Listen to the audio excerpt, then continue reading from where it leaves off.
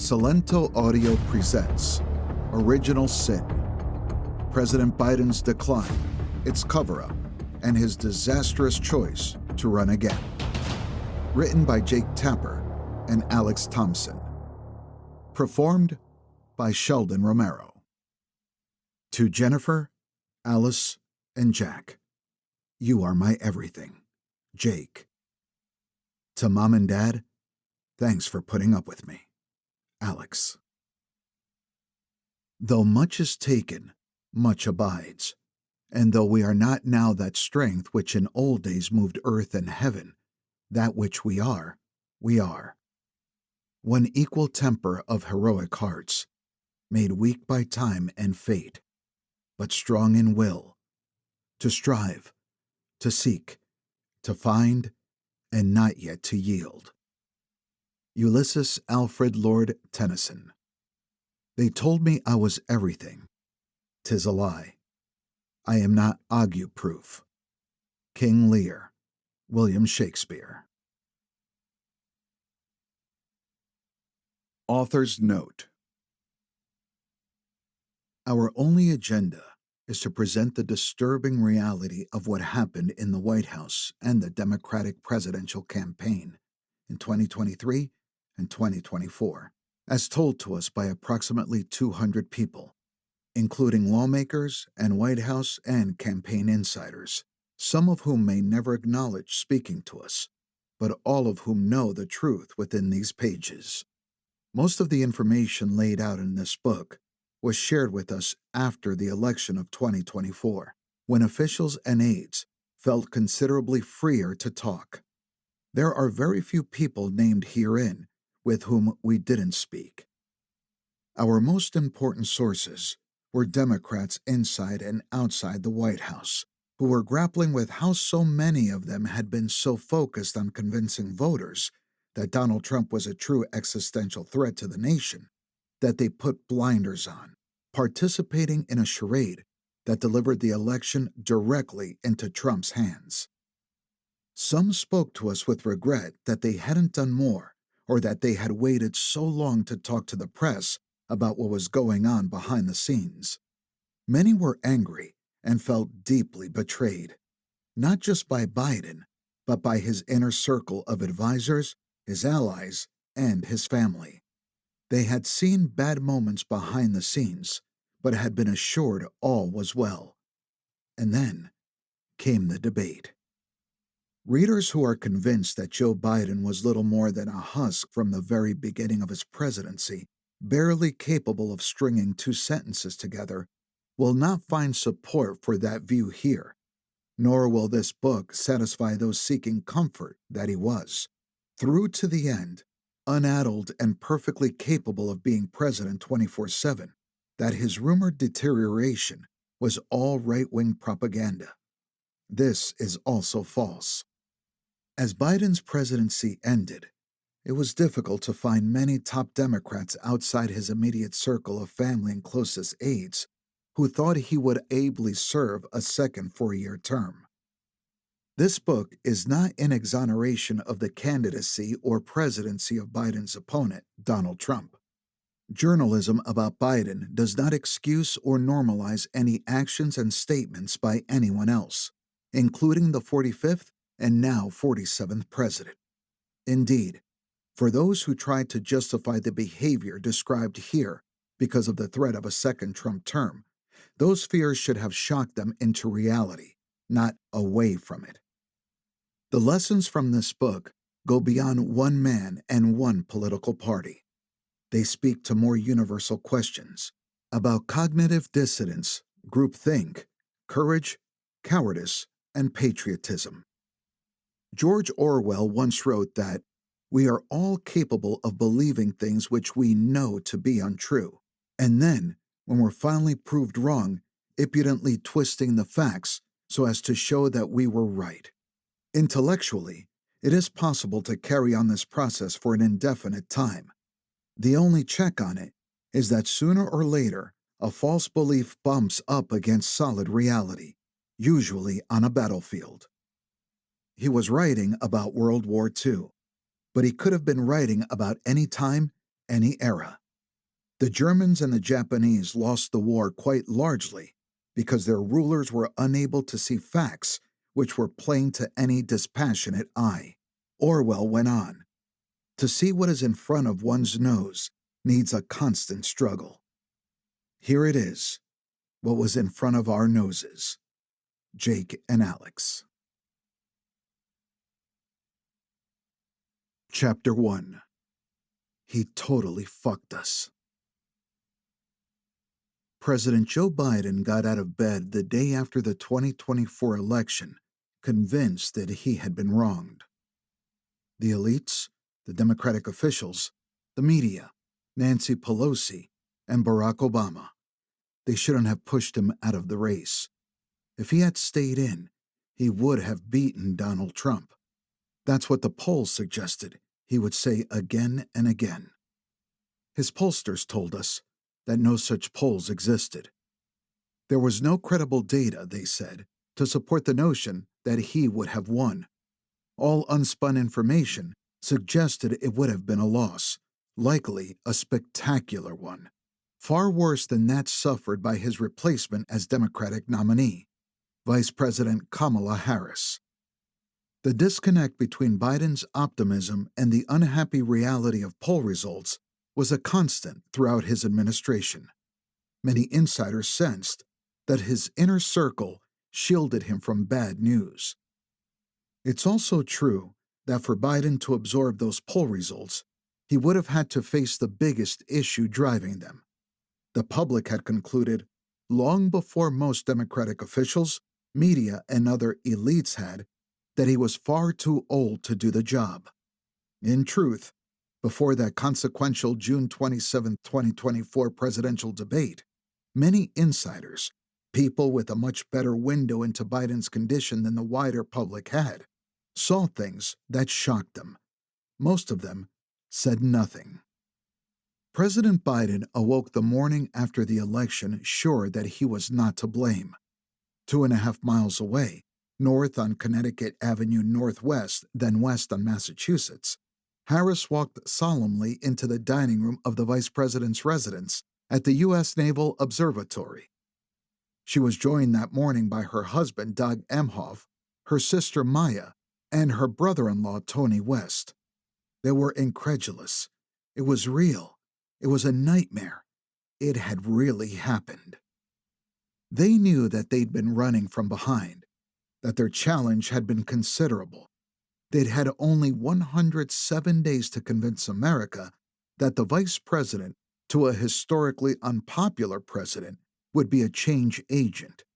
They had hoped that the margin of error in the polls they saw would break their way.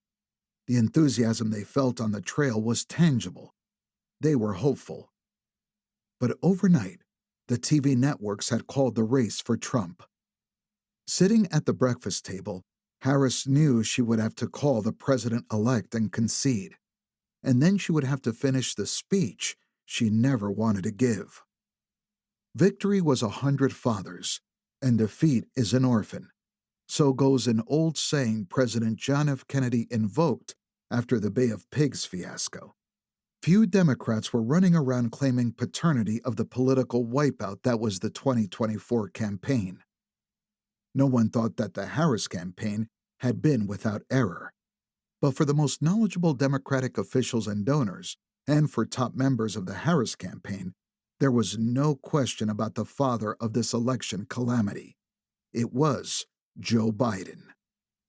Harris, loyal to Biden to a fault, might never say such a thing, but plenty of people around her would. "We got so screwed by Biden as a party," David Plouffe, who helped run the Harris campaign, told us. Plouffe had served as Senator Barack Obama's presidential campaign manager in 2008 and as a senior advisor to President Obama, before largely retiring from politics in 2013. After Biden dropped out of the race on July 21, 2024, Plouffe was drafted to help Harris in what he saw as a rescue mission. Harris, he said, was a great soldier, but the compressed 107-day race was a fucking nightmare. "And it's all Biden," Plouffe said. referring to Biden's decision to run for re-election, then wait more than 3 weeks to bow out. Plouffe added, "He totally fucked us." This isn't the typical finger-pointing of a losing campaign. Before the 2020 primaries, in December 2019, 4 Biden advisors in what political reporter Ryan Liza read as a strategic leak to get the idea out into the open, told Liza that it would be virtually inconceivable that he will run for re-election in 2024, when he would be the first octogenarian president. "Look, I view myself as a bridge, not as anything else," Biden reiterated in March 2020, as he was on the verge of capturing the Democratic nomination. Instead, supported by his senior advisors and his wife and family, the oldest president in American history announced in April 2023 that he would run again. This meant potentially being president until he was 86. The real issue wasn't his age per se. It was the clear limitations of his abilities, which got worse throughout his presidency. What the public saw of the realities of his functioning was concerning. What was going on in private was worse.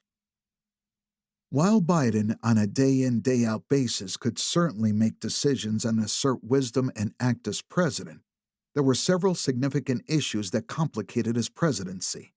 A limit to the hours in which he could reliably function, and an increasing number of moments where he seemed to freeze up, lose his train of thought, forget the names of top aides, or momentarily not remember friends he'd known for decades. Not to mention impairments to his ability to communicate, ones unrelated to his lifelong stutter. It wasn't a straight line of decline. He had good days and bad. But until the last day of his presidency, Joe Biden and those in his innermost circle refused to admit the reality that his energy, cognitive skills, and communication capacity had faltered significantly. Even worse, through various means, they tried to hide it. The original sin of election 2024 was Biden's decision to run for re-election, followed by aggressive efforts to hide his cognitive diminishment. And then came the June 27th debate against Trump, when Biden's decline was laid bare before the world. It was not just one bad night, as Biden and his team claimed in the aftermath. Millions were shocked by Biden's unintelligible, slack-jawed performance at the debate. But some Democrats weren't surprised at all. Though they had seen him like this behind closed doors, they didn't say anything. For a variety of reasons, they rationalized their silence. As a result, Democrats stumbled into the fall of 2024 with an untested nominee and growing public mistrust of a White House that had been gaslighting the American people. With only 3.5 months to run a campaign against a candidate and machine that had been going pretty much full speed since 2015, Harris was fearful of distancing herself from her boss and publicly unable to acknowledge what the world continued to witness of his decline. Harris made plenty of mistakes, both before Biden became a candidate and afterward. But no decision that she and her campaign made was anywhere near as consequential as his decision to run for re-election and pretend he wasn't mentally melting before our eyes. "It was an abomination," one prominent Democratic strategist who publicly defended Biden told us. "He stole an election from the Democratic Party. He stole it from the American people." Biden had framed his entire presidency as a pitched battle to prevent Trump from returning to the Oval Office. By not relinquishing power and being honest with himself and the country about his decline, he guaranteed it. Another top Democrat, one who spent much of 2023 and early 2024, publicly and privately defended the president and his acuity, spoke with White House and campaign officials regularly, and received constant reassurance. "He's fine. He's fine. He's fine," they all said. This was the experience of dozens of officials, from politicians to donors to left-leaning pundits. In the spring of 2024, this Democrat called top White House officials. "Every day I'm defending this guy, the top Democrat told them. Someone tell me he's okay. Like, it doesn't look great. The press conferences don't look great. He was reassured every time, the top Democrat told us. Anita Dunn told him he was fine. Jeff Zients told him he was fine. Mike Donilon goes, I promise he's okay. In 2024, after Biden withdrew from the race, this Democrat privately met with the first couple and saw the reality with their own eyes. He was not fine. She, the First Lady, had to complete some of his thoughts. It was not fine. I got emotional leaving the White House because he was clearly not fucking fine. The Democrat says they want to believe that Biden's top aides weren't intentionally deceitful. I think sometimes people think the best. I think the theory was always, he's a gamer, he's going to deliver. And I think they believe that. But when you're with him every day, they had to have moments like I had with him, where you were like, whoa, this is not okay. And at some point, you shut the door and say, hey, you're not up to this. Trump ended up winning the Electoral College by 312 to 226 electoral votes, and he secured the popular vote by more than 2.2 million. But the race was closer than those numbers suggested. Harris lost the three key blue state walls by a total of roughly 230,000 votes. If she had beat the margins of 1.44% in Michigan, 1.73% in Pennsylvania, and 0.87% in Wisconsin, she would be president today. Ponder the question that Democrats such as Harris and others who might have run in 2024, Secretary of Transportation Pete Buttigieg, Senator Amy Klobuchar of Minnesota, Governor Gavin Newsom of California, Governor J.B. Pritzker of Illinois, Governor Gretchen Whitmer of Michigan. Replay in their minds. If Biden had not run for re-election, or if he had acknowledged his decay and changed his mind about it in 2023, what would have happened? If history is any guide, a competitive primary and caucus process would have produced a stronger Democratic nominee, one who had more experience with debates and taking questions from reporters, one with a more cogent and precise answer as to why they were running, one with time to introduce themselves to the American people. Past flip-flops on issues would have been addressed. Policy proposals would have been fleshed out.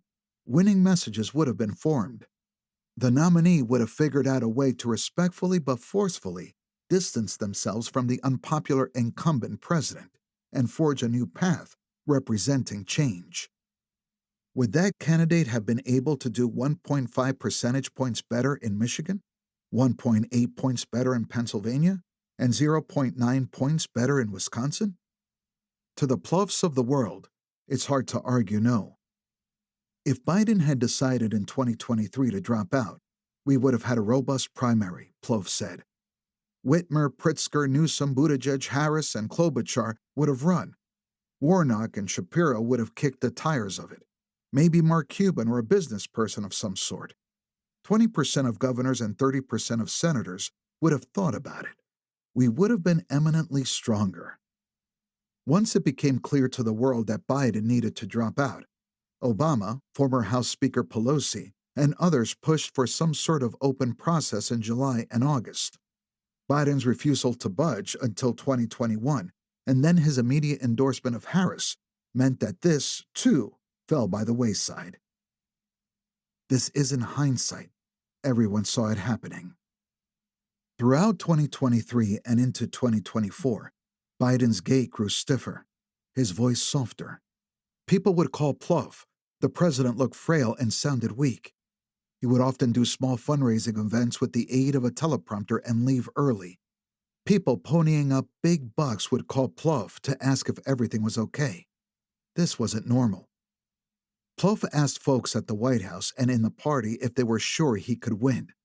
Yes, they said, noting that Biden had beaten Trump in 2020, that the election cycle of 2022 wasn't as bad as it could have been for Democrats, and that he was achieving FDR-level accomplishments.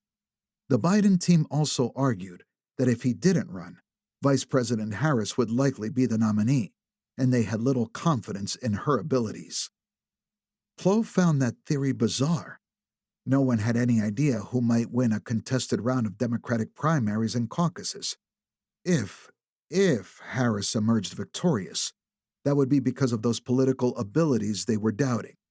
The most enraging part of their anti-Harris argument? Biden was the one who had picked her to be his vice president. It was 2023. Plouffe had retired from politics and his former boss, Barack Obama, was staying out of it. Biden was still pissed at Obama for not backing his possible presidential run in 2016, implicitly backing former Secretary of State Hillary Clinton. Obama had never directly told Biden not to run, but he had encouraged his VP, still deeply grieving the loss of his son Beau, to focus on himself as a person. Plouffe had cautioned against a run. Clinton and Senator Bernie Sanders were way too popular, and Obama political director David Simas had presented Biden with polling that showed the improbability of a victory. The president was not encouraging, is how Biden had put it. Folks in the Obama camp felt that they had spared Biden from a third presidential primary disaster following his 1988 and 2008 failures. Then they rallied the party around him in 2020 because he had the best chance of beating Trump. He did, and many felt his was a presidency of accomplishment, reviving the economy after COVID, getting vaccines into arms, a historic infrastructure bill, boosting semiconductor manufacturing in the U.S., a bipartisan gun safety package. In June 2023, Obama popped in on Biden for a visit. He wanted to kick the tires, make sure the old guy was still up to it. Biden seemed fine. Old, still Biden, but fine. Obama cautioned that Trump would be a formidable foe because of the increasingly polarized nation, Trump's entrenched base, and the fractured media landscape. Just make sure you can win the race, is all Obama told Biden this time, notwithstanding any doubts. What could Obama do? This was Biden's decision. He was, after all, the president. These are the politics of what-ifs, of the original sin. More concrete are the facts we uncovered about Biden's health and abilities. The silence of witnesses, the complicity of enablers, and the scheming of those who endeavored to hide it from others and from the public. As of early 2025, Biden can still, of course, engage in a coherent conversation if he is prepared and rested. Former top aides insist his decision-making is sound. But the hours during which he can perform are limited. Since at least 2022, he's had moments where he cannot recall the names of top aides whom he sees every day. He can sometimes seem incoherent. He is increasingly prone to losing his train of thought, occasionally speaking so softly that he cannot be understood, even if he's talking directly into a microphone. The presidency requires someone who could perform at 2 a.m. during an emergency. Cabinet secretaries in his own administration told us that by 2024, he could not be relied upon for this. What the world saw at his one and only 2024 debate was not an anomaly. It was not a cold. It was not someone who was unprepared or overprepared. It was not someone who was just a little tired. It was the natural result of an 81-year-old man whose capabilities had been diminishing for years. Biden, his family, and his team let their self-interest and fear of another Trump term justify an attempt to put an at times addled old man in the Oval Office for 4 more years. What was the extent of it? Who knew about it? Was it a conspiracy? We will let the facts speak for themselves. Chapter 2. Get Up. To grasp how Joe Biden could have decided to run for re-election at his historically advanced age, one must understand Biden's own mythology. Even before one gets to his belief that he, and only he, was capable of defeating Donald Trump, consider the legend of Joe Biden and its grounding in exceeding expectations, defying odds, and surviving. Get up. he wrote in his first memoir, Promises to Keep. To me, this is the first principle of life, the fundamental principle, and a lesson you can't learn at the feet of any wise man. Get up. The art of living is simply getting up after you've been knocked down. A lesson from his father, Joseph Robinette Biden Sr., who'd been knocked down hard but had no time for self-pity. His dad struggled. Biden Sr.'s crop dusting business on Long Island went bust, and he moved the family back to Scranton to live with his wife's parents. Destitute, Biden Sr. couldn't find work, so he started commuting to Delaware, where he cleaned boilers and sold trinkets at the farmer's market, eventually moving the rest of the family to join him. "Champ, it's not how many times you get knocked down," Biden Sr. would tell his son. "It's how quickly you get up." "Get up," Biden wrote, "has echoed throughout my life. Get up." The other kids in Scranton mocked Biden's stutter. In high school, they dubbed him Joe Impedimenta or Dash, not because of his speed on the gridiron, but because he spoke like Morse code. ... Dash dash. Kids can be cruel. That's why Joe Biden took time out on the campaign trail to talk to children who also had stutters. They needed to know that they shouldn't let the bullies define them by it. Get up. A little-known first-term Newcastle County councilman in 1972, Biden took on Delaware's popular GOP Senator James Caleb Cale Boggs. He attacked Boggs for being old, 63, and out of touch. No one thought he could win, and then he did.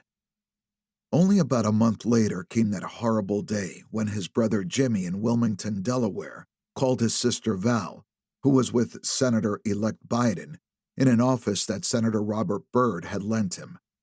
"There's been a slight accident," Val told him. "Nothing to be worried about, but we ought to go home." Biden's wife Nelia and 13-month-old baby girl Naomi had been killed in a car crash. "I'm sorry, Joe. There was nothing we could do to save them," he was told. Sons Bo and Hunter were banged up and in the hospital. It's hard to imagine the pain, the grief, the black hole in which Biden found himself. Get up. His 1988 presidential run ended in a plagiarism scandal before 1987 even ended. A few months later, in February 1988, the headaches that he'd been ignoring the previous year resulted in his being rushed to St. Francis Hospital in Wilmington. His second wife, Jill, was told not to go into his hospital room because he was being given last rites. He had blood in his spinal fluid and a leaking aneurysm below the base of his brain. He was warned that the necessary brain surgery might cause him to lose his ability to speak. Jill pointed out that if he hadn't withdrawn from the presidential race, he would have been campaigning in New Hampshire at the time his aneurysm began bleeding, and he wouldn't have stopped. "You wouldn't be alive," she said. "Things happen for a reason. Get up." His 2008 presidential run also ended in an embarrassing flop, 5th place in Iowa with less than 1% of the vote.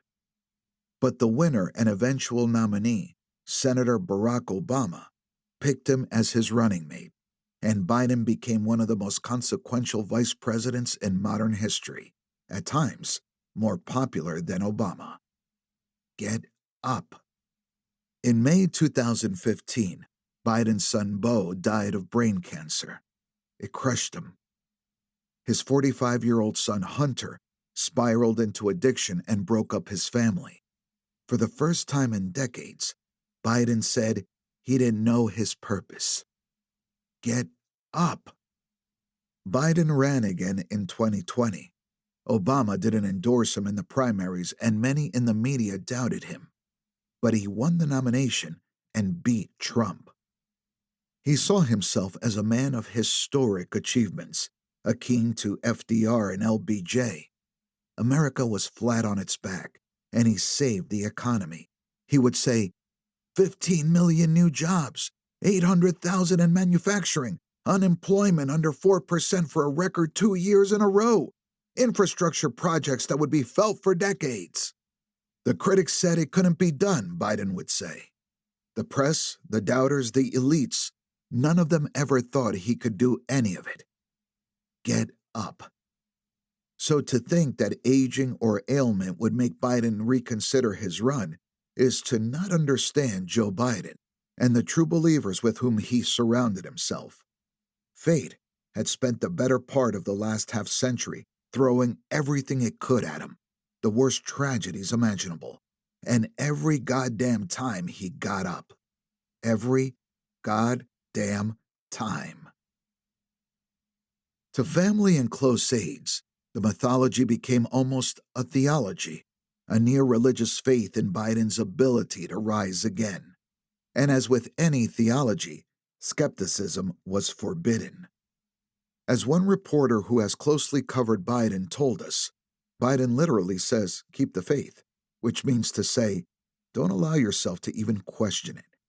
And it created a strange circle of groupthink where none of them would permit the other ones to demonstrate any doubt. Part of that theology is made up of narratives of questionable accuracy. The image of Joe, aviators, ice cream, 1967 Corvette, as avuncular and Jill as warm. These are not universally held impressions among those who know them well. The president was fond of using the formal family motto of giving my word as a Biden. But they had another, more private saying. Never call a fat person fat. It wasn't just about polites. It was about ignoring ugly facts. Don't say mean things, is how someone close to the family put it. The Bidens' greatest strength is living in their own reality, this person told us. And Biden himself is gifted at creating it. Beau isn't going to die. Hunter's sobriety is stable. Joe always tells the truth. Joe cares more about his family than his own ambition. They stick to the narrative and repeat it.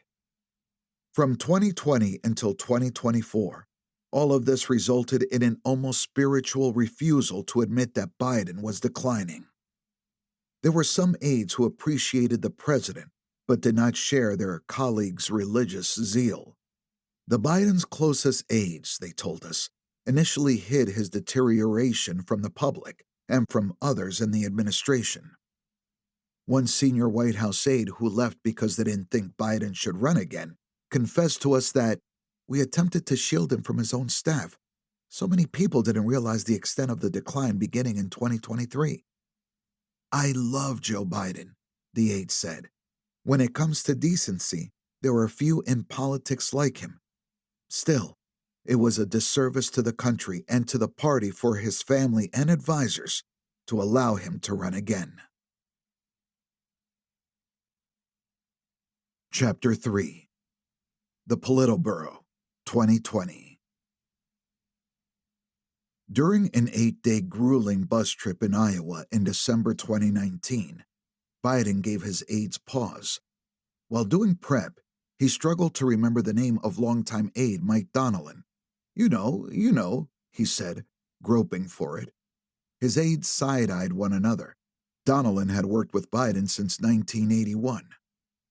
It wasn't the only time aides worried during the 2020 presidential primary. Biden's campaign team saw that he was not always the guy he'd been as VP. His debate performances had never been commanding, but aides now found themselves white-knuckling their way through them. And his team often shied away from tough interviews, even though Biden had spent his career being one of the most press-friendly senators. He struggled to communicate the way he once had. In the office, campaign aides would whisper about how he was not always 100%, but there was no way to have that conversation with him or his most senior aides. It was almost taboo. It was as if there was two Bidens. He'd have high-energy rallies and then events where his own staff winced at his meandering and subdued performance. Still, good Biden was far more present than old Biden. Some aides became alarmed, though, after that bus tour through Iowa in December. With the caucuses just weeks away, Biden hit the trail hard, but had trouble bouncing back.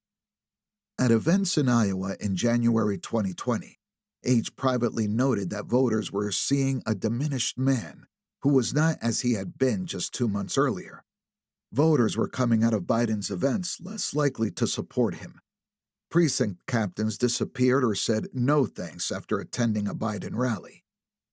His team knew he wasn't the best speaker, but they believed that his decision-making remained sharp and that he was the best candidate to defeat Trump.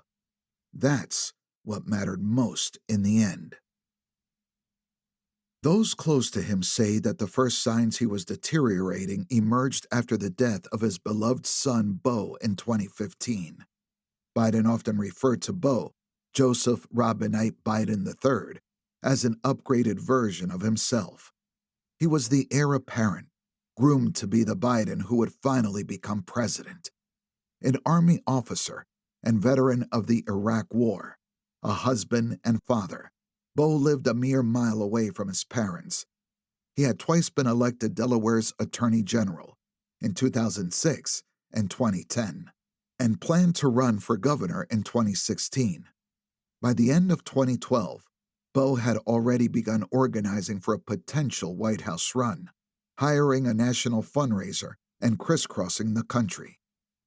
When Beau died from glioblastoma in May 2015 at age 46, Biden was devastated. It was the rare funeral where he did not give a eulogy. He couldn't.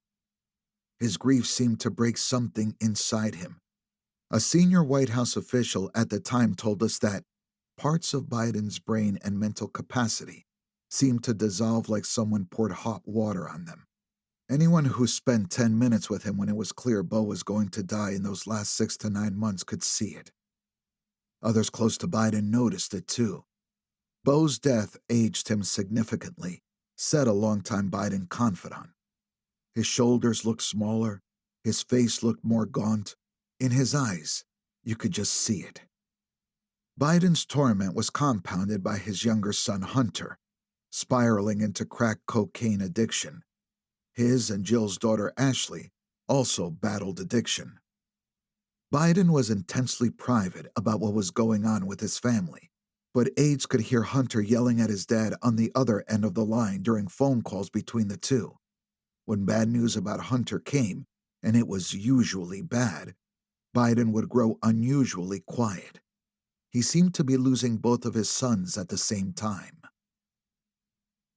Beau's cancer treatment also demonstrated the Bidens' capacity for denial and the lengths they would go to avoid transparency about health issues, even when the person in question is an elected official, in this case, the sitting Attorney General of Delaware. In the summer of 2013, Beau collapsed during a family vacation and underwent brain surgery to remove a tumor. Beau's tumor was definitely glioblastoma, stage 4. Biden later wrote about the post-operative findings. It was a death sentence, Hunter wrote. Beau began limiting his public appearances that fall. He stopped doing extended media interviews. He appeared gaunt. He had a fresh surgical scar on his head and a new haircut with it. In September, Biden and Beau's team internally debated how much to disclose about Beau, the vice president's son and a state's top law enforcement officer. But ultimately, they said nothing. In November, Beau told a local reporter that he had been given a clean bill of health.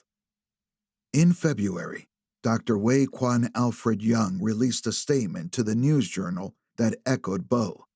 The Attorney General, Young wrote, had a clean bill of health after an exam. The neurologist told the public that they had removed a small lesion from Beau's brain. In fact, it was a tumor slightly larger than a golf ball, Biden later revealed. Beau would remain the sitting Attorney General of Delaware for the entirety of 2014, even as his family secretly flew him all over the country for a variety of experimental treatments. In April 2014, he began having difficulties with his speech. He would often enter hospitals under an alias, George Lincoln. Beau's wife, Haley, told people she didn't understand why they had to keep his illness a secret. Making it public likely would have led people to rally around the family. He was an elected official, but both Biden and Beau opposed disclosure. At times, Biden also instructed his team to mislead the media about his whereabouts. They would publicly say that the vice president was going to Delaware for the weekend, then returning to D.C. the next week. That was technically true, but Biden sometimes flew to Houston, where Beau was receiving treatment, to be with his eldest son over the weekend. Publicly acknowledging Beau's illness would make it a reality. It was them against the world. The Politburo. Every president arrives at the White House with a team of loyalists, but by any historical standard, Biden's inner circle was practically insular. Not a lot of unwelcome light got through the cracks. The team solidified in 2015 amid Biden's grief. In the 2020 campaign, titles meant little. There was technically a campaign manager, a communications director, and deputy campaign managers, but the ultimate decision-makers were a group of seasoned political veterans known internally by any number of nicknames, including the Politburo, Mike Donnellan, Steve Ricchetti, and the policy wonk Bruce Reed. They'd worked with Biden for many years, if not decades. There were other close aides. Anita Dunn and her husband, Bob Bauer, joined the team in 2015 to help Biden prepare for a presidential bid, even as most of their colleagues from the Obama administration backed Clinton. Donnellan had been in the center of Democratic politics for decades, shaping dozens of campaigns, beginning in the late 1980s when he worked on the campaign of Douglas Wilder, the first African-American ever elected as governor. Something of a loner, he was a man of few words and could be immovable when he had a theory of the case. A former pollster, he now often went with his gut. He had crafted Biden's messaging for 2020, a fight for the soul of the nation. Even as the data supported that approach was fuzzy at best. Donnellan's brothers were also in the national spotlight. One had been a national security advisor for Obama, and the other was the spokesperson for the Archdiocese of Boston. They shared Biden's Irish Catholic working-class self-image. The president valued Mike Donnellan's advice so much that aides would later joke that if he wanted, he could get Biden to start a war. He was protective and admiring of Biden. When some expressed doubts about Biden running in 2016, Donnellan would snap, "Don't take this away from him." Ricchetti, an affable former lobbyist and an alum of the Clinton White House, had been Biden's chief of staff through Beau's illness. Ricchetti was also a friend, and all four of his children would end up working in the Biden administration. He'd often watch MSNBC's Biden-friendly Morning Joe and then talk about segments throughout the day, drawing eyeballs from others. He had good relationships with Capitol Hill and was a talker. Reed had grown up in Idaho, the son of a politician, and had been a Rhodes Scholar studying English literature and a speechwriter for Al Gore. He also had been a top policy aide to Bill Clinton and tried to stay in his lane. Aides described him as Biden's security blanket, who tried to stay out of palace intrigue and not rock the boat.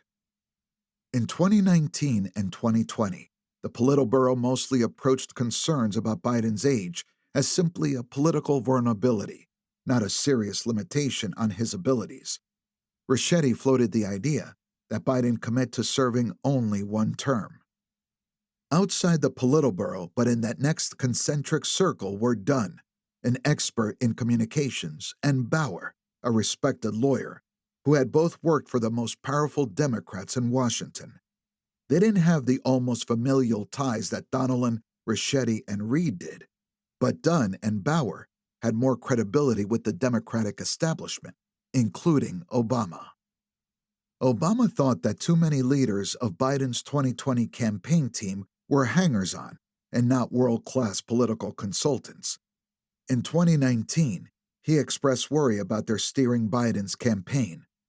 "He's my friend," Obama said at the time. "I love him. I don't want him to be humiliated." In 2020, Biden was running to be the oldest president ever elected, and rival Democratic campaigns were not shy about trying to exploit that, peddling opposition research to reporters that made Biden look feeble. And he struggled to campaign, coming in fourth in the Iowa caucuses, then fifth in New Hampshire. Some on the campaign believed it was over after Bernie Sanders came in second in Iowa, and then first in New Hampshire and Nevada. "I've got news for the Democratic establishment. They can't stop us," Sanders proclaimed before the Democratic establishment successfully rallied to stop him. Many top Democrats, including Obama, believed that Sanders, a Democratic socialist, could not beat Trump and would hurt Democrats down ballot. After the fading of more moderate candidates, such as former New York Mayor Michael Bloomberg, South Bend Mayor Pete Buttigieg, and Minnesota Senator Amy Klobuchar, Biden became the candidate of last resort for the establishment. At root, politics is a numbers game. Biden could get black voters in big numbers, and the others couldn't. Party leaders such as South Carolina Congressman James Jim Clyburn threw their support behind Biden just before that state's primary and propelled him to a commanding win. He romped on Super Tuesday, including in many states where he had barely campaigned. Biden and much of his team saw their victory as an affirmation of themselves.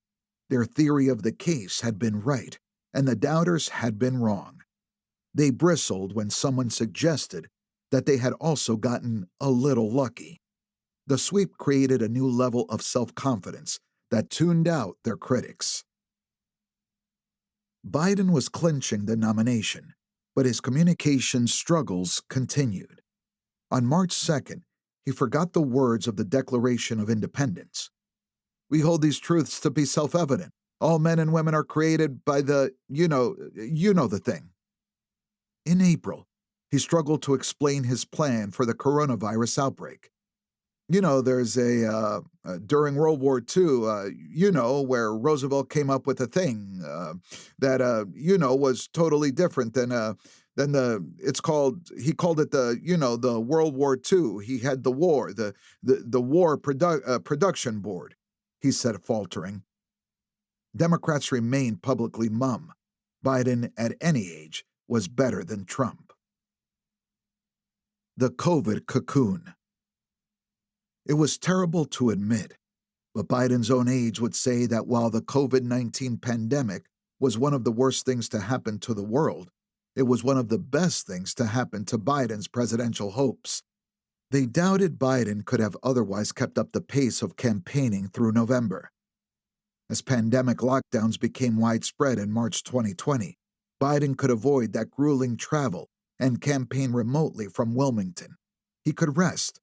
Close aides pushed for events to start in the afternoon, if possible. The isolation also changed the power dynamics of Biden's inner circle. Longtime aide Annie Tomasini and Jill's top aide, Anthony Burnell, moved to Wilmington. For the next several months, they were some of the only people to have constant access to the nominee, and were often the last people the Bidens talked to at night. The duo, who had been with the Bidens off and on since the mid-2000s, had an older brother and little sister vibe. They worked around the clock and were intensely loyal. Their life was the Bidens, and the Bidens found them indispensable. They could quickly cut through the sometimes slow-moving Politburo to get things done. They were like family, kind of.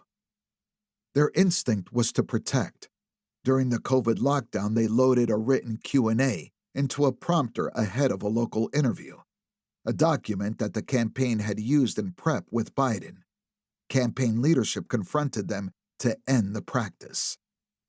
It put the campaign press team in an awkward position that fall, when they were forced to dodge questions about whether Biden had ever used a teleprompter during interviews. Burnell and Tomasini's private impulses were understandable. Even in tightly choreographed Zoom calls with friendly audiences, Biden could step on a rake. The team was constantly trying to change the Zoom configurations and production designs to adapt to him. Aides privately noted that they couldn't rely on him to stay on message, and he often had a very short attention span.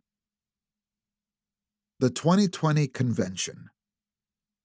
Meanwhile, the Democratic National Convention in Milwaukee was looming, and the team in charge of creating the content was grappling with not only how to do it during a once-in-a-century pandemic, but also how to do it with an aged politician whose communication skills were starting to founder.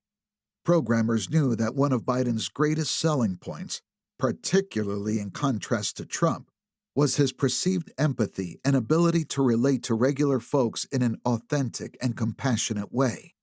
It would be tough to do that during COVID, so a creative team worked up a plan. Biden would sit in a room with several monitors beaming the faces of real Americans in front of him so that they could discuss issues of importance. The videos came back, hours of footage. Some on the team couldn't believe their eyes. "The videos were horrible," one top Democrat said. "He couldn't follow the conversation at all." "I couldn't believe it," said a second Democrat, who hadn't seen Biden in a few years. "It was like a different person. It was incredible. This was like watching Grandpa who shouldn't be driving." A special team was brought in and told to edit the videos down to make them airable. If only a few minutes worth, they had to get creative. The racial justice conversation aired the first night for less than 5 minutes. The health scare exchange on the second night was under 4. Edited, the videos likely appeared fine to viewers. Biden no worse than any other senior on Zoom. But 2 of the Democrats who were involved in the film's production together were dumbfounded. "I didn't think he could be president," the second Democrat said. After what they'd seen, they couldn't understand how Biden could be capable of doing the job. This was when some top Democrats entered an angry phase. "I became disillusioned with the entire apparatus because what I was seeing on this video in 2020, that means people working for him every day see this?" From a distance of 4 years, the second Democrat reached a harsh conclusion about the team around Biden. "They've been gaslighting us." The other top Democrats thought the first 2 overstated the case, that the footage was lousy because the Zoom experience was awkward. Viral clips. Rob Flaherty, who served as digital director for the presidential campaign of former Texas Congressman Beto O'Rourke, joined the Biden campaign in December 2019. By then, already aware of Biden's occasional verbal stumbles, he observed how quickly Republicans clipped any such moment, real or imagined, fair or unfair. It's always tough to push back on misinformation, Flaherty knew. He also understood that for every unfair and bogus clip, there were real ones. The campaign convened a focus group to determine the best way to fight those videos. By blasting a targeted audience with images of Biden looking strong and assertive, the campaign quelled doubts about his age, sowing new ones about the validity of the viral clips. But the bogus videos were tough to counter because the underlying pre-existing belief they reaffirmed, that Biden seemed old and prone to misspeaking, was true. Trump was chaotically managing the worst public health crisis in a century, but the election results were closer than the Biden team expected. Biden earned 7 million more votes but only won the Electoral College due to a margin of about 43,000 votes across Arizona, Georgia, and Wisconsin, fewer than Trump had secured in his Electoral College victory in 2016. In the House of Representatives, Democrats lost seats, and the Senate majority was still undecided. Despite those thin margins and mixed results for Democrats, Biden and the Politburo took the outcome as more reason to have faith in the Biden theology. Biden's age had been a top concern among voters, and he won anyway. Chapter 4. The Bidenness. A complication for anyone struggling to discern the president's acuity as he aged was the Bidenness of it all. Since the 1970s, he'd had a reputation for being hot-tempered to staff and not remembering their names. He was known on the Hill for being congenitally prone to long stories, gaffes, and inappropriate comments. You cannot go into a 7-Eleven or a Dunkin' Donuts unless you have a slight Indian accent, he told an Indian American during his 2008 run. In 2007, he called his primary opponent, Barack Obama, the first mainstream African American who is articulate and bright and clean and a nice-looking guy. I mean, that's a storybook, man. I didn't take it personally, and I don't think he intended to offend, Obama told the New York Times. But the way he constructed the statement was probably a little unfortunate. When eventual nominee Obama tapped Biden to be his running mate, the campaign well knew what they were getting themselves into. In 2021, the scaf-prone reputation meant it was harder for people to figure out if Biden was having senior moments, not just for staffers and reporters, but for world leaders. One former leader of a European country met with Biden during a UN General Assembly meeting and recalled the meeting going on for an incredibly long time, maybe an hour and a half. We pretty much had to end the meeting. He just went on and on. It was like talking to your grandpa. He was slightly rumbling. But the former leader said, noting to Biden's reputation, he's always been a bit like that, hasn't he? This leader recalled meeting with the president again maybe a year later. He seemed even more rambling. Secretary of State Tony Blinken had to remind him to talk about the crucial issue the meeting was meant to be about. I didn't think he should run for re-election. He was clearly not at the top of his game, the leader said. Being close to the president on a daily basis made it even difficult to recognize the extent of his dotage. White House and campaign officials refer to boiling frog syndrome, an allegory about a frog placed in tepid water brought ever so slowly to boil, so that the frog doesn't perceive the change until it's too late. The president's deterioration, the argument goes, was less discernible to those who saw him constantly and up close than to those who saw him only occasionally. Reporters, donors, and Democratic lawmakers who met with him only intermittently were increasingly alarmed, while top aides dismissively tossed out a "he's fine." After the 2024 debate, one top advisor was stunned when he viewed side-by-side clips of Biden during a 2020 debate and Biden during the calamity of June 27, 2024.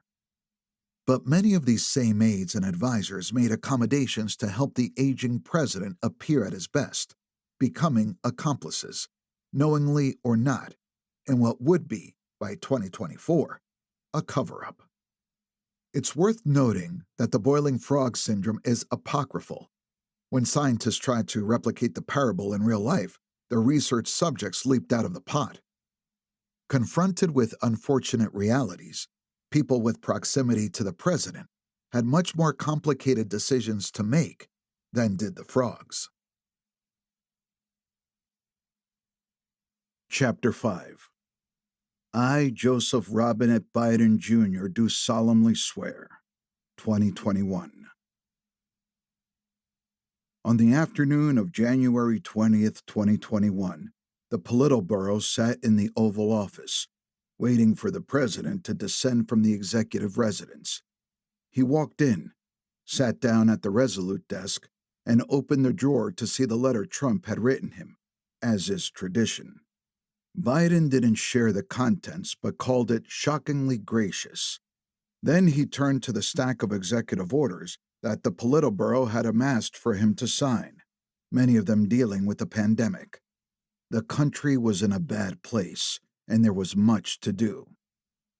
Ron Klain was the newest addition to the Politburo, or rather a returning member.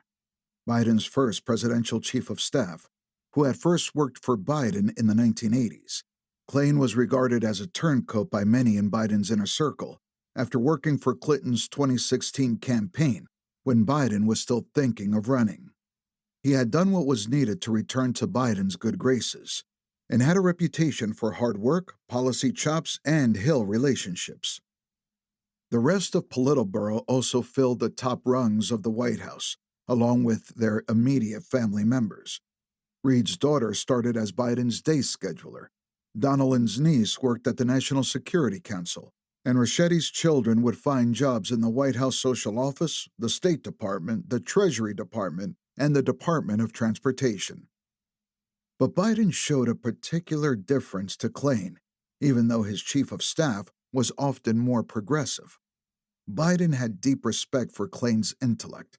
"Only one person here is smarter than me, and it's Ron," aides heard him say. Eager to deliver on the president's progressive promises made to unite the party after the primary, Klain steered the ship of state to the left of where Biden had been for most of his career. 9 months later, Biden's $1.2 trillion bipartisan infrastructure package had passed the Senate and was finally approaching a vote with a narrowly divided and brutally partisan House. As far as House Speaker Nancy Pelosi was concerned, President Biden had one task on Friday, October 1st, 2021, when she invited him to Capitol Hill to speak before the House Democratic Caucus, ask them to vote for the bill on its own. Progressives in the caucus were pushing back. They wanted to tie the infrastructure deal to a larger package, a wish list called Build Back Better. They didn't want their ambitions for more far-reaching legislation to vanish. The chair of the Congressional Progressive Caucus, Washington Congresswoman Pramila Jayapal, was skeptical that moderates would vote for the Build Back Better Act if they weren't forced to do so. The night before Biden came to the Hill, she told Klain that they didn't have the progressive votes for infrastructure without the two bills directly linked. Those who disagreed with this strategy thought that the progressives were essentially hostage-taking and snatching defeat from the jaws of victory. Pelosi supported the Build Back Better Act, but she was also open-eyed about the fact that there wasn't enough support for it in the Senate to become law. She needed Biden to call for the entire House Democratic Caucus to unite behind the infrastructure bill, take the win, and then work on Build Back Better. Biden spoke for roughly 30 minutes. It was a long, digressive speech.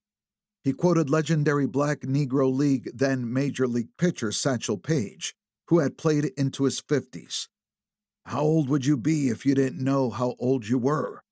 One House Democrat called Biden's remarks incomprehensible, and he left without making the ask. Many House Democrats were confused. Progressives took it as a sign that Biden was with them. Years later, other House Democrats would see in the president's flawed presentation evidence of perhaps some communicative, if not cognitive, slippage. Pelosi saw it as strategy, Klain's strategy. She admired Klain but knew he also liked being considered a hero by the Progressive Caucus. She didn't like to be surprised, and she had been surprised. Negotiations continued and continued to go nowhere. Democrats running for office that November, New Jersey Governor Phil Murphy, from Virginia Governor Terry McAuliffe, seeking to reclaim his old job, were intensely frustrated.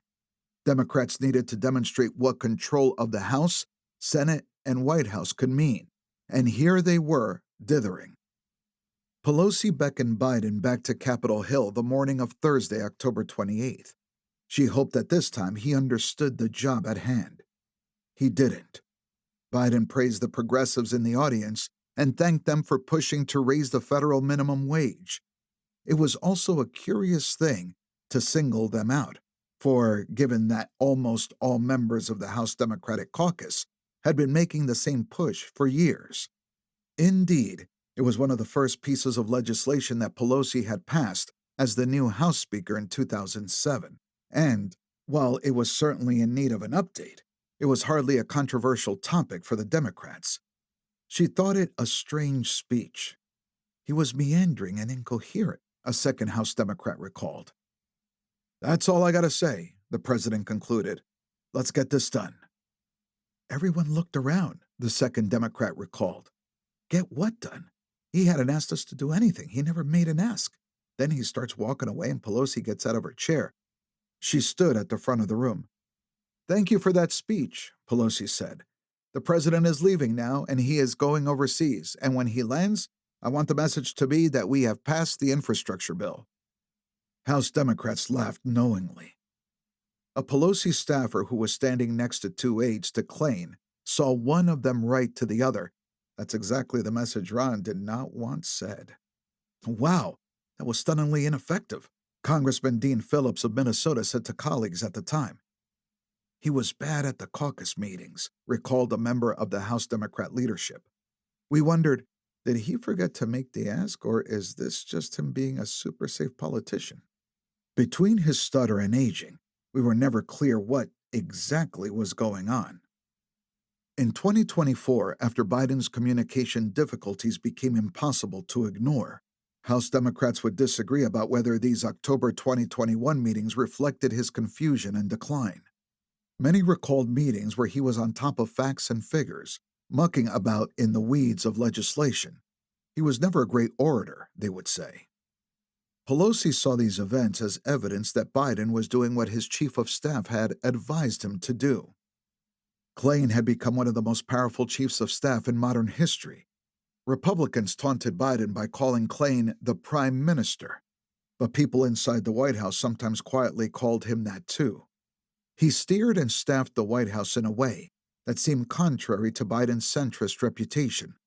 Klain would say he was merely trying to enact the bold progressive agenda that the president had campaigned on. Either way, Biden and his team accomplished many significant legislative goals in the first year. The infrastructure bill passed the House on November 5th, 3 days after the election, which McAuliffe lost and Murphy almost lost. President Biden signed it into law on November 15th. Trump had repeatedly promised such a package, but never came close. Some pundits had mocked Biden for promising to govern in a bipartisan way, and yet 19 Senate Republicans, including Senate GOP leader Mitch McConnell, voted for the bill. To offset the progressive no's, Pelosi got the bill passed in the House with 13 Republicans. Monday was an unambiguous victory for the central promise of Biden's presidential campaign, to lower the temperature in Washington and find places of common ground, Alex wrote at the time. As Alex noted in an article for Politico after the win, Biden indulged himself by reading a dossier of 27 articles and cable news tickers that said his agenda was in trouble. Dem struggle on way forward as Biden agenda stalls, blared one chyron. Biden's agenda stalled as he begins 8-day foreign trip, proclaimed another. Fools. They always counted Biden out. To millions of Americans, however, the most lasting memory of Biden's first year in office was the calamitous U.S. withdrawal from Afghanistan in August. The president ended the war as promised, but 13 U.S. service members and hundreds of Afghans were killed in the chaos as the Taliban recaptured power. He never communicated adequate regret, never fired anyone, and would react defensively when the issue was brought up. The topic could easily trigger his temper at his own aides. His approval ratings sank into the low 40s, then by the following summer the 30s, and never recovered. Why didn't anyone stop that? The First Lady asked, chastising senior White House staff.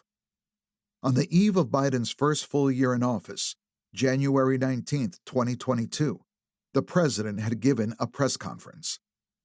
It lasted nearly 2 hours, and long after he had crossed off every reporter on the list provided by his communication office, he went rogue, calling on James Rosen from the conservative TV channel Newsmax. Why do you suppose such large segments of the American electorate have come to harbor such profound concerns about your cognitive fitness? Rosen asked. I have no idea, Biden said. Staffers slipped him a piece of paper telling him to wrap it up, but he kept going. After Biden, Klain, Communications Director Kate Bedingfield, and Press Secretary Jen Psaki went with the president into the treaty room to chat. That was when the First Lady appeared at the door and blasted the staff for letting that go on for so long. The truth was, it was all Biden. Some of his aides suspected he had done it precisely to show the American electorate, whom Rosen had asked about, that they were wrong. Where were you guys? The First Lady asked, as if the president wasn't sitting right there. The confrontation exemplified part of a larger change that aides had noticed on Jill Biden since 2016, when she was Second Lady.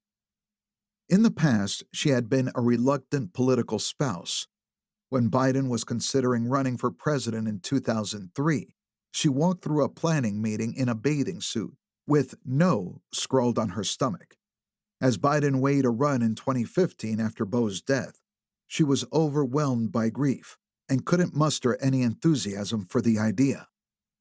After Trump won in 2016, aides noticed that she began saying yes to political events more often. By 2019, she was on board with Biden's bid for the presidency. She became a political partner in addition to a spouse. She saw herself first and foremost as his defender. It was a reversal of roles for the most influential woman in Biden's life. Jill and Biden's sister Valerie, Val Biden Owens, had always had a tense dynamic, each feeling that she held Biden's best interests at heart. Val had been campaign manager for all her brother's campaigns since 1972. She never had doubts about any of them until 2020. She wrote that she didn't want the family to go through it. I was worried the family couldn't go through it. I worried about Hunter, the grandkids, and Joe. But Hunter Biden was already going through it, and his troubles weighed Biden down. To understand Joe Biden's deterioration, top aides told us one has to know Hunter's struggles. As a 3-year-old in the car accident that killed his mother and sister, Hunter had suffered a fractured skull, an injury that could have lifelong effects. He had emerged as a bottomless source of disappointment, gossip, and shame, but still beloved by his family. Bo and Hunter were tight, but there was an heir and the spare dynamic at play. Bo was the chosen one while Hunter struggled to figure out his place and could not keep his addictions at bay. After Bo died in 2015, Hunter tried to fill the void. He told others he would run for mayor of Wilmington. He would pick up the family mantle. Biden supported him. It could help soothe the pain from the loss of Bo. Instead, Hunter spiraled more wildly than ever before. In the 4 years after Bo's death, Hunter had gone through a bitter divorce, fathered a child he didn't want to acknowledge, shuffled in and out of rehab facilities, experimented with sobriety methods including yoga retreats and ingesting toad secretions, and carried on a made-for-tabloids affair with his recently deceased brother's widow, in which he introduced her to crack cocaine. In the winter of 2019-2020, Hunter was not okay and his family knew it. In desperation, Biden and much of the family staged an intervention in Wilmington. "Not a chance," Hunter said when he realized what was happening. "I'm so scared," Biden said. "Just tell me what to do." "Not fucking this," Hunter snapped, and ran out of the house in Wilmington. Biden ran after him and hugged him tight on the driveway in front of the family. Hunter said he would go to rehab, only to bolt from the facility. As the Biden campaign got off the ground, Biden often didn't know where Hunter was. In the weeks after Biden announced his run, Hunter pulled himself out of his nosedive, got sober, and married someone he'd known only a few days. They soon had a child they named Bo. Hunter had left a long trail of collateral damage in his wake. Biden's other adult child, Ashley, had also been struggling with addiction for years. In early 2019, she was in an outpatient rehab facility, and she relapsed days after learning that Biden was going to run. In July, she relapsed again.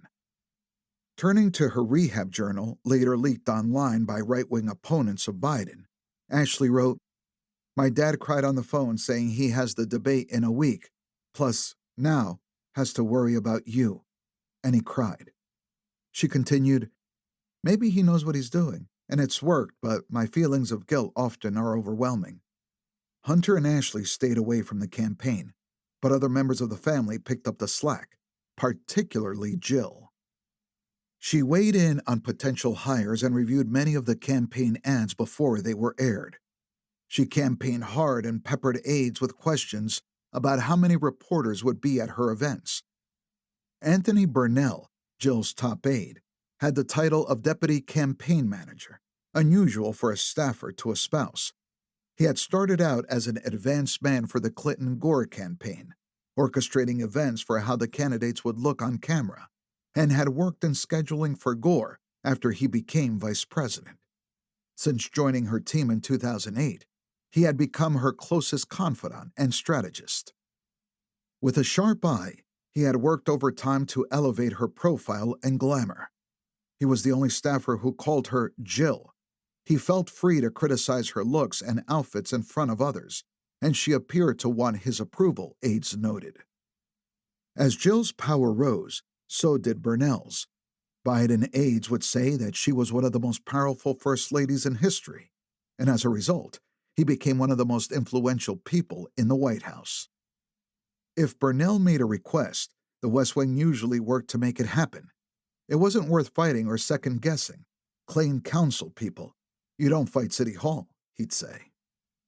He was a constant source of gossip about Biden's aides, which he passed along to the First Lady. He considered loyalty to be the defining virtue and would wield that word to elevate some and oust others, at times fairly and at times not. Are you a Biden person? He would ask West Wing aides. Is so-and-so a Biden person?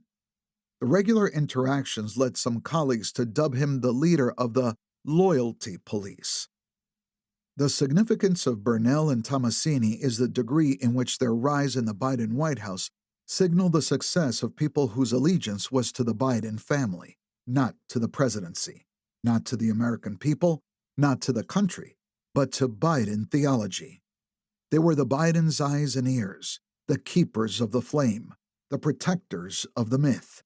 That included casting out potential heretics. Burnell, in particular, took on this role. As we researched this book, it was difficult to find many Burnell defenders among those who have known him longest.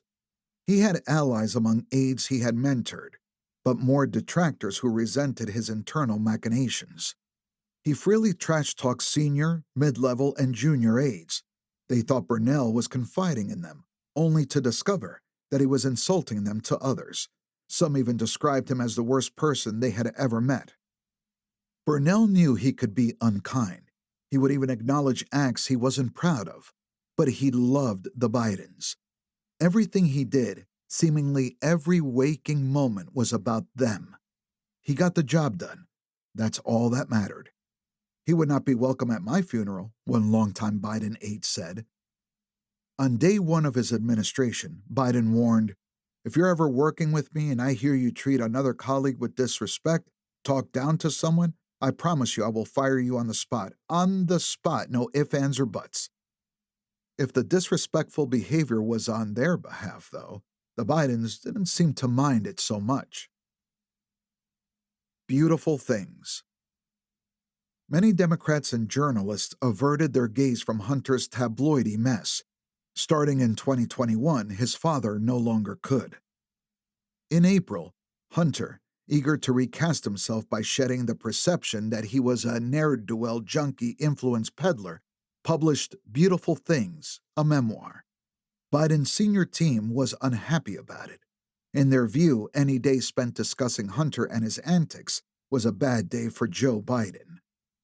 The president's son thought he was politically sharper than most of his dad's advisors, and often told Biden when he thought particular aides weren't serving the president well. Aides had to pick their battles with Hunter. Following the publication of his memoir, he planned to do a book tour through South Carolina, stopping at famed black churches to talk about his crack addiction, but Biden's advisors pushed back. Though Hunter believed that he could provide some hope to those with loved ones battling addiction, Biden's advisors argued it would turn into a circus and come across as tone-deaf. Hunter relented. Hunter's book is organized around two parallel narratives: pervasive grief over Beau's absence and the unvarnished confessional of an addict, a Washington Post review observed. Page after page features assertions of the brothers' closeness, juxtaposed with gallons of vodka, bowls of crack, dissolute characters parading in and out of trashed hotel rooms, both five-star and no-star, and repeated failed treatment efforts. Biden was shocked at some of the revelations, which were still only partial confessions. "I didn't know the extent of any of it until now," the president told a top advisor. Beyond the headlines Hunter's memoir generated, Biden's team had other sensible reasons to be worried. The president wasn't the only one learning new information. So was U.S. Attorney David C. Weiss and his team. Weiss's team had been investigating Hunter's business activities since 2018, including seizing a laptop that Hunter had left behind at a repair shop in 2019. Biden had decided to keep Weiss, who was appointed by Trump, so as to avoid an appearance of covering up his son's malfeasance. The prosecutors pored over Hunter's memoir with interest. Hunter had also caused a rift between the Bidens and the Obamas. Barack Obama and Joe Biden's White House relationship began with typical tensions between a president and vice president, with slights both real and perceived. At Obama's first press conference as president, he was asked to respond to an errant comment that Biden had made. "I don't remember exactly what Joe was referring to. Not surprisingly," he quipped, drawing laughter from reporters. The relationship grew warmer over time. Obama's daughters and Biden's granddaughters went to school together. Obama delivered a moving eulogy for Beau and draped a Presidential Medal of Freedom around the vice president's neck. Their respective aides snipped at one another, but Obama and Biden had developed a bond. The relationship took a more dysfunctional turn in 2015. Michelle Obama had become close with Hunter's then-wife, Kathleen Bull. As Hunter began to spiral into addiction and infidelity, Michelle stood in solidarity with her friend, while the Bidens reflectively rallied around Hunter. When salacious details about Kathleen's divorce filing hit page 6 in early 2017, Biden was angrier at Kathleen for the details having been made public than he was at Hunter for his sleazy behavior. The Bidens slowly began exiling Hunter's estranged wife, and Michelle privately resented them for doing so.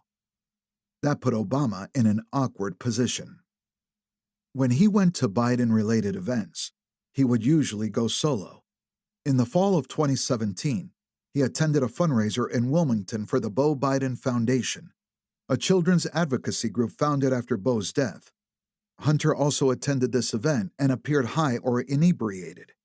He got into an argument with Biden's sister, Val, backstage, and then left the fundraiser early. "Weird shit," Obama told someone soon after. His office later denied it.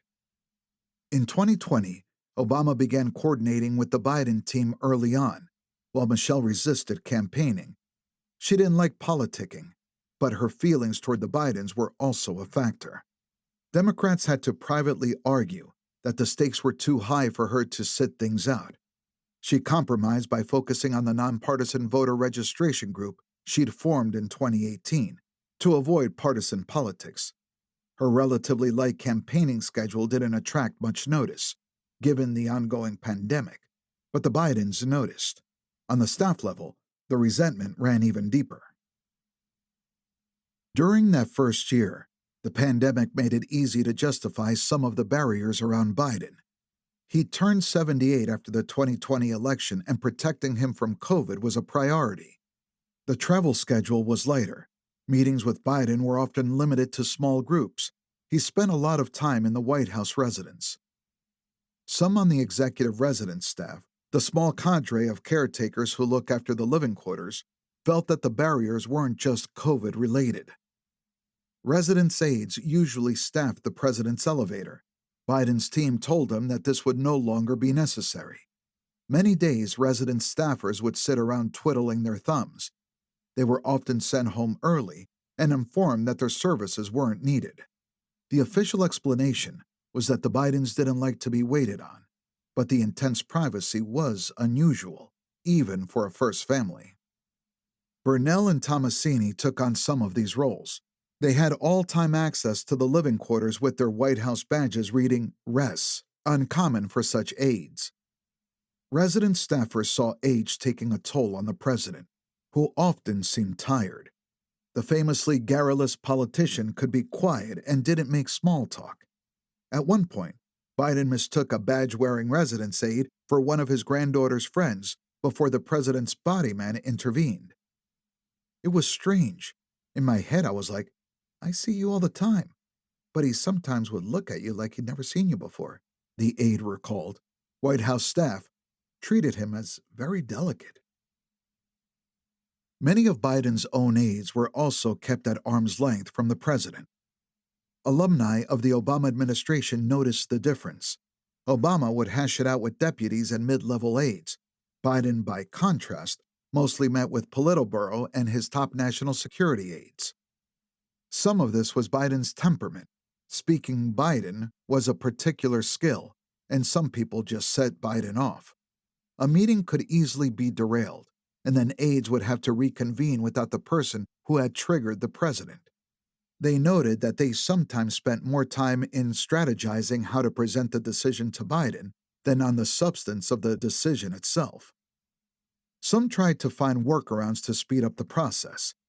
They would make the decision binary or sneak smaller items into the daily presidential brief in hopes that Biden would just say yes. In practice, Bruce Reed was the real domestic policy advisor. Mike Donnellan was the actual political director. Steve Ricchetti controlled legislative affairs, and Klain controlled a bit of everything. He's nearly 80. He knows what he wants, and we know how to handle him. That was the message sent internally. All of these factors led to a uniquely small and loyal inner circle. Some felt that the insularity was the Politburo's way of protecting its influence. 5 people were running the country, and Joe Biden was at best a senior member of the board, said one person familiar with the internal dynamic. A cabinet secretary expressed a similar sentiment about the Politburo. I've never seen a situation like this before, with so few people having so much power. They would make huge economic decisions without calling Treasury Secretary Yellen. Doc O'Connor. On November 19th, the day before the president's 79th birthday, the White House released the result of Biden's health examination by White House physician Dr. Kevin O'Connor. The assessment was perhaps more notable for what it didn't include than what it did include. There was no mention of a cognitive exam. That seemed odd to physicians who were paying attention. Many consider it standard practice to begin performing such tests when a patient turns 65, even if they aren't showing symptoms. Several of the tests can be done in about 10 to 15 minutes. They do not provide conclusive diagnosis. Rather, they are a tool for early detection. It seemed appropriate to perform a cognitive test on a 78-year-old man, especially one who was starting to show flashes of memory loss, especially one who was President of the United States. In 2017, when then-President Trump was 71, Democrats in Congress introduced resolutions and legislation essentially pushing Trump to undergo a psychiatric evaluation, given his erratic behavior.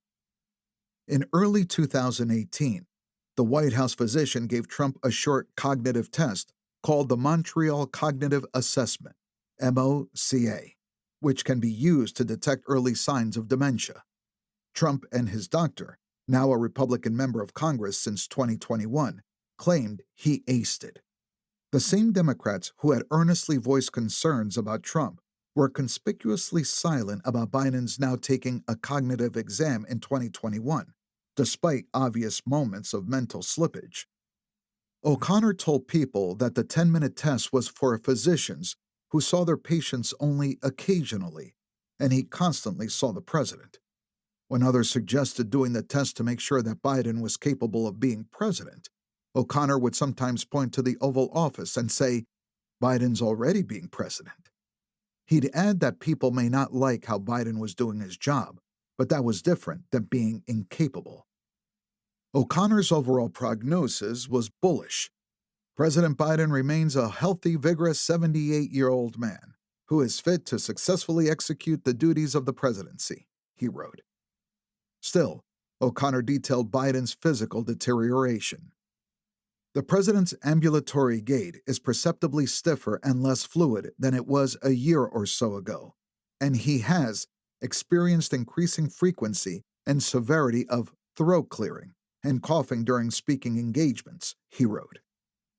Biden was old and had a shuffle, so O'Connor arranged for a neurological exam to see if his physical movement signaled a deeper disorder, such as Parkinson's. Cognitive tests, by contrast, are about testing memory, language skills, and other functions. There were no findings which would be consistent with any cerebellar or other central neurological disorder, such as a stroke, multiple sclerosis, Parkinson's, or ascending lateral sclerosis, O'Connor wrote. Still, some doctors speculated that the only reason to perform a neurological test, but not a cognitive one, was if you feared the results. People around Biden worried that O'Connor, whom almost everyone called Doc, might be too close to the patient. Doc O'Connor had been Biden's primary care physician for 13 years, since the beginning of his vice presidency, and he had helped with Bo's treatment. A former Army sergeant, he was a blunt, quirky presence. He thought closeness to a patient, even the president, was an asset rather than a liability. He had gotten in Biden's face plenty of times and had the scars to prove it. He once counseled then Vice President Biden not to make an international trip because, right now you look like shit. I can't make you not look like shit. He wasn't naive to the stresses of the presidency, and he privately expressed worry about the toll it was taking. He fought other Biden officials on scheduling to try to get Biden more rest. O'Connor quipped that Biden's staff was trying to kill him while O'Connor was trying to keep him alive. And no one had to look too hard around Washington in 2021 to see political figures whose decline was much more noticeable than Biden's.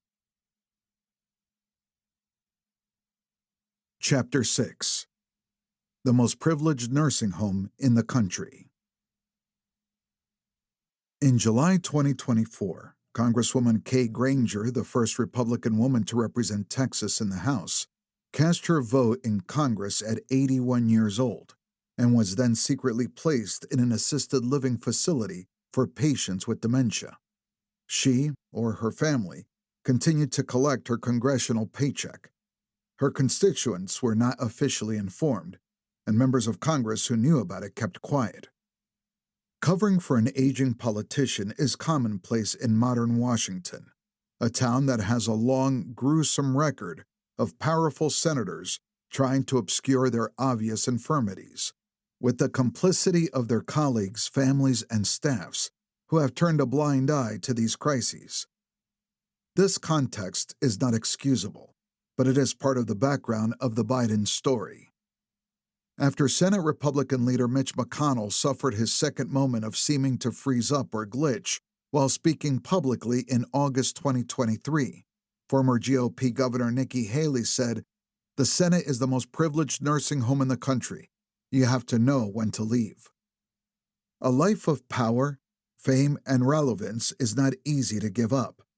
As four-time California Governor Jerry Brown bluntly put it to a Los Angeles TV newsman when reflecting on Biden's decision to not drop out sooner, "Politics is addictive. It's exciting. It's a kind of psych cocaine.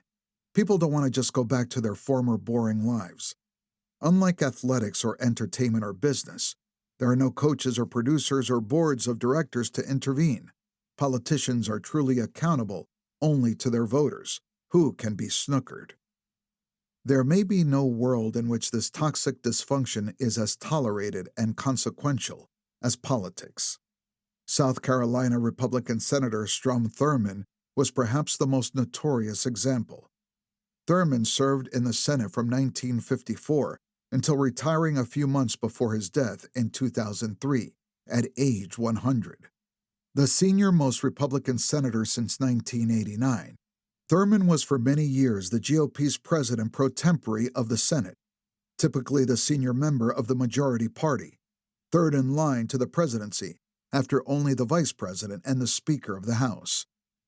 Beginning in the 1990s, it was a blatant lie, perpetuated by senators from both major parties, that Thurmond was up to the task at hand.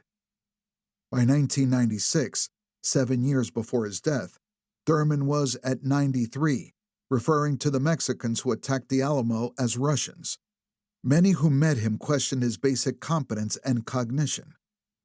Progress in Washington, D.C. on this front came when women senators were able to age into protected incoherence as well. In November 2020, Senator Dianne Feinstein, at 87 years old, California Democrat, asked Twitter CEO Jack Dorsey the same question twice in a row at a public hearing. During that period, Senate Minority Leader Chuck Schumer, a New York Democrat, tried several times to encourage Feinstein to retire on her own terms, but she never did. She even seemed to forget that the conversations had happened. Michigan Congressman John Conyers, Mississippi Senator Thad Cochran, West Virginia Senator Robert Byrd. The list of adult lawmakers, former and current, goes on and on. Why? Welcome to a system where power is distributed by seniority, and where spouses, children, staffers, and lobbyists invest deeply in the life and success of an individual politician, then grow reluctant to give it all up. Presidents have been trying to hide or downplay politically problematic health challenges since the beginning of America. In George Washington's first years in office, he became so sick that it affected his eyesight and hearing. After Woodrow Wilson suffered a stroke in September 1919, his doctor, wife, and secretary maneuvered for over a year to conceal the damage from everyone, including his own cabinet. Even in the glare of the television age, Republican and Democratic presidents alike have hidden the truth, and there's no law or oversight forcing them to be transparent. Newly elected President John F. Kennedy in 1960 told a reporter that he did not suffer from Addison's disease, a lie. As the Cuban Missile Crisis unfolded, Kennedy was taking many drugs to help manage his various ailments. We still don't know when Ronald Reagan's Alzheimer's truly began. The Biden cover-up may not be unique, but it is arguably the most consequential. Chapter 7. Who else is going to do this? 2022. Russia invaded Ukraine at dawn on Thursday, February 24, 2022. The Biden team had been publicly warning Ukrainian President Vladimir Zelensky of the pending attack for weeks.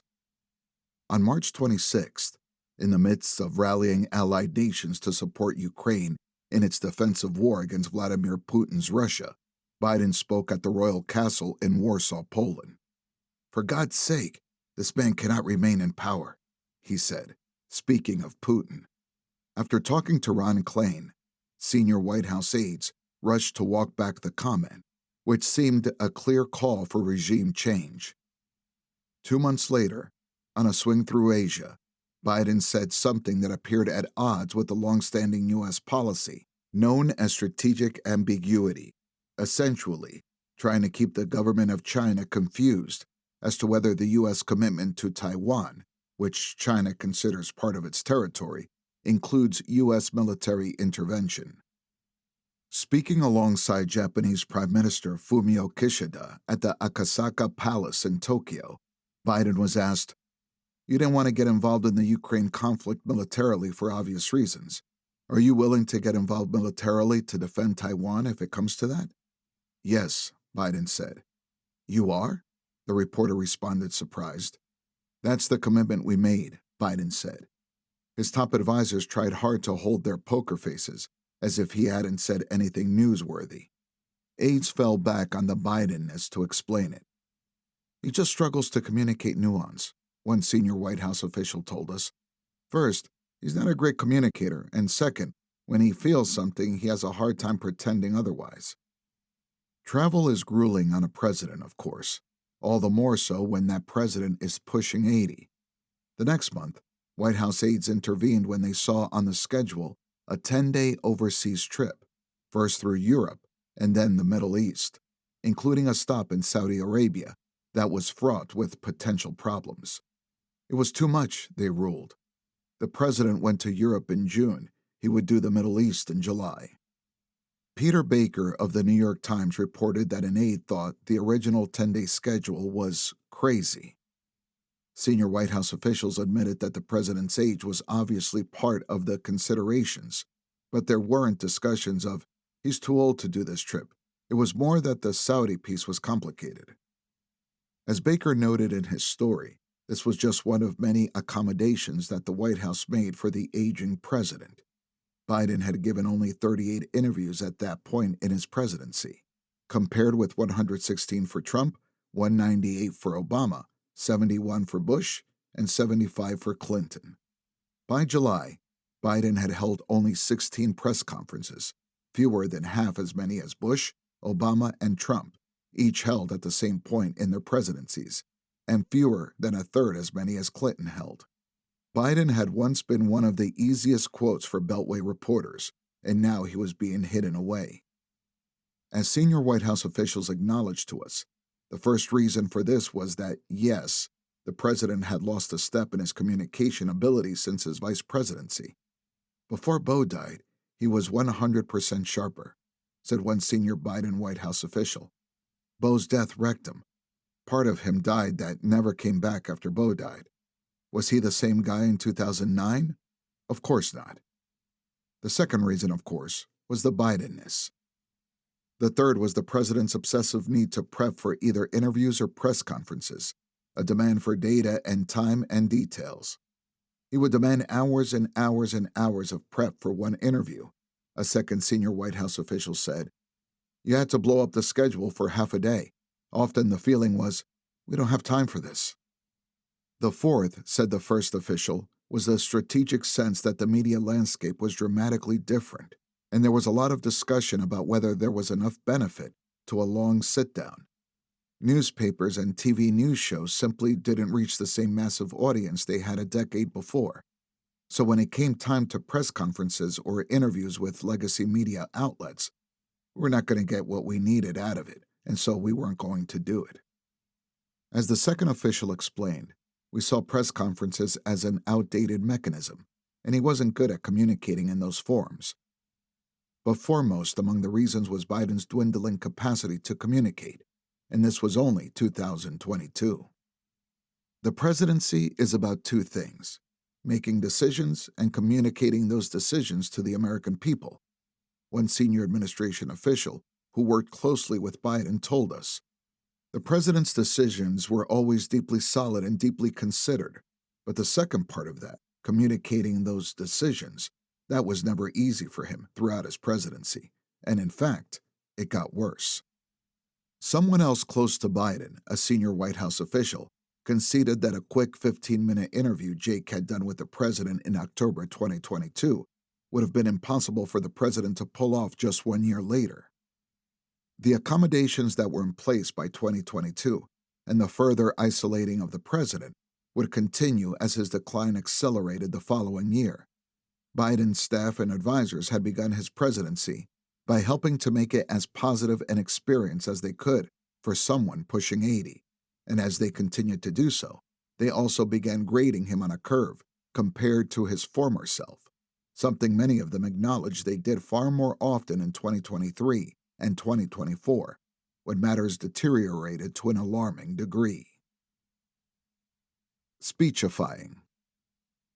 The White House's speechwriting team sensed Biden's limitations early on. He fumbled lines more often. Longer speeches became more difficult. Certain complex ideas just didn't quite land.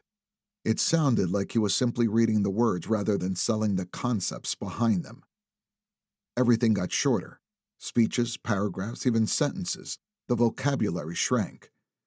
When Biden was struggling, he often reverted to his go-to lines, like wanting to build the economy from the middle out and the bottom up, not the top down. His speechwriters then tried to graft versions of Biden's catalog onto whatever issue they were talking about. White House officials didn't order them to do it. Rather, the speechwriters noticed what worked better. Their job was to make Biden successful, but they were also slowly adapting to Biden's diminished capabilities. Though Biden had long overstated his rhetorical gifts, he had at times been a rousing orator. When aides went back and looked at his old speeches, they realized he just couldn't do that any longer. He didn't have the booming voice. He didn't have the energy. In Iowa, at an April 2022 event about ethanol, Biden plodded through a list of policy priorities, but eventually admitted, I'm starting to bore myself here, but this is important stuff, I think. Aides watching the speech knew how much effort Biden had to put into prep, but noted that even he seemed to sense he wasn't landing the argument. It was hard to have explicit conversations about such issues, because Biden was defensive about them. In 2020, when The Atlantic's John Hendrickson, who has a stutter, wrote a compassionate piece that framed the president's verbal stumbles as the result of his lifelong stutter, Biden clearly hated doing the interview. He often talked about his stutter as something he had overcome. It was in the past. Others in his administration were noticing it, however, as he struggled to communicate. His aides and allies noted that he began to increasingly rely on teleprompters and note cards. This even held true for private discussions, such as cabinet meetings. Before these meetings, White House staff called the various departments and agencies to figure out what they were going to ask the president so that answers could be prepared. The conversations were largely scripted, even after the press had left the room. Some cabinet secretaries felt that, in fact, Biden relied on the cards more heavily when reporters were absent. 4 cabinet secretaries spoke to us on the condition of anonymity, so that they could be candid without fearing retribution. The cabinet meetings were terrible and at times uncomfortable, and they were from the beginning. Cabinet Secretary number 1 told us. I didn't recall a great cabinet meeting in terms of its presence. They were so scripted. In 2022, on a trip with the president when the idea of a reelection campaign came up, the official privately expressed bewilderment. There's just no way. He's too old, the cabinet secretary told another member of the cabinet. Cabinet Secretary number 2 said they hated the scripts for the cabinet meetings. You want people to tell you the truth and have a real dialogue, and those meetings were not that. But some Biden aides argued that cabinet meetings were always stilted affairs and a time suck. Biden was more probing in smaller meetings. They didn't sweat the occasional bad speech or his more frequent use of note cards. One speechwriter equated it to watching an actor adapt a bad fake accent for a movie role. Over time, they just get used to it. David Axelrod, Part 1.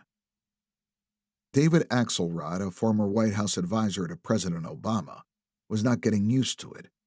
On the contrary, he was growing increasingly worried about what he was seeing from afar. He and the president had a history.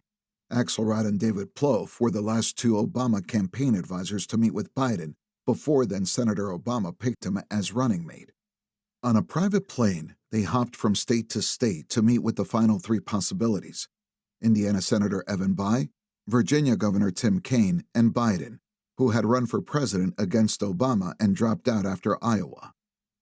One of the campaign discussions about picking Biden went like this. Axelrod recalled, "Well, he's 65 years old, so he's certainly not going to run for president at 73, so he'll be focused on the business at hand." I guess we were right, Axelrod would later joke, because he didn't run until he was 77. Biden seemed mad at both Axelrod and Plouffe after they advised him in the summer of 2015 not to run. But after Axelrod made some nice comments about Biden to a reporter in 2018, Biden reached out and asked him to swing by the house he was renting in Virginia. Axelrod agreed. He was stunned by how much Biden had aged. Back in the Obama years, Axelrod would often see Biden running on a treadmill at the gym on the White House grounds. He had been very athletic, and now, here he was, just 2 or so years later, looking as if he'd aged 10 years. His gait was stiff and slow, and he was speaking more softly. They're going to say, "Well, what about your age?" Biden told Axelrod that day. "What should I say?" "I think it will be an issue," Axelrod said. "If you do run, I think the only thing you can say is the truth, which is, hey, look, I'm old, but I hope that with age comes some experience and wisdom, and I think we need some of that right now." When Biden's campaign began, Axelrod's concerns grew. The other candidates looked like they were in Technicolor, while Biden appeared as if in faded black and white. He was not particularly good on the stump, except for one thing: his empathy. During one of the low points of Biden's campaign, Axelrod attended a New Hampshire town hall. Biden's remarks were not particularly stirring, but a line of voters formed afterward. Each one wanted to talk to him. most with sad stories seeking a kind ear, and Biden stood and greeted every single one of them, like the pilgrimages to Lourdes, Axelrod later said. And ultimately, he pulled it off. He won the nomination, then the presidency. But by 2022, Axelrod had come to fear that Biden was going to discard his previous pledge to be a bridge and a transitional president.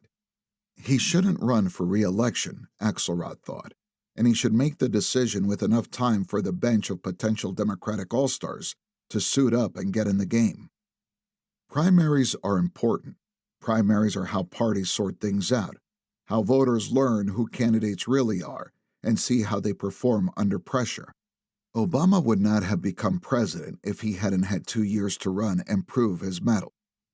After all, it was ridiculous to assume that Biden, who would be 86 at the end of his second term, was seriously asking the American people to vote for him again, wasn't it? When a New York Times reporter called Axelrod in June of 2022, he gave an honest answer. The presidency is a monstrously taxing job, and the stark reality is the president would be closer to 90 than 80 at the end of a second term, and that would be a major issue. After the story ran, Axelrod got a call from White House Chief of Staff Ron Klain. "Who else is going to do this, Ax?" Klain asked angrily. "Who's going to be Trump? President Biden is the only one who's done it.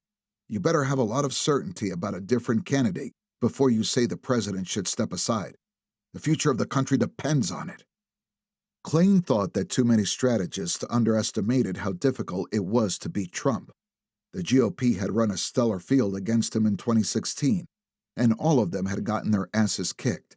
Same with Hillary Clinton.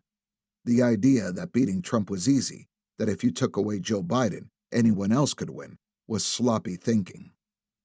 But for Axelrod, this wasn't political. It was actuarial.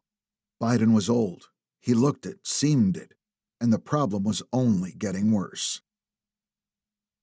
The fall. In 2017, the Bidens bought a luxurious contemporary 6-bedroom, 5.5-bath beach home with 4 fireplaces, an elevator, and ocean views in Rehoboth Beach, Delaware. On June 18, 2022, Biden was riding his bike on a trail near the home when he spotted some reporters. He hollered, "Good morning." Then, while stopping to greet a crowd that had gathered to wish him a happy Father's Day, he fell off the bike in front of the cameras. Apparently, he had been unable to dislodge one of his feet from the pedal's toe cages. The image was blasted around the world and went viral on social media.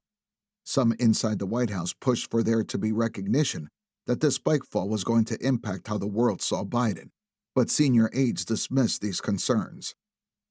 On a regular basis, the White House would internally distribute a progressive pollster's word cloud analytics, illustrations of the specific words that voters used when answering open-ended poll questions about the president.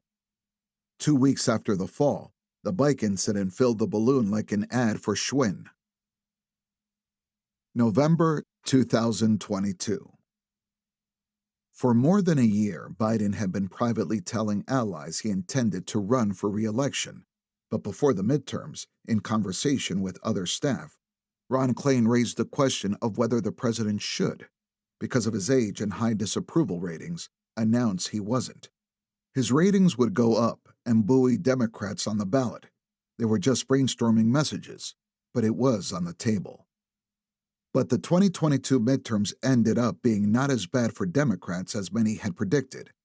The red wave was more of a splash. Democrats even picked up a Senate seat, and though they lost the House, the GOP only saw a net gain of 10 seats. Klain was now 100% on board with Biden 2024. At the White House on election eve, staff had gathered for a party in the Roosevelt Room to watch the results and dine on pizza and salad. As the results became more promising, Biden himself walked into the room with a blue sweater and a ball cap on. He sat down and watched the TV with some staff. To people in the room, he didn't look surprised. He looked vindicated. "Told you so." Biden and his aides felt he had a special relationship with the everyday people that elites just didn't get. The Politburo reminded everyone of the historical context. In 2010, during Obama's first midterms, Republicans packed up 6 seats in the Senate and 64 in the House. In 1994, during Clinton's first midterms, Republicans picked up 8 seats in the Senate and 52 in the House. Under Biden, Democrats came through the midterms better than ever before in the 21st century. Why wouldn't he run for re-election? The Politburo asked. He deserved it.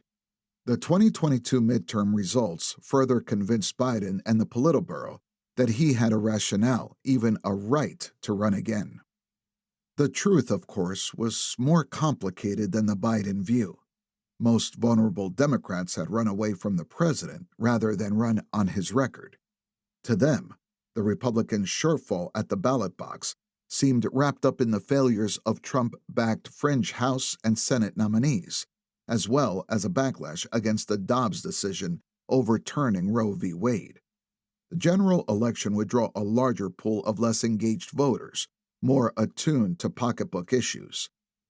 But no Democrats in the White House or leaders on Capitol Hill raised any doubts, either privately with the president or publicly, about Biden's second run. The week after the midterms, House Speaker Nancy Pelosi encouraged him to do so on ABC News. "He has accomplished so much," she said. Other Democrats knew that the White House watched closely for any signs of dissent. They kept quiet and went along. A week after the midterms, Trump announced that he was going to run for president in a meandering and subdued speech. That made Biden and his team even more confident. Trump was an existential threat, but he looked politically weak. The court cases against him were brewing.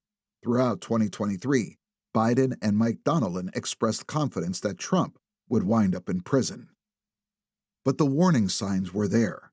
An early November 2022 Ipsos poll had the president's approval rating at a low 39%, with 57% disapproving. 2/3 of the public surveyed, or 66%, thought the country was on the wrong track. When Ipsos ran a poll after the election, a full 68% of those surveyed said Biden might not be up for the challenge of running in 2024, and almost half of Democrats, 46%, agreed. Biden was aware of the public's doubts about his age, but he always believed that he could address them by governing. Klain would tell detractors that they were clear-eyed about the vulnerability. They couldn't change the fact that he was old, that he looked old, and that he sounded old. There was no step they could take to make him seem young again. It had been his number one liability in the 2020 campaign. They expected it would continue to be a big concern of the electorate. All candidates had pluses and minuses, Klain argued. This was going to be Biden's minus, and they had to overcome it to get him reelected. The midterm elections did result in the stepping down of some powerful octogenarians. House Speaker Nancy Pelosi, 82, opted to relinquish her leadership role, handing over her gavel to New York Congressman Hakeem Jeffries, 42. Others in House Democratic leadership followed her lead. Majority Leader Steny Hoyer, 83, and Majority Whip Jim Clyburn, 82, gave the reins to Massachusetts Congresswoman Catherine Clark, 59, and California Congressman Pete Aguilar, 43. It's never fun for leaders to cede power, and it cannot be claimed that the publicly seamless transition was entirely joyful or without mixed emotions behind the scenes. That said, the prospect of these three willingly transferring power that they had worked decades to accrue for the sake of what was considered best for their party and country was remarkable because of how sadly rare it is in Washington, D.C. Steve. On December 9, 2022, WNBA star Brittany Griner, who had been sentenced to 9 years in a Russian penal colony for possession of cannabis oil, arrived back in the United States after the president's team successfully secured her release in exchange for Russian arms dealer Viktor Bout. These past few months have been hell for Brittany and for Charlie and her entire family and all her teammates back home, the president said at 8:40 that morning, botching the name of Griner's wife, Sherelle. The president had just turned 80. Later that day, behind the scenes, the president had trouble with two names that were much more familiar to him. Standing in the outer oval with National Security Advisor Jake Sullivan and Kate Biddingfield, his communications director. He couldn't come up with either of their names, according to one witness. "Steve," he said to Sullivan. "Steve," he continued, obviously struggling to recall Jake's name. He turned to Beddingfield. "Press," he called her, as he beckoned them into the Oval Office. There were other signs that the presidency was wearing on him in serious ways. During a 6-day, 3-country trip to Asia in mid-November, Biden skipped the gala dinner with world leaders from the Group of 20 and went back to his hotel instead. Biden aides later told CNN that he had done so to help prepare for his granddaughter's upcoming White House wedding. But the truth was, they decided that the dinner was not a top priority after a packed day that had exhausted the president and people on his team. That rest came in handy. Aides woke the president up hours later to tell him about the missile that had landed in Poland, killing 2 people. Biden rallied world leaders to coordinate a response. Over the next 2 years, Biden would be absent from other such dinners abroad, and Secretary Antony Blinken would become a go-to seat filler. Blinken would usually not find out if he was replacing the president until the day of. It depended on how the president was feeling or if other policy priorities came up. National security officials rationalized the absences. Biden was fatigued, but that was because American presidents had more to do than their peers on such trips. The dinners were mostly theater without much substance, they said. It wasn't a big deal. No process. What was notable about the re-election decision-making process is how little of a process there actually was. There were limited conversations about pros and cons among the staffers. The Politburo, Anita Dunn and Jen O'Malley Dillon, who had served as Biden's 2020 campaign manager and now worked as a deputy chief of staff for the White House. But to the surprise of some senior staff, there was no formal meeting between them and the president to hash it out. No real discussion about the risks of running for re-election at 81, or whether he could do the job at 86. Although aging can be unpredictable for anyone, it was especially so far a president who in 1988 had undergone 2 separate surgeries for brain aneurysms, including one that had ruptured. Staffers didn't interrogate whether he could robustly campaign in 2024, whether he'd be prepared to resign if he began struggling during a second term, or whether he was confident that the vice president could take over in such a scenario. Instead, Donilon made it clear that he had talked to Biden and the president was running, and that was that. The President of the United States gets to choose if he wants to run again, Donilon would say. Biden had both the record and the vision that merited re-election. He got a record number of votes in 2020. By all credible accounts, he was having a very successful presidency, end of story. Some of Biden's senior aides had concerns, but no one directly confronted the president about his decision. Outside Biden allies who voiced fears were flicked away like lint. In early 2023, John Anceloni, a longtime Biden pollster, arranged a call with Dunn and O'Malley Dillon to talk about whether the president would run for re-election. To him, it was not a foregone conclusion. Biden was the oldest president in the history of the republic. "We don't need polling," Dunn told him. "The decision has been made. He's running." Anzalone was stunned. They weren't going to assess his strength versus his vulnerabilities. His polling numbers, after all, were atrocious. The pollster, who had been with Biden since the 1980s and was willing to raise uncomfortable questions, increasingly found himself ostracized by the White House. "You don't run for 4 years, you run for 8, Anthony Burnell would tell others, giving voice to the First Lady. He'd often bring up different trips or projects they would do in the second term. He had already begun planning the First Lady's 2025 international travel schedule. Whether the idea of Kamala Harris running came up, Burnell and other senior staffers reacted dismissively. "Please, she can't win." The Kamala excuse. During the 2020 campaign, Biden's team was divided on his pick for running mate. What started out as a list of 11 equal finalists behind the scenes came down to two: Harris and Gretchen Whitmer, the governor of Michigan. Biden thought that Whitmer had a Scranton Joe vibe and cared about making sure that the Democrats remained the party of working people. She prided herself on bringing people together and not holding grudges. Like Biden, she often quoted her dad's bits of homespun wisdom. Biden's heart was with Whitmer. She represented the next generation of Biden Democrats. But Harris made the most sense on paper. Her 2020 campaign had been a train wreck. She dropped out in 2019, but she'd already been vetted on the national stage. Whitmer had only been elected governor in 2018. Biden had long seen Harris as the likeliest pick. She had been friends with Beau when they both served as state attorneys general, and she had experience. Biden had already pledged to pick a woman, but by the summer, many of Biden's top aides and confidants, including Ron Klain, Louisiana Congressman Cedric Richmond, and South Carolina Congressman Jim Clyburn, were pushing Biden to pick a black woman. The murder of George Floyd and the Black Lives Matter movement influenced the politics of the decision.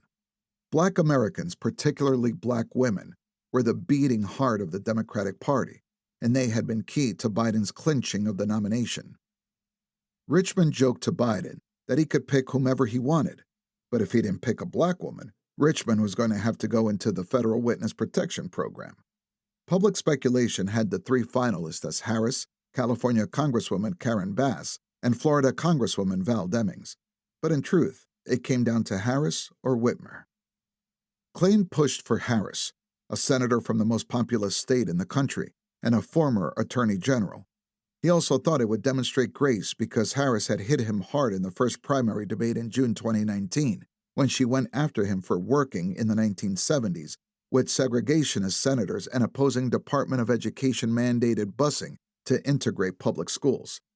There was a little girl in California who was part of the second class to integrate her public schools, Harris had said, and she was bused to school every day, and that little girl was me.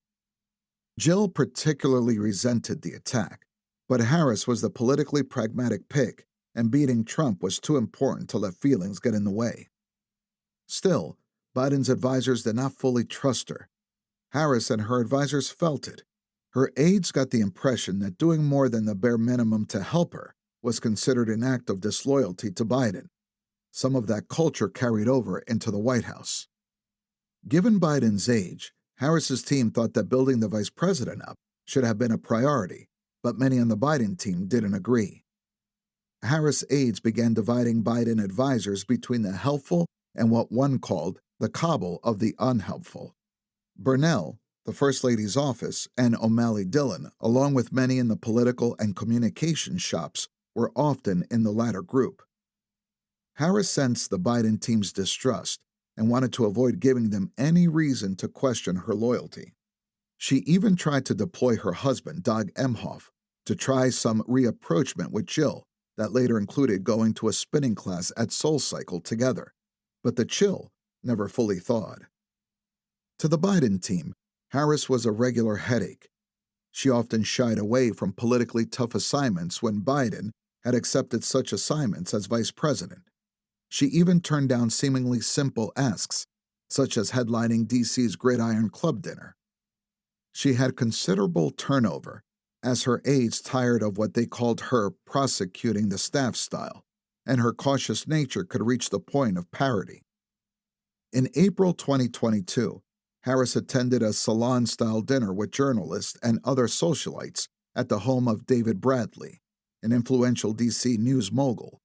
Harris aides were always anxious about an event going poorly, and before this dinner they held a mock soiree with staff acting the part of guests. Aides weighed having wine served so Harris could practice with a glass or two, but ultimately decided not to. Biden aides noted that the politically safe ground of the National Space Council appeared difficult for Harris.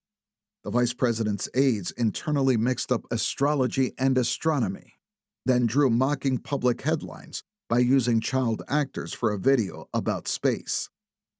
Many on the Biden team felt that Harris didn't put in the work and was also just not a very nice person. Several quietly expressed buyer's remorse. They should have picked Whitmer. In the eyes of Harris's team, The Biden White House was setting her up to fail. They gave her assignments her team considered politically toxic, such as dealing with the migration crisis, rarely offered to help, and knifed her to reporters along the way. Harris's camp didn't understand the hostility and the reluctance to offer her opportunities to shine. But Biden was not likely to back any other candidate as his successor. He had fumed for years about how Obama hadn't backed him in 2016. He wouldn't do the same thing to his vice president. Still, he had beaten Trump, and he wasn't confident that she could. He privately called her a work in progress. It became an additional rationalization for his reelection run. There was no plan B. The laptop.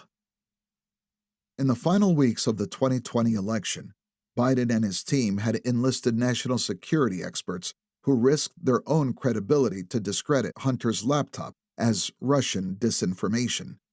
It was not. Biden aides realized they wouldn't be able to do that in 2024.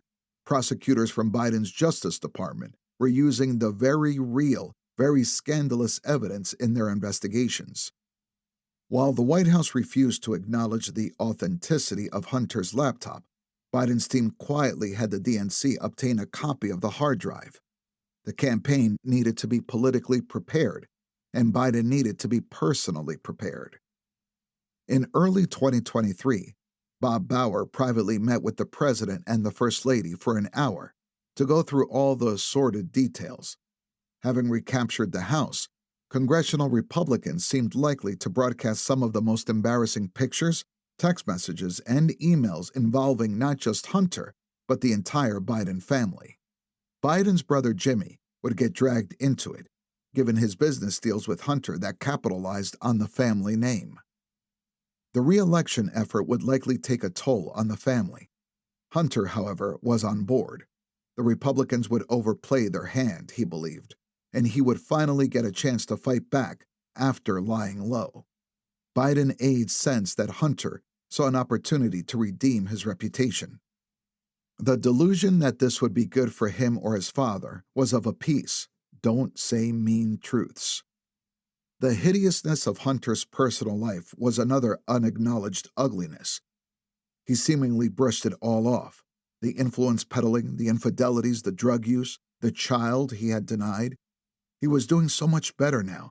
He was clean and in a new relationship. That's all that mattered. For the Biden family, the 2020 campaign and the presidency had been a glue that brought them together. Biden's political aspirations formed a shared purpose.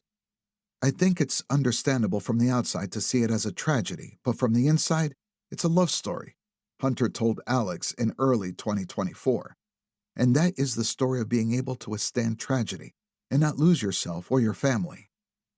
Hunter and the rest of the Biden clan weren't exactly eager to go through Republican investigations into their family and friends, but they were united in the mission to stop Trump, and they believed that Biden was the only one who could do it. The family also had anxiety about the threats Trump had been making to seek retribution against them and anyone in their orbit. His own criminal charges and conflicts of interest notwithstanding, Trump repeatedly referred to the Bidens as an organized crime family that ought to be investigated. In 2023, he pledged to appoint a real special prosecutor to go after the most corrupt president in the history of the United States of America, Joe Biden, and the entire Biden crime family. It was a situation unique in the history of the Republic. Two candidates, who both claimed to be running again for the sake of protecting the country from the other, also had very real reason to run for the purpose of protecting themselves.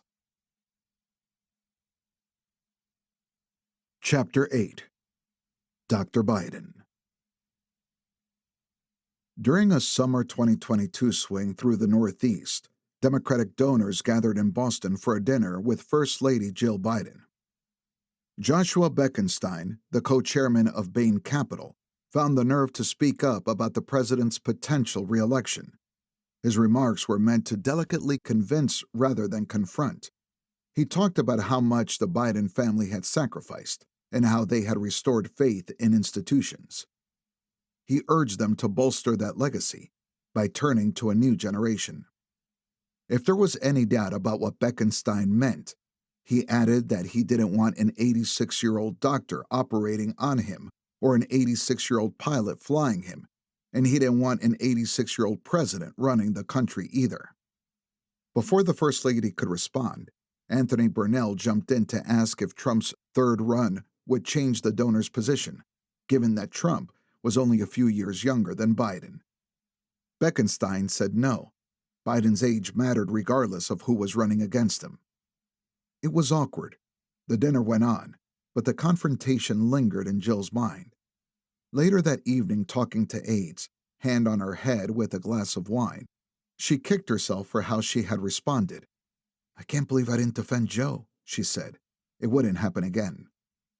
First Lady Jill Biden had earned a Doctor of Education, EDD, in Educational Leadership from the University of Delaware, and she told the White House to call her Dr. Jill Biden, or Dr. B for short. Dr. B was a strong protective force in the White House. She was also, without question, one of the chief supporters of the president's decision to run for re-election, and one of the chief deniers of his deterioration. All she ever wanted to do was love Joe. He was a great president. If he wanted to run, she would be there. Her influential role during the 2020 campaign continued into the White House. She sat in on job interviews with White House aide candidates, while Burnell helped place people throughout the administration. They both kept score of who was with them and against them. "I remember every slight committed against the people I love," she wrote. "I can forgive, sure, but I don't believe in rewarding bad behavior." Though she continued teaching community college classes in Virginia, through Burnell she had constant influence over the West Wing. Burnell would sometimes refer to himself as the Biden marriage counselor, and he inserted himself in the president's day-to-day business. He had a lot of control over the president's schedule and the manifests on trips, often keeping the travel group tight. Burnell would loop himself in to several meetings at once across the White House, listening in on one and talking in another, and often invoked the First Lady's name. "Jill isn't going to like this," was a conversation ender and a threat about going forward. No one knew if he had talked to Jill about the issue, but they didn't question it. Anthony approved became an internal signifier that an event could go forward. He was so abrasive with colleagues in the West Wing that senior White House aides reminded their staffs of the mechanisms to report unprofessional conduct. On foreign trips, Burnell and other aides began questioning events just for Jill. Spousal programming, it was called internally. Before state visits from foreign leaders, her team asked for talking points, which some national security officials found unusual. She frequently asked White House personnel, like retired Admiral John Kirby, a national security spokesman, to attend her briefings about state dinners. When the issue was Biden's age and ability, you'd better not bring it up in front of Dr. B or Burnell, her prized pupil. As some Democrats wondered about Biden's future plans, Jill appeared to have little doubt that her husband was going to run again. On December 1, 2022, the president hosted French President Emmanuel Macron for a state dinner. Speaker Nancy Pelosi was seated next to Biden with Macron across from them. The French president was flanked by Pelosi's daughter Alexandra on his right and the First Lady on his left. Later in the evening, Alexandra overheard the First Lady tell Macron about her rigorous exercise routine. "Campaigns are so tough, and she needed to be in shape," she explained. Alexandra looked surprised. "Campaign? What campaign?" Everyone seemed happy with the 4-year "I'm a bridge" situation. Alexandra then turned to the president and asked if they should toast to another campaign. He looked back at her like he didn't understand. Alexandra thought her mom looked shocked. Everyone quickly gathered themselves. With Macron, they toasted to 4 more years. Chapter 9. Are you sure this is a good idea? 2023. The year 2023 began with the transfer of power from outgoing Chief of Staff Ron Klain to a successor, Jeff Zients. Klain had been a 24/7 blur who had sacrificed his body for the job.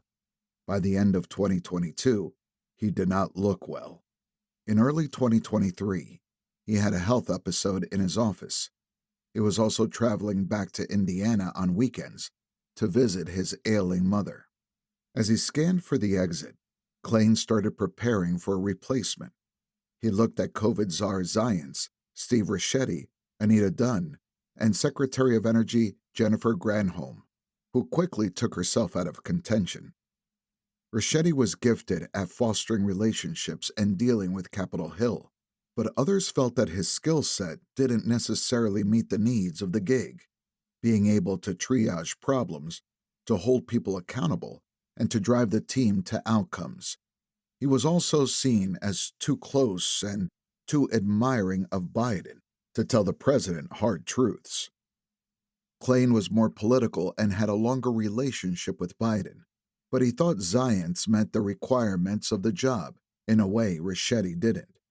Zients would be there to implement what had been set on course in 2021 and 2022, to keep morale up and to make sure no one got ethically shady. Biden respected Zients and had gone to him in 2016 for counsel on his post-vice presidency moves, but their relationship wasn't as tight. He was perceived as an Obama guy, which didn't help. When Zients interviewed for the job, Biden had told him that he was running for re-election, even though it hadn't yet been announced, so the chief of staff job would be even more complicated. Zients was the kind of guy who sought out rigorous analytics and intense discussions of options. He would have liked to pressure test the decision, to talk about the pros and cons, but the decision had already been made. He wasn't the one wondering if the plan made sense. Dunn would privately ask other White House officials, "Are you sure this is a good idea?" She believed that Biden's cognitive and decision-making abilities were fine, but she did worry about his ability to perform as a candidate. She didn't want him to be embarrassed. Others on staff wondered whether they should at least hold a meeting to discuss it, but any conversations about this continued to get shot down by the two men who had the ears of the first couple, Mike Donnellan and Anthony Burnell. So they bit their tongues and didn't confront the president with their concerns. Doc O'Connor's 2023 exam. The president was about to embark on a re-election campaign, and on February 16, 2023, Doc O'Connor released the results of Biden's latest medical exam. Once again, the doctor did not conduct a cognitive exam. Other than that, O'Connor's report was much the same as the one from November 2021.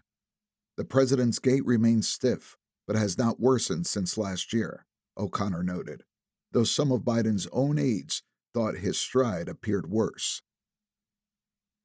Exuberance.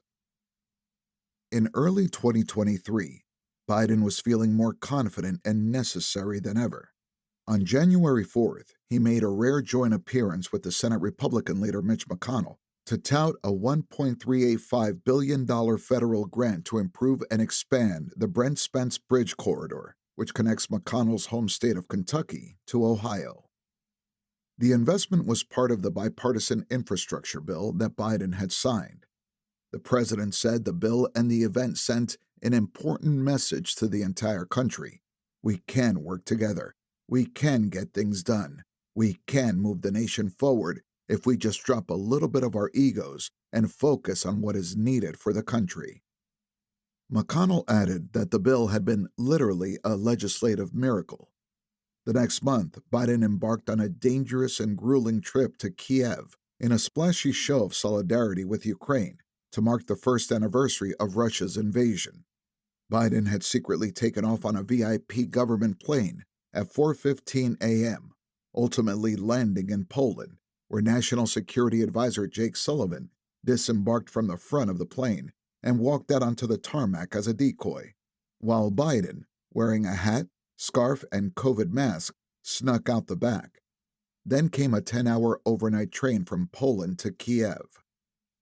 The Secret Service had cautioned against the trip. The U.S. had no control over the air, unlike even in Iraq and Afghanistan during previous surreptitious visits, and most alarmingly, There was a 4-hour block of the rail ride where, if something happened to the train, they would have to evacuate on foot. Not a small consideration for an 80-year-old with an ailing spine and a stiff gait. But Biden was determined to go. After all, Nancy Pelosi, 2 years his senior, had done it. And soon the world saw compelling images of Biden, standing side by side with Ukrainian President Vladimir Zelensky, while air raid sirens were blaring, and declaring that Russian President Vladimir Putin's war of conquest is failing. Putin thought Ukraine was weak and the West was divided, Biden said. He thought he could outlast us. I don't think he's thinking that right now. The daring trip had demonstrated stamina and grit. Biden, a former chairman of the Senate Foreign Relations Committee, believed he was uniquely prepared for this moment. He was working to expand NATO and contain an authoritarian Russia. He was bringing the temperature down in Washington with bipartisan accomplishments. Though Biden's approval rating still hovered at about 40%, he and his team increasingly saw fate and providence in his being in charge at this moment. He was not just the right man, but perhaps the only man for the job. How many 30-year-olds could travel to Poland, get on the train, go 9 more hours, go to Ukraine, meet with President Zelensky? The First Lady asked CNN about a month later in response to concerns about the president's age. So look at the man. Look what he's doing. Look what he continues to do each and every day. In retrospect, the Ukrainian trip would end up being a peak presentation of the president's verb and physical abilities.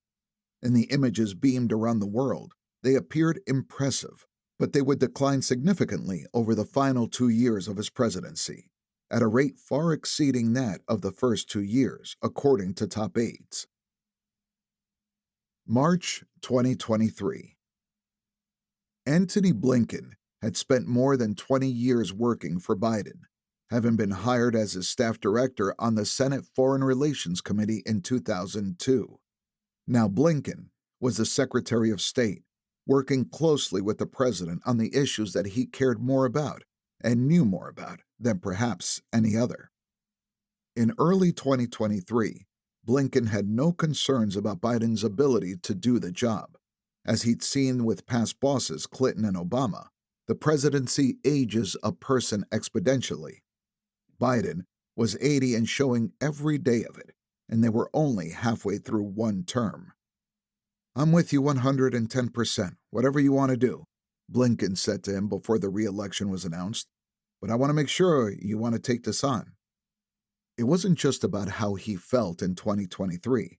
How would he feel 4, 5, 6 years from now? The president said he felt good and confident. He had the legislative record, and the midterms had reaffirmed to him that the American people were with him, and he was the only one who had ever beaten Trump. He had this. Truth was, to others, the president was having behind-the-scenes moments where he seemed completely out of it. He seemed spent, exhausted, almost gone. Ireland. It was during Biden's 4-day trip to Ireland in April 2023 that Democratic Illinois Congressman Mike Quigley realized who the president reminded him of and why. The trip had been incredible, with the president in such great spirits, energized by the crowds. He delivered a primetime speech to an audience of roughly 27,000, one of the biggest of his political career. He had brought with him his sister Val and son Hunter. He hadn't yet officially announced that he was running for re-election, though it was expected. Moments of the trip were emotional, especially as the family looked down on a Beau Biden memorial plaque at the Mayo Roscommon Hospice in Castlebar, County Mayo. One of the priests at the Knox Shrine turned out to be the same one who had given Beau last rites in 2015, which brought the president to tears. In a speech to the joint houses of the Irish Parliament, the president said it was Beau who should be the one standing here giving this speech to you. In Dublin on Thursday, April 13th, Biden was welcomed to Aras Ana Uachtaráin, the official residence of the President of Ireland, Michael D. Higgins. There had been a tree planting ceremony, a ringing of the peace bell, an honor guard presenting arms, and on and on. At one point in the busy schedule, As the room emptied out and there were fewer than a dozen of them left, including Quigley and his friend Brian Higgins, then a New York congressman, Hunter began pressing upon his father the need to rest. "You promised you wouldn't do this," Hunter said. "You promised you'd take a nap. You know you can't handle all this." The president waved off his son and walked over to the bar in the back of the room, where a lone woman was working. She served him a soft drink. He seemed utterly sapped and not quite there. And that was when Quigley realized why this all felt so familiar to him. This was how his father Bill had been before he died.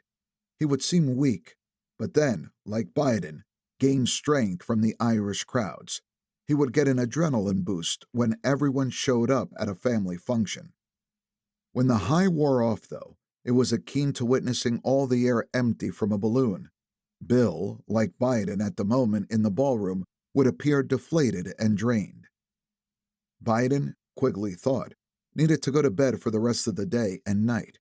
He wasn't merely physically frail, he had lost almost all of his energy. His speech was breathless, soft, weak. Quigley's father had died of Parkinson's disease in February 2019. There was so much about the president on this trip that reminded Quigley of his dad. He shared this observation with Congressman Higgins, who had lost his father to Alzheimer's, and he was also noticing a familiarity in the president's shuffling. "A diagnosis is nothing more than pattern recognition," Higgins would later say. "When people see that stuff, it conjures up a view that there's something going on neurologically." He and Quigley were discussing their dads and the president because, quietly, Democratic officials were beginning to question if the president was possibly in cognitive decline, which was evident to most people that watched him, Higgins said. He was also mindful of the fact that the president's medical history included not only a debilitating childhood stutter, but also 2 near-fatal aneurysms. "We were commiserating," Higgins said, because it was top of mind, as the president prepared to announce his reelection bid. Between 10 a.m. and 4 p.m. Some Biden aides didn't want him to run for re-election. They thought he had been a good president, but didn't believe he could completely serve another 4 years. Democrats were asking the country to choose between Trump and a man who likely couldn't finish the job he was running for. As it became clear that Biden was going to run anyway, some of those aides began talking to Alex about the president's limitations. His body was wearing down. Everything was slower. The way he moved, the way he talked, and ran meetings. The White House was increasingly trying to organize around his limited energy. Biden was good for his age, they said, but they were worried. Biden officially announced his candidacy on April 25th. Days later, Alex reported that some White House officials said it was difficult to schedule public or private events with the president in the morning, in the evening, or on weekends. The vast majority of Biden's public events happen on weekdays, between 10 a.m. and 4 p.m. The numbers were undeniable.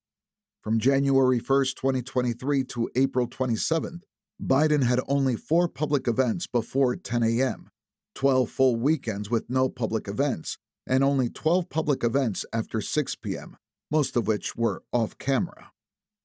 "The White House is basically hiding Biden as he auditions for another term," Alex wrote. The White House denied the story. Jen O'Malley Dillon gave a one-word statement: false. The White House press team publicly labeled Alex a peddler of fake news. Most White Houses deny damaging but true stories and try to undermine reporters they don't like. Many reporters took the White House denials at face value. Few other outlets outside conservative media followed the story. In June, the New York Times built on Axios' analysis of how age had limited Biden's schedule. Noting that neither Obama nor Biden were early birds, the paper observed that Mr. Obama was twice as likely to do public events after 6 p.m. compared with Mr. Biden. The White House responded to any question about Biden's age by pointing to Trump's wild and seemingly unhinged behavior on the campaign trail. But Trump's limitations didn't mean that Biden deserved less scrutiny. Biden was the sitting president, and he was struggling to not only keep a robust schedule, but also articulate his thoughts in public and private. Some Biden aides were in denial, but others knew that the president might not last through another 4 years and made peace with it. Beating Trump mattered more. He just had to win, and then he could disappear for 4 years. He'd only have to show proof of life every once in a while, said one longtime Biden aide. His aides could pick up the slack. When you vote for somebody, you're voting for the people around them too, the aide argued. The lost campaign year of 2023. The Biden team chose Julie Chavez Rodriguez as campaign manager, but she had never run a campaign before. It was largely an honorary title, as she lacked real authority to make decisions. The campaign was controlled by the Politburo and other senior aides that often made decisions slowly by committee. This meant that 2023 would end up a stagnant year for the reelection. The campaign raised significant funds, and Mike Donilon was running ads, but hiring was slow, and the internal culture was fractious. With every passing month, pressure mounted to send O'Malley Dillon to Wilmington to run things again like she had in 2020. But the campaign had another problem: the candidate. Biden had trouble taping even mundane video remarks without flubbing lines. Aides helped manage that challenge in subtle ways. When a group wanted Biden to tape a 5-minute video address to keynote an event, the White House usually responded by saying the video would be 1 to 2 minutes. However, even with the time limitation, Biden often couldn't make it through 1 or 2 minutes without botching a line or two. To compensate for that, aides filmed Biden with 2 cameras instead of 1. If Biden messed up, the edit was less obvious with a jump cut. Other politicians used jump cuts, but Biden aides noted to themselves how much more often they had to use them for the president.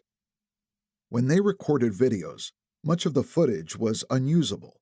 The man could not speak, said one person involved. It wasn't his stutter, it was his inability to find words, to remember what he was saying, to stay on one train of thought.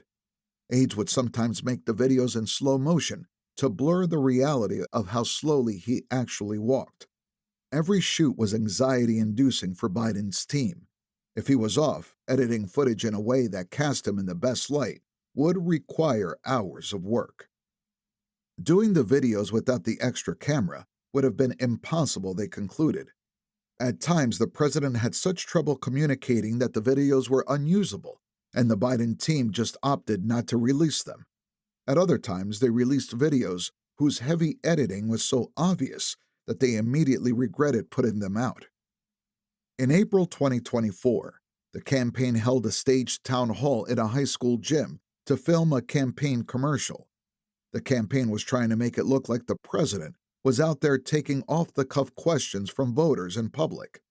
But the event was closed to reporters, and the campaign had the full list of questions that people would ask. Biden took these prepared questions for about 90 minutes while the campaign cameras rolled. Other campaigns have staged such events for ads, but even in such a controlled and scripted setting, Biden had trouble. The campaign ultimately decided that the footage wasn't usable. Some said the problem was that the advance team had failed and the gym's lighting was terrible. Others admitted that there was a deeper, far less fixable problem: Biden. There were many seemingly normal steps taken by the White House that many Biden aides now see retrospectively as crutches. One was internally called the news card.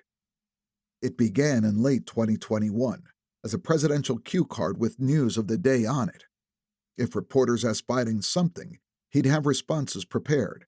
By 2023, the news card had morphed into several cards a day, each bearing information that Biden's own aides sometimes felt was elementary. For months, Biden's cards told him that if he was asked about Hunter, he should respond, "I love my son." Around Thanksgiving, the cards offered simplistic answers if Biden was asked what he was thankful for. Biden had trouble pronouncing the names of world leaders, so staff began writing President/Prime Minister of X country, rather than writing out the names of the leaders. The donors. After Biden launched his reelection campaign in April, he began hitting the road to raise money. Fundraisers were one of the few settings where people outside the White House got to see Biden up close. And some donors noticed that something had changed about the president since they'd last seen him in 2019 or 2020, before the COVID pandemic. He had always been old and had curious miscues, but this seemed different. Biden was no longer Biden, they whispered to each other. The way his eyes moved across the room was atypical. The garrulous Pole no longer seemed to have the gift of gab with any consistency. Small talk was stilted.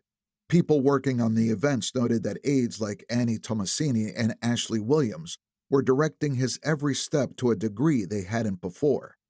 Sometimes Biden would stop speaking and start shaking hands, as if the event were over, only to then start speaking again.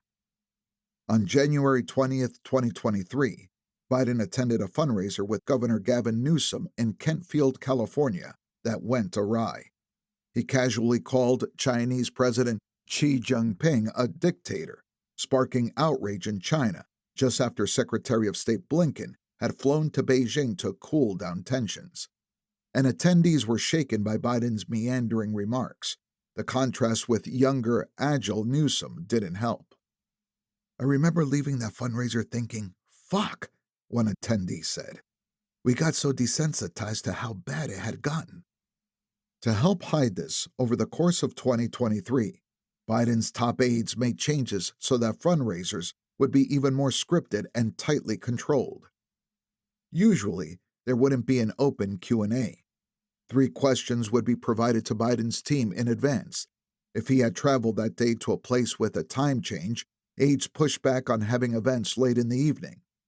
They tried not to schedule multiple fundraisers in a single day after such travel, and if they did, they aimed not to have any the next day. Even the photo lines became hyper-controlled. Instead of taking pictures with 50 or 100 donors, Biden, at the insistence of his aides, usually took only 20 or 25 photos. The campaign had to constantly fight with the White House to get a few extra photos in to help raise money. His photo lines had once regularly gone over schedule because he liked to spend time chatting with people, but now they were quick and efficient. At an August fundraiser, a former longtime aide who was helping to work the event reacted with surprise when Biden didn't recognize them. A Biden aide quickly jumped in to remind the president, "You remember so-and-so, right?" Minutes later, Biden seemed to snap back and recall who they were. But no one went public. One donor who witnessed it all explained their tortured calculus. "We weren't going to change that he was running, and no one wanted to be on the outside in case he did win. So no one said anything. No one wanted to hear it. And if you said anything, you got your head chopped off." Earlier in June 2023, Biden had tripped on a sandbag on stage at the U.S. Air Force Academy in Colorado. He quickly got up and later joked that he got sandbagged. But internally, the incident prompted panic. Given voters' concern about Biden's age, White House officials began changing protocols to avoid another fall. Aides tried to figure out shorter walking paths to the stage and the mic. The less walking, the better. They became more insistent that any steps to the stage have handrails. The visual briefings became more detailed so that Biden knew every step. He started wearing tennis shoes more often, including a pair of all-black Hokas. He began taking the shorter stairs onto Air Force One, as he had stumbled on the larger ones. Aides put more pressure on speechwriters to make his speeches shorter and reduce the amount of time he had to spend standing at the podium.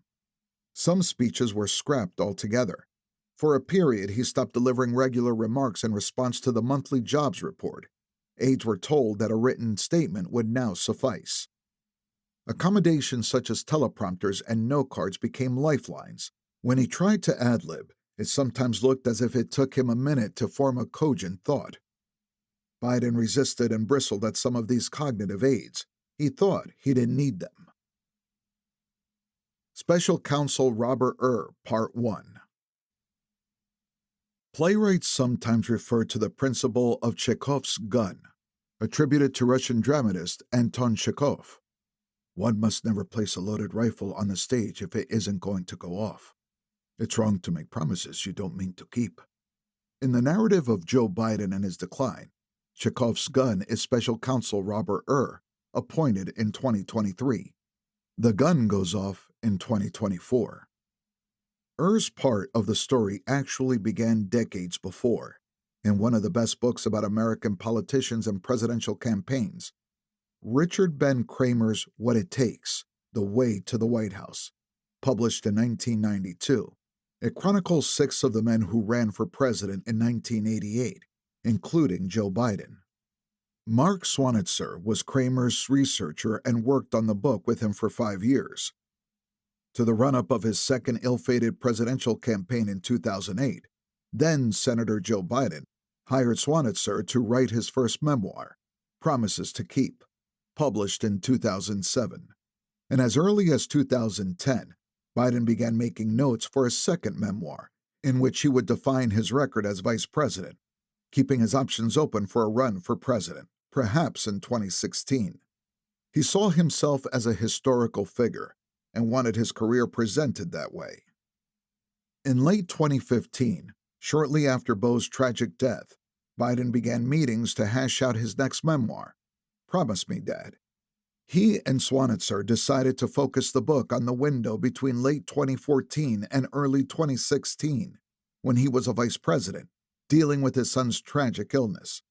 Swanitzer interviewed Biden more than a dozen times, recording their conversations. Years later, these recordings would become key evidence in Her's investigation into Biden's mishandling of classified information, an investigation that would, perhaps more than anything else, bring to light Biden's deterioration and the degree to which his team attempted to hide it from the public. Her's path to those recordings began on November 2, 2022, a few days before the midterms, when one of Biden's personal attorneys, Patrick Moore, found classified documents improperly stored in boxes that Biden had taken with him after serving as vice president. Classified documents were on the minds of Biden's attorneys.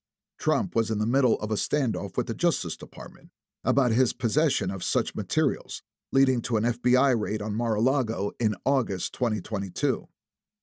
Moore alerted Bauer, who contacted White House counsel Stuart Dellery, who discussed it with Richard Sauber, a seasoned Democratic lawyer brought to the White House counsel's office in anticipation of Republicans taking over the House and launching investigations. At 8 that evening, Dellery and Sauber phoned the general counsel for the National Archives and Records Administration to let him know what had happened and to ask for archivists who could handle the documents that night. The next morning, archivists were shown the documents and the 3 boxes where they were found, 9 classified documents up to the top secret level, with some considered sensitive compartmented information, 44 pages. The public knew nothing about this, but on Wednesday, November 9th, the day after the midterm elections, the FBI began investigating. On November 10th, Jay Bratt, the chief of the Justice Department's Counterintelligence and Export Control Section, wrote to Bauer to tell him what steps they needed to take, and warning that the prospect that classified material may have been stored in an unsecure location over a prolonged period may have national security implications. Trump's situation would explode because there was an audio recording of him in which he seemed to inappropriately show off to an author that he called highly confidential information in his possession.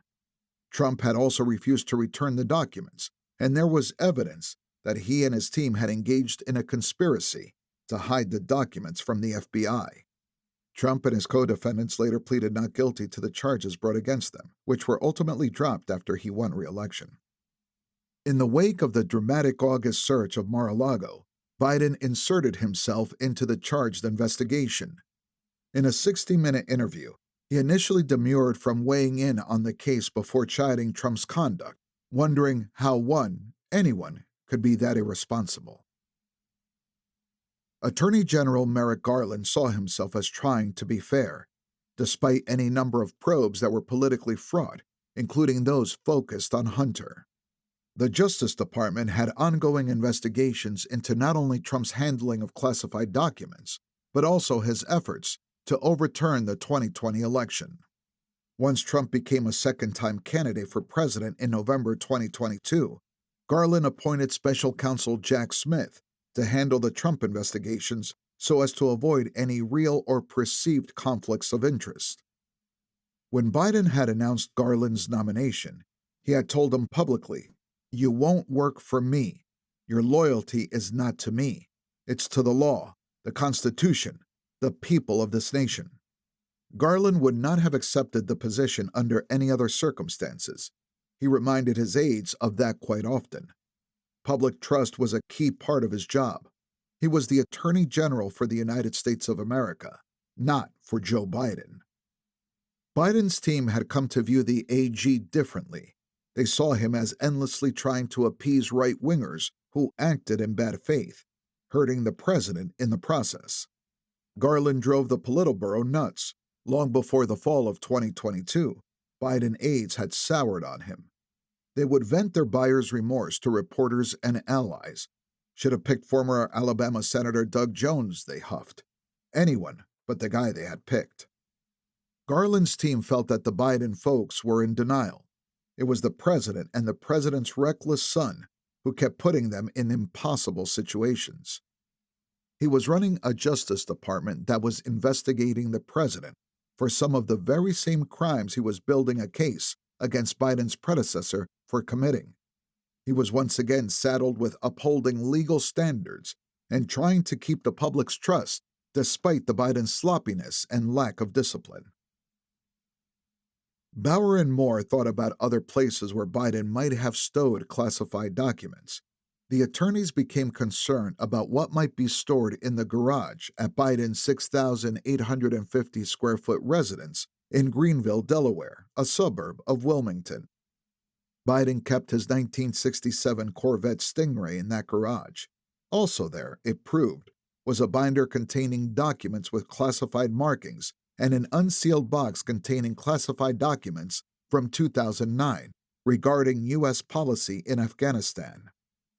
Bauer and Moore stopped their rummaging. This was bad. Bauer called in the FBI to finish the search of Biden's garage. More searches resulted in the discovery of other classified documents.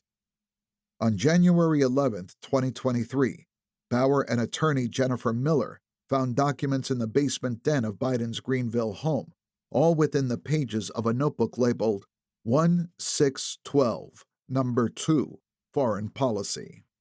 When FBI agents came to the home and were shown the notebook, they found 2 documents with classified markings, one about Afghanistan and the other about Iraq. It was during this period that Robert got a phone call from Principal Associate Deputy Attorney General Marshall Miller.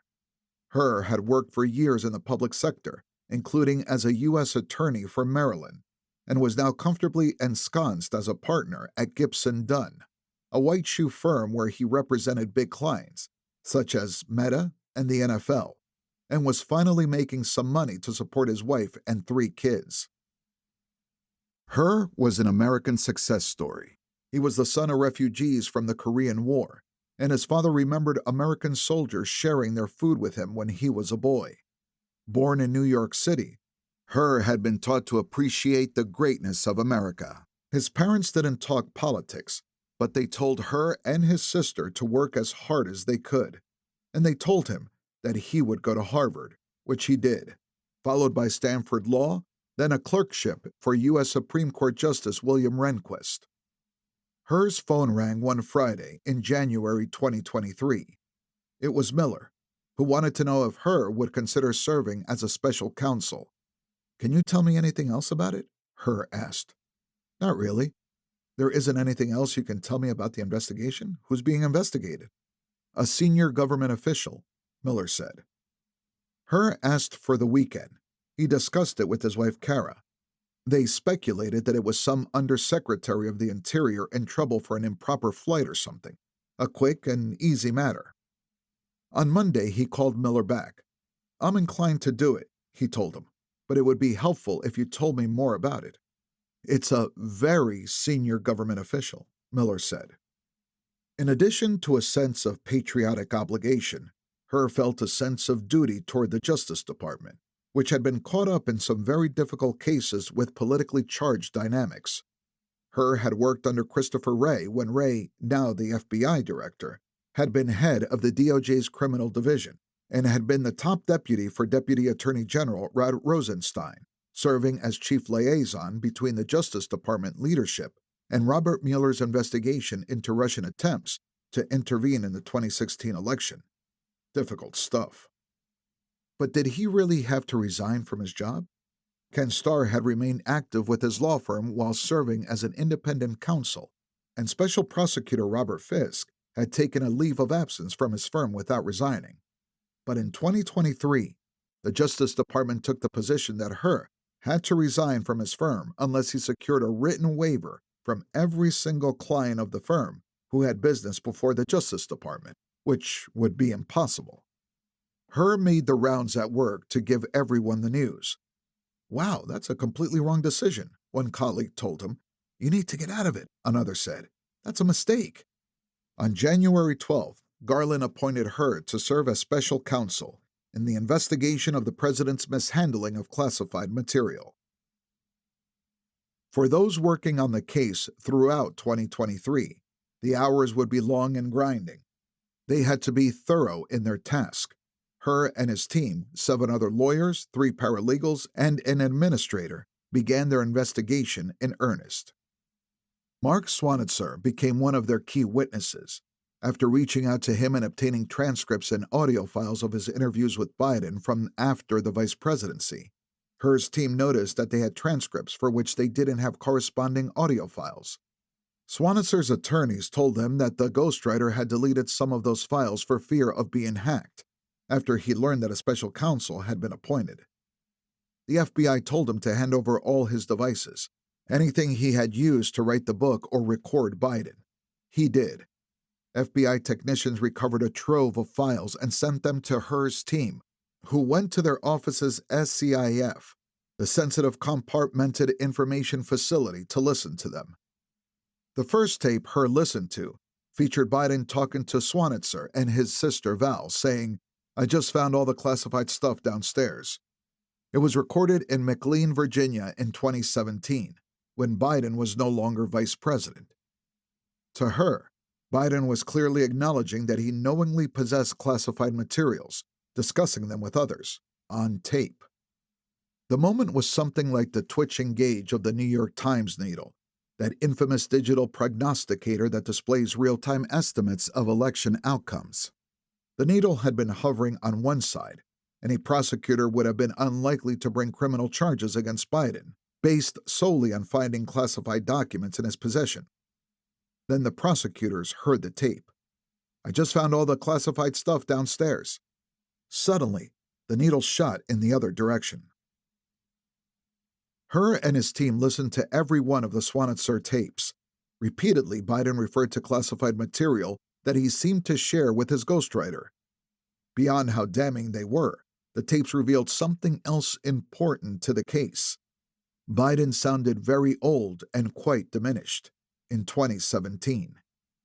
He grasped to remember things. He sometimes had difficulty speaking, and he frequently lost his train of thought. Herr and his team wondered, what would a jury make of this man? Biden was really struggling in 2017. How would he seem to 12 random citizens in, say, 2025 or 2026, when this case might theoretically come before a jury, if Herr were to recommend filing charges? Would there be one juror unconvinced that this elderly man knew exactly what he was doing? After all, his cognitive capacity seemed to have been failing him in 2017. State of mind, mens rea, would be crucial. However, much political operatives tried to hide this enfeeblement from the public. Any defense attorney would want a jury to see as much of it as possible. Given how Biden presented on these tapes, Herr and his team thought it would be tough to get a unanimous jury to conclude that he knew what he was doing was illegal and that he intended to break the law. Herr raised the issue with his team, encouraging everyone to discuss the matter openly and forcefully. Dissent was welcome. The plea deal. Top aides point to Hunter's plea deal falling apart, and the very real fears that he would go to prison as an inflection point, like the months following Bo's death, where the president suddenly and steeply declined. On June 20th, Hunter entered a tentative plea deal with the U.S. Attorney David C. Weiss, pleading guilty to having avoiding paying on time more than $200,000 in taxes on $3 million in income, 2 misdemeanors. He also agreed to a diversion program for 1 count of possessing a firearm at a time when, as he seemed to admit in his book, he was an unlawful user or addicted to a controlled substance. Republicans on Capitol Hill and IRS whistleblowers complained that the investigation had been stymied by powerful forces. They criticized the agreement as a slap on the wrist. In July, U.S. District Judge Mary Ellen Norenka, a Trump appointee, told the prosecution and the defense that she would not be a rubber stamp on what they'd agreed to. "I know you want to get this over with, and I'm sorry," she told Hunter. As she picked apart their agreement, Weiss's team and Hunter's lawyers began pointing fingers at each other. At one point, Hunter's lawyer, Chris Clark, confronted Weiss's team and said to hell with their deal. "Just rip it up," he fumed. The defense felt that Weiss was moving the goalposts in response to Republican political pressure. Hunter halfway threw up his hands in frustration before catching himself. He and his family had thought it was over, and that the hearing would just be a formality. House Republicans would continue their investigation of him and his past business deals, but that was a political fight Hunter welcomed. He had the dubious distinction of being at the center of impeachment inquiries into 2 different presidents. Hunter left the courtroom on July 26 with his plea deal in limbo. He pushed aside Clark, whom Bob Bauer had convinced to work on the case, in favor of a more combative attorney, Abby Lowell. Weiss responded by asking Garland to be made a special counsel so that he could continue his investigation into Hunter. On August 11th, Garland announced he had granted that request. Biden aides cursed Garland. There were now 2 special counsels investigating Biden and his family. The Bidens went into panic mode. Hunter was now likely headed for 2 trials and possibly prison time. As someone close to the family noted, Hunter could have told the family that he was going to face this all as an adult, and the family should not worry about him. That wasn't his approach. He would talk about how his opponents were after him, how it was a grand conspiracy. He was angry that the White House wasn't doing more to protect him. Why weren't they? "They're trying to kill me," Hunter would say. "They're pushing me to relapse, knowing it will inflict devastating pain on my father. They're only doing this to me to go after him." It wore on the president's soul. He lived in fear that he would lose a 3rd child. Shooting the messengers. The Biden campaign and White House operatives now had a modus operandi for attacking any journalist who covered any questions about the president's age, enlisting a corps of social media influencers, progressive reporters, and Democratic operatives to besmirch as unprofessional and biased those in the news media investigating this line of inquiry. One tame example, a text from Biden campaign operative Brooke Gorin to Democratic operatives. "Wanted to flag this story we'd love your help doing some pushback on, if you're up to it," she wrote, highlighting a relatively straightforward New York Times story by Michael D. Shear, who had more than 15 years of experience writing about the health of presidential candidates and presidents. Gorin also asked recipients to amplify a tweet from Eric Schultz, Obama's one-time deputy press secretary, who criticized the editors at The Times, saying that they cannot help themselves. The goal was to shame journalists and create a disincentive structure for those curious about the president's condition. The texts from Gorin were mild, Democratic operatives told us, with the more aggressive ones sent on the encrypted messaging app Signal by Andrew Bates from the White House and T.J. Ducklow from the campaign. When there were negative news stories about Biden's age, both the campaign and White House reached out repeatedly and intensely, urging me and others to go negative on the news outlets and reporters, one Democratic operative explained to us. They wanted us to shame them on social media, point out how they got the facts wrong, how their takes were biased, and how they weren't holding Trump to the same standards. It was a full-blown freak-out whenever these stories dropped. To Scheer, the intense pushback seemed clearly designed to dissuade reporters from writing about the matter, to undermine the credibility of the news media on the topic of the president's acuity, and to argue that none of this was even a valid subject for discussion and examination.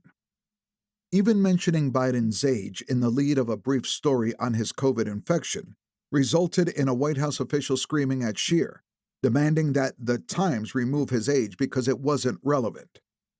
For Scheer, the Biden team's handling of that story and all the others the paper wrote about the president's age and health basically amounted to one thing: a complete denial that the issue even existed.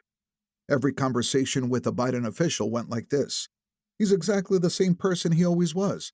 Age is not an issue. He's incredibly sharp in meetings. There's no accommodations being made for him because of his age." Those answers were not true.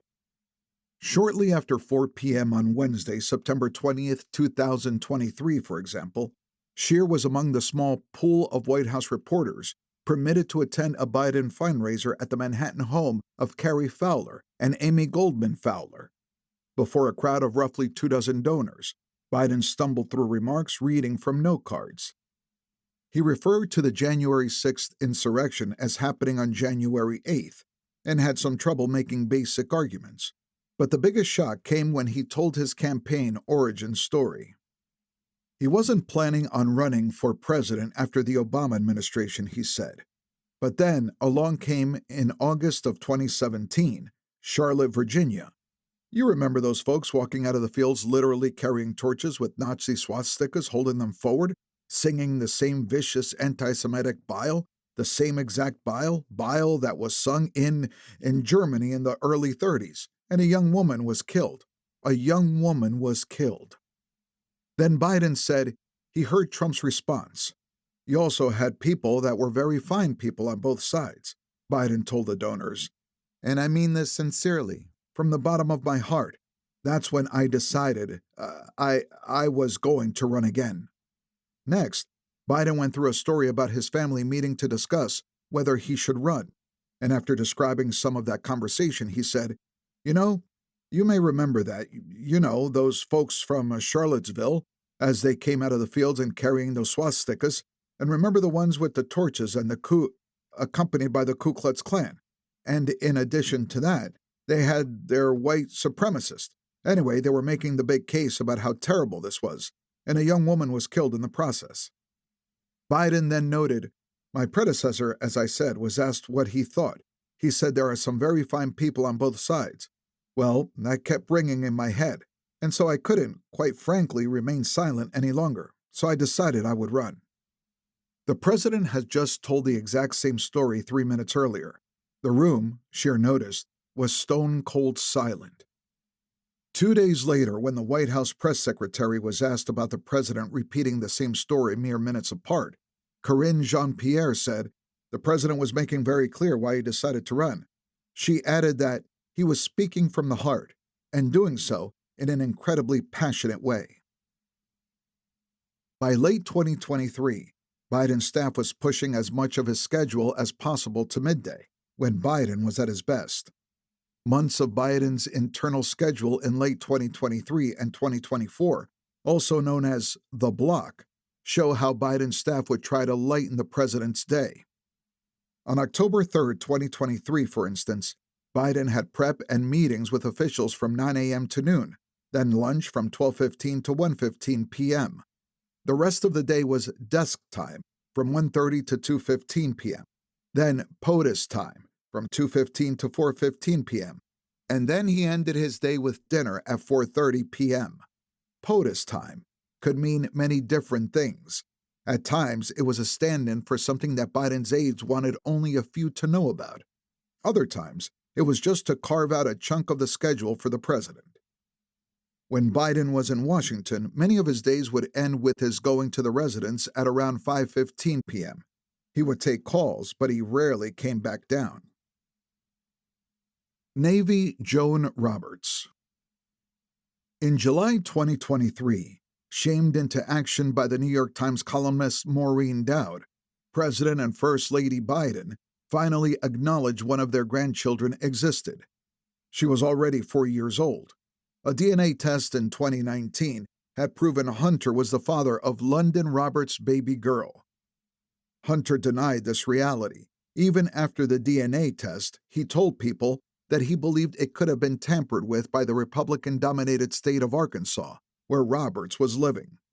He wrote in his 2021 book that he didn't recall his encounter with Roberts, even though he put her on the payroll for months. He tried to prevent her from giving their daughter, Navy, the last name Biden, and claimed he couldn't afford to pay child support, even as he was selling paintings. He was an artist now, for hundreds of thousands of dollars to buyers whose names were not disclosed. The situation was tabloid fodder, but relevant because of how much it suggests a family dynamic built around rejection of reality, one steered at times by Hunter, whose judgment and motivations were hardly solid. He told his parents not to acknowledge her. When the First Lady wrote a children's book in 2020 about her husband, she dedicated it to 6 grandchildren, naming each one and excluding Navy. During Christmas season in 2021 and 2022, Jill hung 6 stockings for every grandchild except Navy. Special Counsel Robert Hur, Part 2. Long before summer turned to fall in 2023, it had become clear to Hur and his team that they would need to interview Biden.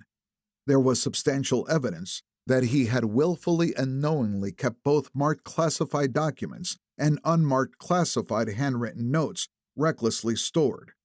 He had done so as a private citizen when he had no legal authority to possess those materials.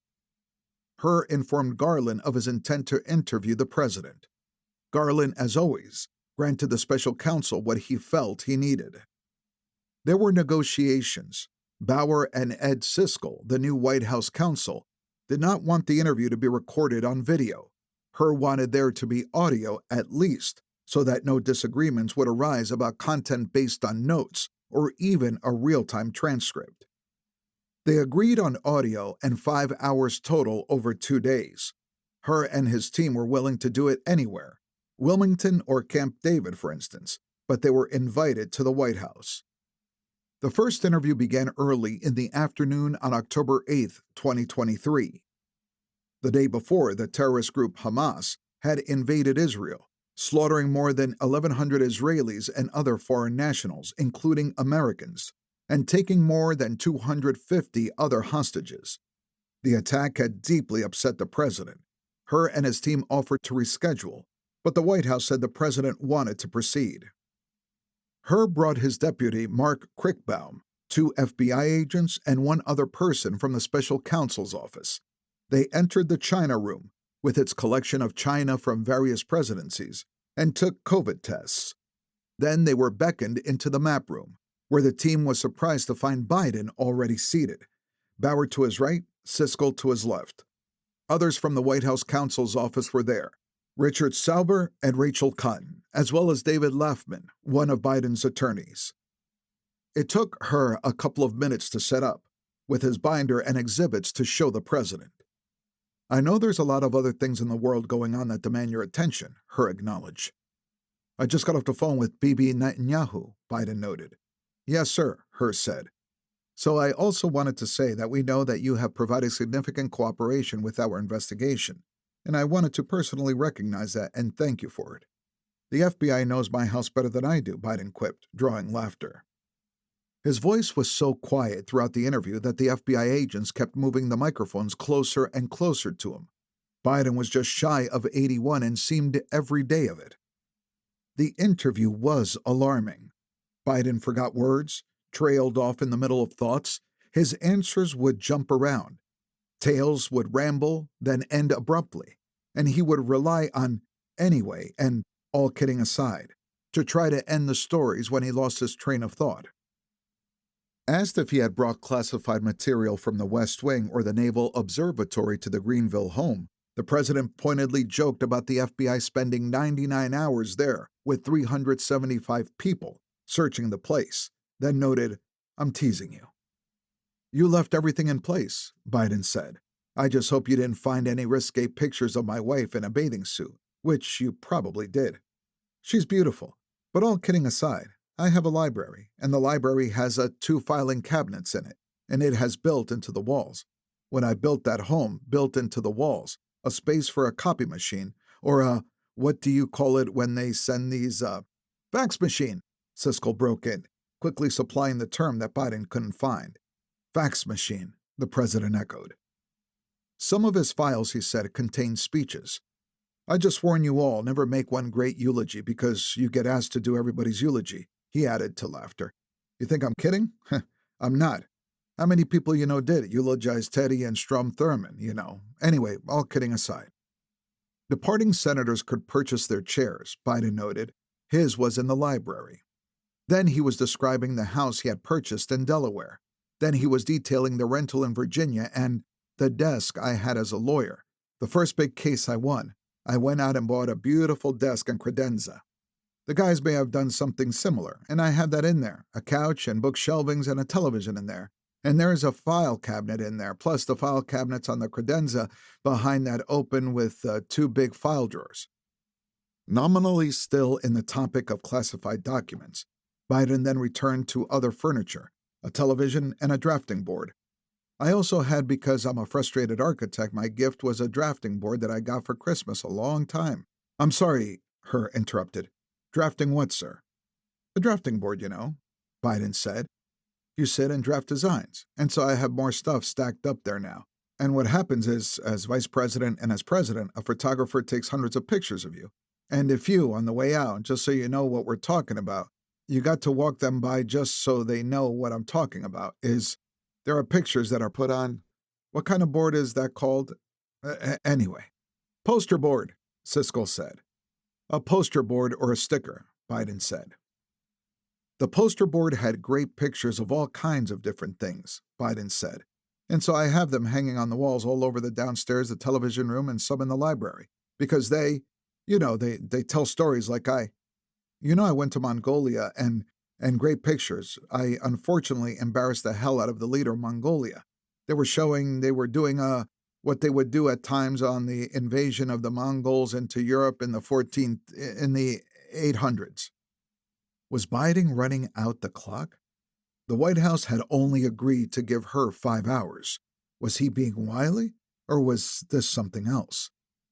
And then show what a normal day was, or how they bivouac, Biden continued. And so we're out in the middle of nowhere, and they're looking up on the hill, and we see this tiny line.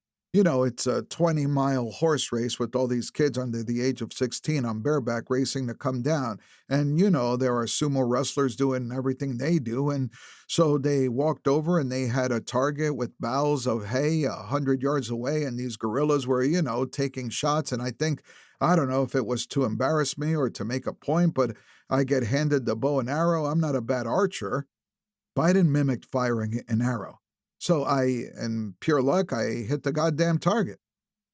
People in the room laughed. Reviewing the interview recordings afterward, Her and his team could consider how a jury might respond to this kind of testimony.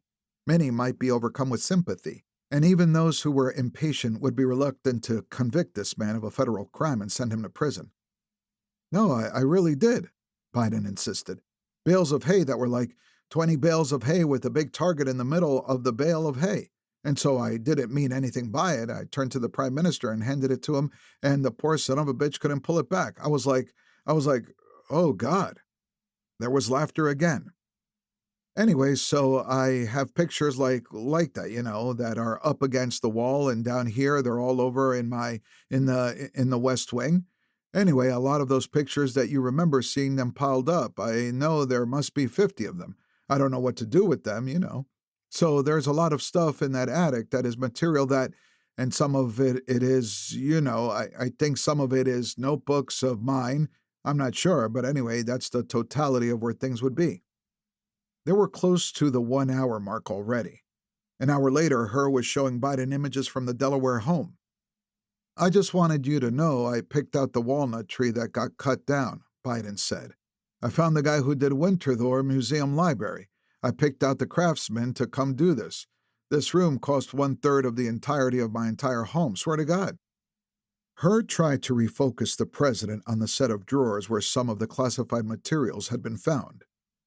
So there's the top opens to shelving and the bottom opens to filing, Biden said. So the bottom, so when you open this up, the first door there on the left, you see where there's a printer and there's a, what do you call it, the machine, that fax machine, Siskel said wearily, reminding the president of the term fax machine for the second time. A fax machine, Biden said. Yes, sir, Herr said. At another point, Herr was asking Biden about the time he lived in McLean, Virginia, on Chainbridge Road. Well, Biden said, I don't know, this is what, 2017, 2018, that area? Yes, sir, Herr said.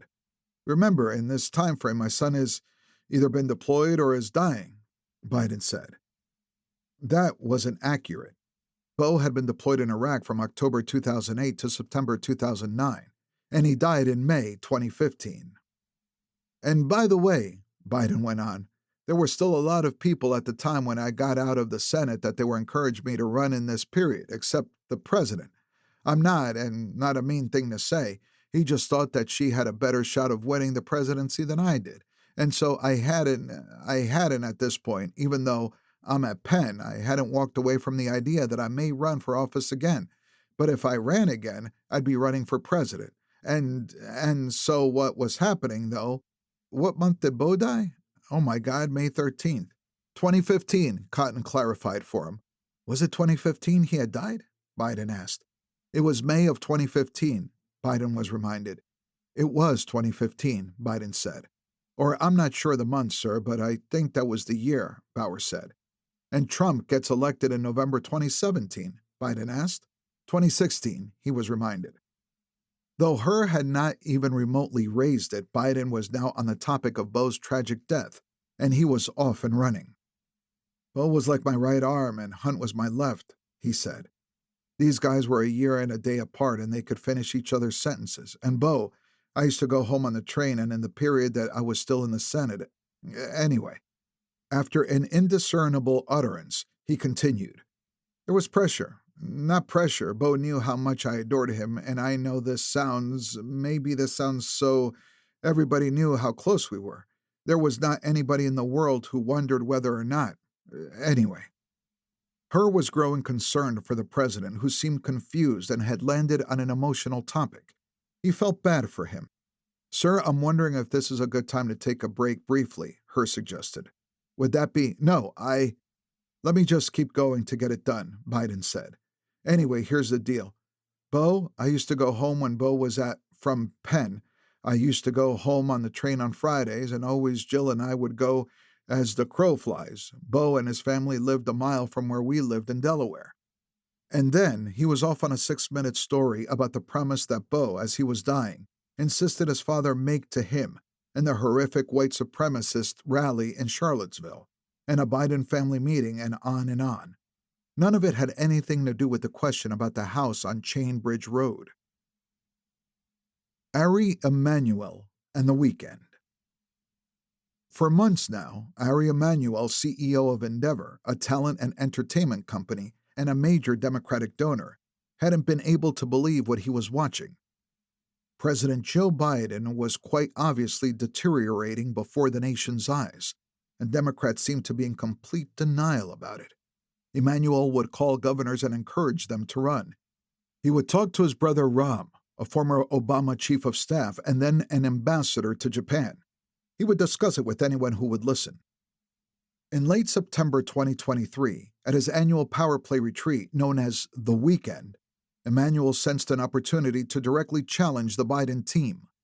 Among the figures in attendance were Ron Klain, participating in a panel discussion about the upcoming election with former New Jersey Governor Chris Christie, former George W. Bush advisor Karl Rove, and ABC News' Jonathan Karl. From the back of the room, Emanuel began yelling at Klain. Joe Biden cannot run for re-election. He needs to drop out. He can't win. What's the plan B? Emanuel was flat out shouting at Klain. There is no plan B, Klain responded. He's the sitting president of the United States. He's the only one who has defeated Donald Trump. Emanuel was incensed. What the fuck are you doing? He asked. The first party to put a younger candidate before the voters, if we give him enough time, we can win. Emanuel knew Trump well, having been his agent for almost a decade. It was wild, attendee Michael Kives later recalled. A public yelling match between them? Obviously, it was Emanuel's conference, but up until then, it had been a pretty civilized affair, Kives remembered. Eventually, Emanuel came to believe that they were all lying about Biden's health. "We're seeing it," he would shout. "It's called age. It happens." Everyone around the president, worst of all Jill, was lying, Emanuel would say. Jill and Hunter and Jeffrey Katzenberg and Ron fucking Klain. And the president had lied too, when he said he would be a bridge. Then all of a sudden, he wasn't a bridge, and no one around Biden was telling him the obvious. He wasn't capable of running anymore. Katzenberg, a Hollywood power broker and major Democratic fundraiser, would call Emanuel to solicit donations. But Emanuel wasn't interested. He didn't want to be anywhere near the Biden campaign. He was stomping his feet in the town square, and no one was taking it seriously. Bill Daley Part 1. Throughout 2022, William Bill Daley, a former chief of staff to Obama and Clinton Commerce Secretary, watched Biden on TV and got a sickening feeling. He'd known Biden for 40 years. He had been the political director of Biden's 1988 campaign and was stunned by how much his old friend and colleague seemed to be deteriorating. He knew Biden as a feisty, energetic senator, then vice president, full of piss and vinegar. He hardly recognized the guy on TV. There was no way this was going to work, he would tell friends. In 2023, he made some calls to see if any heavy hitters were thinking about running against Biden in the Democratic primaries. Having been around politics forever, Daley felt strongly that the notion that Biden would be up to the task the following year was unsustainable. If they waited too long, the inevitable moment when Biden bowed out would saddle the Democratic Party with Vice President Harris as the nominee, and she was even less popular than Biden. Neither California Governor Gavin Newsom nor Kentucky Governor Andy Beshear was willing to take the plunge. Daley also reached out through an emissary to his own governor, J.B. Pritzker. They all said no. Others had advised them that doing so would make them pariahs. When and if Biden lost, they would be blamed. By that fall, it was worse behind the scenes for senior Democrats, who were having disquieting experiences with Biden. Jamie Harrison, whom Biden had picked to chair the Democratic National Committee, met the president at an event with the Congressional Black Caucus in the fall of 2023. Biden took his hand and just seemed to keep shaking it without saying anything. It didn't appear as though he recognized him. Afterward, Harrison confessed what had just happened to another Democrat. That wasn't good, right? Around the same time, Senator Mark Warner took a call from the president. The chairman of the Senate Select Committee on Intelligence had been concerned about a potential presidential action. When the call ended, he had a brand new worry. The Senate Intel Committee had been informed that 11 detainees currently housed at Guantanamo Bay, ones who were Yemeni, were going to be sent to Oman. Warner and other colleagues worried that some of them would end up right back in the terrorist fight, attacking Israel or the West by joining Hamas in Gaza, Hezbollah in Lebanon, and the Houthis in Yemen or other groups elsewhere. Warner called National Security Advisor Jake Sullivan to express his concerns. Sullivan passed on Warner's thoughts to Biden, who followed up, but Biden seemed oblivious to concerns that Warner thought were rather obvious. The president was clearly not up to speed on this. Warner worried how much of this was related to the president's aging issues, which he felt were becoming visibly apparent to anyone watching. David Axelrod, Part 2. In early November 2023, the New York Times and Siena College published their joint poll of battleground states, and the news for Biden was bad. Trump was up 10 in Nevada, 6 in Georgia, 5 in Arizona, 5 in Michigan, and 4 in Pennsylvania. Biden led by 2 percentage points in Wisconsin. In 2020, 34% of voters had thought Biden too old to be president. In 2023, That figure shot up to 71%. In 2020, 45% of voters had thought that Biden lacked the mental sharpness to be president. In 2023, that percentage grew to 62%. David Axelrod hoped someone in the White House would come to their senses and convince Biden and his family that this just wasn't tenable.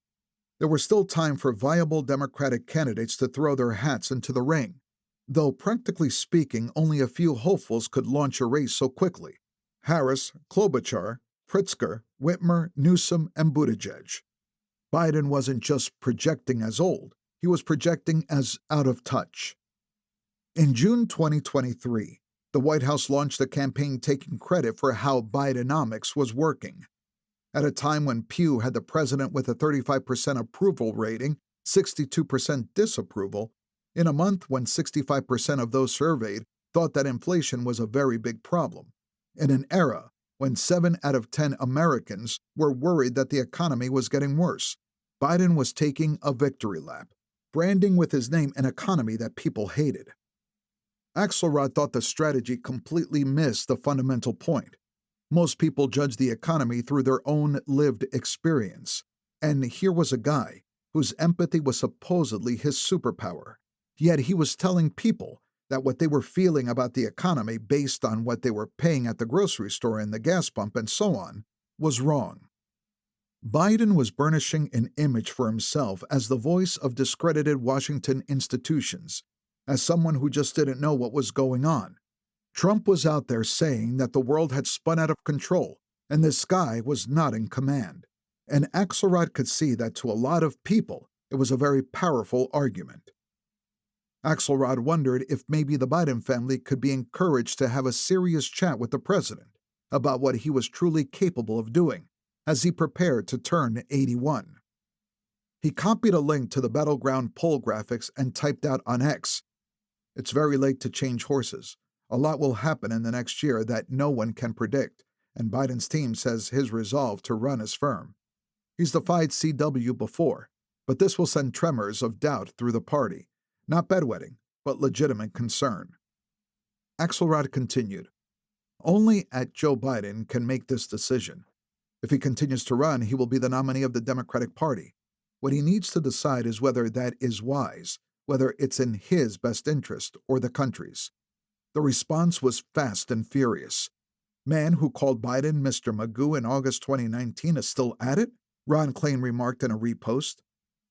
This was a reference to a comment that Axelrod had made after a 2019 debate saying of Biden, "I wouldn't say he was a house of fire in any of the debates that we've been to. And yet he comes, kind of bumps along, kind of Mr. Magooing his way through this. You keep worrying he's going to hit a wall, but he's moving forward." Axelrod had gone on to note that Biden had a play to make in the 2020 contests. Because of his strong support in the African American community and because he has a cultural kingship with working-class whites, non-college whites. But obviously 4 years later, the reference to the clumsy, disaster-prone, and absent-minded elderly cartoon character still hit a nerve. In response to Axelrod's 2023 post, Biden called Axelrod a prick, a private insult until someone leaked it to Jonathan Martin of Politico. Axelrod received confidential messages of agreement from prominent Democrats who remained silent, they explained, because they were resigned to Biden's candidacy and did not want to weaken him as a looming rematch with Trump approached. The Penguins. David Morehouse was best known for his tenure as CEO of the Pittsburgh Penguins, a heralded era when the NHL team won 3 Stanley Cups, made the playoffs for 16 consecutive years, and sold out every home game for 14 seasons. But Morehouse had a career in politics before then, and he'd worked on 4 campaigns, then Al Gore's in 2000 and John Kerry's in 2004. On December 11, 2023, Morehouse flew to Philly for an afternoon Biden fundraising luncheon at the Hilton at Penn's Landing. Well-heeled donors like Morehouse sat around a dozen round tables, 10 to a table. Among the guests were Governor Josh Shapiro, former Governors Tom Wolf and Ed Randall, Senators Chris Coons, Congresswoman Madeline Dean, and Congresswoman Chrissy Houlihan. Morehouse went up for his photo with the president and shook his hand. He was stunned by how frail Biden seemed. It was nothing but bones, Morehouse later recalled. During their brief encounter, Biden told Morehouse a story involving him and Kerry that Morehouse knew had never happened. Morehouse worried about what he saw in Biden's eyes. It reminded him of his ailing mother. He remembered talking to his sister, telling her of his concerns about their mom. After sitting with their mother, his sister would say that Mom is fine. Morehouse would ask how long she'd sat with her. "Half an hour?" his sister would say. "That's not long enough," Morehouse would reply. "It's on a loop. After an hour, the loop runs out and she begins repeating herself, because short-term memory is the first to go." Looking at Biden, seeing how old he was, feeling his frail hand, and knowing firsthand from his past experiences what a non-COVID era presidential campaign entails, Morehouse knew Biden couldn't do it. He immediately told the governor to whom he was close, "I know you can't respond, but just listen to what I'm saying. I've worked on 4 of these things. This guy cannot run for president of the United States." Morehouse was so alarmed that he also called Anthony Burnell, who didn't have much to say in response. He called other alumni from the Clinton administration. One of them bluntly told him, "You can't talk about this stuff, we're backing Biden." Having been a close advisor to Gore and Kerry, Morehouse began wondering about Biden's closest advisors. Okay, so neither the president nor the first lady wanted to make the decision not to run again. Biden's close advisors had a responsibility to figure out how they could make him bow out. They had to do something. This was irresponsible. Christmas Party. Washington Congressman Adam Smith was the top Democrat on the House Armed Services Committee, but he had very little interaction with the president. In April 2022, he'd seen him at an Earth Day celebration at a public park in Seattle and thought Biden seemed about the same as he had been in 2020, long-winded, old, but fine. However, in December 2023, at the White House Christmas party for members of Congress, Smith was stunned by what he encountered. Interacting with guests and standing in the photo line, Biden seemed completely out of it. Other partygoers were similarly alarmed when they noticed that the First Lady was taking the lead in delivering remarks to the crowd, while Biden stayed wedded to a script. He can't even do holiday party remarks. At another Christmas party that week, standing in their East Room and speaking to the crowd, the president could barely be heard or understood, even though he had a microphone. By the end of 2023, Biden seemed to have become significantly feebler. Some commentators spoke up. David Ignatius of the Washington Post, comedian Bill Maher, who warned of Ruth Bader Biden, but very few Democrats were willing to say anything publicly about it. Minnesota Congressman Dean Phillips was a rare exception. Chapter 10. Dean Phillips. Congressman Dean Phillips's grandmother was Pauline Phillips, better known by her pen name Abigail Van Buren, the famous advice columnist behind Dear Abby. The grandson had a tougher time getting people to take his advice, even though he was a member of the House Democratic leadership team. Throughout 2023, as the president's speaking and walking skills seemed to visibly decline, it was clear to Phillips that Biden's communication problems likely indicated some cognitive issues. It was also clear that his fellow Democratic officials were in deep denial about this. "People will talk their way into beliefs," Phillips would later say. Even O.J. believed he didn't do it at the end. When Phillips pressed them, some Democrats would offer what the congressman called the "yes, but," as in, yes, Biden is in decline, but can you imagine Trump winning? Yes, Phillips could imagine Trump winning, especially if Biden were the Democratic nominee. He tried to get other Democrats to talk about the president's decline, but no one was willing to say anything publicly. "The whale who spouts gets harpooned," Phillips later noted. In July 2022, WCCO's Chad Hartman asked Phillips if he wanted Biden to run for re-election in 2024. "No, I don't," Phillips told the radio host. "I think the country would be well served by a new generation of compelling, well-prepared, dynamic Democrats who step up." He was going to push others to run against Biden in the Democratic primaries and caucuses. This was his new mission, to enlist competitors. He reached out directly to Governors J.B. Pritzker and Gretchen Whitmer, but both declined to take his call. On August 5, 2023, a day before appearing on CBS's Face the Nation, Phillips called House Democratic leader Hakeem Jeffries and the White House to give them a heads up that he would be making a call for a competitive Democratic primary. White House Chief of Staff Jeff Zients told him that what he was about to do was insane. Phillips wanted to talk to the president. Zients told him that wasn't going to happen. Phillips had been planning on pushing the two Midwestern Democratic governors, but when asked about running himself, Phillips acknowledged that he was considering it if no one else stepped up. On August 13, 2023, after meeting with some donors in New York City, Phillips went on NBC's Meet the Press and said he would like to see Joe Biden, a wonderful and remarkable man, pass the torch, cement this extraordinary legacy. His preference for another Democratic presidential candidate, he said, would be a moderate governor, hopefully from the heartland, from one of the 4 states that Democrats will need. Moderator Chuck Todd threw some names at him: Whitmer, who had declined to take Phillips' call, Minnesota Governor Tim Walz, Wisconsin Governor Tony Evers. Phillips agreed and added Pritzker, who had also declined to take his call, and the new governor of Pennsylvania, Josh Shapiro. Some people have asked me that I not use their names because of this institutional fear that it might impact you down the road, Phillips said. He knew he was becoming a distraction, an irritant, a burr under the Democratic saddle. In September 2023, Phillips tried to resign from his leadership position. Jeffries wouldn't have it. But a few weeks later, California Congresswoman Sidney Kamlager-Dove stood up at a meeting and asked, "How can one member of the leadership have a perspective that is so incongruent with the rest of us?" This time, when Phillips offered his resignation, Jeffries accepted it. Soon, Phillips was huddling with advisors at the congressman's townhouse in Capitol Hill.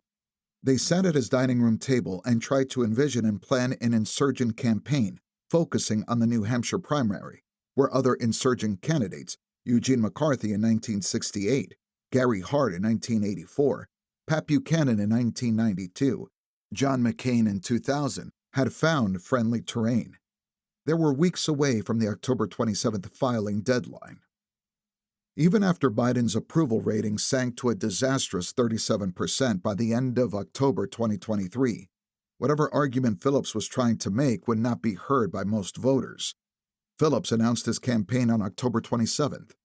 He was about to learn just how far the Democratic Party's commitment to democracy would reach. Back in 2016, when Bernie Sanders would complain about the extent to which the process was rigged, with the DNC making it difficult to challenge Hillary Clinton, Phillips thought he was just being a sore loser. When Marianne Williamson, another outsider Democratic candidate, would complain about being shut out of the process in 2020, Phillips would deride her. But now he came to see what they had meant. The previous year, in 2022, leaders of the Democratic Party hadn't even been sure that Biden was going to run for re-election. In the final months of 2022, the DNC started asking if it needed to prepare for a primary, which would mean setting up debates and figuring out the primary system. When the committee approached the White House, Jen O'Malley Dillon made clear that no further conversations were needed. Biden was running. That was the end of the conversation, and the beginning of an effort by the Democratic establishment to exclude Phillips from the process as much as they could. Every White House pressures its party establishment to make things harder for potential challengers, but members of the Biden team acknowledged that they tested and pushed those boundaries. They started with the primary calendar. In 2020, Biden had come in 4th in Iowa, 5th in New Hampshire, 2nd in Nevada, and 1st in South Carolina, where he had deep appeal with older Black voters. Without looping in other Democratic Party leaders, Biden unilaterally called for making South Carolina the first state contest. This move stunned party leaders. Not even Congressman Jim Clyburn or DNC Chair Jamie Harrison, both of South Carolina, had asked for their state to be first. Clyburn admitted later that the White House did it to protect Biden from embarrassment. Biden framed his decision as about lifting underrepresented black voices and suggested that anyone who questioned it, including Phillips, was undermining black voters, even racist.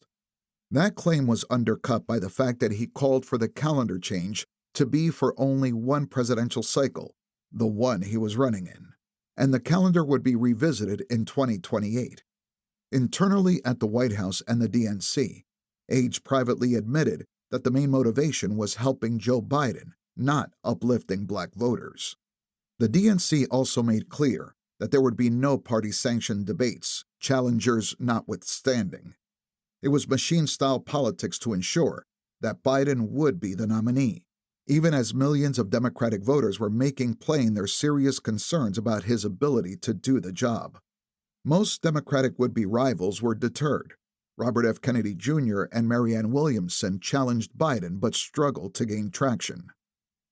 The Democratic Party of Wisconsin and its chair, Ben Weckler, refused to recognize Phillips as a candidate. Phillips had to sue all the way up to the Wisconsin Supreme Court, which unanimously ruled that he should be included on the ballot. Phillips would tell people that he ran to force a debate with the president. A debate, he maintained, would expose to the world that this man, while decent and a good president in the past, could not compete for the highest office in the land. He was not up for another term. But Phillips could not get Biden on a stage to prove his point, and the entire Democratic Party apparatus went along with it. Phillips suspended his campaign after a bad showing on Super Tuesday. He endorsed Joe Biden and watched his party sleepwalk toward disaster. Chapter 11, 2024. President Biden and the Politburo entered the election year feeling good about their accomplishments. In 2023, the House GOP majority had dragged them into a fight over raising the debt ceiling, and under the president's direction, White House officials had successfully negotiated a ways for both sides to get something out of it. 4 months later, they did so well at negotiating a government funding bill that it cost Speaker Kevin McCarthy his job. People pointing to how dottery Biden looked while stiffly walking to Marine One were missing the point, the Politburo argued. His gait had nothing to do with his presidential fitness. Biden and his team were also spiking the ball on his inevitable win in the Democratic primary process. If the president were truly politically weak, Mike Donnellan argued, some credible alternative candidate would have run against him. Politics abhors a vacuum. Ambitious politicians seize opportunities when they sense vulnerability. Ted Kennedy challenged Jimmy Carter in 1980, Pat Buchanan challenging George H.W. Bush in 92. That didn't happen with Biden. None of the possible credible candidates, neither Newsom nor Whitmer, Pritzker nor Klobuchar, challenged the president. Carter was weak, so Kennedy challenged him, Donnellan would say. H.W. was weak, so Buchanan challenged him. Biden was not weak. That's what the president and the Politburo saw when they looked out the window at 2024. They dismissed the ugly right track, wrong track polling numbers, noting how those had plummeted around the withdrawal from Afghanistan in August 2021, and emphasized instead how the numbers had never changed dramatically from that point in time. It was a lame horse to which they hitched their wagon, but it was their argument. The polling numbers have always been weak. They're not much worse now. They would circle back to this line of thinking after the debate in June. Others in their orbit did not see it that way. They were worried. Many Democratic senators were longtime personal friends of the president, holding him in high regard as a person and political ally. They also viewed his aging from the skewed perspective of the Senate, a place that required, some would joke, a minor in geriatrics. As of January 2024, Iowa Senator Chuck Grassley was 90, Vermont Senator Bernie Sanders was 82, Kentucky Senator Mitch McConnell 81, Idaho Senator James Jim Reich 80, and Maryland Senator Ben Cardin 80. A year later, only Cardin had retired. In early 2024, during private meetings with Biden, Some Democratic senators would notice a considerable change, something more complicated than just aging, a marked decline in his ability to speak and move. It worried them. He was always expressing confidence to them that he would be able to handily beat Trump, and he had done so before, so they gave him the benefit of the doubt. But the alarming change in him did not go unnoticed. Still, they kept silent. As for White House staffers who had regular contact with the president, they seemed at this point in his presidency to split into three basic groups. The Politburo made up the first group, its members having convinced themselves that the areas that caused people alarm were merely performative parts of the president's job. The decisions being made behind closed doors were all that truly mattered, they told themselves. They dismissed or ignored those who raised concerns. It was a theology that bordered on zealotry.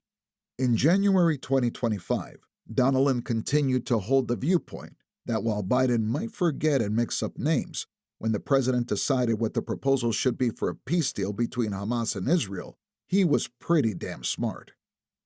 Not everyone so blithely ignored the need for a president who could communicate effectively. There was a second group of staffers who believed that the president's decision-making was solid, but also acknowledged that, yes, his communications were a problem. The president should be able to speak clearly and cohesively, off the cuff, to inspire confidence and convince others of the correctness of his views. Such performative parts of the job were neither superficial nor unimportant. They were, in his age, integral to presidential leadership. The second group took the concerns seriously. There was also a third group, those who were concerned that the president was in serious decline. They were angry, feeling that the Politburo was doing the country and the president a deep disservice by pretending this wasn't happening. The Ukraine meeting. According to the official White House readout of the January 17, 2024 meeting between Biden, his top national security advisors, and House and Senate Republicans and Democrats, the president had convened the appropriate congressional leaders to discuss the urgent need for Congress to continue supporting Ukraine as part of the global coalition we have built. The White House comms shop wielded many action verbs. President Biden underscored the importance of Congress ensuring Ukraine has the resources it needs. He was clear. Congress's continued failure to act endangers the United States' national security, the NATO alliance, and the rest of the free world.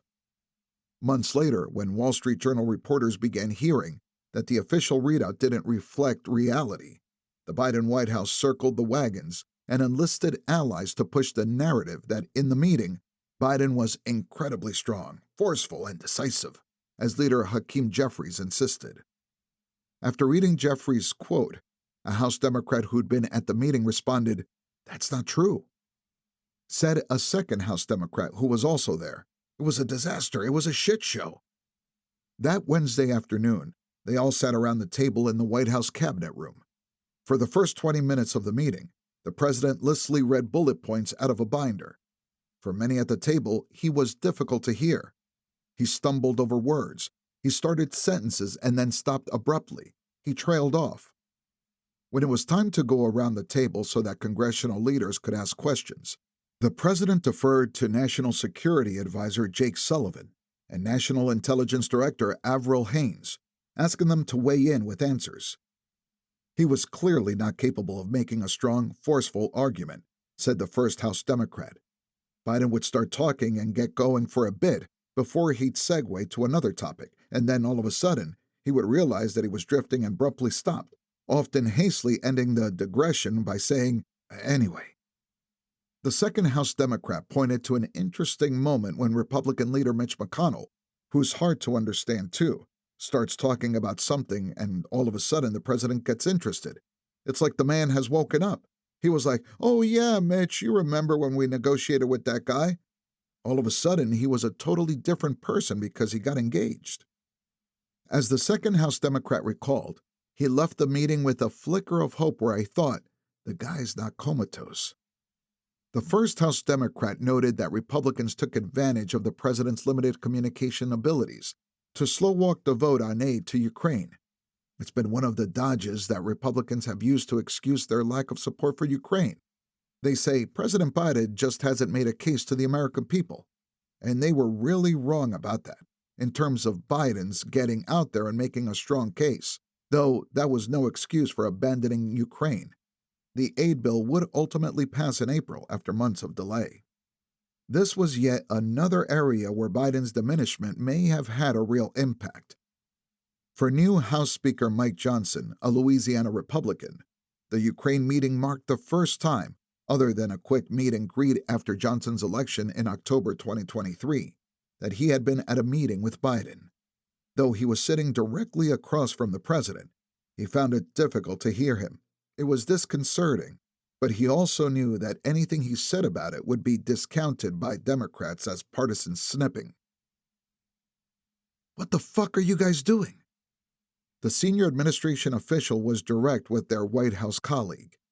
In January, on the 51st anniversary of Roe v. Wade, the official had attended a meeting with the president and his task force on reproductive health care access.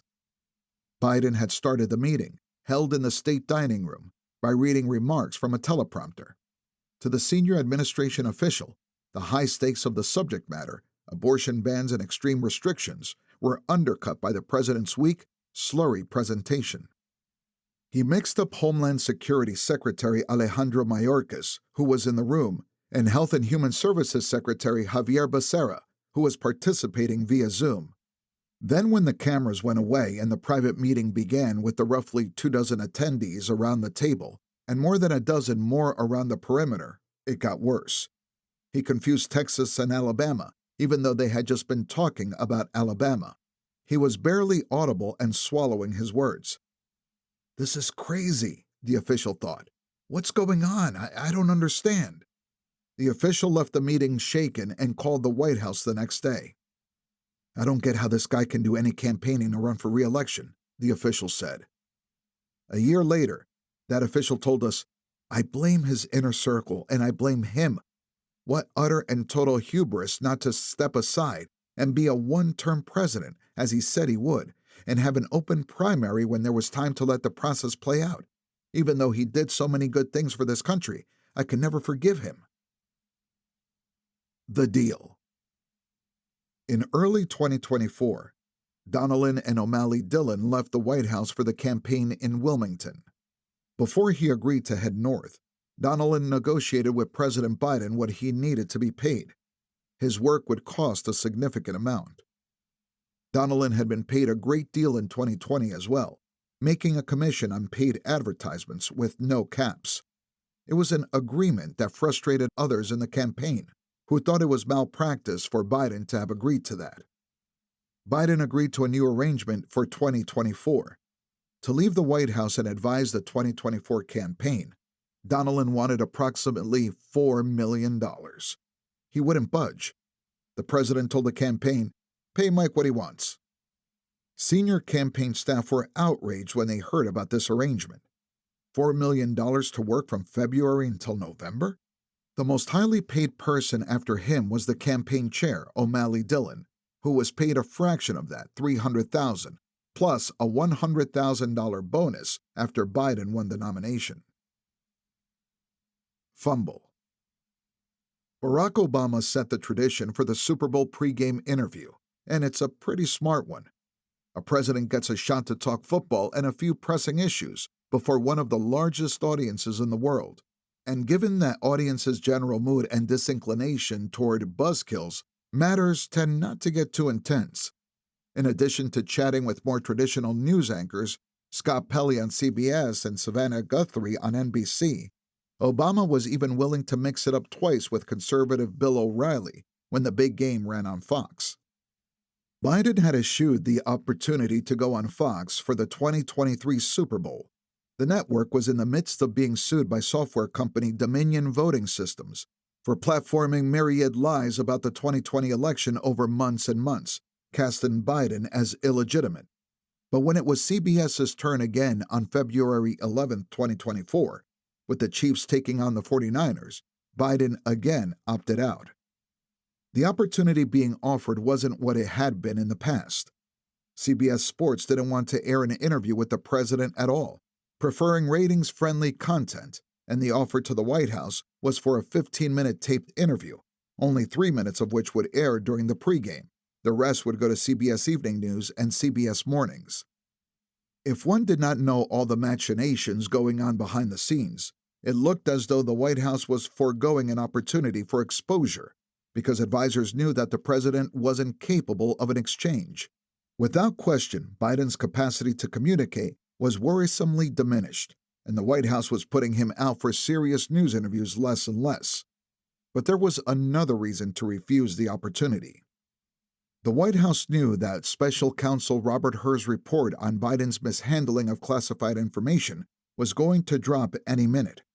It knew that the pregame offer would therefore turn it into a 15-minute interview about the Hur report before a massive audience, and there was no way the White House was going to let that happen.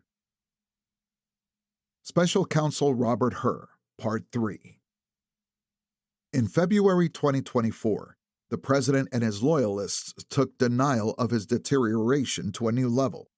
That was when the White House declared war on its own Justice Department over the issue. Before submitting his report to the Attorney General, Hur informed White House counsel Ed Siskel that he and the president's personal lawyers could review the draft to correct factual errors and make sure it did not contain anything they believed should be excluded on account of executive privilege claims. A secure room in a Justice Department facility near the White House was set up. Siskel could review the report on Saturday, February 3rd. He needed to sign a non-disclosure agreement before being allowed to see it.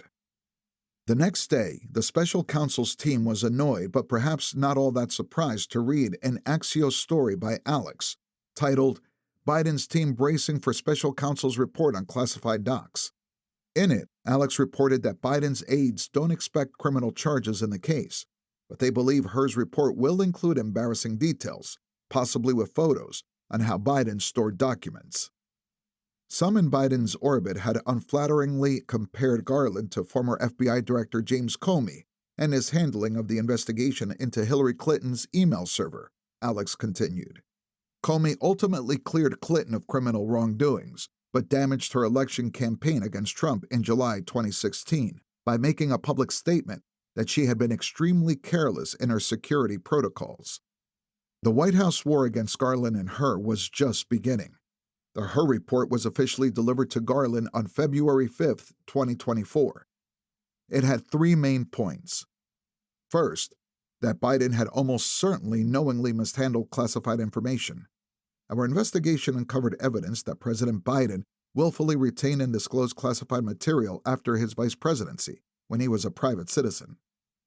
Noting previous cases of what it's sometimes called spillage, especially with President Reagan and his diaries, Hur stated that there is no record of the Department of Justice prosecuting a former president or vice president for mishandling classified documents from his own administration, with the one exception being former President Trump. Hur stressed several serious distinctions between Trump's case and Biden's, most notably the fact that, after being given multiple chances to return classified documents and avoid prosecution, Mr. Trump allegedly did the opposite. However, Hur noted that when Biden was asked about his reaction to the image of the top-secret documents laid out on the floor at Mar-a-Lago, Biden said it was totally irresponsible and could compromise sources and methods.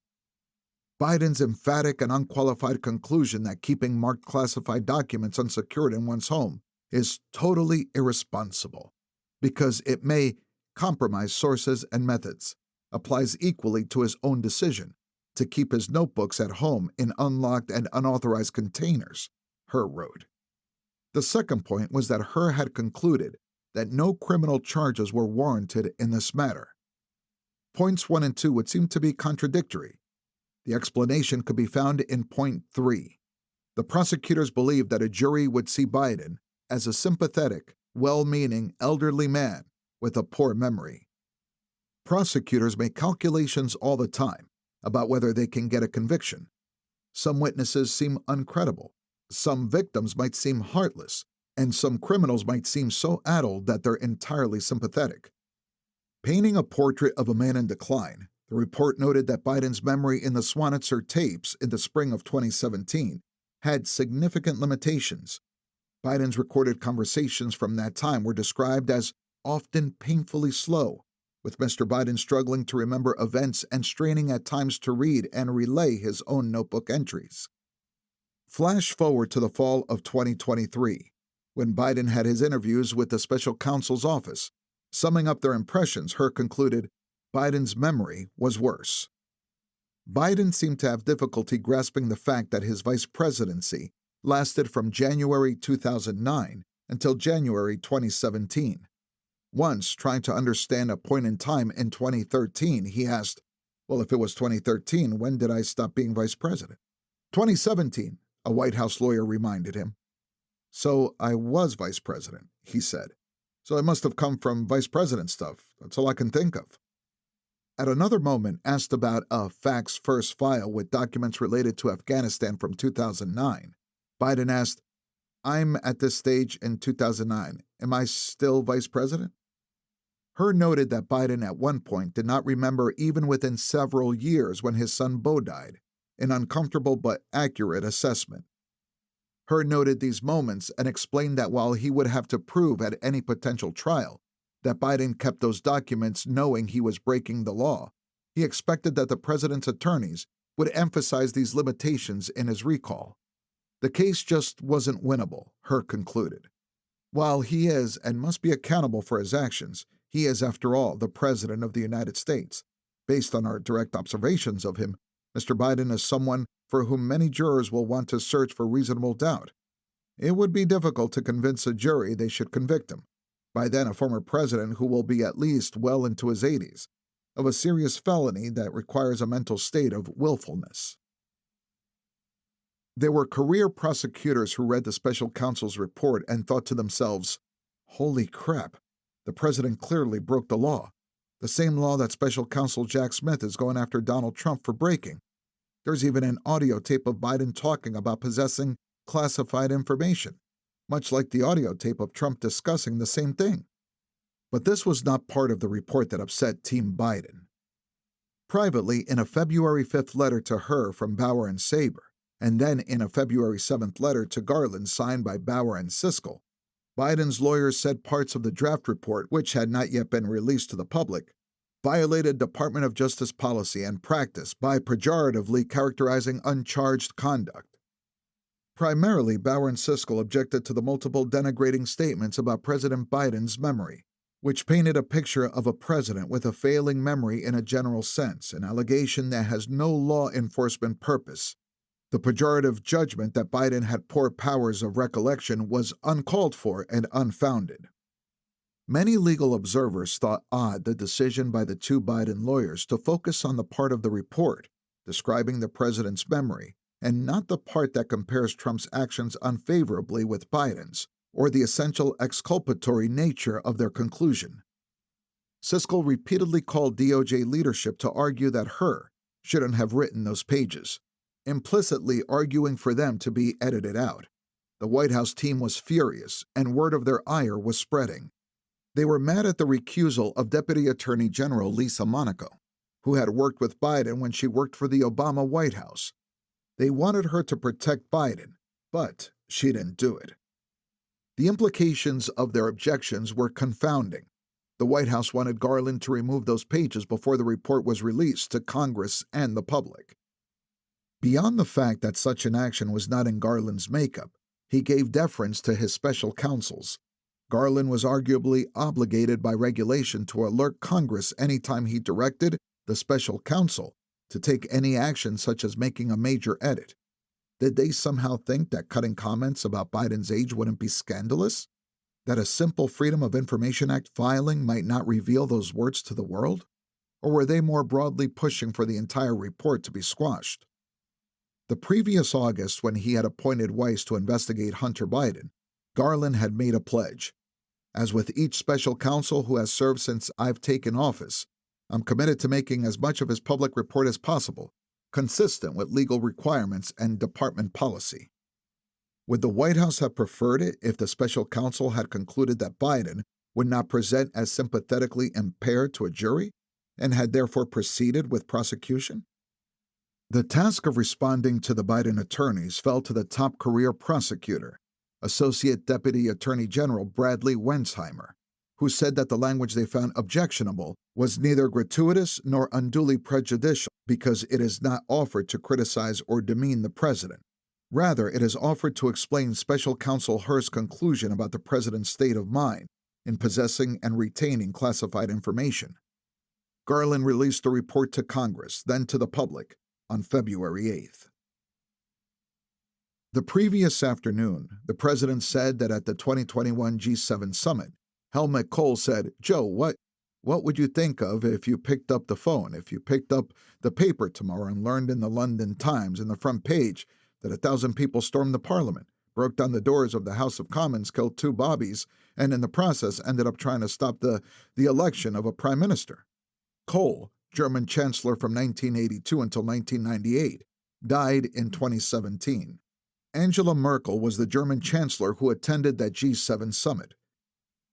Just a few days before, Biden had said that during a different 2021 conversation, Mitterrand from France, looked at me and said, "You know, how long you back for?" François Mitterrand, president of France from 1981 to 1995, died in 1996. In the White House transcript of the 2024 remarks, the name of the current French president, Emmanuel Macron, was added, and Mitterrand was crossed off. The president made so many errors of name and fact, well beyond the normal here and there misstatements of anyone who talks a lot publicly, that White House transcribers quickly learned how to apply the strike-through feature. Throughout the day on February 8th, the White House discussed how to respond to the Hur report. Early on, they were leaning toward releasing a simple written statement, but that idea was upended when Biden's family intervened.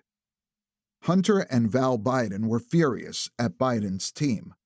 By this point, Hunter had been clashing with Anita Dunn and Bob Bauer for years, and was frustrated that his father was now in this position. Incensed by Hur's assertion that his father couldn't place the year of Beau's death, Hunter argued for a more aggressive approach to prove the doubters wrong. He and the First Lady pushed for the president to fight back in person. The team chose the diplomatic reception room, which meant that reporters would be close enough to Biden to shout questions. Top aides gathered in the cabinet room, which spoke to the gravity of the moment. Just before 8 p.m., President Biden walked into the room. He leaned into the exoneration, yet then couldn't help but reveal his anger about some language in the report about my recollection of events. There's even a reference that I don't remember when my son died. How in the hell dare he raise that? Frankly, when I was asked the question, I thought to myself, it wasn't any of your damn business. That, of course, was a complete misrepresentation of facts. Hur had asked about the 2017-2018 period. He hadn't mentioned Beau. Biden had mistakenly thought Beau was deployed or dying during that time. Asked about being described as someone who might seem to a jury like a well-meaning elderly man with a poor memory, Biden said, "I'm well-meaning, and I'm an elderly man, and I know what the hell I'm doing. I've been president. I put this country back on its feet. I don't need his recommendation." "How bad is your memory?" asked a reporter from Fox. "My memory is so bad I let you speak," Biden snapped. He denied being careless with classified material, saying that he took responsibility for not having seen exactly what my staff was doing. He denied sharing classified material with his ghostwriter, despite the evidence that he had. "Mr. President, for months when you were asked about your age, you would respond with the words, 'Watch me,'" CNN MJ Lee asked. "Watch me," Biden repeated. "Many American people have been watching and they have expressed concerns about your age. That is your judgment," Biden said. "That is your judgment. This is according to public polling," Lee countered. "That is not the judgment of the press," Biden said confusingly. "They express concerns about your mental acuity," Lee said. "They say that you're too old." Other reporters shouted out other questions. Asked to provide an update on negotiations to free the hostages seized by Hamas, Biden criticized the government of Israel, saying, "The conduct of the response in the Gaza Strip, has been over the top. I think that, as you know initially, the president of Mexico, El Sisi, did not want to open up the gate to allow humanitarian material to get in. I talked to him. I convinced him to open the gates. El-Sisi is, of course, the president of Egypt, not Mexico. The news conference ended after 12 minutes. The White House communication strategy was to slime her as an unprofessional right-wing hack and Garland as weak and essentially fired. On February 9th, during an event on community violence prevention at the Eisenhower Executive Office Building, Vice President Harris purposely took a question so that she could weigh in on whether the special counsel report was fair. What I saw in that report last night, I believe, is a former prosecutor, the comments that were made by that prosecutor, gratuitous, inaccurate, and inappropriate, Harris said, that attacked her's integrity directly. The way that the president's demeanor in that report was characterized could not be more wrong on the facts and clearly politically motivated. Gratuitous, she averred. And so I will say that when it comes to the role and responsibility of a prosecutor in a situation like that, we should expect that there would be a higher level of integrity than what we saw. Gratuitous became the word of the day for partisan Democrats. Special counsel Hur report on Biden classified documents issues contains way too many gratuitous remarks and is flatly inconsistent with long-standing DOJ traditions, tweeted Obama's Attorney General Eric Holder. Garland disagreed and didn't even think this was a close call. Hur had examined whether the defense team would be more likely than not to convince a jury there was reasonable doubt as to whether Biden remembered he still had those documents, and had willfully done so. DOJ standards published in 1980, which Garland had had a hand in writing. Hur's judgment about how Biden would present to a jury was not gratuitous. Indeed, it was the essence of Hur's decision. Biden's media allies didn't see it that way. MSNBC anchor Ari Melber devoted a segment to the question of whether Hur was succumbing to ageism. One New Republic writer raised the stakes for fellow journalists, saying, "Any news org that puts Biden's memory in the headline is actively rewarding Hur's bad faith and giving the Trump campaign what they want."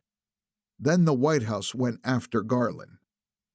On February 10th, two people close to the president told Politico that Biden thought Garland hadn't done enough to rein in Hur's report, that Hur went well beyond his purview and was gratuitous and misleading in his descriptions. The Biden sources said that most of the president's senior advisors did not believe that the Attorney General would remain in his post for a possible second term. They added that Garland should have demanded edits to Hur's report, including around the description of Biden's faltering memory. To Garland allies, this was basically Biden publicly firing Garland, his exit date to come after the November election. The cause? He had behaved ethically. Throughout the Justice Department, career attorneys saw this declaration as a sign that Biden was coming after Garland for behaving with allegiance to the law, not to the politician. Having lived through 4 years of Trump, 4 years of a president improperly meddling into investigations, they were distressed. And now they were seeing the president, who had pledged to restore the Justice Department's independence, instead using the news media to put pressure on it. The actions and carelessness of Biden and his son Hunter had tied Garland's hands. The upright choice was always to appoint a special counsel if the evidence was warranted, as it had with Trump's conduct. As for the notion of Garland making edits once Hur had written the report, his reasoning for declining to prosecute Biden was going to come out one way or another way. Garland was disappointed in the White House attacks, which became widely known throughout the department. Hur was straight arrow, never leaked, and treated the president with respect, and had come to a conclusion within the parameters of the law. The notion that Hur was a right-wing political actor was ridiculous. Hur could have announced that Biden violated the law and should be prosecuted after his presidency. Now that would have been a political blow. To Garland allies, the White House criticisms were inconsistent with Biden's promise that the Justice Department would be independent. The promise had not been that Biden was going to be hands-off unless he or his son were being investigated. Beyond that, the special counsel's assessments of Biden's mean were accurate, kind even. In fact, Some senior White House officials who at first thought Hur was wrong to include such descriptions in his report acknowledged that what he said was true. But this was an opportunity for the White House to flex some muscle when it came to judgments about Biden's demeanor. Everyone watched the fierceness and ruthlessness from the West Wing. Hur had been stunned to hear the president falsely accuse him of bringing up Beau's death during his October 8th interview with Biden. The transcript would show that this wasn't the case. But even though allies of his offered to push back, even if only with factual assertions that contradicted the president's claims, Hur said no. That just wasn't how the Justice Department did things. In March, to help drive a more sympathetic narrative, the White House gave embargoed copies of transcripts of Hur's interviews to journalists who they perceived as friendlier. Right before Hur was called to testify to Congress about his conclusions, Democrats raised the transcripts more broadly, hoping that the awfulness of Biden's answers would be subsumed by coverage of a partisan hearing at which Democrats hammered Hur for articulating the obvious about the president's acuity, and Republicans attacked him for failing to prosecute. Most news media coverage thus did not acknowledge the president's long, rambling answers, the troubling lapse of memory, and the disruptions in his thought process. Most did not point out that Biden's accusations about Hur bringing up Beau's death was false. On the Hill, Hur got pummeled by both sides. Unfortunately, you are part of the Praetorian Guard that guards the swamp out here in Washington, D.C., protecting the elites, said Wisconsin Republican Congressman Tom Tiffany, and Joe Biden is part of that company of the elites. You could have chosen just to comment on the president's particular recall vis-a-vis a document or a set of documents, observed California Democratic Congressman Adam Schiff. But you decided to go further and make a generalized statement about his memory, didn't you? Hur argued that his assessment in the report about the relevance of the president's memory was necessary and accurate and fair. Most importantly, what I wrote is what I believe the evidence shows, and what I expect jurors would perceive and believe. I did not sanitize my explanation, nor did I disparage the president unfairly. The special counsel was required to report to Garland and explain the reasons behind his decision not to charge the president. Hur's reasoning was based on reality, not in the lies and denial that ran rampant among Democratic officials in March 2024. Hur had no doubt assumed that he would just go back to Gibson Dunn once he finished his stint investigating that Undersecretary of the Interior. But after the report came out, Hur had been roundly vilified by the Biden administration, Democratic officials, and Democratic allies in progressive media circles. It was not unlike how the political right had treated James Comey and Robert Mueller. Law firms and corporate legal teams got the message. Hur spent several months looking for work. The last medical exam. In the aftermath of the Hur report, Biden's final medical exam took on new importance. It would be the last one before the election in November, and political advisors involved themselves more than ever before. Biden's physical deterioration, most apparent in his halting walk, had become so severe that there were internal discussions about putting the president in a wheelchair, but they couldn't do so until after the election. Given Biden's age, Doc O'Connor also privately said that if he had another bad fall, a wheelchair might be necessary for what could be a difficult recovery. O'Connor had been consistent in his assertion that Biden's gait had changed largely because of significant spinal arthritis, in addition to mild post-fracture foot arthritis and a mild sensory peripheral neuropathy of the feet.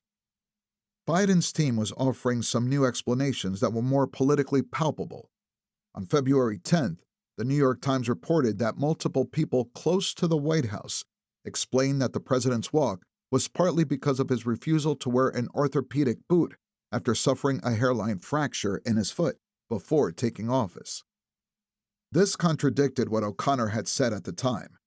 After Biden wore a walking boot for 10 weeks in late 2020 and early 2021, O'Connor noted that both small fractures of his foot are completely healed and that this injury has healed as expected.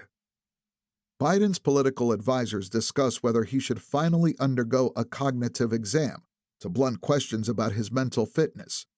O'Connor had long pushed back on political advisors, interfering in his medical evaluations.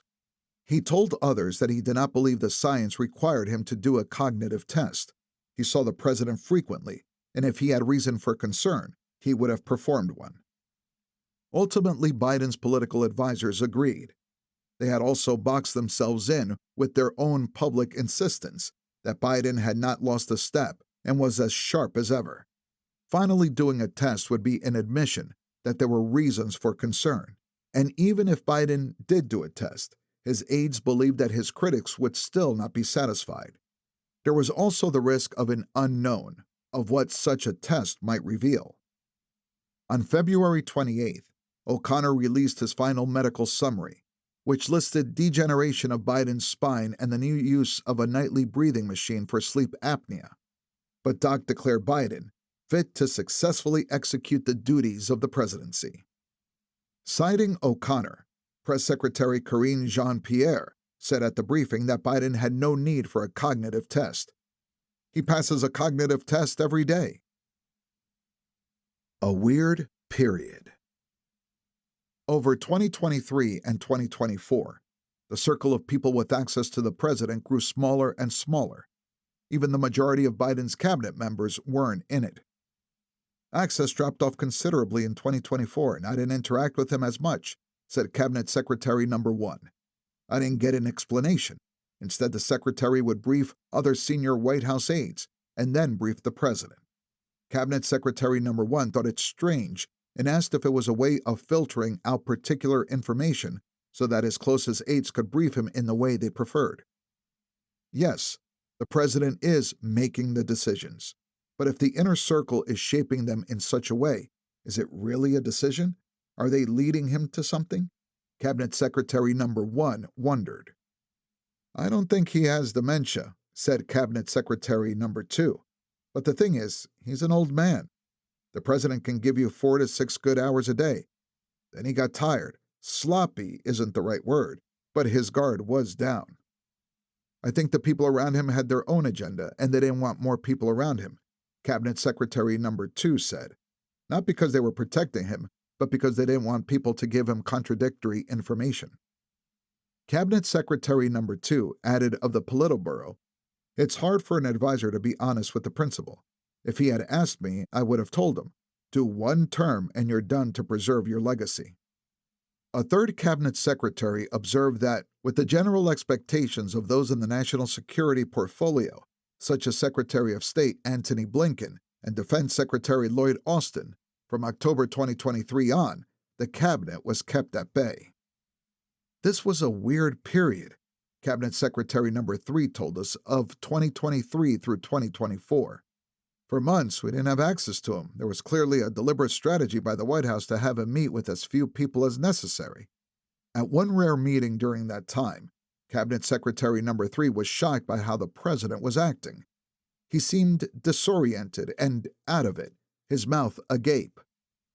Other senior and mid-level aides in the West Wing also noticed that access became more limited.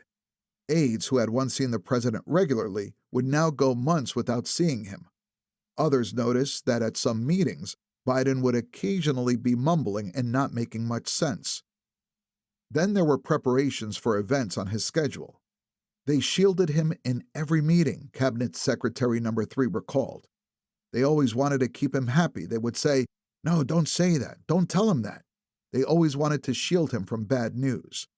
And now that bad news was about the president himself, about his deterioration, the staff did him wrong, Cabinet Secretary Number 3 said. If you were with him every day and you knew this was a problem, why didn't you go to him and say something? It was a question that some in the White House, subordinate to the Politburo, would also voice, but only later and only privately. The State of the Union. The State of the Union address on March 7th had become politically important to Biden in ways that such speeches rarely are.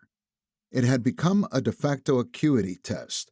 What Biden said mattered less than how he said it. Biden's team knew it and escaped to Camp David, where he could rest and rehearse as aides frequently brought him tea for his weak voice. The prep worked, and Biden quieted his doubters with a fiery, energetic speech. His address was not only competent, but also included a number of folksy ad-libs and one that could even be called agile. "We have two ways to go," Biden said midway through the speech. "Republicans can cut Social Security and give more tax breaks to the wealthy. I will—" Republicans in the House chamber began booing and raising. "That's the proposal," Biden playfully protested, referring to a plan floated by a Republican senator that his GOP colleagues treated like nuclear waste. The hooting continued. "Oh, no?" Biden added. "You guys don't want another $2 trillion tax cut?" He smiled. He was having fun. "I kind of thought that's what your plan was," Biden said, relishing the moment. "Well, that's good to hear. You're not going to cut another $2 trillion for the super wealthy. That's good to hear." It was clever and nimble. By 2024, aides likened the president's public appearances to holding a time bomb. Every time Biden was in front of cameras, aides knew there was a chance that that bomb could go off. But that night, as the president walked off the dais, he was swarmed by praiseful House Democrats. "You're on fire," said Texas Congressman Henry Cuellar. "Nobody's going to talk about cognitive impairment now," chimed in New York Congressman Jerry Nadler. "I kind of wish sometimes I was cognitively impaired," the president joked. "Has anyone seen Sleepy Joe Biden?" wrote USA Today's Rex Hupke. "I was told the current president is a dementia-addled fool, incapable of completing a sentence. But there was a guy standing in his place giving Thursday night's State of the Union who was fiery, direct, sensible, and a far cry from sleepy." But in the scrum, Congressman Mike Quigley, who hadn't been this close to Biden since they were in Dublin almost a year before, put his hand on the president's back. He could feel his ribs and his spine. It was like touching Mr. Burns from The Simpsons. The president's voice was soft and breathy. His eyes were darting from side to side. It again disconcertingly reminded Quigley of his late father. In the hours following that address, White House aides noted the immediate return of old Biden, the one Biden aides had been trying to obscure. The president gave a rambling rah-rah speech to senior aides that stood in stark contrast to the forceful one he had just given to the country, and they saw him continue to devolve from there. In the East Room of the White House, high schoolers from the U.S. Senate Youth Program were waiting to see the president. The First Lady came in first to briefly speak to the students, who were standing on risers at the back of the room. There was palpable excitement, with whoops and cheers from the students. But the Biden who walked in wasn't the man many had just seen on TV. Standing alone in the middle of the room and addressing the students, Biden launched into a confusing story about getting into politics. Before he finished that yarn, he launched into another, and then another. Biden had been borderline yelling during his State of the Union, and now people just feet away were straining to hear him. On one side of the room was Anthony Burnell, and on the other was one of Biden's granddaughters. As the president rambled, Burnell and Biden's granddaughter began inching closer and closer to him until they were finally right next to him. When his granddaughter attempted to coax him upstairs to see the First Lady, Biden began telling another story, this one about his granddaughter. Burnell also made an attempt to usher him away. No luck. One of the students later recounted that when Biden spoke with us after his address, I felt a strange pang of surprise. He was strikingly human. To some Biden aides, this was just another example of Biden rambling and spending extra time with people for what was supposed to be a photo op. But others who didn't regularly see Biden up close were disturbed. One White House aide left the East Room and strode back through the White House, where other aides were still high-fiving and celebrating the positive reviews from Biden's energetic State of the Union speech. That White House aide couldn't help asking themselves what on earth they had just seen. This isn't going to work, they thought. He can't do it. This is crazy, crazy, crazy. Bill Daley Part 2.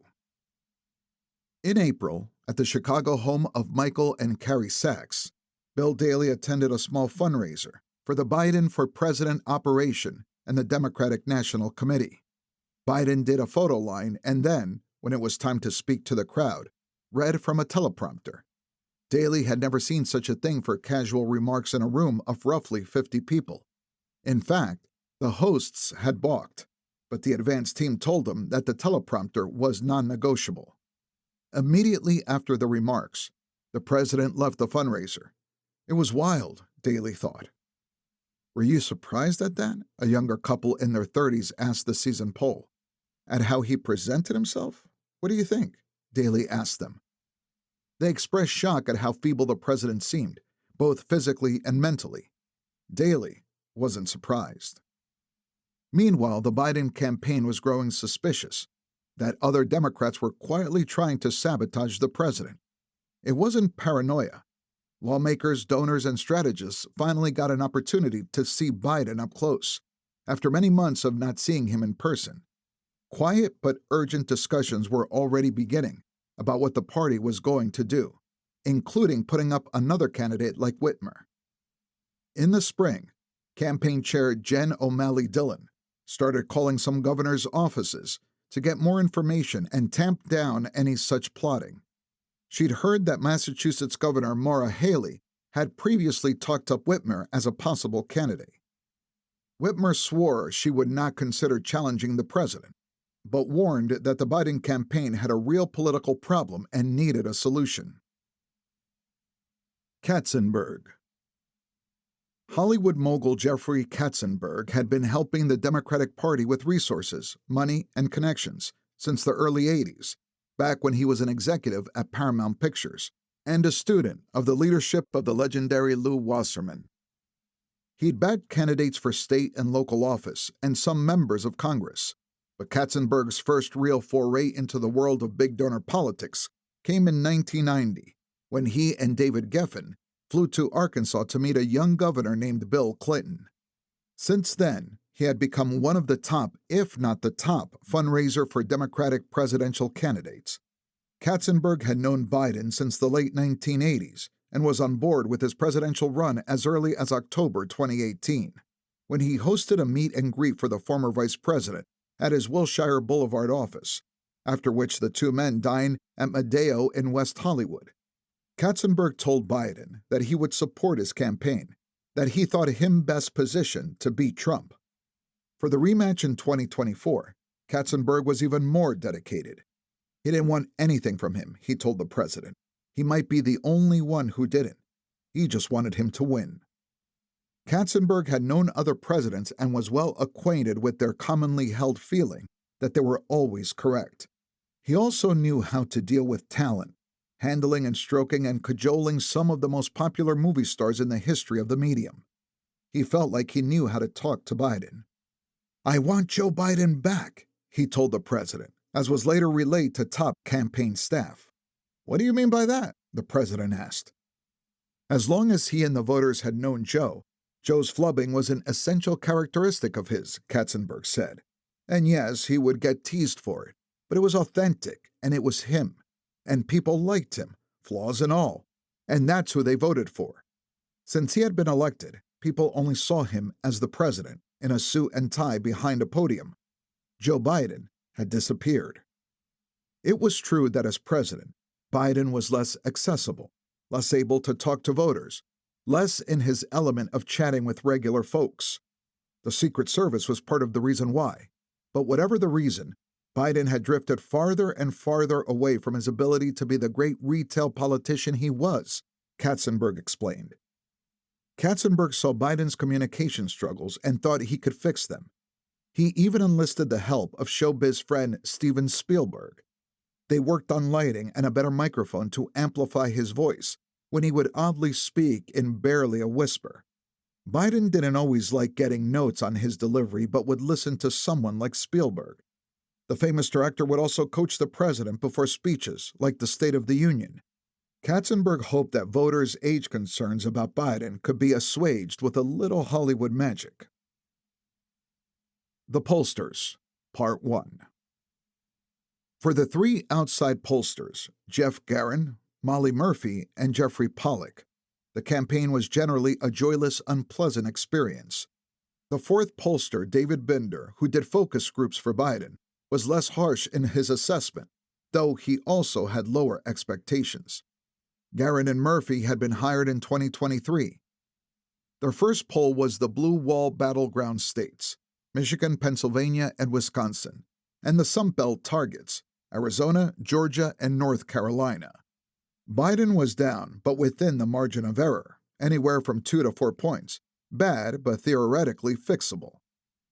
It would prove, however, a remarkable static race. Bad news would come and the numbers wouldn't change that much, nor would they budge much when good news arrived. Whether hit with the damning Her report or the decent State of the Union performance, the numbers were immovable. Voters knew a tremendous amount about both Trump and Biden, and everything seemed baked in.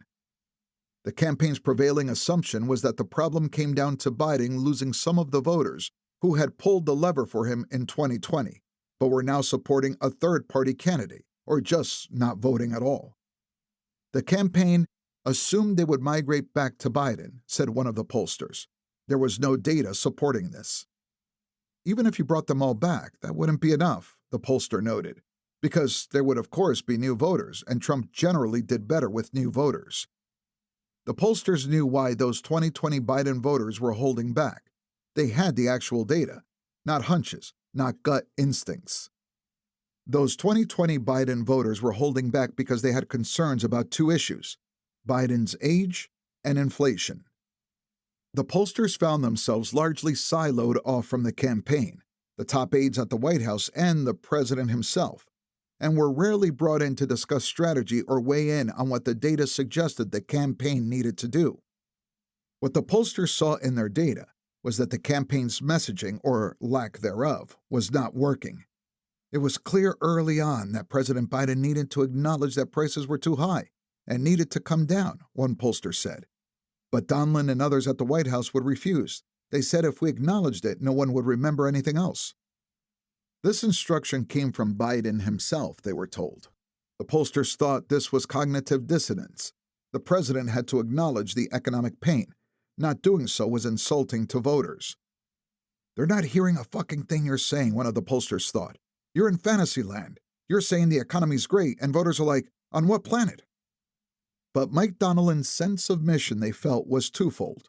One, make the case that Biden was a historically great president, and two, convincingly tell the story of how the country was much better off than it thought it was. This was the exact opposite, the pollster knew, of what Obama had done in 2012. When Obama ran for re-election, he didn't effusively praise the economy, and he certainly wouldn't have pushed anything as tone-deaf as Bidenomics, as Biden was doing, following a period in which inflation had peaked at 9.1%. Obama's message had been that he understood why people remained unhappy with the economy, that it was getting better, but much work remained to be done, and he just needed more time. Voters bought it. Then there was that other major concern. From the very beginning, voters were saying that Biden was too old, whether in open-ended poll question or focus groups, smaller interviews and discussions with voters, run by Bender. Bender worked for the DNC and then as a consultant to the campaign, and from late 2023 through 2024, he conducted focus groups. There hadn't been one where Biden's age didn't come up.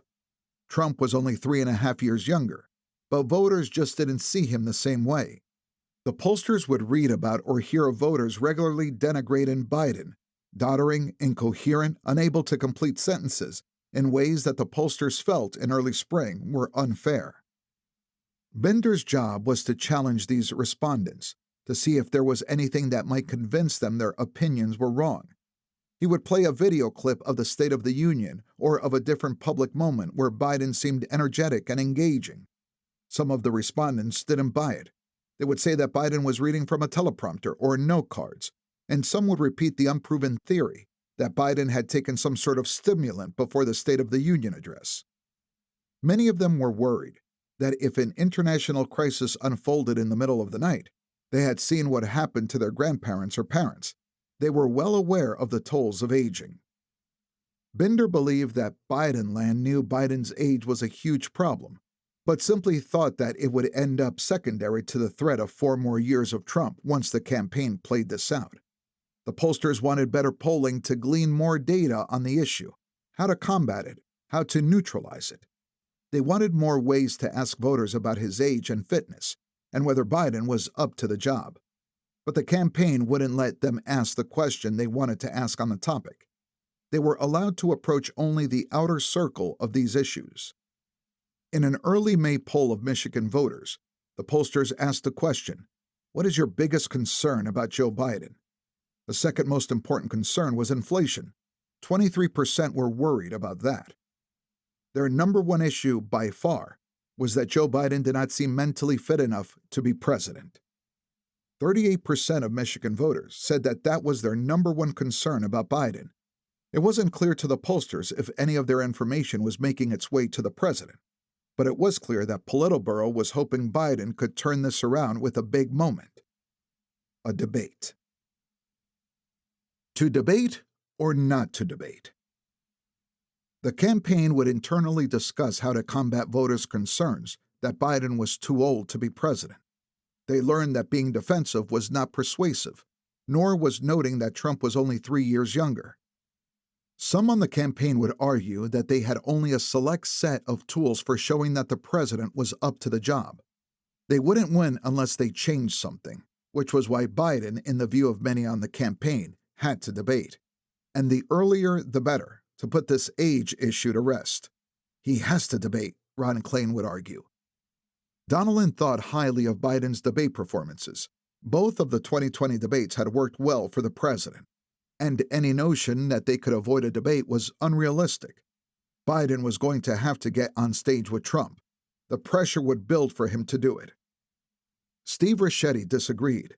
The impact on polling was limited. Biden had destroyed Trump in both 2020 debates, he thought, and hadn't gotten much of a bump. Then there was the Trumpness of it all. A candidate just didn't get a whole lot out of debating Trump, Ricchetti believed. Even if you were beating his ass, you would lose part of your soul in that debate. Trump was such a pathological liar that it was hard for anyone to maintain the nature of what they imagined themselves to be. Trump always took you down with him.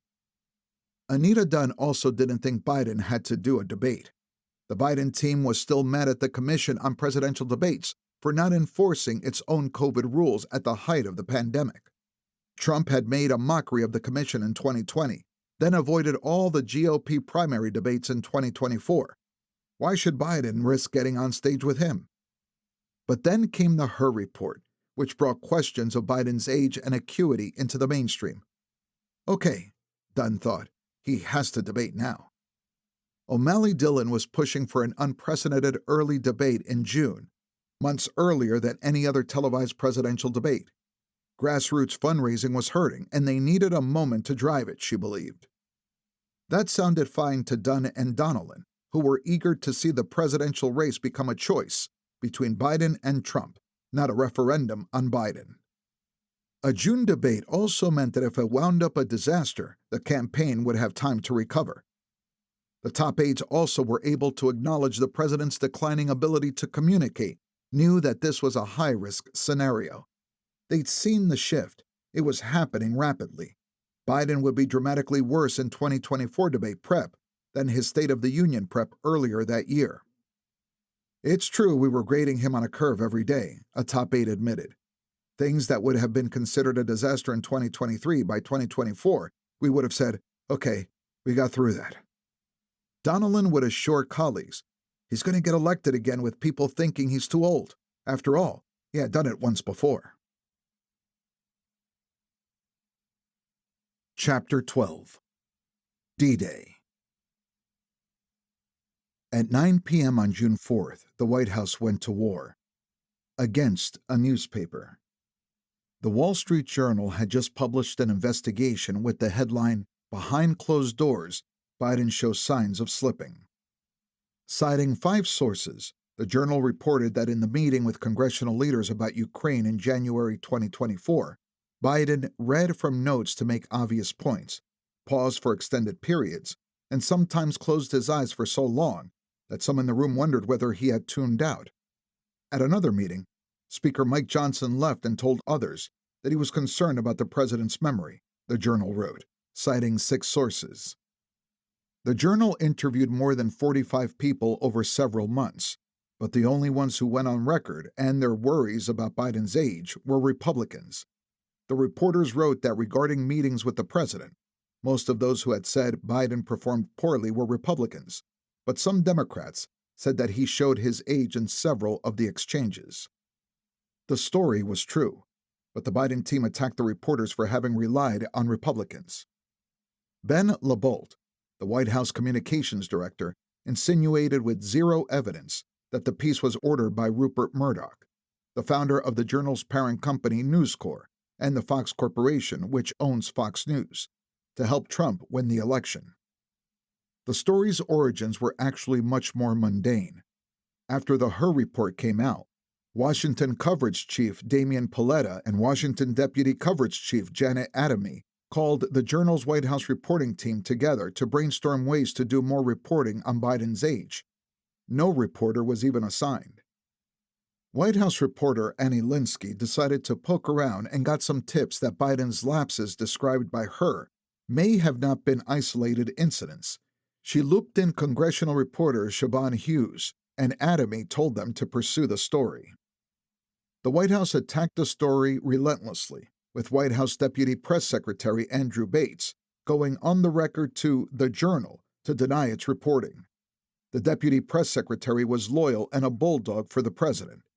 He would internally push colleagues to tell reporters that Biden was as sharp as ever, requests they feared turning down in case they could be labeled as disloyal. Progressives and Biden supporters in the news media also openly bashed the Journal's reporting. They were even more out there than some Biden aides, who internally started declining Bates' internal request to vouch for the president's acuity. Access was so limited, how could they honestly say that Biden was fine when they hadn't seen him? Some of Bates' colleagues believed that Biden's inner circle took advantage of his loyalty and told him to deny things they knew were true. He, along with most of the press team, rarely met with the president and didn't have first-hand knowledge of the president's wherewithal. They relied on senior staff for answers. Still, risking his own credibility, Bates willingly became the White House tip of the spear when it came to fighting off any reporting on Biden's acuity. Weeks before the Wall Street Journal story was published, a reporter with a different national news outlet had been hearing from White House aides that behind the scenes the president was having serious and disturbing moments, forgetting names and facts, sometimes seeming seriously confused at meetings. The reporter reached out to members of the White House press office, which not only aggressively and angrily disputed her reporting but also took the unusual step of having Steve Ricchetti call her. He talked to her off the record, so she couldn't use any of what he said or even attribute it to a White House source. But he told her that what the others were saying was wrong, and that he was at the meetings as a counselor to the president. The message from the White House was clear, this reporter believed. If she went forward with the story from anonymous aides, the White House would aggressively dispute it, on the record, and portray her as a liar. She chose not to publish. Normandy. Biden's deterioration may never have been so obvious before a global audience as it was during the D-Day commemoration in June. Members of Congress who'd flown to the event in Normandy were filled with pride as they watched the surviving D-Day veterans, some in wheelchairs, some walking, come out before the crowd. The president followed. One House Democrat was shocked. Biden looked frailer and was shuffling more than many of the World War II veterans who were nearing 100. There was another odd moment where Biden, while in the midst of sitting, froze for a second while his Secretary of Defense was being introduced. It appeared he'd made the calculation that the physical difficulty of standing up and then sitting back down wasn't worth it. Hence, he froze in place. Watching the enfeebled U.S. president next to the charismatic, energetic French leader, Congressman Seth Moulton, a U.S. Marine Corps veteran and Massachusetts Democrat, felt embarrassed as an American. The president was supposed to meet the U.S. congressional delegation about 50 or 75 yards away from the main stage for a photo. Moulton watched several D-Day veterans, well into their 90s, walk the distance. Biden was driven. Biden got out and spoke so quietly that it was tough to hear him. He made eye contact with Moulton. The congressman's heart sank as he realized that this man, with whom he thought he had a long-standing personal relationship, didn't recognize him at all. He wasn't the only one. The president of France took it all in. Guests overheard Macron say that he was gêné on Biden's behalf. Embarrassed. A French press aide reflectively denied to us that he had said this. One aide to a European leader said his boss had been watching this happen for some time. At the United Nations General Assembly in September 2022, the aide saw Biden before he went to speak. He had to be guided and told where to go, the aide recalled. Go left, go right, watch out for your feet. This wasn't a problem when Biden participated in phone conversations with his European counterparts, because those events were fairly scripted, and Biden was decent when given what to say. But in the longer conversations that relied on a thought process, that's when it was hard, the aide to the European leader told us. During the Normandy trip, Biden sat down with ABC's World News Tonight for a rare interview. Some staffers who didn't regularly have access to him were alarmed as they helped with the preparations. I was shocked, but the other people around him didn't seem to be, so I didn't say anything, one said. Another grimaced while watching Biden's responses. His eyes were barely open, and he seemed older than ever. Near the end of the interview, anchor David Muir asked Biden about Hunter's ongoing trial. Have you ruled out a pardon for your son? He asked. Yes, Biden said. He hoped it would never come to that. What a guilty verdict might mean to Hunter's survival was too horrible to contemplate. Chapter 13. The Verdict. Some close to the president would tie his stages of deterioration to moments involving intense stress. They would point to two moments in particular. The first was when Hunter's plea deal fell apart in July 2023, and the risk that he could be sentenced to prison became very real. Then came the second in 2024, when Hunter was put on trial. Throughout the first week of June, practically the entire Biden family sat front row at the Wilmington Federal Courthouse. Jill, Val, Jimmy, and Ashley all watched as their family's darkest secrets were aired before the world. Biden's own Justice Department compelled Beau's widow, Hallie Oliver Biden, and Hunter's ex-wife, Kathleen Buell, to testify against a member of the president's family. Hunter's team called Biden's granddaughter to the stand, only to see her humiliated. And a hometown jury in Delaware, where Biden had served as senator for 36 years, unanimously convicted his son after just 3 hours of deliberation. Biden's top aides believed that the trial would exact a toll on the president and cause real psychic damage. Biden felt guilty and believed that the case never would have been brought had he not run for president. After Beau's death in 2015, Biden desperately and understandably clung to Hunter. He would privately refer to him as my only living son. But Biden aides felt that Hunter manipulated his father's blind love for his own aims. The president struggled to say no to Hunter. Aides felt that he had tragically become Hunter's chief enabler, part of the reason why the family was now gathered in the courthouse. The president had offered to testify at the trial. It would be an event without much or perhaps any precedent. A sitting president taking the witness stand in a case involving his own son. Biden repeatedly brought up the idea. Even the weekend before the trial began, Biden again offered to testify or come to court, despite his packed schedule. Putting a sitting president on the stand carried risks, of course. Biden's presence in the courtroom could be read wrongly by the jury as a heavy-handed play for sympathy. Prosecutors, as evident by their pre-trial filings and arguments, were not worried about sparing the Biden family from embarrassment. That wasn't their job. The First Lady also offered to testify, but she had not witnessed as much of Hunter's downturn in 2018. Her testimony would be less useful. To ensure that she could be in court for as many days as possible, the First Lady left the D-Day commemoration events early to fly to Wilmington, then back to Paris a day later, an exhausting round trip, mostly taxpayer-funded. The facts of the case were pretty straightforward. In October 2018, Hunter bought a gun and, on the federal form, marked that he was not a drug user. He kept the gun for 11 days before Hallie discovered it, panicked, and then threw it in a grocery store trash can, where it was discovered.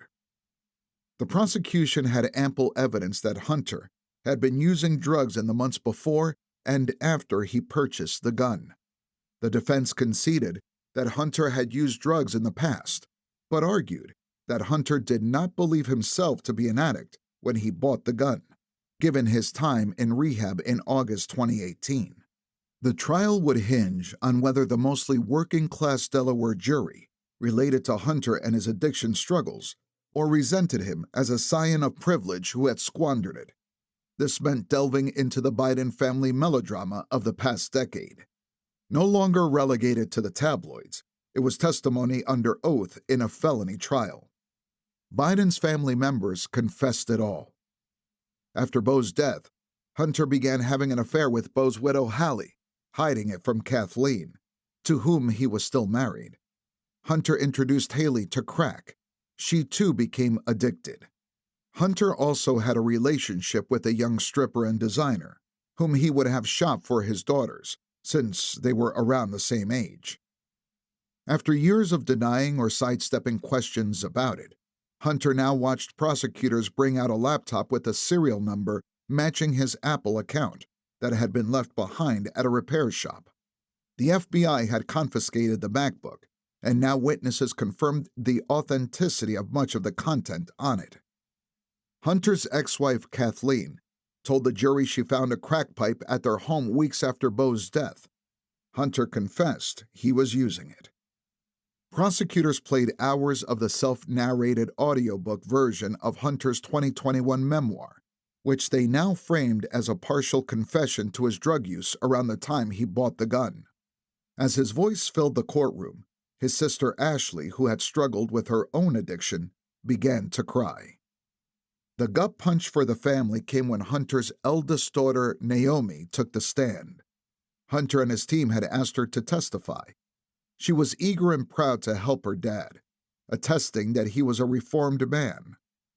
She testified about visiting her dad while he was in rehab in August 2018. He seemed like the clearest that I had seen him since my uncle died, she said. She also noted that when she saw him in October, soon after he had bought the gun, Hunter seemed great. He seemed hopeful.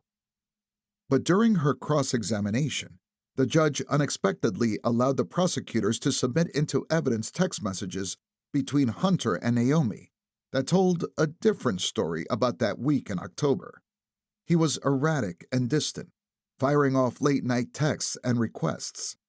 After having trouble setting up a time to meet, Naomi texted Hunter, "So no, see you?" Prosecutors read her next message aloud. "I'm really sorry, Dad, I can't take this. I don't know what to say. I just miss you so much. I just want to hang out with you." Grilling her about the days she wanted to see her dad, prosecutors asked, "Did he tell you he was meeting with someone named Frankie?" "I don't remember," she said, flustered. "Did he tell you that he had Frankie come to his hotel room?" they pressed. A previous witness had referred to a dealer named Frankie. "No, I don't remember," she said, her voice cracking. "Did he tell you he had given someone named Frankie an access code to his Wells Fargo account?" they asked. Naomi, holding back tears, managed to give a weak, "No." She left the courtroom and walked briskly to her holding room. Afterward, Biden's family and many friends packed into Hunter's holding room, trying to come to grips with what had just happened. Hunter's defense, such as it was, rested. Hunter's closest friends and many in the family had been hopeful. Hunter's friend Kevin Morris, who had paid off Hunter's unpaid taxes, confidently told Alex in the courtroom that they were going to get a not guilty verdict. This is Delaware. Surely a local jury wouldn't convict a favorite son after he cleaned up his act, especially since the crimes carried a maximum sentence of 25 years. Hunter's legal team was more clear-eyed. An acquittal was likely impossible. Beyond the facts of the case, the jury instructions were not in their favor, and the judge had barred them from calling certain witnesses, such as an addiction expert. Their best hope was a hung jury. The jury delivered a guilty verdict on all 3 felony counts. It happened so fast that the First Lady and the President's sister, Val, weren't close enough to make it back for the reading of the verdict. Hunter took the news stoically and then tried to rally his stunned family. After the verdict was handed down, the President made an impromptu trip to Wilmington and tightly embraced his son on the tarmac. He wanted to make sure Hunter knew that he was still proud of him. They both knew it wasn't over. A second trial was coming in September. This one, a tax trial in California, centered on Hunter's failure to file and pay taxes during his addiction years. The special counsel's team was ready to subpoena all of Hunter's adult children and London Roberts, as well as Kathleen and Hallie again. Hunter felt that the trial was designed to humiliate him and the President's family. His supporters in the Democratic Party and in the media described the case as if it were merely about being late on his taxes, but it was much tardier than that, with Hunter at times earning money by cashing in on the family name and allegedly hiding this money from not only the government, but also his ex-wife, to whom he owed alimony. He instead spent it on drugs, escorts and girlfriends, luxury hotels and rental properties, exotic cars, clothing, and other items of a personal nature. In short, everything but his taxes, according to the indictment. One could only imagine the impact this would have on the already devastated president. Handling the competing stresses of family scandals, presidential duties, and a troubled campaign would have been an extraordinary challenge for someone at the peak of their powers. A fourth cabinet secretary with whom we spoke saw Hunter's June 2024 trial and conviction as akin to a 500-pound weight dropping on the president's head. Cabinet Secretary number 4 thought that the most precipitous moments of decline for the president came during the turmoil surrounding Hunter, the plea agreement blowing up the previous summer, and now this? Understandably, Biden had been intensely preoccupied with his son's fate. To anyone around the president, the impact was real, as were his fears he could lose a third child. The duties still called. The day after Hunter's guilty verdict, Biden was on a plane to Italy for the G7. After that, he would head to Los Angeles for the biggest Democratic fundraiser in history. George Clooney, Part 1. George Clooney first met Biden when he was the top Democrat on the Senate Foreign Relations Committee. Starting in 2006, Clooney became a credible voice against the atrocities in Sudan, testifying before the UN and lobbying President Obama and Vice President Biden on the matter repeatedly. By 2024, the actor had known the president personally for almost 20 years. Clooney had last seen Biden on December 4, 2022, when the megastar was with his wife Amal in D.C. to be celebrated at the Kennedy Center Honors. Biden seemed older, sure, but in the East Room of the White House at the reception of the honorees, the president was playful and seemed cogent enough. "We see Amal Clooney's husband," the president said to laughter. Yes, he was reading from prepared remarks, but far be it for an actor to take issue with someone reciting lines. Mentors. He mentors those historic kids from Parkland on their march and their lives against gun violence, Biden said, stumbling a bit. "I met with every one of those kids, and they really appreciate what you did, George. Not a joke." In February 2024, Clooney had thought the Her report mean-spirited, and when Biden gave a rousing State of the Union address in March, he thought to himself, "Way to go, Mr. President."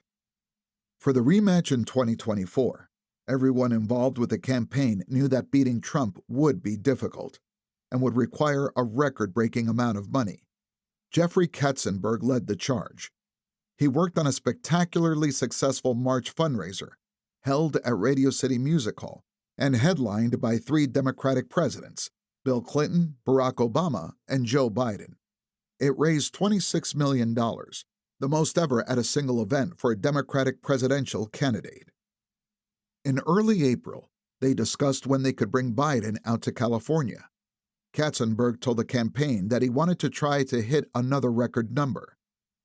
Katzenberg had learned over the years that there was a cadence in terms of how many times they could ask folks for money. He knew they could get a bite at the apple in the summer, and then one last one on the other side of Labor Day. Katzenberg and Clooney were pals, and they had a long, successful history of doing these events, breaking records for Obama with a nearly $15 million event at Clooney's Studio City home in May 2012, organizing 2 events for Hillary Clinton in 2016, and raking in more than $7 million in a July 2020 Zoom fundraiser in which Obama stumped for Biden. In 2024, on a rainy Easter in France, Clooney heard from Katzenberg, who made an ask, a fundraiser in June. But Clooney was going to be in London and Tuscany, acting in a big project for Netflix. Clooney looked at his calendar. There was one possible window. It would be brutal, though. He'd need to fly into Los Angeles from Tuscany, do the event, and then leave that night for Rome before the fundraiser was even over. I can do one night, Clooney told Katzenberg. Great, Katzenberg said. Let's call Julia and see if she'll do it with me, Clooney said, referring to Julia Roberts. He texted her immediately. Katzenberg had been head of Disney when Roberts was cast in the role that made her a superstar. In Pretty Woman, he reached out to her too.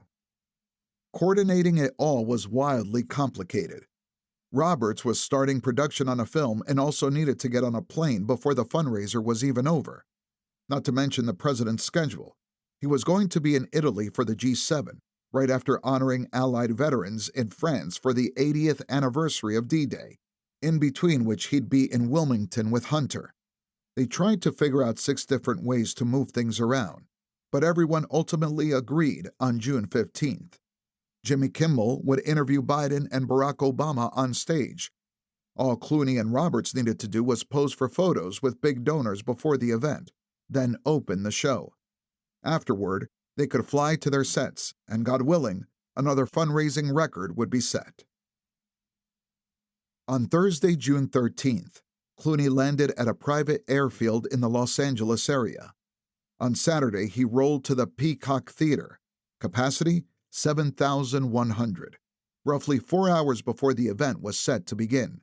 He and Roberts had literally hundreds of photographs to take with the thousands of attendees whose perks depended upon their contributions, from $250 to $500,000. The event would once again set a record as the biggest fundraiser for a Democrat in American political history, raising more than $30 million. Before Kimmel, Obama, and Biden hit the stage to toss bonzmots back and forth in a cozy Q&A, a smaller series of private receptions were held, with photo lines and free-flowing booze and hors d'oeuvres.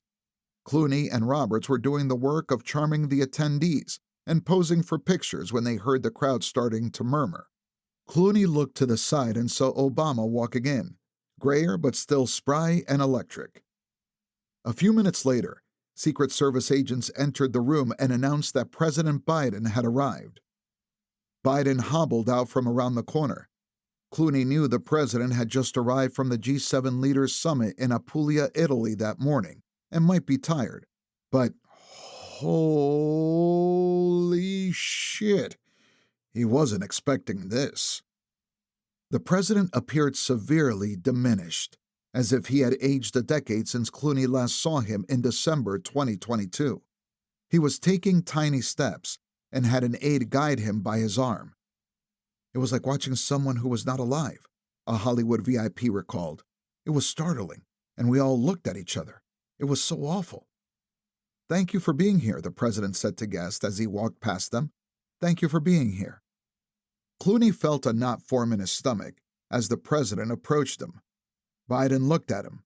"Thank you for being here," he said. "Thank you for being here." "You know George," the assisting aide told the president, gently reminding him who was in front of him. Yeah, the president said to one of the most recognizable men in the world, the host of this lucrative fundraiser. "Thank you for being here." "Hi, Mr. President," Clooney said. "How are you?" the president replied. "How was your trip?" Clooney asked. "It was fine," the president said. It was obvious to many standing there that the president did not know who George Clooney was. "It was not okay," recalled the Hollywood VIP who had witnessed this moment. That thing, the moment where you recognize someone you know, especially a famous person who's doing a fucking fundraiser for you, it was delayed. It was uncomfortable. George Clooney, the aide clarified for the president. Oh, yeah, Biden said. Hi, George. Clooney was shaken to his core. The president hadn't recognized him, a man he had known for years. Clooney had expressed concern about Biden's health before. A White House aide had told him a few months before that they were working on getting the president to take longer steps when he walked, but obviously the problem went far beyond his gait. This was much graver. This was the President of the United States? Clooney was certainly not the only one concerned. Other high-dollar attendees who posed for photographs with Obama and Biden described Biden as slow, almost catatonic. Though they saw pockets of clarity watching him on television and on stage later that night, there were obvious brain freezes and clear signals of a mental slide. It was, to some of them, terrifying. Obama was there for the fundraiser, and he didn't know what to make of how his former running mate was acting. At one point, in a small group of a few dozen top donors, Biden began speaking, barely audible, and trailed off incoherently. Obama had to jump in and preside. At other moments during photos, Obama would hop in and finish sentences for him. The former president decided that the fault lay with Biden's busy schedule. The man was 81, and he had flown from Normandy, France to Delaware, then back to Italy, and then to California in just 10 days. The time zones were difficult enough, but this was a rough itinerary. Obama put it down to a bad scheduling decision by Biden and his staff. It was a consistent theme in his conversations with Biden. He was a bit protective. "Why are you doing 10 hours of a photo line at the holiday party?" Obama would ask him.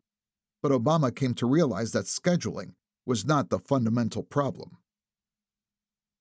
As he and his wife Emily pulled up to the event, Obama's former chief speechwriter Jon Favreau didn't know which Joe Biden was going to show up that night.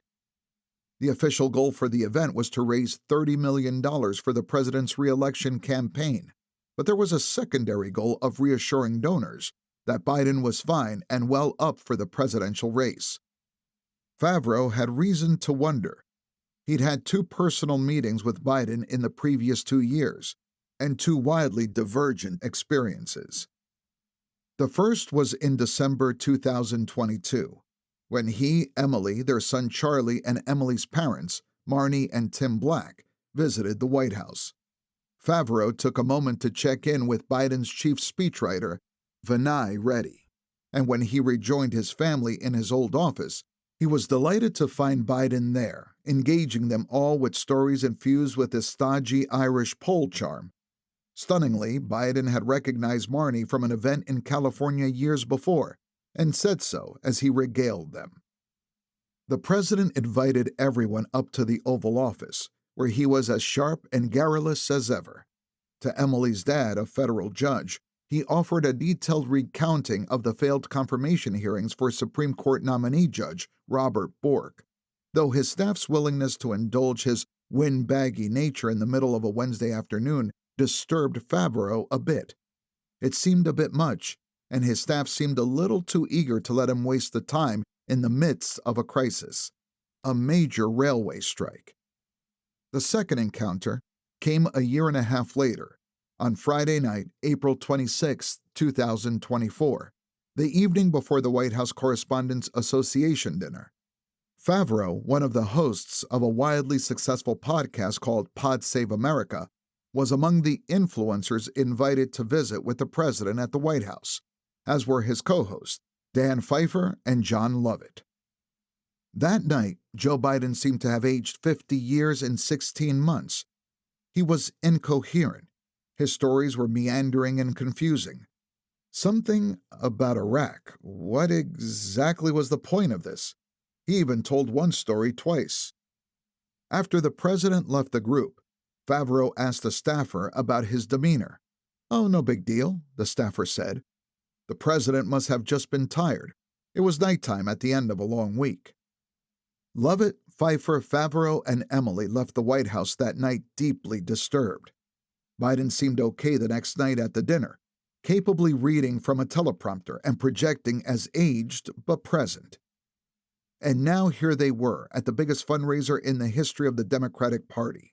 Yes, Biden would be helped by the presence of the younger, more charismatic Obama and Kimmel on stage with him, but they could only hide so much. The Favreaus weren't ponying up $500,000 for the meet and greet. They would just sit in the audience and watch the show, and hope and pray. And then came the event. Jimmy Kimmel, 56, Barack Obama, 62, and Joe Biden, 81, came on stage, all in dark suits, white shirts, no ties. Kimmel sat on the left, Biden in the middle, Obama on the right. The late-night comedian rattled off Biden's accomplishments and quipped, "Not bad for Sleepy Joe," reclaiming Trump's nickname for the president. Some attendees later expressed concern about how Biden seemed on stage. The event was just half an hour or so, and the questions were friendly. Many in the audience were surprised by the president's apparent diminishment, his quiet and frail presentation, his inability to develop a strong, convincing sales pitch. Some of his answers were downright confusing. When the event ended, the three men stood. Kimmel and Obama began to walk off stage, but Biden walked to the edge and stared blankly into the crowd. Obama walked back and grabbed Biden's arm, then guided him backstage. He later explained that he just wanted to get the hell out of there, but he didn't want to leave Biden alone up on the stage. Biden folks insisted that the president was just basking in the glow of a supportive audience, and they called clips of the very real moment cheap fakes, a term for video content that has been deceptively edited or taken out of its full context. But even some supporters present in the arena wondered what was going on. "He doesn't look like he knows where he's supposed to go," thought New Hampshire Democratic Congresswoman Annie Kuster, sitting in the audience with California Congresswoman Julia Brownley. They'd seen him backstage, and Kuster could tell it was a struggle for the president to engage. It reminded her of being with an aging grandparent, worryingly thinking, "Oh my gosh, what's going to happen next?" In the audience, Emily couldn't believe how awful Biden seemed. "I want to make everyone stay in this theater and say no one is going anywhere until we have a plan because this can't be it," she said. To her, it had been a complete disaster, and she hadn't even seen what happened backstage. Custer had already reached the conclusion that there was no scenario in which Biden would make it through this campaign. She turned to Brownlee. "We can't go out there and campaign for 4 more years," she said. "That's just not tenable." That same night, in New York City, Senate Majority Leader Chuck Schumer was at a wedding. He had jitters about the upcoming debate. Sometimes the president would call him and forget why he'd call. Sometimes he rambled. Sometimes he forgot names. Schumer publicly insisted he wasn't concerned about Biden's acuity, but privately, he conceded he was worried about the optics. Biden talked sluggishly. His voice was not just slower, but oddly quieter, like that of Schumer's mother who had Parkinson's. His gait was slower, too. Schumer was concerned about the president's electability. He talked about it with his staff, but he felt that he had to keep a close circle. If he talked about his worries with Obama or Jeffries or Pelosi, and it got out that they were discussing whether Biden was too old to run, that would make it even harder for him to win. At the wedding, Schumer was discussing his concerns and the fact that the debate was so early, just 12 days away. "If things go south at the debate, it might change things," Schumer later recalled having said. The early date gave Democrats some time. Another guest at the table recalled Schumer saying that, "If things go south at the debate, me, Barack, Nancy, and Hakeem have a plan B," though Schumer later would deny it. Immigration Event. The White House hosted an immigration-themed event on the afternoon of Tuesday, June 18th. At one point during the event, Biden spoke, reading from a teleprompter, and had some sort of glitch. "Thanks to all the members of the Congress and Homeland Security, Secretary, It was possible that Biden had forgotten the name of Homeland Security Secretary Alejandro Mayorkas, but it's difficult to specifically assess what was going on at that moment. For 3 seconds, He was mumbling incoherently, alarmingly. To some expert physicians with whom we spoke, the moment looked neurological in nature, a lost train of thought and difficulty figuring out what to say next, an attempt to cover it up by mumbling and trying to retrieve the lost information. "I'm not sure I'm going to introduce you all the way," he said to nervous laughter. "But all kidding aside, Secretary Mayorkas as well as Secretary Becerra and advocates and families for law enforcement, faith leaders, everybody who's here." As he sat in the front row at the event, Colorado Democratic Senator Michael Bennet considered what Biden's age likely meant when it came to the issue of immigration.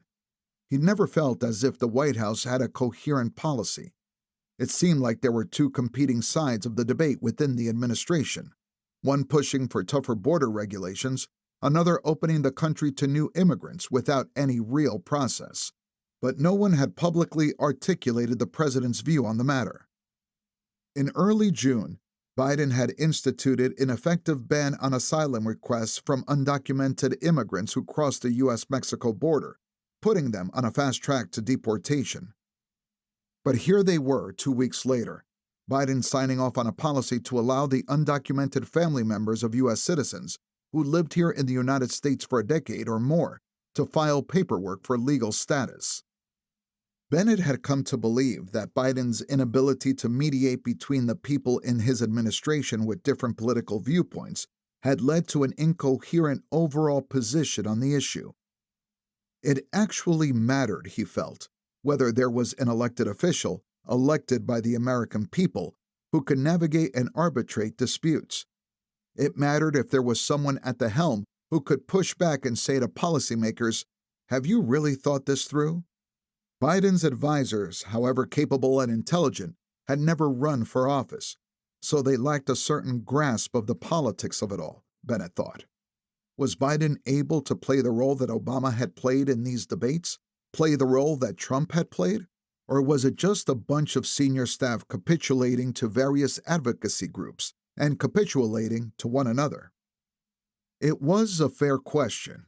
After all, as one senior administration official recalled, there was a plan from day one of the administration to crack down on the southern border, to send U.S. Border Patrol agents and immigration adjudicators to deal with undocumented immigrants, to build more facilities so that they could be processed and either deported or sent to the proper place as soon as possible. But that plan disappeared, the official told us, and immigrants were instead released into the country immediately pending immigration hearings months or even years later. What had happened? One cabinet secretary believed that Biden's limitations had given his aides more power to steer the administration.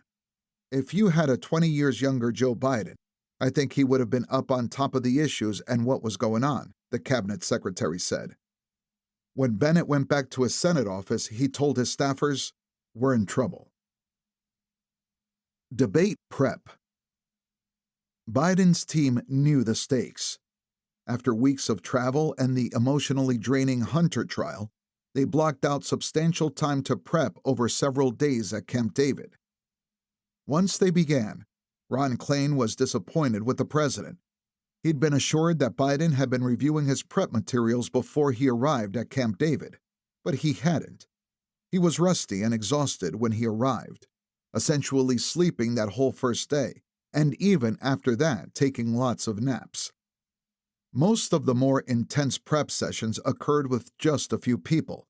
Klain, Steve Ricchetti, and Bruce Reed often conducted prep sessions with Biden at his cabin.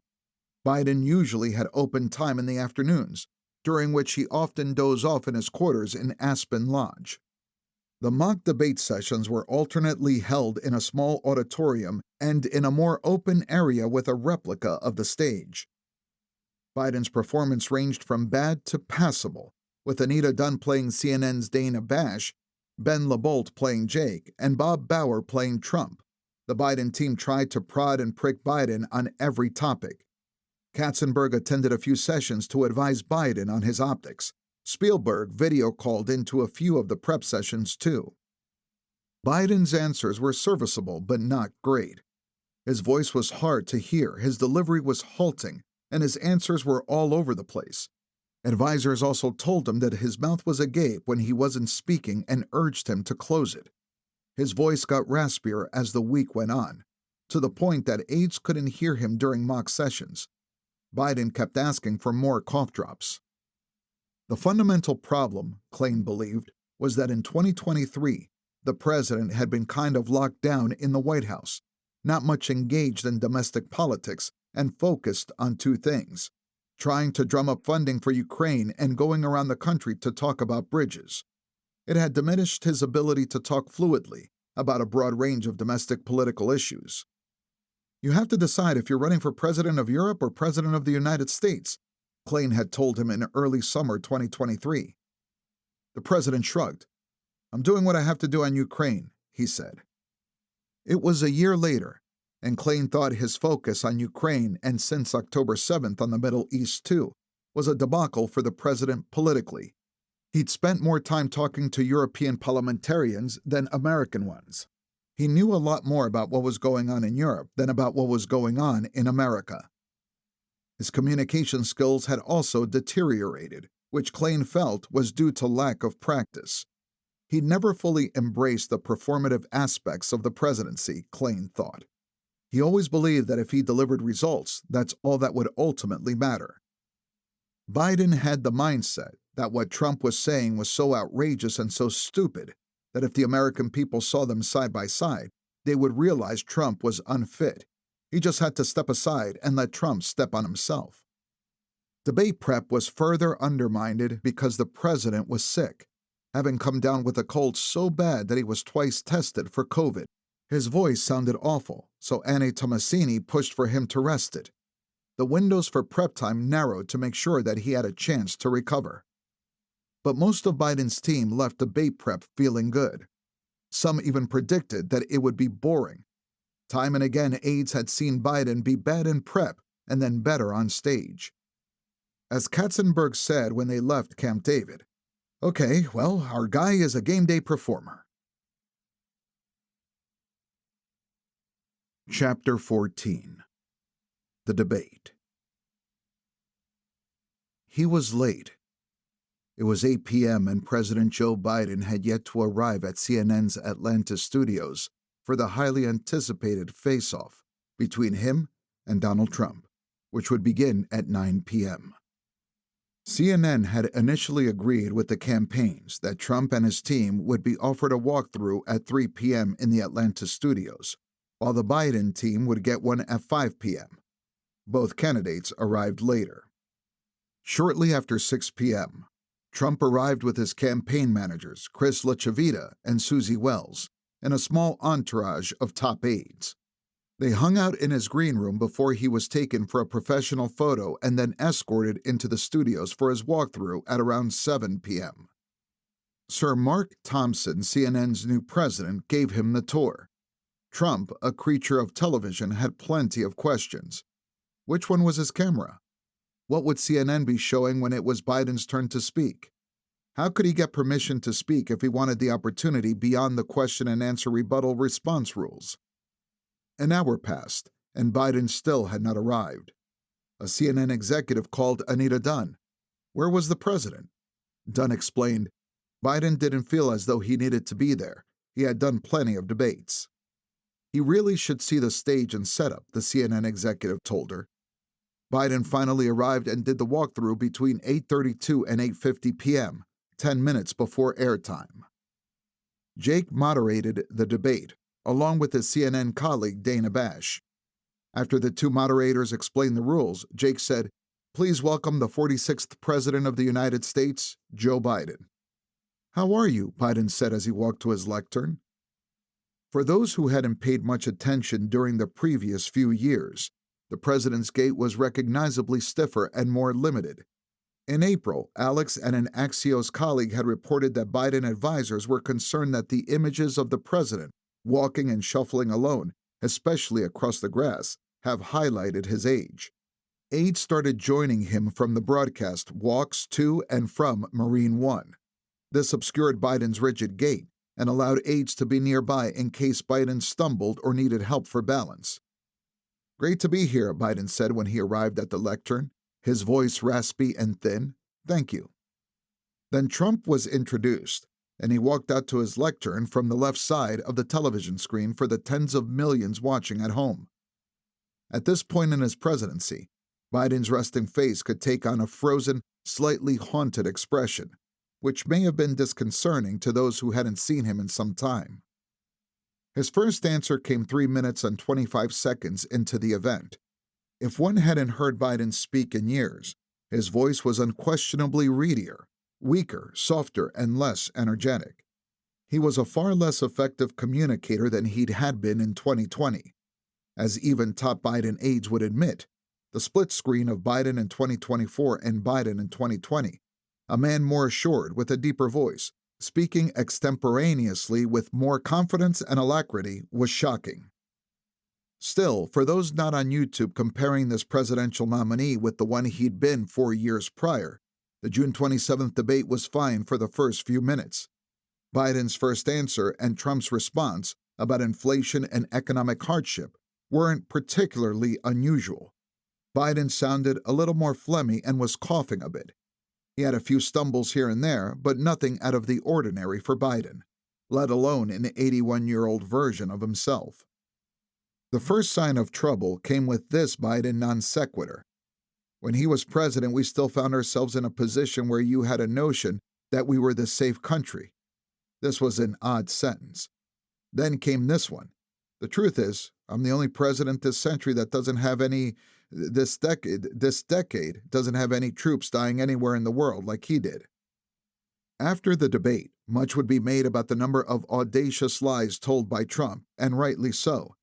Trump falsely claimed he had the greatest economy in the history of our country, continued to mislead the public about undocumented migrants being sent to the U.S. from South American asylums and prisons, and lied about January 6th, describing it as a relatively small number of people that went to the Capitol and in many cases were ushered in by the police.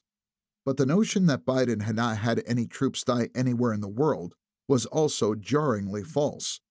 Beyond the 13 U.S. service members killed during the chaotic withdrawal from Afghanistan, 3 U.S. service members had been killed by Iranian-backed terrorists during a drone strike on a U.S. outpost in Jordan in January. In a separate incident that same month, 2 Navy SEALs had died during a military operation in which they attempted to board an unflagged ship off the coast of Somalia. The split screen of the debate didn't benefit Biden, who looked pale and considerably older than his 3 years younger opponent, and whose slack-jawed expressions and undetermined stare at the floor in front of him suggested that he wasn't even aware he was on camera for the entire 90 minutes of the debate. Critics can sniff at the superficialities of such matters, but television is a visual medium, and voters make decisions based on a host of factors. Presidents from Kennedy to Reagan to Clinton to Obama to Trump have taken such communications issues seriously. Still, the debate up to that point had been standard, relatively, with both men taking shots at the other's economic records and more. Asked about Trump's record on the deficit and national debt, Biden had the facts and figures at hand. He had the largest national debt of any president for a year, period, number one. Number two, that $2 trillion tax cut benefited the very wealthy. It was just over 11 minutes into the debate. After warding off a stammer, the president then started to wobble a touch on the data, though he was able to correct himself. Trillionaires, I mean billionaires, 24% or 25%, $500 billion. This led to the first sign that things were going really wrong. The transcript doesn't do justice to this difficulty finding the words. His facial expression as he closed his eyes to root around for what he was trying to say. We'd be able to wipe out his debt, Biden said. We'd be able to help make sure that all those things we need to do. This seemed a holding pattern clause as he grasped for the list of priorities. Childcare, elder care, making sure that we continue to strengthen our healthcare system. His face betrayed a struggle here. Making sure that we're able to make every single solitary person eligible for what I've been able to do with the COVID. With dealing with everything we have to do with. He made some guttural sounds. The moderators had iPads to communicate with the control room. Jake wrote, "Holy smokes." The president was really having trouble accessing the right words he needed to communicate, relying on placeholders such as, "all those things we need to do," and "eligible for what I've been able to do with." "Look," he said, making the guttural sounds again, "if we finally beat Medicare," he said. Biden had reached his time limit, so Jake thanked him and threw it to Trump. Dana wrote something down on a piece of paper and passed it to Jake. "He just lost the election." "Well, he's right. He did beat Medicare," Trump said, opting not to raise the issue of Biden's difficulty communicating. "He beat it to death, and he's destroying Medicare because of all these people are coming in. They're putting them on Medicare. They're putting them on Social Security." This being the first presidential election since the U.S. Supreme Court overturned Roe v. Wade with its Dobbs decision, Dana asked Trump whether American women could have access to abortion pills, used in about 2/3 of all abortions. Would he block abortion medication? Trump falsely asserted that the Supreme Court just approved the abortion pill, and I agree with their decision to have done that, and I will not block it. What had happened was that on June 13th, the court unanimously ruled that plaintiffs suing to challenge the FDA's approval of the abortion pill, mifepristone, lacked legal standing to do so. The court did not rule on whether the FDA had the authority to approve the drug. Trump falsely asserted that everybody wanted Roe v. Wade overturned so that states could make their own decisions about abortion rights. Democrats, Republicans, liberals, conservatives, everybody wanted it back, Trump said. This was a subject top of mind for millions of voters, one that had played a major role in the Democrats' better-than-expected showing in the 2022 midterms, and one that the Trump campaign hated discussing, since the GOP's underlying position, opposing legal abortion, was out of step with the majority of the country. Biden campaign aides had been looking forward to the subject as much as they'd been dreading inflation. Trump bragged about appointing the 3 Supreme Court justices who helped overturn Roe v. Wade. Rolling in apace were horror stories about the real-world results of strict anti-abortion laws in states where, either by design or confusion, miscarrying women were denied life-saving care. For any Democratic candidate, this should have been easy. For Joe Biden, it wasn't. "We're in a state where in 6 weeks you don't even know whether you're pregnant or not, but you cannot see a doctor. You have have him decide on what your circumstances are, whether you need help," he said confusingly. Then, for an inexplicable reason, Biden brought up one of the weakest policy areas, the border crisis and the American victims of violence committed by undocumented immigrants. "Look, there's so many young women who have been, including a young woman who was just murdered, and he went to the funeral," Biden said. "The idea that she was murdered by an immigrant coming in, and they talk about that." It was a cringe-inducing reference, at once tragic and bizarre, to the murder of Lake and Riley. "But here's the deal," Biden continued. "There's a lot of young women who are being raped by their in-laws, by their spouses, brothers, and sisters. But it's just ridiculous, and they can do nothing about it, and they try to arrest them when they cross state lines." The horror of rape, the need for women and girls to be able to terminate pregnancies resulting from such acts of violence, was certainly one of the abortion rights movement's strongest arguments. That young women were being raped by their sisters was not. Asked by Dana if he supported any legal limits on how late into a pregnancy a woman should be able to terminate, Biden said, "I support Roe v. Wade, which had 3 trimesters.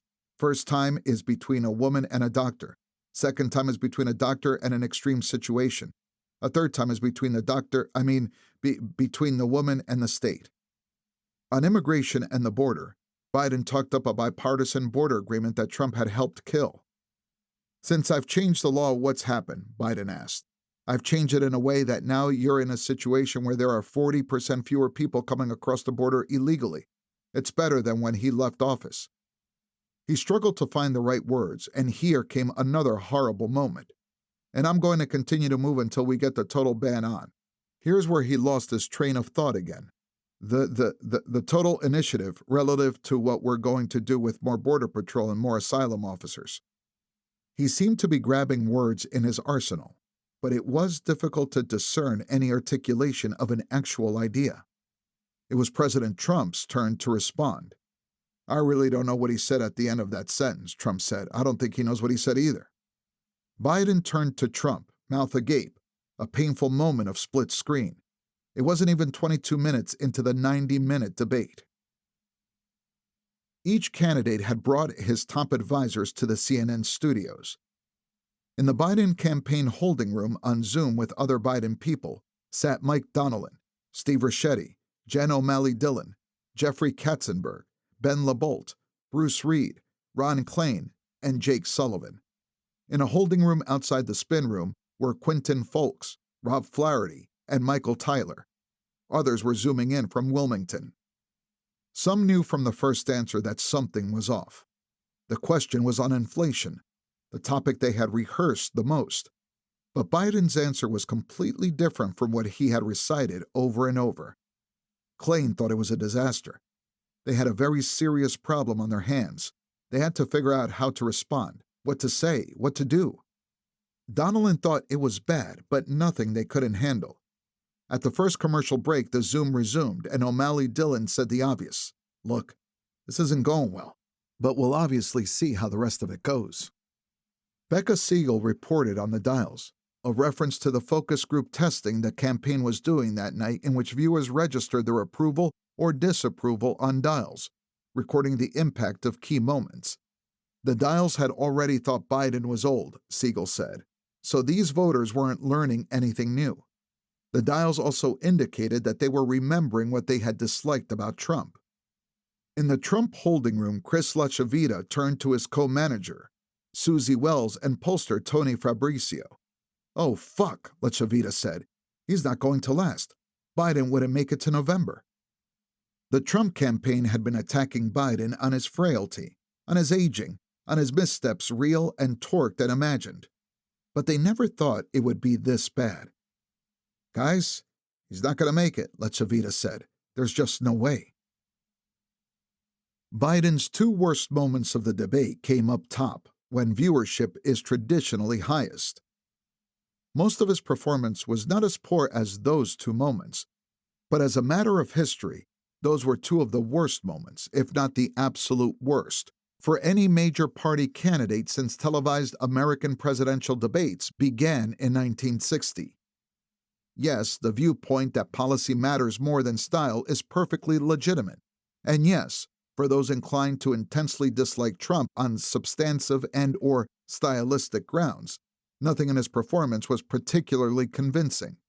He made an astounding number of exaggerations, told a historic number of lies. On a general note, CNN executives had ruled that, consistent with 64 years of presidential debate history up until that point, Trump's lies would be for Biden to fact-check and dispute, as previous candidates had done with their rivals. Ronald Reagan's most famous debate line, "There you go again," came from his attack on President Jimmy Carter for an assertion about Medicare that Reagan took issue with. Biden attempted to fact-check numerous times, but was largely incapable of doing so in an understandable way. And beyond that was the larger point of the debate catastrophe as it was unfolding.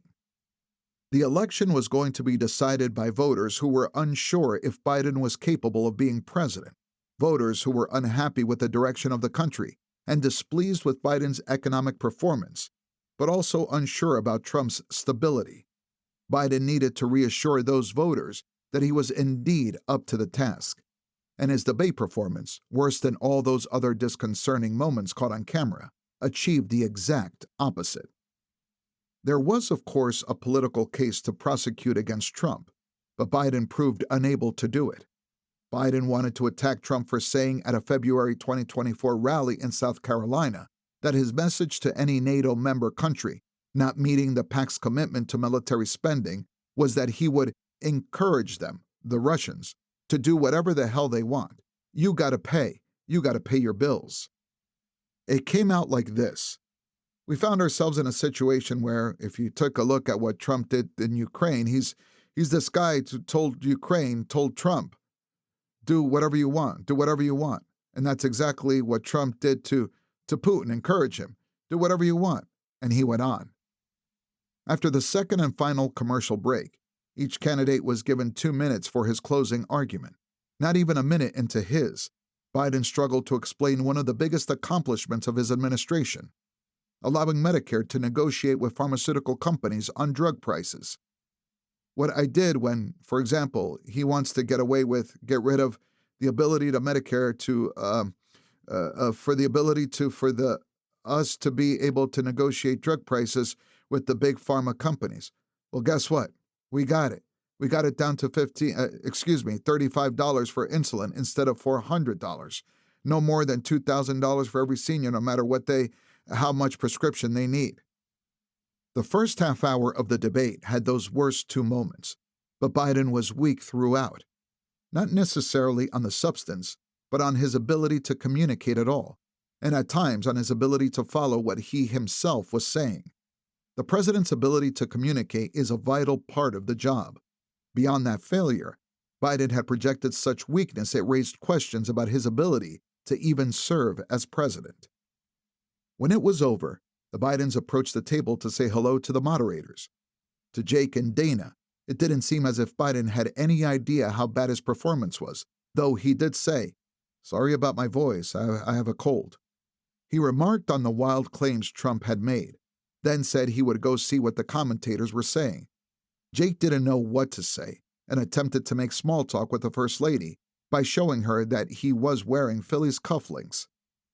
Senior Democrats who had done work for Biden in 2024 later told us that they had watched the debate and wondered, just who the hell is running the country? Chapter 15. The World Reacts. When the debate began, Jen Psaki couldn't believe what she was watching. Psaki had been Biden's White House press secretary until May 2022, when she left to become an anchor at MSNBC. During the debate, she was supposed to be participating in a TikTok live stream, talking about the stakes and the importance of the event. Several minutes into the live stream, she remained speechless, and a staffer asked her if she could turn it off. Psaki nodded. "This is a fucking disaster," Psaki said. She worried not only that Democrats would get wiped out in the November elections, but also that Biden was seriously ill. His health seemed to be on a rapid downward spiral. The hottest ticket in Los Angeles was to the modernist homely hills manse of James Costos, a former ambassador to Spain under Obama, and interior designer to the stars Michael Smith. Not only were Jane Fonda and Rob Reiner there, but so too was Second Gentleman Doug Emhoff and 3 Democratic governors, Beshear of Kentucky, Pritzker of Illinois, and Whitmer of Michigan. The gathering had originally been planned as a fundraiser for the Biden Victory Fund, but then the debate was scheduled for the same night, so the hosts turned it into a fancy and hopefully fun debate watch party, with people sitting in 3 or 4 different rooms, until it became a debate watch horror show. A few minutes into it, Reiner in the main living room stated plainly, "We're fucked." A few seats away, Fonda was equally distraught. Reiner, an outspoken Democrat and fundraiser, was terrified of another Trump presidency, and Democrats needed someone who could go head-to-head with Trump, not someone who just stood there fumbling around, he felt. The world had been watching Biden for many months, even a year, as his capacity dwindled. Reiner became angry. Soon he was venting, standing full of fury. He seemed to be looking at Emhoff daggers. "We're going to lose our fucking democracy because of you," Reiner yelled. "Because of me?" Emhoff thought. The 3 House Democratic leaders, Leader Hakeem Jeffries of New York, Whip Catherine Clark of Massachusetts, and Caucus Chair Pete Aguilar of California, were in Washington, D.C., with roughly 50 of their fellow House Democrats at a debate watch party sponsored by Caucus Vice Chair Ted Lieu of California, in the rec room of an apartment building where many members of Congress live. The House Democrats were, to say the least, taken aback by the president's performance. Until it began, they had been chatting, sampling from the buffet. Many were now panicking. Jeffries had been defending the president for months. Hadn't people seen him at the State of the Union? Did they understand the high-stakes nature of that address, delivered at 9 p.m. in a hostile work environment, with instigators like GOP Congresswoman Marjorie Taylor Greene trying to throw him off his game? Biden walked right into the lion's den an hour before the speech and stuck his head right into the mouths of the beasts, posing for selfies, taking his time walking down the aisle. What was this? Aguilar knew that many of his colleagues saw their fates as rising or falling, depending on whomever was on top of the ticket. In a competitive race, a Democrat could outrun an unpopular president by a few points, but at a certain point, the laws of gravity would take over. A few minutes into the debate, one House Democrat turned to Aguilar. "I just lost my job," he said. After the debate, a number of Democrats surrounded Jeffries, worried. "What just happened is unacceptable," one of them said. "Something has to be done." They wondered, did he have a bad illness, or was there some sort of psychological thing that was temporary? Some believed that there was no way Biden could stay in the race after what they'd just seen. "Calm is an intentional decision," Jeffries told them, repeating one of his mantras. They would process it all and come up with a plan. Kamala Harris's aides had already booked her for 4 post-debate television interviews on ABC, CNN, CBS, and MSNBC, and now they were scrambling to figure out what to say. What could they say? The vice president was watching the debate with her closest aides in a conference room at the Fairmont Century Plaza in Los Angeles. She didn't say much as she watched, but occasionally asked those with open laptops what people were saying. As the debate went on, one press aide told her it was so bad that serious people were calling on Biden to step aside. Harris appeared surprised that the panic had reached this level so quickly. Some people in the Biden campaign suggested that she cancel her interviews. They argued that she didn't want to make it look like she was trying to upstage him. Harris dismissed that idea. She and her team began brainstorming how they could at once address the poor performance and defend the president.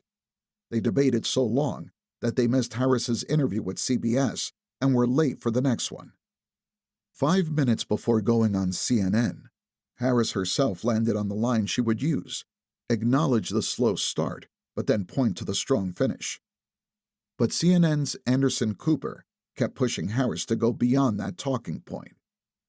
Cooper noted that Harris had debated Biden in 2019, and he was a very different person on the stage 4 years ago when you debated him. That's certainly true, isn't it? In response to Cooper's follow-ups, Harris responded with a line she hadn't rehearsed beforehand. "I got the point that you're making about a 1.5-hour debate tonight. I'm talking about 3.5 years of performance in work that has been historic." Many Biden aides cheered her defense. After the interview, Harris was visibly angry with Cooper. He had been asking the questions the nation had been wondering, but she took it personally. "This motherfucker doesn't treat me like the damn vice president of the United States," she said to colleagues. "I thought we were better than that." "I spend a lot of time with him, and that's not who he is," Mike Donnellan would tell Democrats who called him up in a panic. He had a bad debate. They would have to fight through it, Donnellan thought. It was a tough problem, but he believed they could beat it. They still had the convention in front of them. They had not really started the advertising campaign in earnest. There would be another debate. It was June. People needed to calm down. The campaign had also invited some of its biggest donors down to Atlanta for a watch party. DNC Chair Jamie Harrison, campaign manager Julie Chavez Rodriguez, and other top Democrats gathered the donors at a restaurant. A few minutes into the debate, the Biden Victory Fund's finance chair, Chris Korg, was overheard saying, "We are totally fucked. This is over. It's all over." Donors were putting their heads in their hands. Before the debate ended, donors across the country were texting and calling campaign leaders to insist that Biden needed to drop out, or money would dry up. The dazed campaign team tried to rally the donors, but no one knew what to say. During and after the debate, friends and former colleagues of Robert Herr's texted him. "OMG," one said. "Vindication, another wrote. Finally, the American people were watching what Hur had seen the previous October, what he had been vilified for saying. His friends wondered if he felt relieved. Hur told them that all he felt was sad. How could anyone look at Joe Biden at the debate and not feel bad? Minutes into the debate, Biden was facing a crisis of confidence among his own staff. Inside the White House and at campaign headquarters, some aides were defiant, others were panicking, and many were feeling fury. Is he okay? Devastated. The realization of the worst-case scenario. At the Biden campaign headquarters in Wilmington, in the 8th floor war room, senior-most staff watched and tried not to freak out. In a second watch space in a rented theater across the street, an audible gasp could be heard among the dozens of staffers watching when Biden started speaking, like we'd all been punched in the stomach, an attendee later recalled. In a third space, on the 6th floor, some Biden comm staffers and pro-Biden influencers had gathered, and several minutes into the debate, one person dramatically laid down on the floor, despondent. When the debate's video feed was temporarily interrupted, a relieved campaign staffer blurted out, "Oh, thank God." Some grew disillusioned as the debate went on. They had trusted White House and campaign leadership, who had insisted that Biden was fine. They had tried to convince their skeptical families and friends that Biden was in command. Now they felt foolish and betrayed by their own bosses. After the debate, at around 11 p.m., the President and the First Lady walked into a room at a debate watch party for a pre-planned victory lap, with a DJ spinning tunes and silhouettes of aviators on the screens. The event was meant to show energy after a debate that had demonstrated the polar opposite. The campaign staff had done an admirable job of keeping the crowd excited, shouting out, 4 more years, 4 more years, as the Bidens entered the room. Jill walked ahead of her husband to the stage and immediately grabbed the microphone from the DJ so that she could speak first. With the campaign in crisis and her husband in deep trouble, she was putting her hands on the wheel. "Joe, you did such a great job," she said, sounding like a kindergarten teacher commending a student. "You answered every question. You knew all the facts," she continued, piling on the infantile praise. This to the guy who controls the nuclear codes, quipped columnist Maureen Dowd, who had covered Biden for decades and whom the family read religiously. "And let me ask the crowd, what did Trump do?" the First Lady said. "Lie!" she yelled along with the crowd. She was just trying to help her husband, but even she later confessed that the moment looked terrible. She was right that Trump had told more than his share of lies during the debate. But the primary reactions from even Democrats on progressive-friendly MSNBC were now focused on an issue that not only many had refused to publicly acknowledge, but some had aggressively disputed for so long. "It's kind of a DEFCON 1 moment," David Plouffe told MSNBC anchor Rachel Maddow. "And the way I think about it is, sadly, is it really pains me to say this. They're 3 years apart. They seemed about 30 years apart." "I'm not going to put a fine sheen on it, or a spin on it, even though I am in the spin room," MSNBC's Alex Wagner said from CNN's post-debate spin room. "There has been a uniformly negative reaction to Biden's performance tonight." Wagner argued that the task before Biden that night was for him to fight a caricature of himself as an enfeebled person, and he did nothing to disabuse, I think, the country of the notion that he is very old and was lost frequently in that debate. Said then MSNBC anchor Joy Reid, the universal reaction was somewhere approaching panic. Anchor Nicole Wallace agreed. "I think conversations range from whether he should be in this race tomorrow morning to what was wrong with him." Chris Hayes weighed in. "The job of the president is making decisions. The job of a presidential candidate is to communicate. It just is. That's the job. I think Joe Biden has a very good record on making decisions, and I think he's a very poor communicator right now." The fact that proudly progressive journalists on a proudly progressive network rooting for Biden were saying these things was unquestionably significant. But Biden land may as well have been on Mars. Look, folks, the president told the adoring crowd after his wife handed him the microphone. You know, I shouldn't say this, but my brother always uses lines from movies. There was a famous movie by John Wayne, and he's working for the Northern military, trying to get the Apaches back on the reservation. And they were lying like hell to him. And they're all sitting on a bluff, and John Wayne was sitting with two Indians. They were Apaches. And one of them looked at John Wayne and said, "These guys are nothing but lying dog-faced pony soldiers." The crowd roared and laughed. "Except just the liar," Biden added. No such line was ever said in any John Wayne movie. The fabricated quote to attack Trump as a liar, no less, was a perfect encapsulation of the Biden campaign at that moment. However much Trump was a lying dog-faced pony soldier, there was at that moment in American history no lie more widely discussed than the ones that millions of Americans now realized they'd been told for months, if not years. The lie that Joe Biden was perfectly fine and up to the task of being president for 4 more years. One of the greatest lessons from 2024, Plouffe would later tell us, is that never again can we as a party suggest to people that what they're seeing is not true. Biden's top aides were largely dismissive of the concerns, but the campaign team was temporarily paralyzed. After the debates, each side sends dozens of surrogates to the spin room to try to convince reporters that their candidate won. For the first 25 minutes after the debate, no Biden surrogates were in the room, as they were trying to figure out what to say. Meanwhile, Trump surrogates were everywhere. Before the debate, the Biden team had decided that they were going to try to upend the spin room model. Instead of spreading out across the room to give individual commentary, the surrogates would huddle together and essentially give a united press conference. But after Biden's performance and the unusual delay, that approach made the campaign look even more defensive. The surrogates gave statements and then took a handful of questions. After a historically terrible debate performance, they only stayed for about 15 minutes. 5 minutes into the debate, the pollsters were on text and signal chains acknowledging the reality. This was a fucking disaster. Top campaign staff had huddled during the first commercial break. The pollsters, per usual, were not included in any strategy sessions, and the inner circle was soon firing off this message.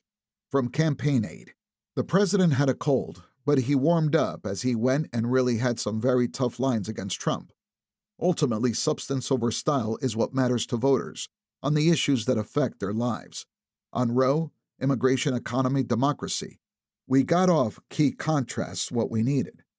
Our dials show the president, the intended word was voters, hated Trump particularly for his Jan 6th answer. Must be noted. Trump refused to accept results of elect 3 times. This was an accurate description. David Binder's focus group respondents, forced to watch the entire debate, had not liked Trump's performance. But there were 2 major caveats that Biden folks did not share when heralding the dials. First, the group also disliked Biden's performance quite a bit. Any confidence they had in his ability to be president was depleted. The overall tenor was one of disgust with both nominees. After the debate was done, when the focus group moderator conversed with the voters, some pressed their hands to the sides of their heads, despondent that in a country of 340 million people, voters had to choose between these 2 men. Second, the dials did not reflect the cross-section of average voters. They consisted of 61 voters in Phoenix, mostly independents, almost 3/4 of whom had not voted for Trump in 2020. Almost 60% of them had voted for Biden in 2020. These were the Biden voters he was failing to win back. As one pollster put it later, so, no shit they didn't like Trump. They had already voted against him. The troubling fact was that to hear them talk, their concerns about the 2 were fairly equal, and they were very concerned about voting for Biden again. The campaign spin was thus misleading and in denial of how catastrophic the debate performance had been for Biden. Further, it did not consider the impact that coverage of the debate would have on the electorate, though, truth be told, Biden was already behind. So polls immediately after the fact weren't all that much worse than beforehand, when he was also trailing. The pollsters continued to sit outside the insular campaign circle, uninvited to weigh in, unwelcome to share their candid thoughts. The campaign was, however, asking the pollsters to talk to reporters and tell them that things were fine and looking fixable for the president, even though the campaign had no real data to back up that claim. David Axelrod wasn't sitting there thinking, "I told you so." He was worried, sad for Biden, angry at Biden, absolutely convinced that Biden could not go forward, and Axelrod would be mad at the president and his family and his team for a long time. Within a few minutes of the debate's shocking opening, Axelrod was getting texts from people he hadn't heard from in 10 years. Democrats were in full-on panic mode, and a lot of it was, how could they? He'd known Mike Donnellan for 35 years and thought him very smart, but he also saw that Donnellan was so blinded by his emotional attachment to Joe Biden, his fate and his life inextricably bound up with the president's, he just couldn't let go. He knew Steve Ricchetti had talent, especially legislatively, but compared him unflatteringly to the obsequious Ditto Boland in Edwin O'Connor's The Last Hurrah, an aide to the machine mayor who mimics him kind of sadly. They did such a disservice to Joe Biden and to the country, Axelrod later said. The family as well. I don't understand how you could see him in the condition he's in and think, yeah, you gotta go, run for the president again. To do that to someone you love? Bill Daley shook his head. He had always thought that would be what people saw when Biden finally hit the debate stage. It's why he wanted this exposed earlier in the process, on a debate stage with Gavin Newsom or Andy Beshear or J.B. Pritzker. It's why he thought the Biden team nuts for agreeing to debate Trump at all. But now it was too late. None of the Democratic officials now sounding the alarm had been willing to say anything when it counted. Chapter 16. The Bad Times. Friday, June 28, 2024. White House and Biden campaign staffers would come to refer to the period between the debate and July 21st, when the president dropped out of the race, as the bad times or the dark times. But the day after the debate, leaders in the White House essentially acted like it hadn't happened. They acknowledged to their subordinates that it had been a bad debate, but said nothing more. But Biden's aides felt like they were being gaslit by their own bosses. Senior leadership has given us nothing, and to act like it's business as usual is delusional, a White House official told Alex at the time. People whom Alex had been reaching out to for years were suddenly talking. They were disillusioned and angry, but they feared speaking up. If anything, the debate had made Biden aides more watchful for signs of disloyalty. They saw the debate as just the latest instance of counting Biden out. A longtime Biden aide told Alex, "Davos Dems love to hedge their bets against us and get hysterical, like they did in 2019. And just like after 2020, they will come back with their DNC convention lanyards in their hands, begging for Christmas party invitations and then for a +1. While Democrats across Washington, D.C. were freaking out, the core Biden team retreated further into their bunker. On the plane ride from Atlanta to North Carolina after the debate, aides were dismissive of the anxiety. It was just a bad night. At the Jim Graham Building in Raleigh, North Carolina, Biden spoke for 21 minutes to try to undo the damage of the previous night's 90-minute debacle. Mike Donnellan had been up all night writing the remarks. "I know I'm not a young man, to state the obvious," Biden read from a teleprompter. "Folks, I don't walk as easy as I used to. I don't speak as smoothly as I used to. I don't debate as well as I used to. But I know what I do know. I know how to tell the truth. I know right from wrong, and I know how to do this job. I know how to get things done, and I know, like millions of Americans know, when you get knocked down, you get back up." The crowd cheered him on and applauded. "I give you my word as a Biden. I would not be running again if I didn't believe with all my heart and soul I can do this job. Because, quite frankly, the stakes are too high. That may have been true, that he believed he could do the job. But an increasing number of Democratic officials didn't agree. Ron Klain called Jeff Zients. He thought it was possible that Biden could repair the damage done at the debate. He would need to do press conferences and interviews and show he was able to answer questions, and he would need to get allies engaged ASAP. You need to get the Progressive Caucus to the White House this weekend, Klain told Zients.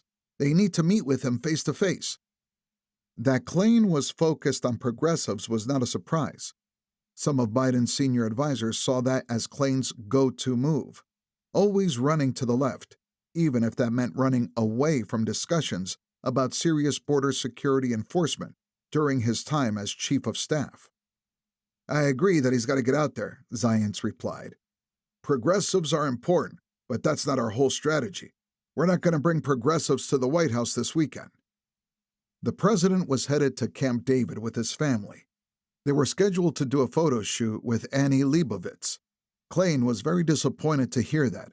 Hunkering down with the family was not what Biden needed to do at that moment. Klain thought he had an ability to talk to Biden in a way Zients didn't.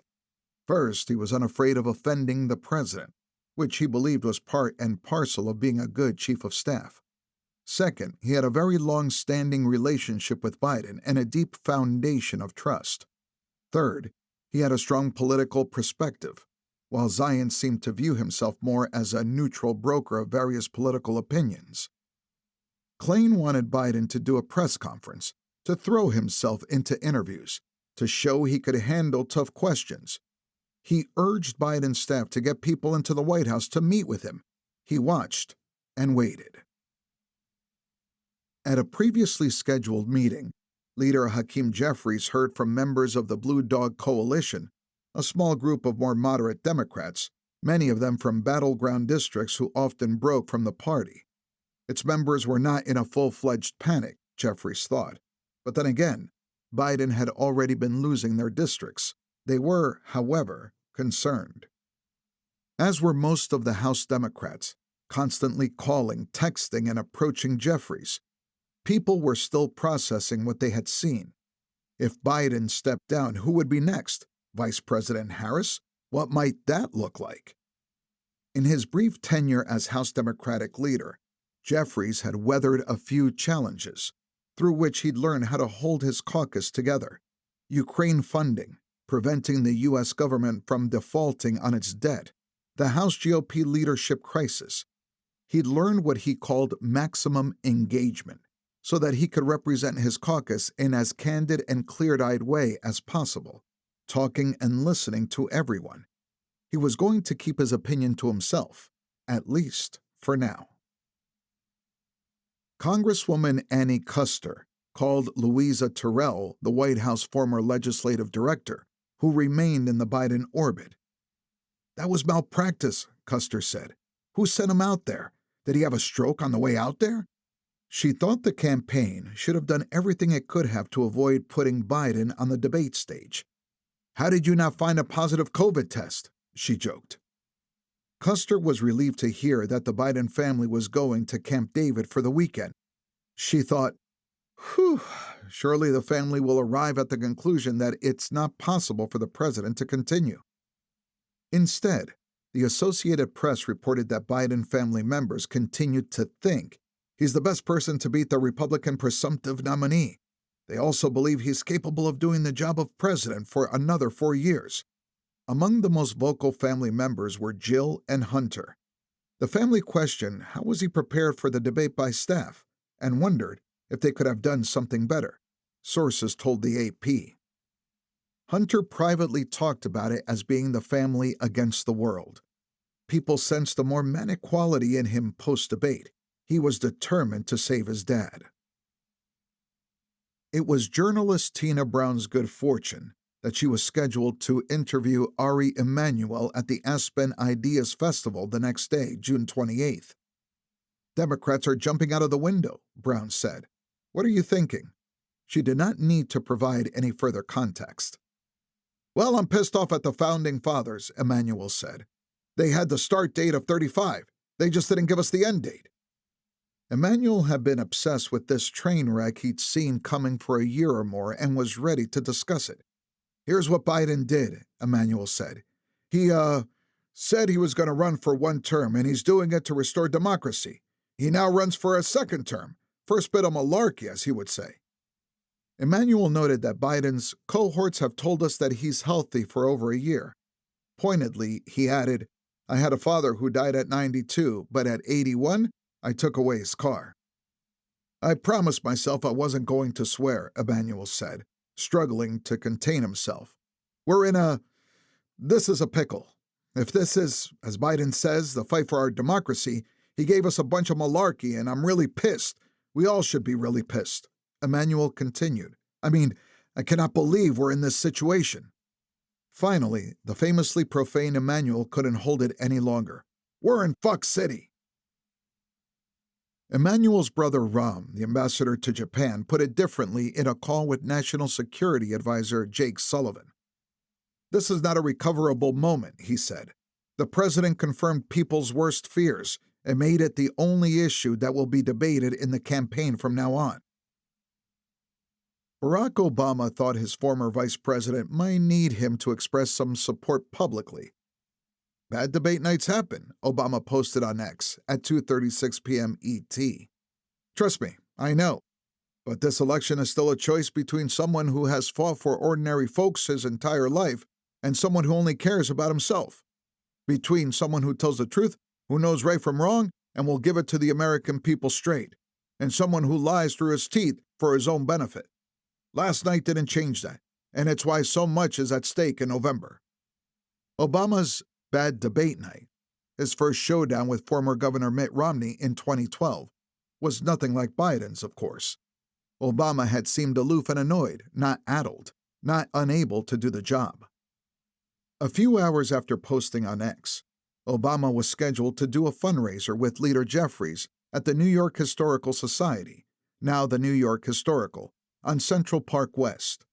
At dinner before the event, Obama and Jeffries discussed whether they should raise the topic of the debate.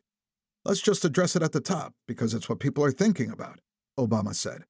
Jeffries did, and Obama gave an oral version of his tweet, downplaying the disaster that the world had witnessed. I hated debates, Obama said. They're weird, they're artificial.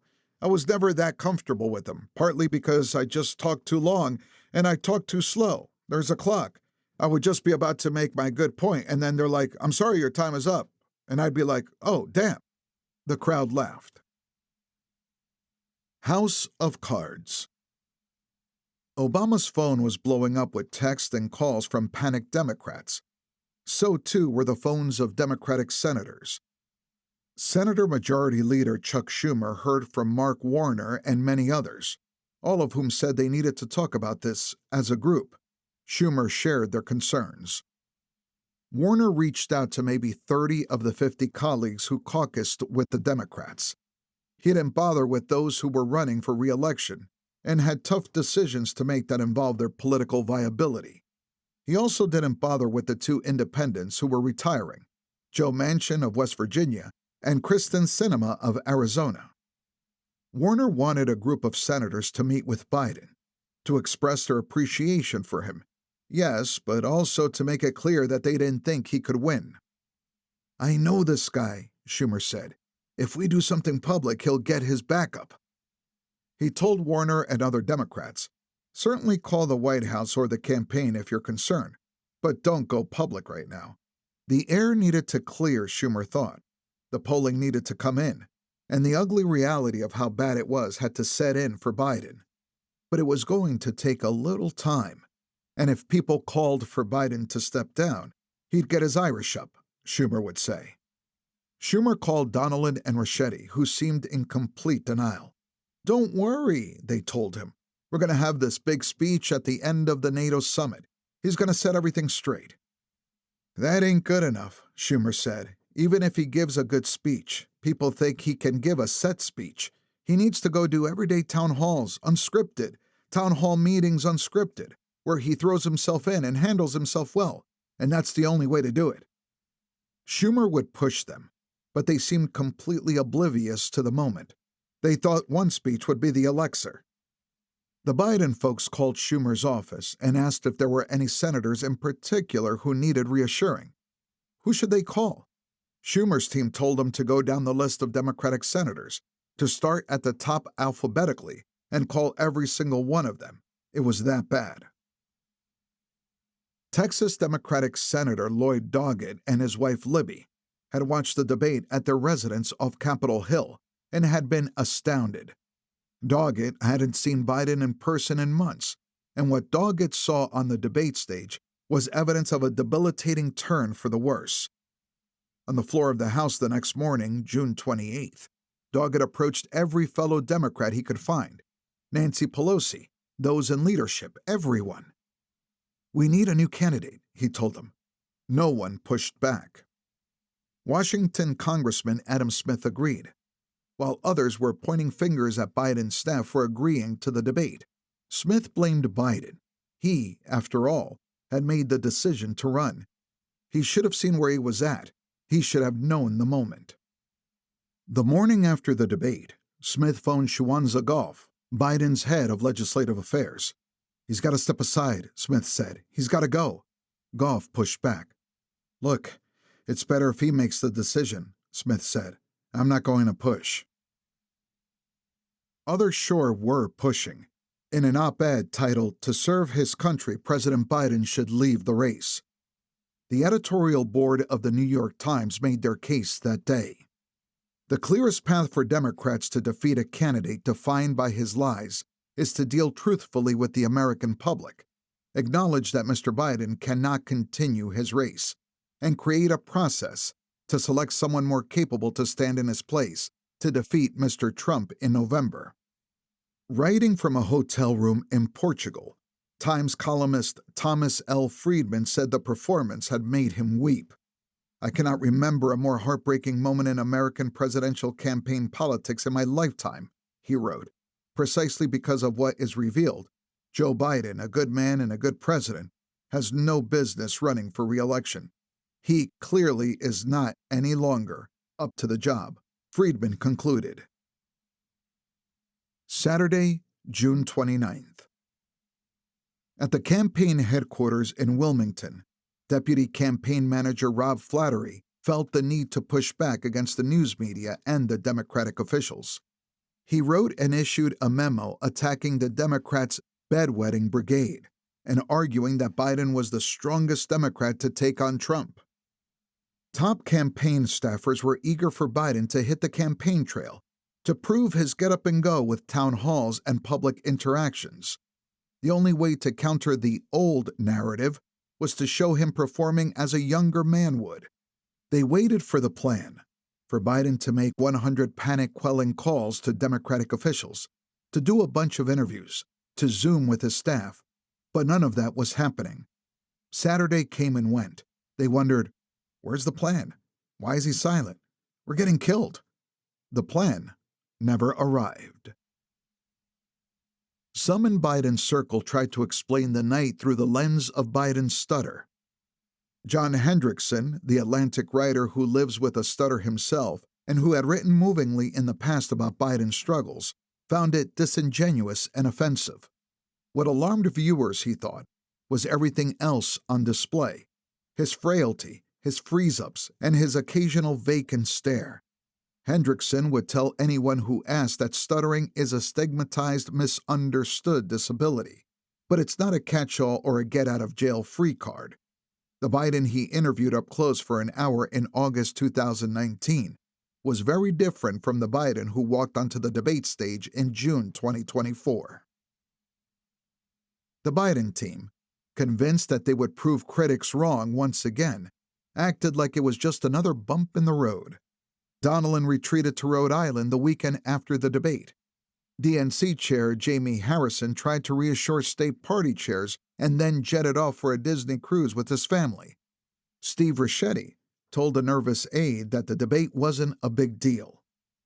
When people on the campaign wanted Biden to get on the phone to reassure big donors, his inner circle said no. They didn't want to put the president in that position. That Saturday, Biden attended a fundraiser at the home of New Jersey Governor Phil Murphy. Despite the meltdown all around them, money was still coming in the door after the debate. That looked like loyalty, but donors also calculated most of the money was going to the Democratic Party and would be used against Trump, even if Biden didn't make it.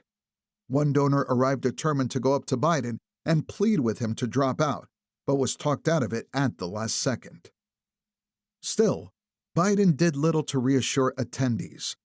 Murphy and his wife got up to give their quick remarks to rally the crowd.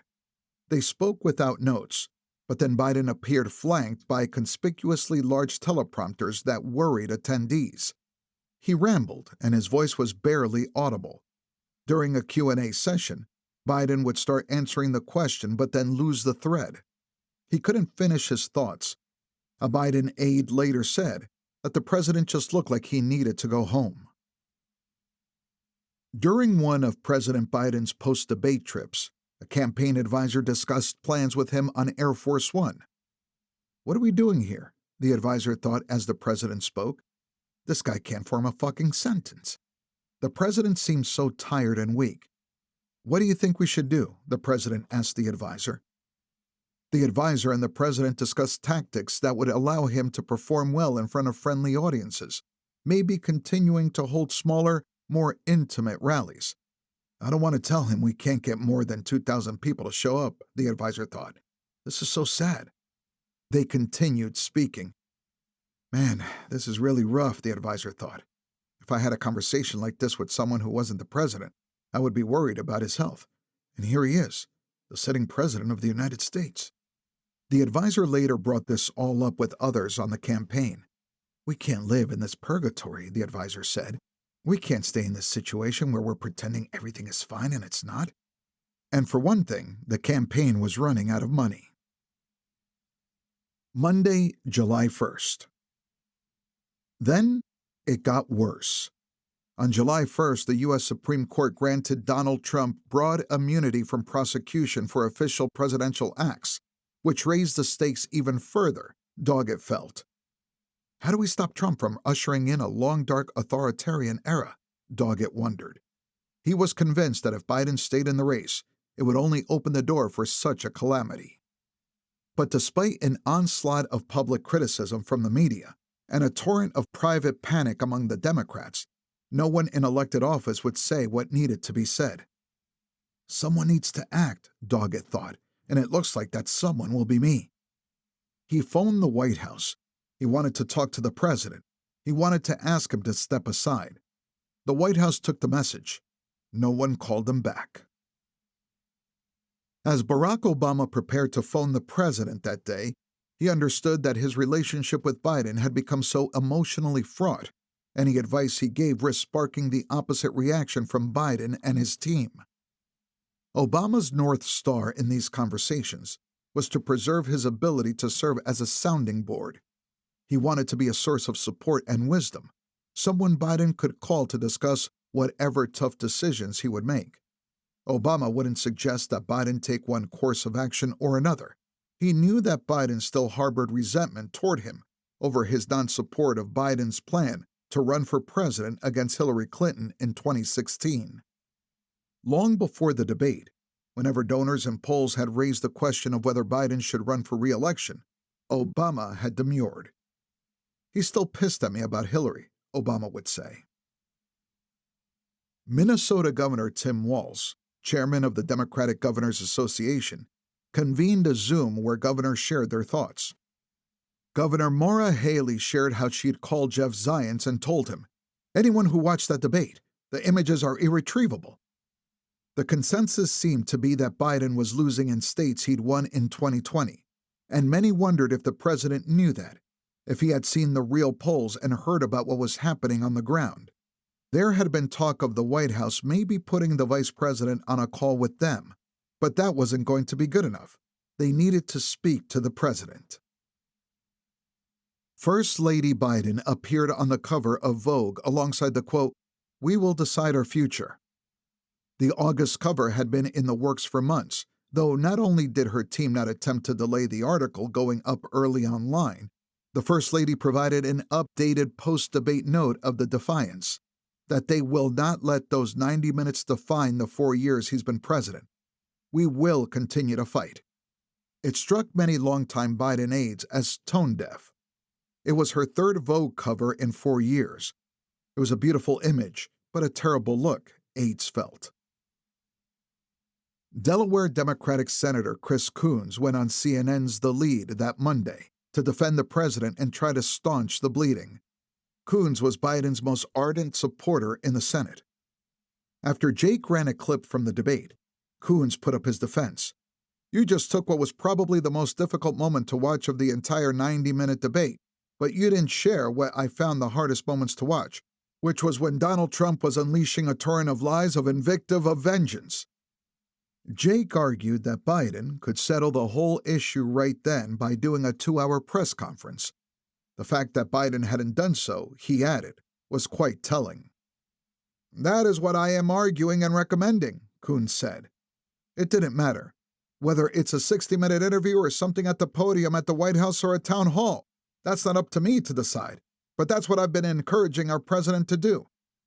The senator had, in fact, been pushing White House advisors and campaign staff on this point, and he had been assured that it would happen. But no major press conference or town hall had been added to the presidential schedule. Internally, the White House, in a full defensive crouch, would hear Democrats say that the solution was for Biden to go out and do interviews and press conferences, to put on full display his ability to take tough questions and handle them with agility. And over the next few weeks, he did some of that, though not enough. In an interview toward the end of Biden's presidency, one senior official acknowledged the reality. They can pull down the schedule and put up a press conference and 10 interviews, but I don't know they would have gone well. And that was the whole of it. He couldn't do what folks were calling on him to do to prove his acuity. Tuesday, July 2nd. He clearly has to understand, I think. What you're getting to here is that his decision not only impacts who's going to serve in the White House the next 4 years, but also who's going to serve in the Senate, who's going to serve in the House, and it will have implications for decades to come. Congressman Mike Quigley told CNN anchor Casey Hunt that morning, "We have to be honest with ourselves that this wasn't just a horrible night." Quigley was coming close to calling for Biden to drop out, but he wasn't there yet. Congressman Lloyd Doggett wrote a statement calling for Biden to withdraw from the race, trying to make it as respectful and undamaging as possible, in case Biden ultimately remained the nominee. He pulled his punches, describing the debate as only a missed opportunity. Doggett's staffers reached out to their counterparts in the offices of leader Hakeem Jeffries and Whip Catherine Clark, and then they uploaded the statement and hit send. "I represent the heart of a congressional district once represented by Lyndon Johnson," Doggett wrote. "Under very different circumstances, he made the painful decision to withdraw. President Biden should do the same." The first domino had fallen. House Conference Chair Pete Aguilar began getting texts from other House Democrats. The sentiment of many: "I shared Lloyd's position, but don't want to be the next one." As chair of the caucus, Aguilar's job was to talk to House Democrats and relay their concerns to Jeffries and Clark, not to mention Schumer and the White House. It seemed to him that the overwhelming majority of House Democrats wanted Biden to step down, but also were keeping quiet out of respect. Wednesday, July 3rd. On the morning of Wednesday, July 3rd, First Lady Jill Biden visited YMCA Camp Manitou Lynn, near Middleville in western Michigan, to stand with Michigan Democratic Senator Debbie Stabenow and discuss programs that provided summer food assistance to low-income families. Biden and Stabenow also visited with attendees of Camp Corral, an overnight camp for the children of wounded, ill, or fallen service members. Jill wouldn't take questions from the traveling press corps, so Stabenow did, offering a full-throated defense and endorsement of the president. She had known Biden since she came to the Senate in 2001. She found him gracious, welcoming, and generous with his time. And the sad reality was that, like so many senators, she barely recognized the man she'd seen on the debate stage. After she gaggled with the reporters, Stabenow asked for a minute with the First Lady. She told Jill that she'd known Joe for a long, long time and supported him on every level. But Stabenow said she and her colleagues were concerned about what they'd seen at the debate. They cared about Joe. They worried about him. "We don't know if this was a one-time thing or if there's something more going on with the president," Stabenow said to the First Lady. "But you know." The First Lady didn't answer the senator's implied question, but she later fumed about it to the White House staffers. Former Chief of Staff Ron Klain was calling congressional Democrats to help shore up support for the president. He was told over and over by members of Congress that they had not seen the president in more than a year, so they had no idea what was true or not. Klain took this as evidence that the current White House team was isolating the president, to his detriment. The White House would later explain away the dearth of 2023 and 2024 meetings with congressional Democrats as the result of three things: Republican control of the House, which meant no legislative agendas to craft, campaign busyness, and the need to limit Biden's schedule on account of his depleted energy. Some also admitted that they were hiding what was happening to the president as much as they could. The White House finally realized that it wasn't just the media and congressional Democrats who were second-guessing Biden's fitness. It was the White House's own staff. On Wednesday, Jeff Zients held an all-staff call to try to rally his troops. By this point, some were so frustrated that they gave Alex the dial-in code so he could listen in on the call. Zients argued that the debate was just one night and that he's a great president. He pushed the staff to be head down. We got to keep doing what we've been doing to get things done. Within the White House, those determined to slog through to November were the President and the First Lady, Anthony Burnell and Annie Tomasini, and the Politburo, Mike Donilon, Steve Ricchetti, and Bruce Reed. Anita Dunn was ferociously defending Biden's right to stay in the race, and Zients was doing the Chief of Staff role, making sure that whatever the president wanted was happening, while also ensuring that all options were there for him. Others on the White House staff thought the continued campaign was a catastrophe. There was one thing everyone at the White House seemed to agree upon: an open primary process would be a disaster. That's not how two eminences grises in the party saw it. Privately, Barack Obama and Nancy Pelosi favored some sort of process. Pelosi, in particular, heard from voting rights activists who insisted on such a thing. The Obama-Pelosi position would be viewed by the Harris campaign as skepticism of Harris's political abilities. Democratic senators seemed to fall into three groups. The first wanted Biden to step down from the top of the ticket immediately. The second group was loyal and continued to argue that Biden was their best shot at keeping the White House. A third group understood that Biden was suboptimal, but they weren't sure what the process to replace him might look like. Days had passed since the Politburo began assuring concerned Democrats that the president would be out there proving his alacrity by dazzling everyone in press conferences, one-on-one interviews, and town halls. The onus was on the president to show that he could do this, Mark Warner told People, and he was not meeting the moment. Donors had been furiously calling Warner with what the senator later joked were fantasy football ideas about the process: a mini 6-week primary, Barack Obama and Bill Clinton mediating candidate forums.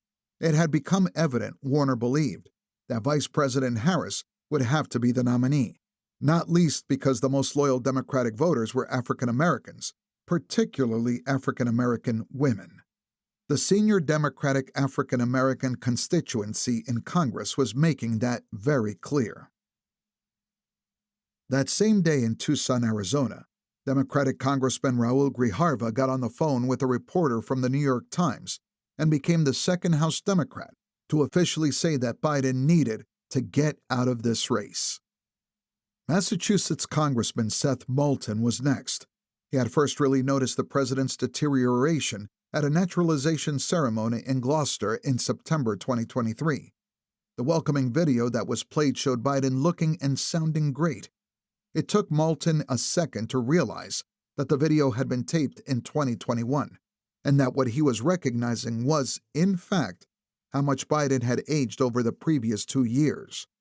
Later in 2023, as he and his wife Liz left the White House Christmas party, they remarked on how frail the president looked and how unenergetic he seemed compared with the previous December. Moulton was not among those who thought that the 2024 State of the Union had been some sort of triumph. Indeed, from where Moulton sat, the president appeared to be physically shaking. And then came the D-Day anniversary commemoration at Normandy in June 2024. So no, the unmitigated disaster of the June 27th debate was not, as Moulton saw it, a surprise. And clearly, he thought, Biden needed to step down as the Democratic nominee. But what to do? After the debate, Moulton had approached an irreverent colleague on the floor of the House. "What do you think of that performance?" he asked him. "We need to sub in someone with more energy," the congressman said sardonically, "like Bill Pascrell." Pascrell, an 87-year-old New Jersey Democrat, was sickly and just weeks away from death. It was a dark joke, but Democrats were in a dark place. On July 3rd, Moulton worked with his staff on a carefully worded statement that didn't call for Biden to step down. Rather, Moulton said that beating Trump will require prosecuting the case in the media, in town halls, and at campaign stops all over the country. President Biden needs to demonstrate that he can do that. "What are you saying, Seth?" a U.S. Marine friend of Moulton's asked him angrily during a phone call the night of July 3rd. "That the president should step aside," Moulton said. "That's what I'm implying." "Why don't you just say it then? This is what's wrong with politicians. You guys can never just say the truth. If you don't think he should run, say he shouldn't run." The Democratic governors came to the White House by planes, trains, automobiles, and Zoom. The goal was to have a candid conversation with the president about what was going on in the different states and how they viewed the race. But one question about how open the president's mind was evaporated as he crossed the threshold into the room where the governors sat waiting, Vice President Harris trailing behind him. "I'm not going anywhere," Biden said. The president sat down at the head of the table, Vice President Harris to his right, followed by Delaware's John Carney, California's Gavin Newsom, Maryland's Wes Moore, New York's Kathy Hochul, and Kentucky's Andy Bashar. On his left sat Minnesota's Tim Walz, Michigan's Gretchen Whitmer, Illinois' J.B. Pritzker, Rhode Island's Dan McKay, Massachusetts' Maura Haley, and the mayor of D.C., Muriel Bowser. Some aides, including Jen O'Malley Dillon and Steve Ricchetti, sat down at the table, while on the screen, governors stretching from Hawaii to Maine were present. "Folks, good to see you, governors," Biden said. "I know I didn't have a good night, but I had a cold, and my team tells me I'm going to be cutting back on the travel and getting more sleep. I'm not going anywhere, but I want to win. I'm here to listen. Tell me how I can win this thing. What do I need to do?" He began his refrain. "The polls still say I'm the best person to go up against Trump. The polls also say that people aren't concerned with my health, that folks are much more concerned with saving democracy. The polls actually haven't changed since the debate. Donald Trump should be way further ahead than he is. Tell me what I need to do to win." Throughout the meeting, the president didn't really respond to questions. He leaned on familiar Biden tropes. He beat this guy once, he was going to beat him again. "How are you doing, Mr. President?" asked Hawaii Governor Josh Green, also a physician. "Because the person I saw in that debate wasn't you. Are you okay?" The president insisted he was. Newsom did some rah-ha-haing for Biden. Hochul and Moore praised him and said they were all in. "You need to talk about your health," Bashar said. "That's a real issue in Kentucky and elsewhere. Voters are not believing, or they have real questions about that. So get out and speak to the voters. Address that directly." On Zoom, Connecticut's Ned Lamont affably said, "Mr. President, since age is just such an issue right now, front and center, why not just take age off the table and just step aside and swap somebody else in?" Maine's Janet Mills spoke kindly about the president, but noted that things get harder as we get older. Mills said she wasn't sure she could guarantee that Biden would win Maine, pointing to the tightening there as compared to 4 years ago. New Mexico's Michelle Lujan Grisham was likewise polite, but told the president that her reliably blue state was now in play, and she believed that other states were moving rightward too. Colorado's Jared Polis said he had been hearing from voters who were panicking about Biden, as was the donor class. People were mad.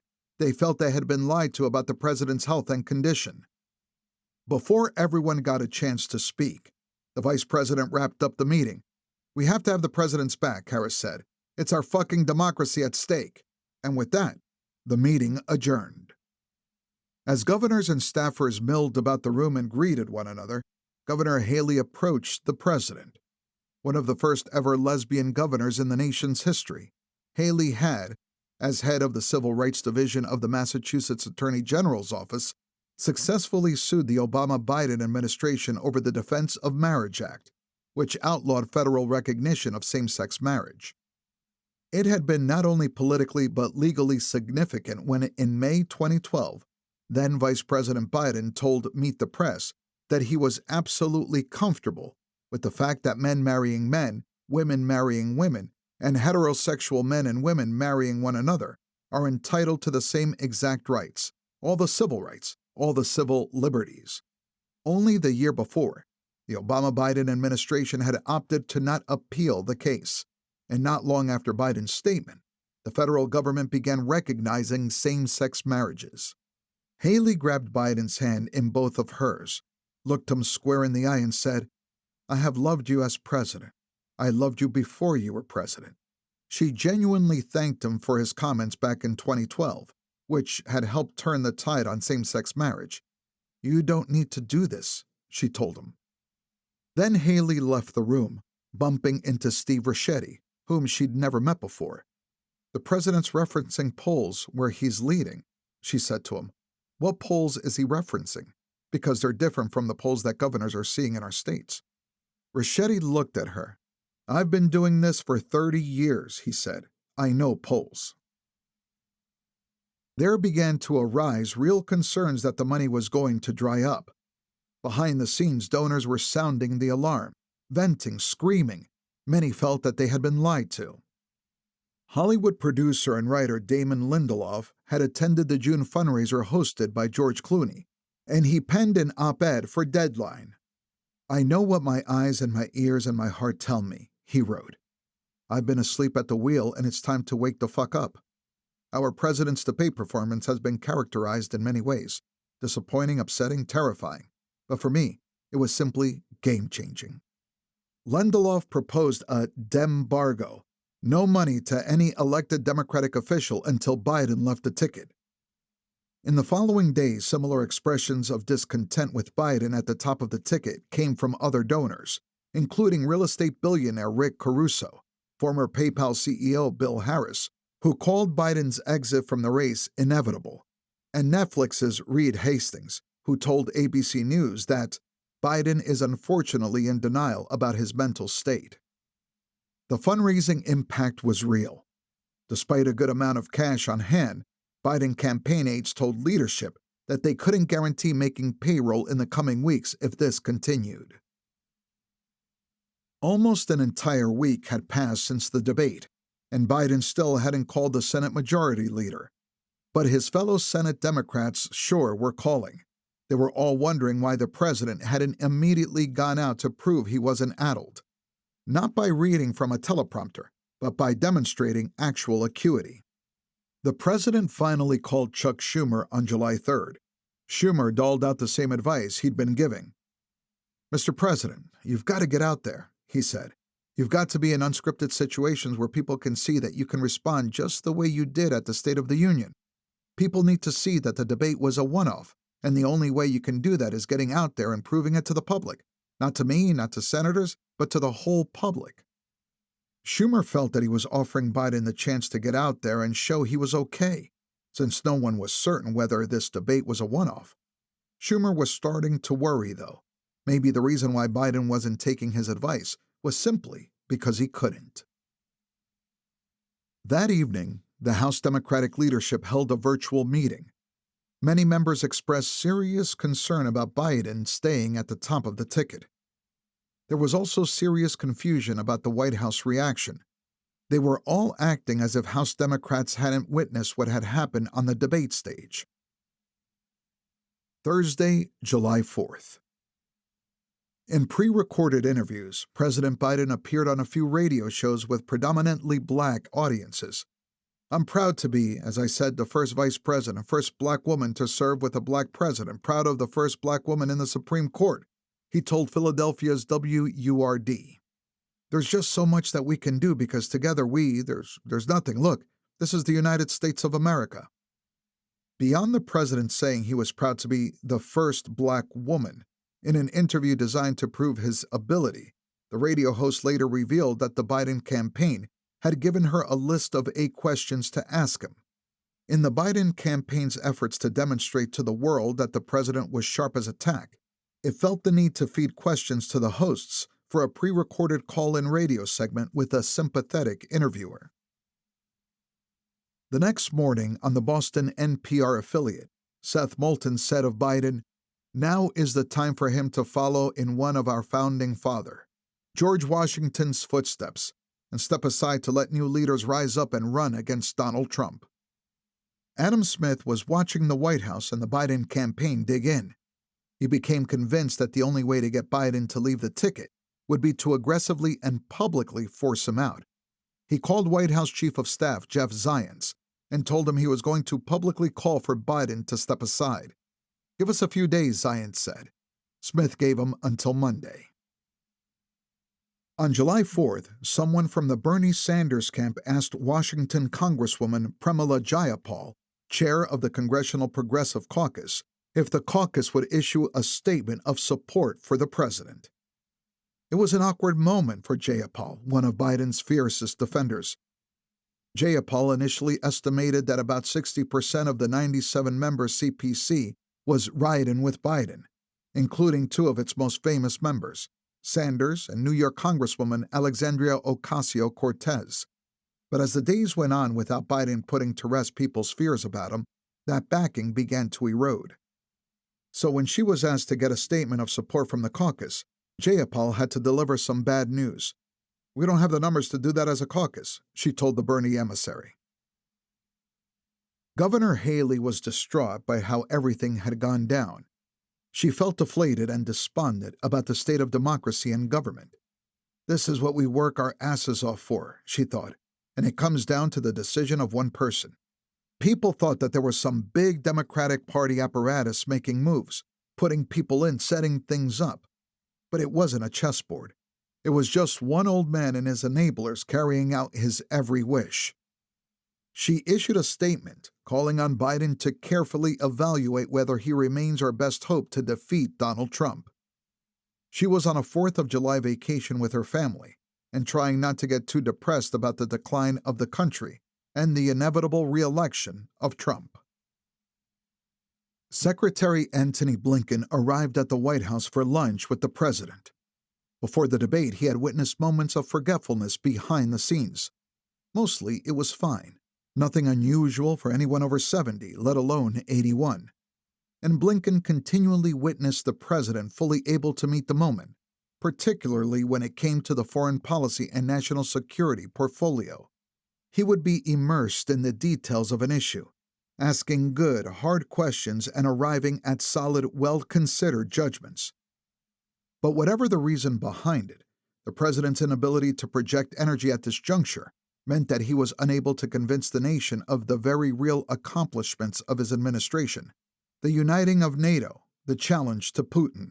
And now, here they were. Specifically, in the small dining room right off the Oval Office, Blinken began with the president's legacy. "Anyone who's written about gets one sentence. That's the legacy," he said. So the president had a decision to make. If it leads you to staying in and winning re-election, great.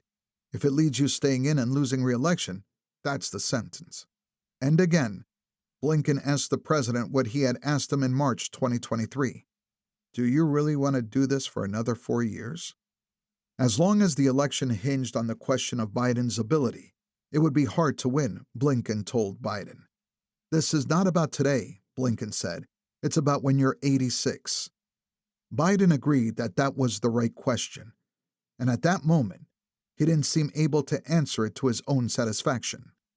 Blinken left the lunch thinking that Biden was likely staying in the race. He followed up on calls with Mike Donnellan and Steve Ricchetti. "You guys know the data much better than I do," he told them. "But there are other analysis out there. We need to make sure the president's getting the complete picture." Blinken believed that Biden was capable of dealing with advisors who poked and prodded and questioned the president's assumptions. He did this with Biden on the most serious and consequential national security decisions. He felt they needed to do this with the president when it came to his own future. Friday, July 5th. Mike Quigley talked to his pollster John Anzalone about it. Anzalone had access to data from all over the country and was telling Quigley what a disaster this was for the Democrats right large. The president was pulling down everyone's numbers, but it wasn't clear if Ricchetti and Donnellan were letting Biden know about the data. "They're cloistering him," Anzalone said of the Politburo. Quigley represented parts of northern Chicago, the city where the Democratic National Convention was scheduled to take place starting on August 19th. He was terrified that they were all watching a disaster unfold, and no one was doing anything about it. That day, the president tried to staunch the bleeding by making an appearance on ABC News with anchor George Stephanopoulos, but the interview further underscored his issues. "Did you ever watch the debate afterwards?" Stephanopoulos asked him. "I don't think I did, no." "You don't think you did?" Quigley thought. "What?" The pollsters watched, horrified. "You're still falling further behind," Stephanopoulos said. "All the pollsters I talked to tell me it's a toss-up," Biden said. That wasn't the perspective of the pollsters. But on the other hand, they never got to talk to the president. Colleagues started reaching out. "What polls are you showing the president?" "Jesus," one of the pollsters thought. "If people think this is true, I will have no credibility left." "And if you stay in and Trump is elected and everything you're warning about comes to pass, how will you feel in January?" Stephanopoulos asked. "I'll feel as long as I give it my all and I did the good as job as I know I can do. That's what this is about," Biden said. "Oh no," Speaker Pelosi thought. "That's just not enough. Give it your all? The stakes were so much higher." Since the debate, her phone had been blowing up with calls and texts from House Democrats. She didn't place calls to her colleagues, but they were constantly reaching out to her, and this Biden answer caused real distress. House Democrats in competitive districts were getting polling back that indicated Biden's campaign was going to drag dozens of them down with it. This wasn't about Biden just giving it his all. Earlier that day, the Washington Post broke the story that Warner was attempting to assemble a group of Democratic senators to ask President Biden to exit the presidential race. Stephanopoulos asked the president about the report. "Well, Mark is a good man," Biden had said. "He also tried to get the nomination, too." Warner found this sadly telling. Yes, he had started building campaign infrastructure in anticipation of a possible presidential run, had visited Iowa and New Hampshire, had talked to precinct chairs, and had set up a political action committee. But then, he talked to his family, surveyed the likely landscape, and opted not to run. In 2006, 18 years ago. Biden ran in 2008, so maybe the idea that Warner, whom he didn't know that well, was a rival had locked itself in his brain, and that event, almost a generation before, was still how he thought of the senator from Virginia. The ABC News interview was 22 minutes long. Stephanopoulos later told friends that it was heartbreaking. Sunday, July 7th. President and First Lady Biden hit the campaign trail in Philly. Biden spoke at a service at the Mount Airy Church of God in Christ, a church with many black parishioners. Then he popped by the Roxborough Democratic Coordinated Campaign Office before he and Jill headed to the AFSCME, Council 13 headquarters outside Harrisburg. After that, Biden met up with Democratic Governor Josh Shapiro at Denham Coffee, across the street from the Capitol building. After ordering a coffee for the governor, a smoothie for the president, and a couple cookies in front of rolling cameras, the governor turned to the president. "You want to hang out over there?" he asked. The president said he did. So the governor and the president sidled up to the window bar and everyone else was ushered out. Jill joined them too. "So how do you think it's going out there?" the president asked him. Shapiro decided to give it to him straight. Frankly, the governor didn't know how much the president's senior advisors were telling him about how bad things really were for him. "I'll be honest, Mr. President, I have some concerns," Shapiro said. The polling Shapiro had seen suggested a rapid erosion of support for the president in must-win Pennsylvania within the previous few days. He didn't think the campaign sufficiently acknowledged the pain inflation was causing. And while the president needed to prove the debate had been an aberration, for some reason he hadn't yet done so. The president addressed some of Shapiro's concerns by noting the plans they were making, but before he could fully respond, Shapiro got a clear signal that the conversation was over. "All right," said the First Lady, "we gotta go." She and her husband stood. Shapiro got up too and walked out with them. They headed to the Beast and drove off. They didn't want to hear the facts on the ground, Shapiro thought. Polls came back to House Democrats indicating the impact of the debate. It was brutal. Democratic leader Jeffries convened a Zoom meeting of the top Democrats on each House committee. The purpose of the call is to see what the ranking members are hearing and thinking, Jeffries said before trying to set the tone. Calm is an intentional decision. If you're calm, you can make the best possible decision. Pennsylvania Congresswoman Susan Wild of the House Ethics Committee was the only person on the call in a competitive district.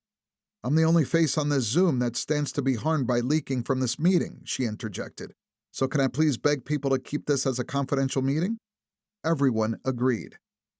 They spoke in order of seniority. New Jersey's Frank Pallone of the Energy and Commerce Committee said, "I have to be honest, I saw the president recently and he was fine, but the reaction from my constituents has not been good." Virginia's Bobby Scott from the Committee on Education and the Workforce supported the president, but added, "If you get rid of Biden and you think the person taking his place will be anyone other than Kamala, you're the senile one." Adam Smith of the Armed Services Committee was the strongest opponent of Biden remaining in the race. "He should step aside," Smith said. "We got a good message. The president has shown he is not capable of delivering that message in an effective way." Moreover, Smith said, they would all pay a price for pretending this was not the case. "Every day we're out there defending the indefensible. Our own credibility on every other issue is taking a massive blow," Smith told his colleagues. "He's clearly very, very fragile," said Virginia's Don Bayer of the Joint Economic Committee. "Fragile physically. Although his handshake is very firm, he also really has trouble putting two sentences together. In my perfect world, Joe, in deciding after talking to Leader Jeffries, Majority Leader Schumer, others, steps aside now, lets Kamala run as the incumbent, which I think makes her even stronger," Bayer added. "With that, I'm a team player. I'll do whatever the team wants." "I was just with the president a little while ago," said Pennsylvania's Brendan Boyle of the Budget Committee, who'd greeted Biden on the tarmac in Philadelphia that morning.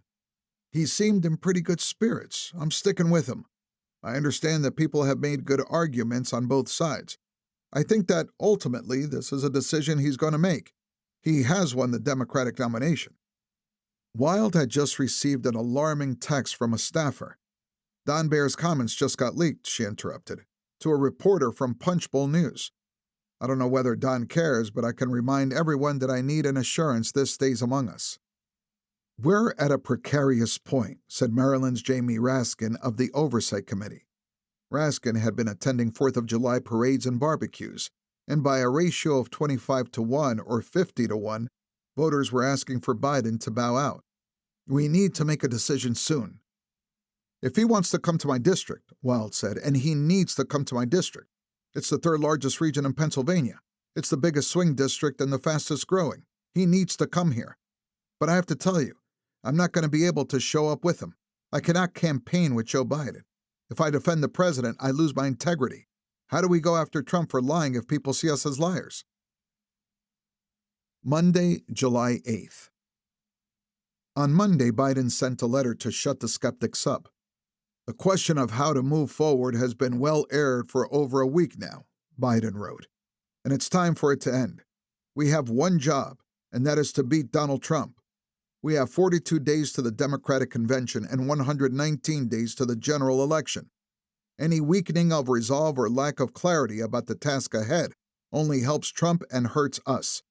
It's time to come together, move forward as a unified party, and defeat Donald Trump. His message was clear. He wasn't going anywhere. Or, as Schumer interpreted it, I'm running, go fuck yourself. That defiance was to be expected, Jeffries thought. He was still going to try to get a sense of where all 213 House Democrats were. After all, they were all going to be on the ballot that November, not just the president. I'm going to talk to members of the caucus throughout the entirety of this week and get a clear sense of where the caucus stands moving forward, Jeffries told Ricchetti. And on Thursday, I'm going to come to the White House and tell the president where we are. Adam Smith called Jeff Zients that morning to tell him he was giving a public statement. He went on CNN to announce his decision with Jake. It wasn't a particularly tough call. Smith thought that Biden never should have run in the first place. I think he should step aside, Smith said. I think it's become clear that he's not the best person to carry the Democratic message. He conceded that this was not just about the debate, that there had been concerns leading up to it in the terms of the president's ability to deliver a message, and it hasn't gotten better since the debate. The Biden forces hunkered down in their bunker and launched an aggressive campaign to thwart any possible attacks. About 6 Senate Democrats were prepared to call for Biden to step down, but the Post article prompted Schumer to tell them not to.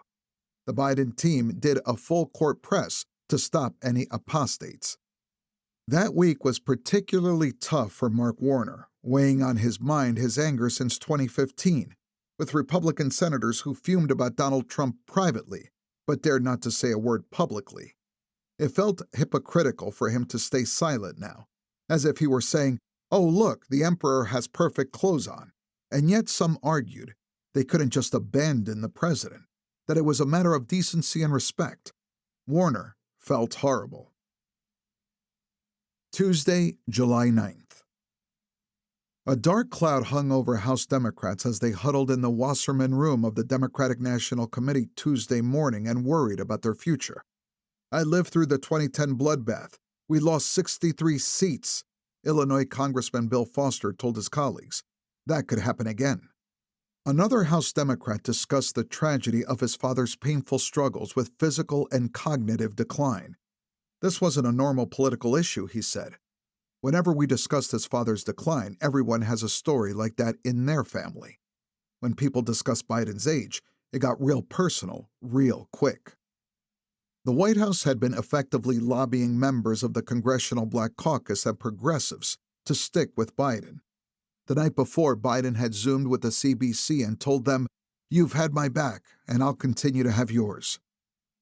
Biden needs to stay in, one Black Congresswoman argued before the entire caucus. If he gets out, this is going to fall on the shoulders of a Black woman, and Kamala Harris is going to lose, and everyone's going to blame Black people. There was a real sense from Black members that a Harris candidacy and a devastating loss that many seemed to anticipate as a foregone conclusion would be horrible for people of color, and yet that argument often came with the caveat that the party could not pick any replacement nominee other than Harris. Everybody knows this is a problem, Seth Moulton said after describing his experience with the president in Normandy. He wanted other Democrats to know that it was safe for them to call for Biden's withdrawal, too. There was a lot of debate. Up at the front of the room, Hakeem Jeffries and Pete Aguilar were scribbling down what House Democrats were saying, so they can pass on the feelings to Steve Ricchetti. "Are you going to the White House and telling them what we're saying?" Moulton asked. "We're going to read the quotes to the White House but not tell them who said them," Jeffries said. "I want to be quoted," Moulton said. New Jersey Congresswoman Mikey Sherrill sat quietly. Before the June 27th debate was half over, she had decided there was no way Biden can continue as the nominee. She'd been hoping that the debate would be an inflection point to prove the opposite. It hadn't been. Whether it was aging or something worse, Biden had clearly revealed to the whole country that he wasn't up to the task. She was worried that the White House was successfully lobbying folks to keep quiet as the party marched to defeat. At a previous smaller meetings of members in competitive congressional districts, so-called frontliners, she told Jeffries, "I'm going to have to say something because this seems like it's getting shut down." At 4:47 p.m., Sherrill issued a statement asking Biden to declare that he won't run for re-election and will help lead us through a process toward a new nominee. She argued that the stakes are too high and the threat is too real to stay silent. She was the 9th House Democrat to do so. For his part, Aguilar had had enough. It had been 2 weeks. He felt that he needed to put some more pressure on the White House to reflect what House Democrats were thinking, to make plain the fear and anger so many of them felt. "This is the first time I'm hearing that it's this bad in the caucus," Ricchetti told him. "He's staying in. It will get better." He added, "Biden is an asset, not a liability." Jeffries was coming to his own private conclusion. Something needed to change. Change was the most powerful force in politics. Certainly, if Vice President Harris became the nominee, she would represent change in a way that President Biden never could. He said as much to Ricchetti, but generally kept his view to himself. His job as House Speaker required a more neutral public position. Harris was trying to keep her head down. Her team didn't want to do anything that would rouse suspicion from Biden, his team, or other Democrats that she was trying to overthrow her boss. She felt it important to be seen as and to be loyal. That quiet posture created its own tensions with the Biden team, however. The Biden campaign had asked her to call members of Congress to help scare up support. Harris said she would call members she had long-standing relationships with, but not people she barely knew. All it would take was one congressman misinterpreting Harris's call as an underhanded maneuver to poach support for herself, they argued. Harris dialing up a bunch of members could make the situation much worse. It was playing with fire. Some on Biden's team fumed about Harris turning down a request at a time of crisis. George Clooney, Part 2. George Clooney had compartmentalized his encounter with the president at the LA fundraiser, chalking it up to the president's 81 spins around the sun and the long fucking trip from Italy, even if Biden had flown in on Air Force One. But then the debate had confirmed all the fears he'd shoved aside. So many governors, senators, members of Congress, fundraisers, and activists were now reaching out to him. It was all anyone could talk about. What a disaster. Biden needed to take himself off the ticket. Joe Manchin reached out to Clooney, confiding that Biden, his old friend of decades, had lost the will to fight. He told Clooney that the Democratic senators were planning to confront Biden, to try to convince him to step aside. Manchin personally hoped they wouldn't do so until after the NATO summit later that summer. "No need to show our ass to the world," he said. For whatever reason, no such meeting happened. Clooney held out hopes that Democratic governors would do so, but the readout he got on that confrontation suggested that no one had stepped up and told the president the truth. Then, on July 8th, Biden released a last-ditch letter to try to end the crusade to push him out. The letter shocked Clooney. Despite the Herculean efforts that the Democratic machine had made to shut down any sort of real contest, Biden cast his position as that of a true exercise in democracy. Having received over 41 million votes, 87% of the votes cast across the entire nominating process.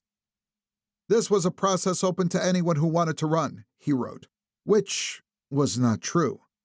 "Only 3 people chose to challenge me." Of Robert F. Kennedy Jr., Biden wrote that he fared so badly that he left the primaries to run as an independent. Of Dean Phillips, the president said that he attacked me for being too old and was soundly defeated. "The voters of the Democratic Party have voted. They have chosen me to be the nominee of the party." This was too much for Clooney. He reached out to Barack Obama to tell him that he was considering writing an op-ed to call for Biden to drop out. Obama advised that doing so would only make Biden dig in his heels deeper. In his home office in the south of France, Clooney sat down at his laptop. "I love Joe Biden," Clooney wrote, "as a senator, as a vice president, and as a president. I consider him a friend, and I believe in him, believe in his character, believe in his morals. In the last 4 years, he's won many of the battles he's faced." But Clooney added, "The one battle he cannot win is the fight against time. None of us can. It's devastating to say, but the Joe Biden I was with 3 weeks ago at the fundraiser was not the Joe Big Fucking Deal Biden of 2010.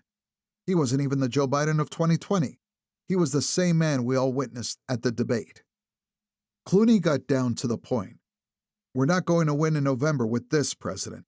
This is the opinion of every senator and congressmember and governor who I've spoken with in private. Every single one, irrespective of what he or she is saying publicly." He wanted some sort of process for a new nominee. "Let's hear from Wes Moore and Kamala Harris and Gretchen Whitmer and Gavin Newsom and Andy Bashar and J.B. Pritzker and others. Let's agree that the candidates not attack one another, but in the short time we have, focus on what will make this country soar. Then we could go into the Democratic Convention next month and figure it out." And then he attempted to end the op-ed with a note that was both empathetic and firm. "Joe Biden is a hero. He saved democracy in 2020. We need him to do it again in 2024. Clooney sent a copy to Jeffrey Katzenberg and told him to show Steve Ricchetti. Ricchetti read it and was furious. Internally, he threatened to shut Clooney down. Some of his colleagues thought he sounded like a mob boss. Word came back that Ricchetti suggested it would be better if Clooney held it a week. Katzenberg told Clooney he was skeptical the op-ed would achieve its desired effect. He also thought it was kicking a good man when he was clearly down. He felt the op-ed was harsh and premature. "I was there for the fundraiser," Katzenberg told his friend. "You left early. You never saw him on stage." "Yeah, but I saw him in the clutch," Clooney said, "and I was stunned by what I saw." Katzenberg knew how difficult it is for a person of some achievement, like Rupert Murdoch, Michael Eisner, to step down. He'd seen it close up. Hell, it happened to him with the sale of DreamWorks Animation in 2016. "Your process is not the correct one to get the end you desire," he told Clooney. He really wanted Clooney to cut the line about the befogged Biden at the fundraiser being the same man we all witnessed at the debate. "It's not fair what you're saying," Katzenberg said. "You're right. It's not fair," Clooney agreed. "Aging was awful. It really wasn't fair." But Clooney said, "It's accurate." Clooney's op-ed, "I love Joe Biden, but we need a new nominee," was published by the New York Times on July 10th. The line Katzenberg had objected to stayed in. Katzenberg did not agree with Clooney's assessment. Biden had been jet-lagged, and Katzenberg had been told that the president didn't sleep well on flights, even in the bedroom aboard Air Force One. So the president had gotten only 4 or 5 hours of sleep. Biden was one of those people who needed the full 8 hours every night. Even just 7 hours wouldn't cut it. Yes, Biden had gone into that disconcerting whisper mode backstage at the fundraiser. Katzenberg still didn't understand why he had done that. But what he had said was perfectly fine. Yes, it paled in comparison with Obama's eloquence and elegance, but that had always been the case. Katzenberg had been making huge efforts to boost Biden's performative abilities. Spielberg had helped with debate prep. Aides had credited the director's involvement with a significant improvement in Biden's performance in ads and videos. Biden hating doing video recordings and would snap at aides, who asked him to try them again. But he was willing to take direction from the Academy Award-winning director of Saving Private Ryan, in a way he never would from a campaign aide or ad maker. Multiple takes. It really helped, though not enough. Wednesday, July 10th. Pelosi had never been in favor of Biden debating Trump, whose behavior she found grotesque. But after the debate, she couldn't wrap her head around the decision by Biden's staff, with all they knew and all they had seen, to let him get on the stage that day. She heard from her fellow House Democrats, many of whom were terrified of what Biden's flailing candidacy would mean for them, for Democrats, for all the progress they had made as a party and a country. This wasn't about anything other than that, and the need for the Democrats to win the White House and the House and the Senate. From July 9th to July 11th, President Biden was hosting the NATO summit in D.C. Weeks before Pelosi had promised to go on Morning Joe was Svitlana Tsikhanouskaya, leader of the Democratic opposition of Belarus, on July 10th, to discuss a Washington Post op-ed they'd co-written on the importance of NATO.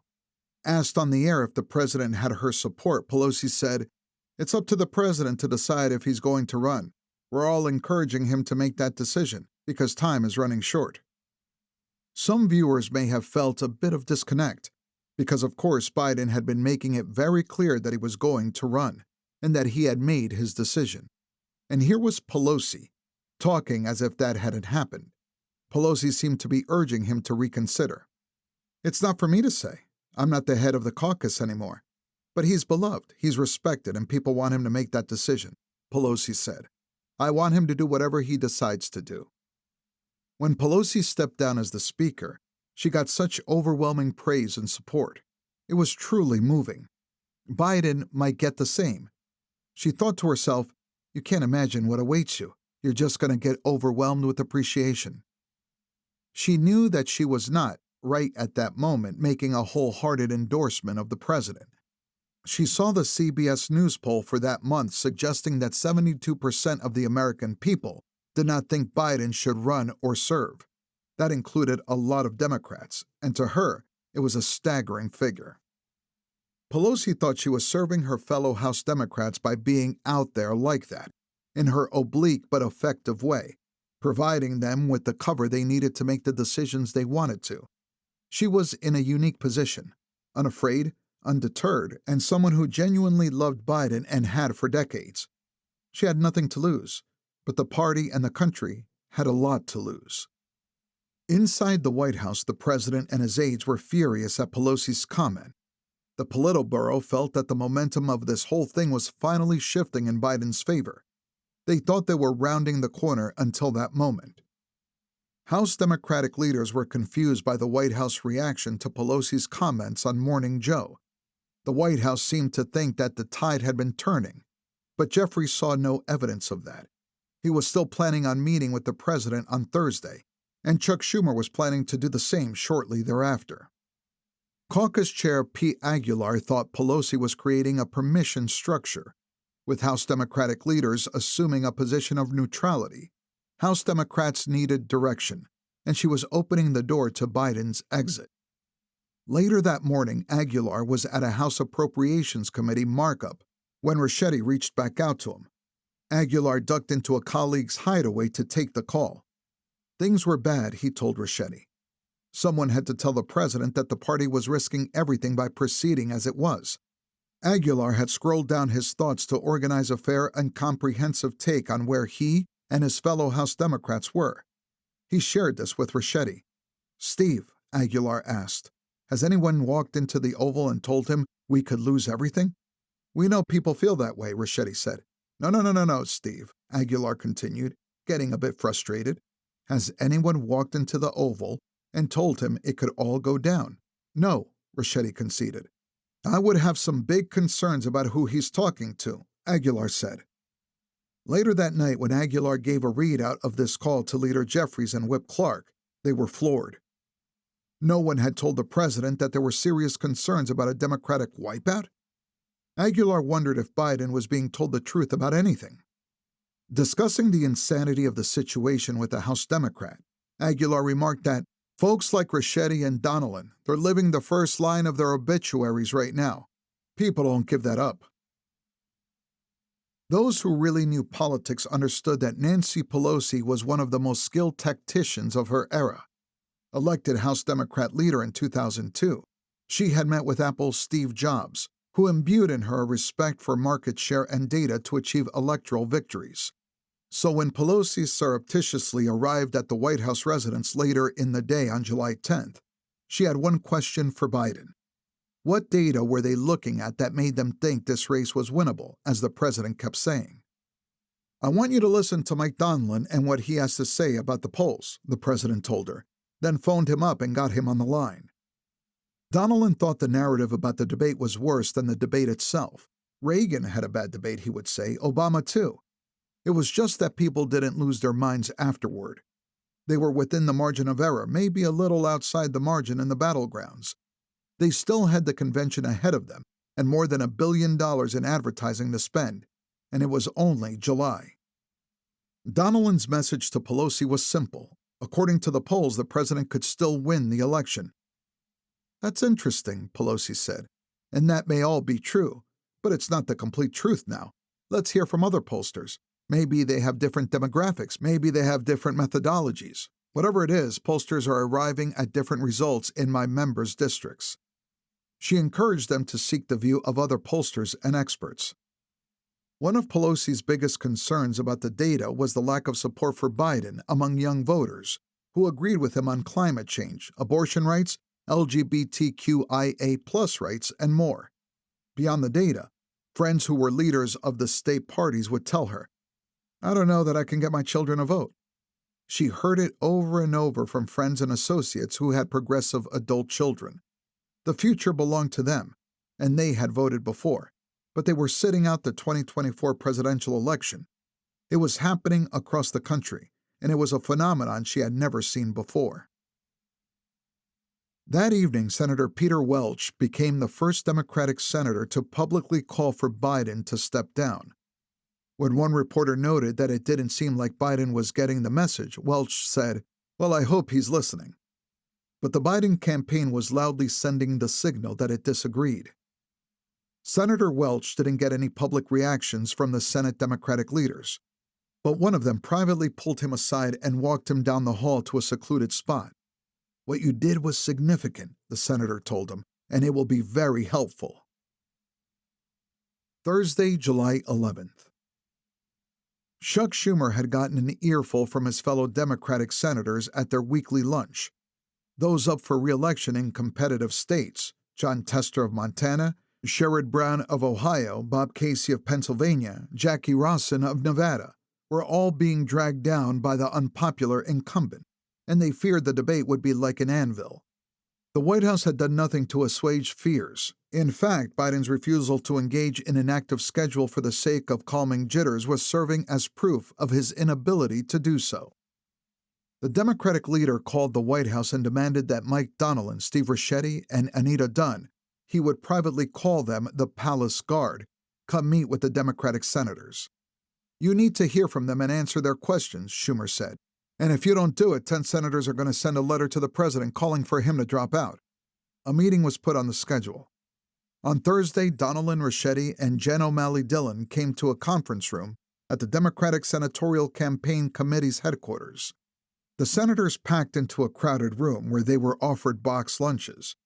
There was a weird, grim energy in the room. Donnellan presented to him the president's theory of the case. Getting rid of the president at the top of the ticket would be a mistake.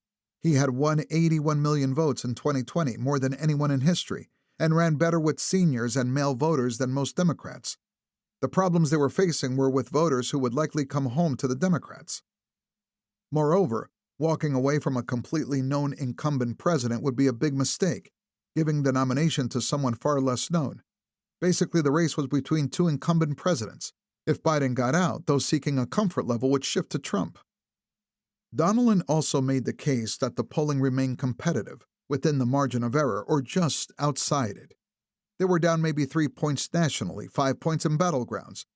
If they looked back in history, polls in the summer were hardly predictive. Washington's Patty Murray, the president's pro tempore of the Senate, spoke first. She spoke of Biden's legacy, suggesting that he was ruining it. She didn't explicitly call for him to drop out, but she certainly implied it. Rhode Island's Jack Reed, a sober and serious man, stood. "If the president wants to stay in the race after that debate performance," Reed said, "I would suggest he should submit to examination by 2 independent neurologists, one's willing to report their findings at a news conference." Even if Biden were okay today, voters might have legitimate concerns about how he would be in 4 years, Reed thought. West Virginia's Joe Manchin said to the group that, "There comes a time when you have to tell your dad, 'It's time for me to take away the car keys.'" It could be done in a humane and appreciative way, he argued. "Hey, Dad, You've been great. Now it's time for me to drive you places. But it needed to be done. As you know, I've been dissatisfied with the president's campaign, and I think this calls for a very significant course correction, said Rhode Island Senator Sheldon Whitehouse. I think we should also think about who our best candidate would be going forward, and I think that would be the vice president. Please don't take back to the president the fact that almost nobody in the Senate is speaking publicly as means that nobody's worried, because in fact, a lot of us are worried. If this isn't corrected fairly soon, we'll be lying to the public, and that's not right. By lying to the public, White House was signaling to the campaign that the debate performance had made it painfully clear that the president was not okay, and that senators shouldn't be relied upon to continue vouching for the president's acuity. Soon, Chris Coons spoke, first giving a forceful defense of all that Democrats had accomplished with Biden and of why he deserved a chance to continue as the candidate. Then he turned to the main topic. I never saw before that night what we all saw at the debate, he said. Coons knew that his colleagues thought he saw Biden far more than he did. The president phoned him regularly to talk about the Senate or foreign relations, but it was always on his own timeline. I think I've earned a reputation here for two things, loyalty and honesty, Coons said, and I intend to keep both of those intact. Right now, those two things seem like they're at odds. I intend to keep supporting Biden strongly, but if any of you saw anything like that before the debate, you should share it. No one spoke up. You know the president, Coons continued. You know he's a fighter and he believes he can win. He has sent us all a letter saying he intends to stay in the race. If you think he's going to leave this race based on donors calling him, you're wrong. If you think he's going to leave based on what pundits and other national political figures are saying, you're wrong. But anybody here who is in a tough re-election, if your polls show that he is harming your chances, that he's dragging you down, that will mean something. If you have a direct conversation with him as a senator, he will respect you for it. Pennsylvania Senator John Fetterman had been waiting to speak toward the end. He wanted to gauge the sentiment in the room. Fetterman had survived a stroke during his campaign and was one of the most outspoken Biden backers there. Hey, Fetterman said, how many people in the room are with the president? Coons raised his hand and looked around the room. Fetterman's hand was up. Senator Tammy Duckworth of Illinois. And that was it. Maybe even Nevada Senator Catherine Cortez Masto. Another Alex Padilla of California. 51 senators caucused with the Democrats, and maybe 5 were with Biden. Fetterman was riled up. So if you're willing to fuck over the president who's been a great president after everything, and I'd like to remind every last one of you he is the only person who has ever beat Trump in an election, Fetterman said. I mean, we all understand he had a bad debate, but if debates were definitive, I wouldn't be here talking to you here today. I understand there were probably some really scary conversations after I had my bad debate, and my debate was much worse. Fetterman said he was tired of hearing about Joe Biden's legacy. You all have legacies too, and your legacy is going to be fucking over a great president after a bad debate. And if you go ahead and set this in motion, you better own it. Donnellan was convinced the senators had already made their decision and weren't open to any conversation. Schumer approached him and Ricchetti at the end of the meeting. I want you to tell the president in detail about this meeting, Schumer instructed them. Biden was a creature of the Senate. It might make a difference to know how fellow colleagues supported him now. Barack Obama had arrived at the conclusion that Biden didn't have a path forward. He had been continually talking to Schumer and Pelosi about the Biden dilemma, helping them navigate the minefield on which they trod. Each of them had their different roles to play. When Schumer called him, Obama expressed concern about whether Biden was getting the unvarnished information he needed. Was he talking to the folks he needed to talk to? Was there a legitimate process being run and run well for Biden? Obama had never been a fan of some of Biden's top aides. You should talk to him, Obama told Schumer. You should bring the data to him. That night, a full 2 weeks after the debate, Biden finally held a press conference.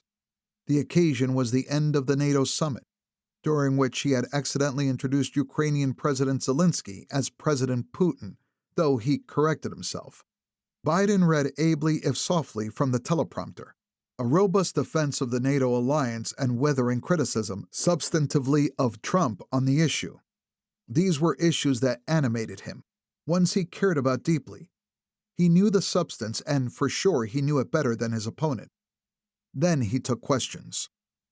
What concerns do you have about Vice President Harris's ability to beat Donald Trump if she were at the top of the ticket? Reuters' Jeff Mason asked. Look, I wouldn't have picked Vice President Trump to be vice president did I think she was not qualified to be president, Biden said. Vice President Trump. Another reporter asked if Biden would take a cognitive exam before the election. I'm tested every single day on my neurological capacity, he said. He nodded at the fact that politics were also a factor and added, no matter what I did, no one's going to be satisfied.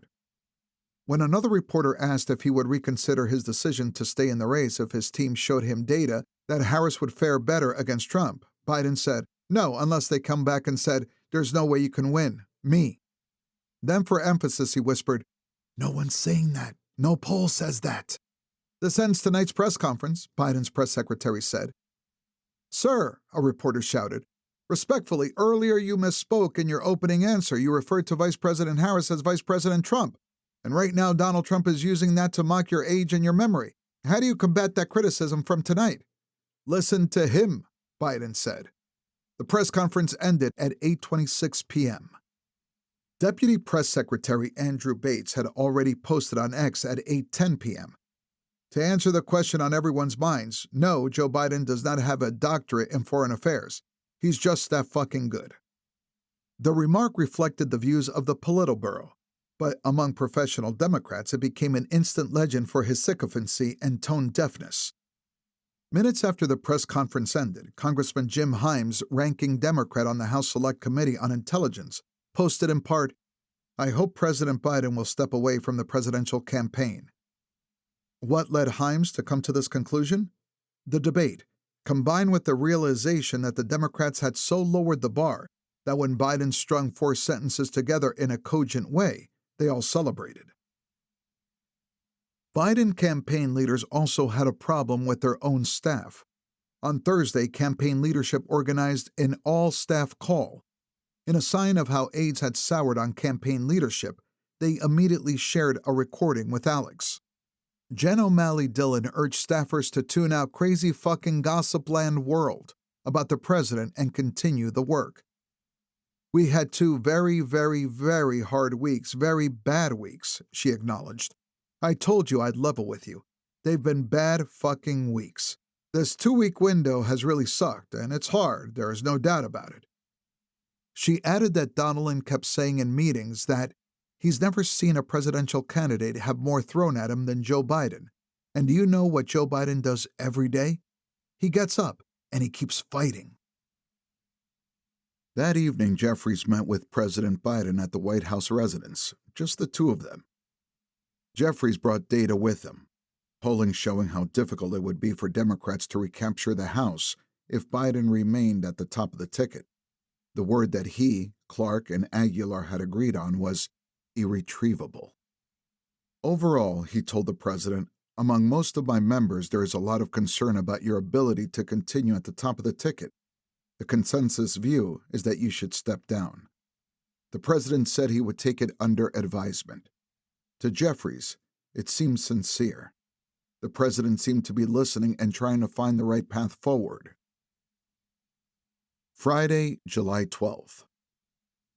Washington, D.C. Democrats were turning on him, but when Biden traveled to Detroit on July 12th, the crowd began chanting, "We've got your back," and "Don't quit." That night, leaders on the Biden campaign noted a sad irony. Biden was better on the stump than they'd seen him be in years. He found a fire in the belly that had been absent. The crowds felt it too. Some of this was the influence of Anthony Burnell, who had taken on a bigger role in designing the rallies. Even his detractors acknowledged that he had a gift for staging events. But some of it was just Biden fighting with his back against the wall. His defiance whipped up the crowd. His rallies began to give off counter-echoes of the angry energy that coursed through his rivals. Crowds booed the media, though Biden asked them to stop, and chanted that Trump should be sent to prison. Biden framed his candidacy as a fight against the elites. I'm the nominee of this party because 14 million Democrats like you voted for me in the primaries. You made me the nominee, no one else. Not the press, not the pundits, not the insiders, not donors. You, the voters. You decided, no one else, and I'm not going anywhere." Watching Biden and the crowd's response to him, campaign leaders thought to themselves that the president just might make it after all. Nancy Pelosi sat down and wrote the president a letter on her stationery. "A master-class press conference showing mastery of foreign policy," she wrote on the NATO event. "A positive grassroots event in Detroit. Not a reason to stay, but a way to go out on top." She signed the letter and sent it to the White House. She never heard back from him. She would later hear how angry he was, and she knew why. She was one of his best friends in Congress. She admired and cared about him, and worked in so many ways to ensure that House Democrats were well disposed to the president. She believed that he was mad because he knew how much she cared about him. And she was right. President Biden saw her as a close friend and a professional partner with whom he had accomplished a great deal. Her opposition to this continuance in the race stung so sharply because of their closeness, and to him, Pelosi's position seemed like a quick conversion to the side of the chattering class by someone who had once been an ally. On Friday, Chuck Schumer was told that Donnellan and Ricchetti had not, in fact, shared a detailed accounting of their meeting with the Democratic senators. Ricchetti often would dull some of the edges from what folks told him, figuring that it would be better for everyone involved if their concerns came across more politely. Schumer phoned Jeff Zients. "I want to see the president," Schumer told the White House chief of staff, "and if you don't put something on the calendar, I will make the request publicly, and then you'll have to give me the meeting, and it will be public." Schumer was invited to visit the president the next day in Delaware. In the late hours of July 12th, sliding into the next day, South Carolina Congressman Jim Clyburn found himself at a Manhattan meeting with big Democratic donors. They didn't just want Biden out of the race, they wanted his running mate out too. They were telling us why they thought he could not win and how bad his polling was, and her polling was just as bad. Clyburn later recounted. Her polling was in fact far worse than his in many polls at the time. They presented him with data. "I've heard all this information that you've shared, and I don't agree with any of it," Clyburn told them. "I do, however, have one question that I need y'all to answer for me." Clyburn wanted them to do some polling for him too. "How long would it take you to get out in the field and get me the answer to the question?" he asked. "About 3 days," they said. If Joe Biden were to get out of the race and Democrats were to then bypass Kamala Harris, what would be the impact on black turnout? "Y'all think you can come up with a polling question to get me that answer?" "Yes," they said. "Okay," Clyburn said. "When y'all come back with that answer, I'll be able to complete that conversation." They never got back to him. Saturday, July 13th. It was good that being Senate Majority Leader meant you had a driver, because Chuck Schumer hadn't slept a wink the night before. Schumer had no cards with him. He was steeling himself for the toughest one-on-one meeting of his life. He went over what he was going to say as his car sped over the Verrazano Narrows Bridge and down the New Jersey Turnpike to Rehoboth. Pramila Jayapal had reached out to the president's team to set up a Zoom call with the Congressional Progressive Caucus. The Biden team finally set it up for that day. California Congressman Jared Hoffman, a vice chair of the caucus, told Jayapal he wanted to ask a question, a pointed one that the president would have to answer. Jayapal and the CPC staff wrote the question for him, but Hoffman thought theirs was a softball and decided to just ask his own question live. There was a lot of pro-Biden steering going into that call and the lead-up to the call, Hoffman later recalled. It wasn't clear if any of the staffers were helping Biden as he sat in his Rehoboth Beach, Delaware beach house before the Zoom screen, which had been set up at such a high angle that participants had a good view of the thinning hair atop his head. He often seemed to be looking down at note cards, and he hadn't been told where to look to make eye contact. Jayapal began the virtual meeting by praising Biden as the most progressive president in her lifetime. But, she continued, our members have real concern about whether you can win this race. Throughout the call, Biden was defensive and angry in a way that many members of the CPC had never seen before. He insisted that he was the real progressive in the room. He challenged Jayapal quite directly. He suggested that progressives on the call had not been sufficiently aggressive in their focus on how America's wealthy were gaming the system. It was insane, one CPC member later said. Jayapal was texting Biden's team during the meeting, and she let them know that it wasn't going well. He was getting way too defensive. A staffer in the room with Biden got the message, wrote it out, and handed it to him. Biden read it out loud. "Stay positive, you are sounding defensive." Later, Biden supporters improbably claimed that he was just attempting levity. He was in complete defensive mode, a CPC member later said. Biden didn't seem to want to get off the call when it was scheduled to end. CPC members texted Jayapal, asked her to try to end it. He had another call to do, this one with the more moderate New Democratic Coalition, or New Dems. New Hampshire Congresswoman Annie Kuster, chair of the New Dems, spent 3 hours on a flight to Washington State, preparing her opening remarks on the Biden Zoom call. The last time she prepared for a conversation this painful, it was to discuss with her parents the need for them to enter assisted living. Kuster had spent time with Biden on Air Force One in March, and she had been shocked by the degree to which he seemed not up to the task of running for re-election. She concluded that Trump was going to win, so she opted not to run again. She did not want to be pulled down by the Biden anchor in a red wave, nor did she want to spend the next 2 years dealing with his presidency.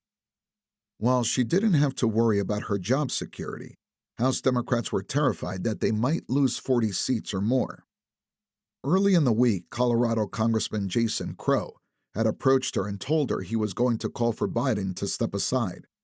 Kuster had asked him to hold off. She was setting up the Zoom, and the White House had made it clear that no one who had already called for the president to withdraw would be permitted to speak. "I'd like you to do this," Kuster told him. Crow, a former Army Ranger, was a good voice for the New Dems to speak on national security issues, a role she wanted filled on the call, along with someone who was also a member of the CBC, such as Texas Congressman Mark Vesey, and someone from a battleground state, such as Pennsylvania Congresswoman Chrissy Houlihan. After Kuster and her husband landed in Seattle, they rushed to a local library so that she could lead the New Dems Zoom meeting with the president. 3 different people had called Kuster that morning and told her to be brutally honest with him because he was not hearing the truth. So Kuster told the president with all due respect, "Our constituents and our party need more than 'don't look at the polls' or 'watch me.' They need a more concrete plan and a well-orchestrated strategy to elevate the fears of millions of Americans who are terrified of what appears increasingly likely to be a second Trump presidency that's even worse than the first." Kuster said she would then turn the conversation over to the president to discuss how you will make that decision, whether you're getting the honest assessment you need from your team, and what changes need to be made to right the ship.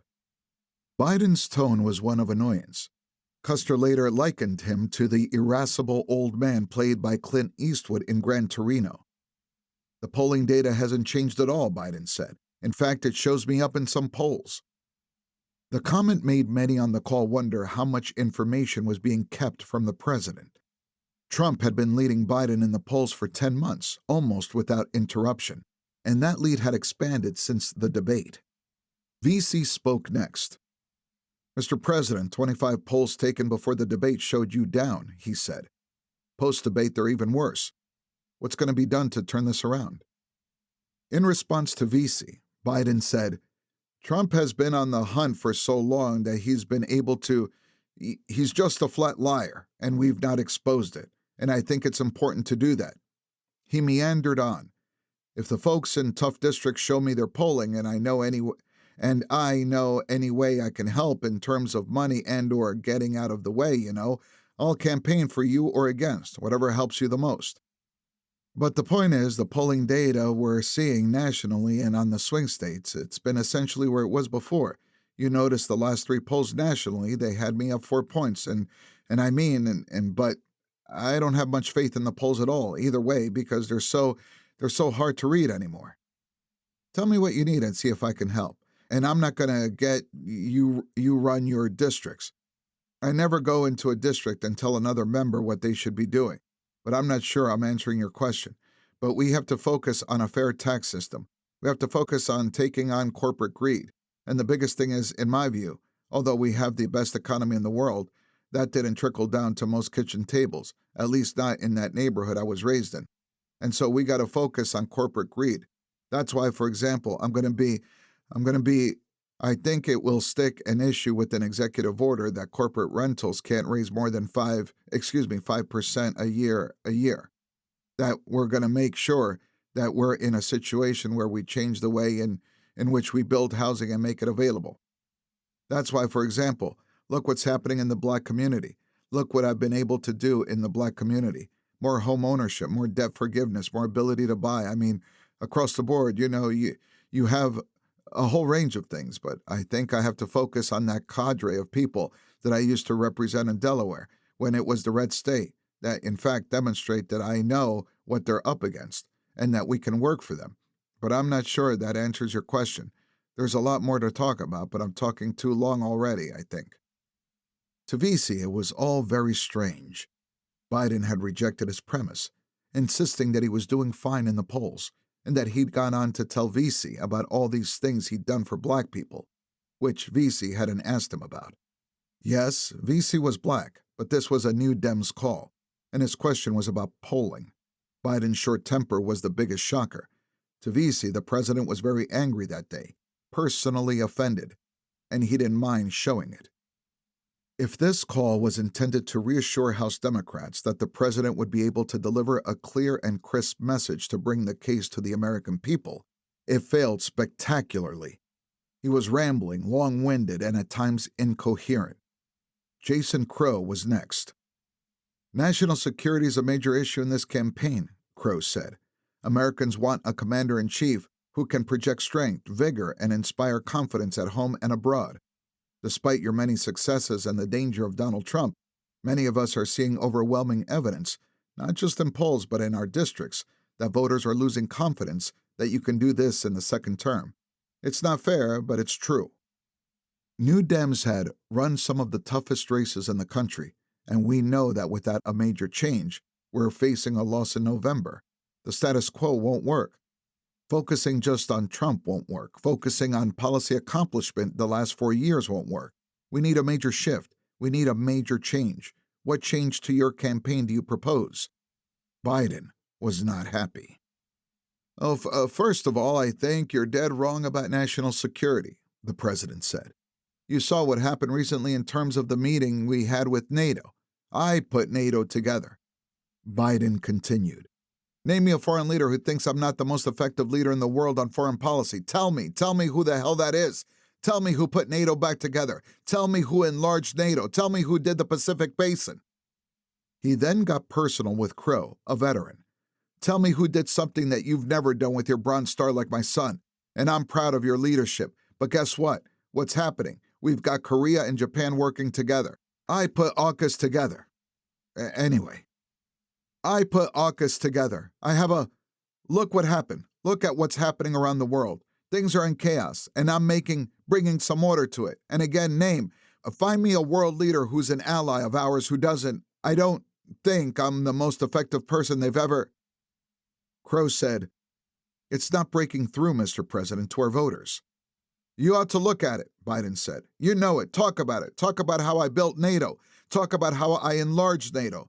Talk about how I put together what's happening in Asia. Talk about what's going on in the Middle East. Talk about it. Talk about how I got. Anyway, look, a lot of you guys know better. I don't blame you if you don't want it. If it hurts you to talk about it, don't talk about it.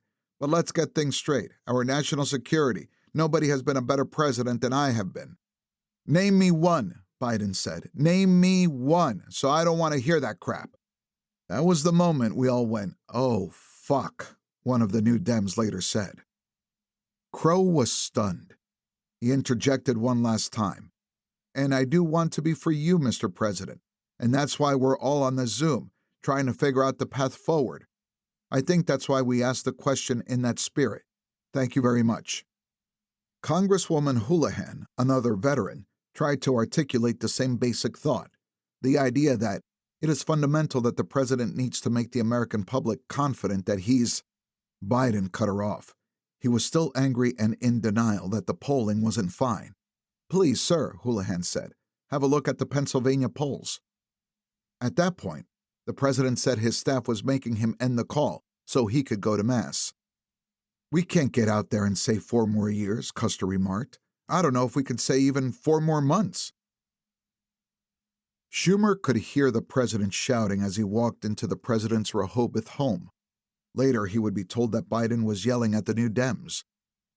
Ricchetti had escorted the senator to an enclosed porch with a lovely view of marshlands, and past them the ocean. Soon enough, the president walked in and was friendly, gentle, and kind. Schumer had him publicly called for Biden to drop out. He wasn't sure if Pelosi's public posture was helpful or not. She'd gone a bit rogue, he thought. For his part, he'd been saying, "I'm with Joe," which wasn't a strong endorsement, he knew, but stronger than what so many other Democrats were saying. They looked out at the marshlands together, Biden alluding to his effort decades before to secure for Cape Henlopen State Park hundreds of those acres. "This is one of the great things about what we do," Schumer said. "I can go to any corner of New York State and find something I've done that made it better. It makes me proud. I know you must have done 10 times more in a smaller state." Schumer then steeled himself for the tougher conversation. He told Biden about the DSCC meeting, about what the senators had said. Biden seemed surprised. "I hadn't heard it was that bad," Biden said. "If we had a secret ballot of the Democrats on whether you should keep running, I think you would only get 5 votes, Schumer said, "and you know how good I am at counting votes." Jumping back and forth between calling him Mr. President and calling him Joe, Schumer took on a philosophical note, having prepared his remarks. "All of us have big egos in politics, but we go into it for different motivations," he said. "Some motivations are bad. Some people want to make money out of it. Some want power. Some want to lord themselves over other people. But some go into it for good reasons. They want to make the world a better place and build a legacy. I know you're that kind of politician." He went through all the projects they had worked on together. First, when Schumer was in the House and Biden in the Senate. Then the ambitious legislative agenda of 2021-2022. "If I had to leave politics tomorrow for whatever reason," Schumer said, "I would say to myself, all the shit we take in this job was worth it for making the world a better place." Well, you've done 20 times more than that, Mr. President, so you have an amazing legacy. But that wasn't going to be his legacy, Schumer told him. "If you stay in the race and you lose to Trump and we lost the Senate and we don't get back the House, that whole 50 years of amazing, beautiful work goes out the window. But it's worse than that. You will go down in American history as one of the darkest figures." And that was likely. Schumer said, "Mr. President, you're not getting the information as to what the chances are. Have you talked to your pollsters?" "No," Biden said. Schumer said to him, "If I had a 50% chance of winning, Mr. President, I'd run. It's worth it. But, Mr. President, your chances of winning are only 5%. I've talked to your pollsters. I know all 3 of them. I've talked to Garin and Pollock and Murphy, and they think it's a 5% chance. 5%. "Really?" Biden said. "They're not telling you," Schumer said, of Donnellan and Ricchetti. "The pollsters told me. He's not seen our polls. It all goes to Donnellan, and Donnellan interprets it, okay? You have a 5% chance. The analytics guy, who probably knows this best, said it's 1%. If I were you, I wouldn't run," Schumer said. "I'm urging you not to run." "Do you think Kamala can win?" Biden asked. "I don't know if she could win," Schumer said. "I just know that you cannot." Biden said that he needed a week. They stood. On their way out, Biden put his hands on Schumer's shoulders. "You've got bigger balls than anyone I've ever met," Biden told him. On his drive back to Brooklyn, Schumer called his staff and teared up while relaying their conversation. But soon the subject changed. At 6:11 p.m., at a campaign rally near Butler, Pennsylvania, Trump was nearly assassinated. One audience member was killed. 2 others were seriously wounded, and the gunman was shot dead by Secret Service counter-snipers. The image of Trump, bloodied but standing defiant, fist in the air after a bullet grazed his ear, would be one of the most memorable of the year. Looking at that photo, Biden campaign aides couldn't help but think of how this would help Trump politically. Fuck, more than a few said. Monday, July 15th. That weekend, there was a pause in the drumbeat of calls to Chris Coons from reporters, donors, and Democratic Party leaders who wanted to know more about Biden's condition and campaign. Then, on Monday morning, the calls about whether Biden would drop out started up again. Coons concluded that this pressure on the president, the steady cycle of negative polling and Democrats calling for him to step aside, was simply not going to end. In your last TV interview, NBC's Lester Holt said to the president, you were asked if you had watched the debate, and your answer was, I don't think so, no. Have you seen it? I've seen pieces of it, the president said. Holt explained that he was asking because the big question on everyone's mind was whether Biden had seen what the rest of the country had at the debate. Lester, look, Biden said, shifting into lecture mode. Why don't you guys ever talk about the 28 lies he told? Where were you on this? Why didn't the press ever talk about that? 28 times, it's confirmed, he lied in that debate. I had a bad debate, bad night. I wasn't feeling well at all. And I had been, I screwed up. Biden continued to push as if the news media hadn't spent much of the previous 8 years fact-checking Donald Trump. Seriously, you won't answer the question, Biden said. But why doesn't the press talk about all the lies he told? We have reported many of the issues that came of that debate, Holt countered. No, you haven't, Biden said. Well, we'll provide you with them, Holt said. God love you, the president said. It was the news media's fault for not sufficiently covering Trump's lies. It was the Progressive Caucus' fault for not going after oligarchs enough. It was the New Dems' fault for not talking up his achievements enough. It was everybody else's fault. The White House had invited South Carolina Congressman Jim Clyburn to fly with the president on Monday to Las Vegas, where both men would attend the NAACP National Convention the next day.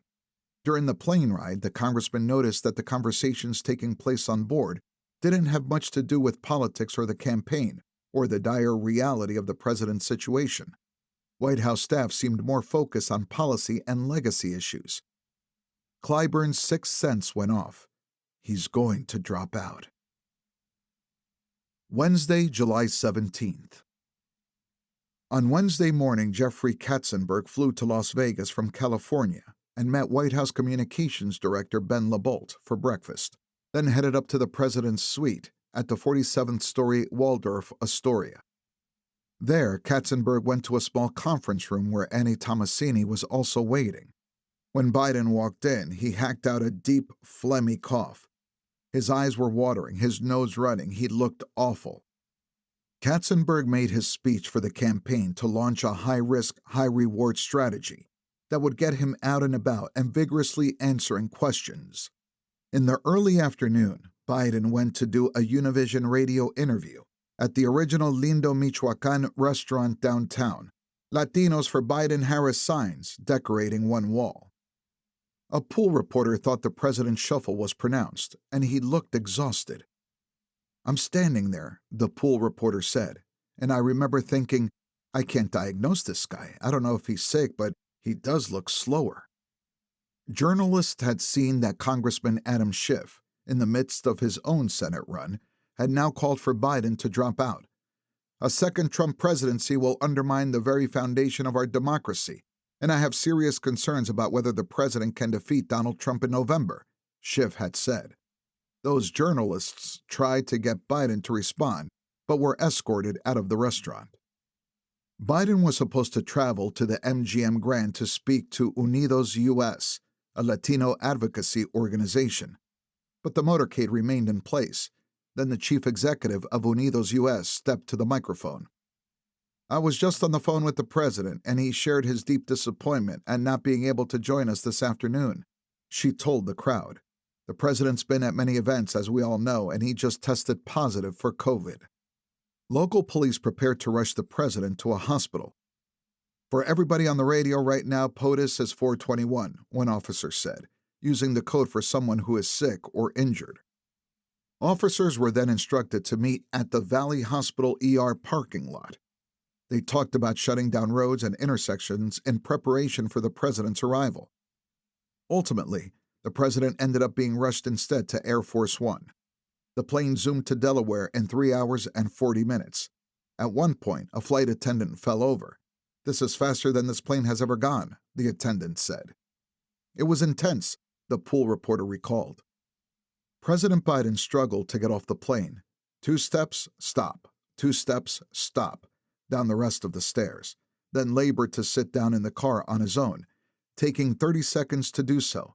According to video captured by ABC News, fatigued and frail, he needed help from the Secret Service to lift him into the car. It was tough to watch.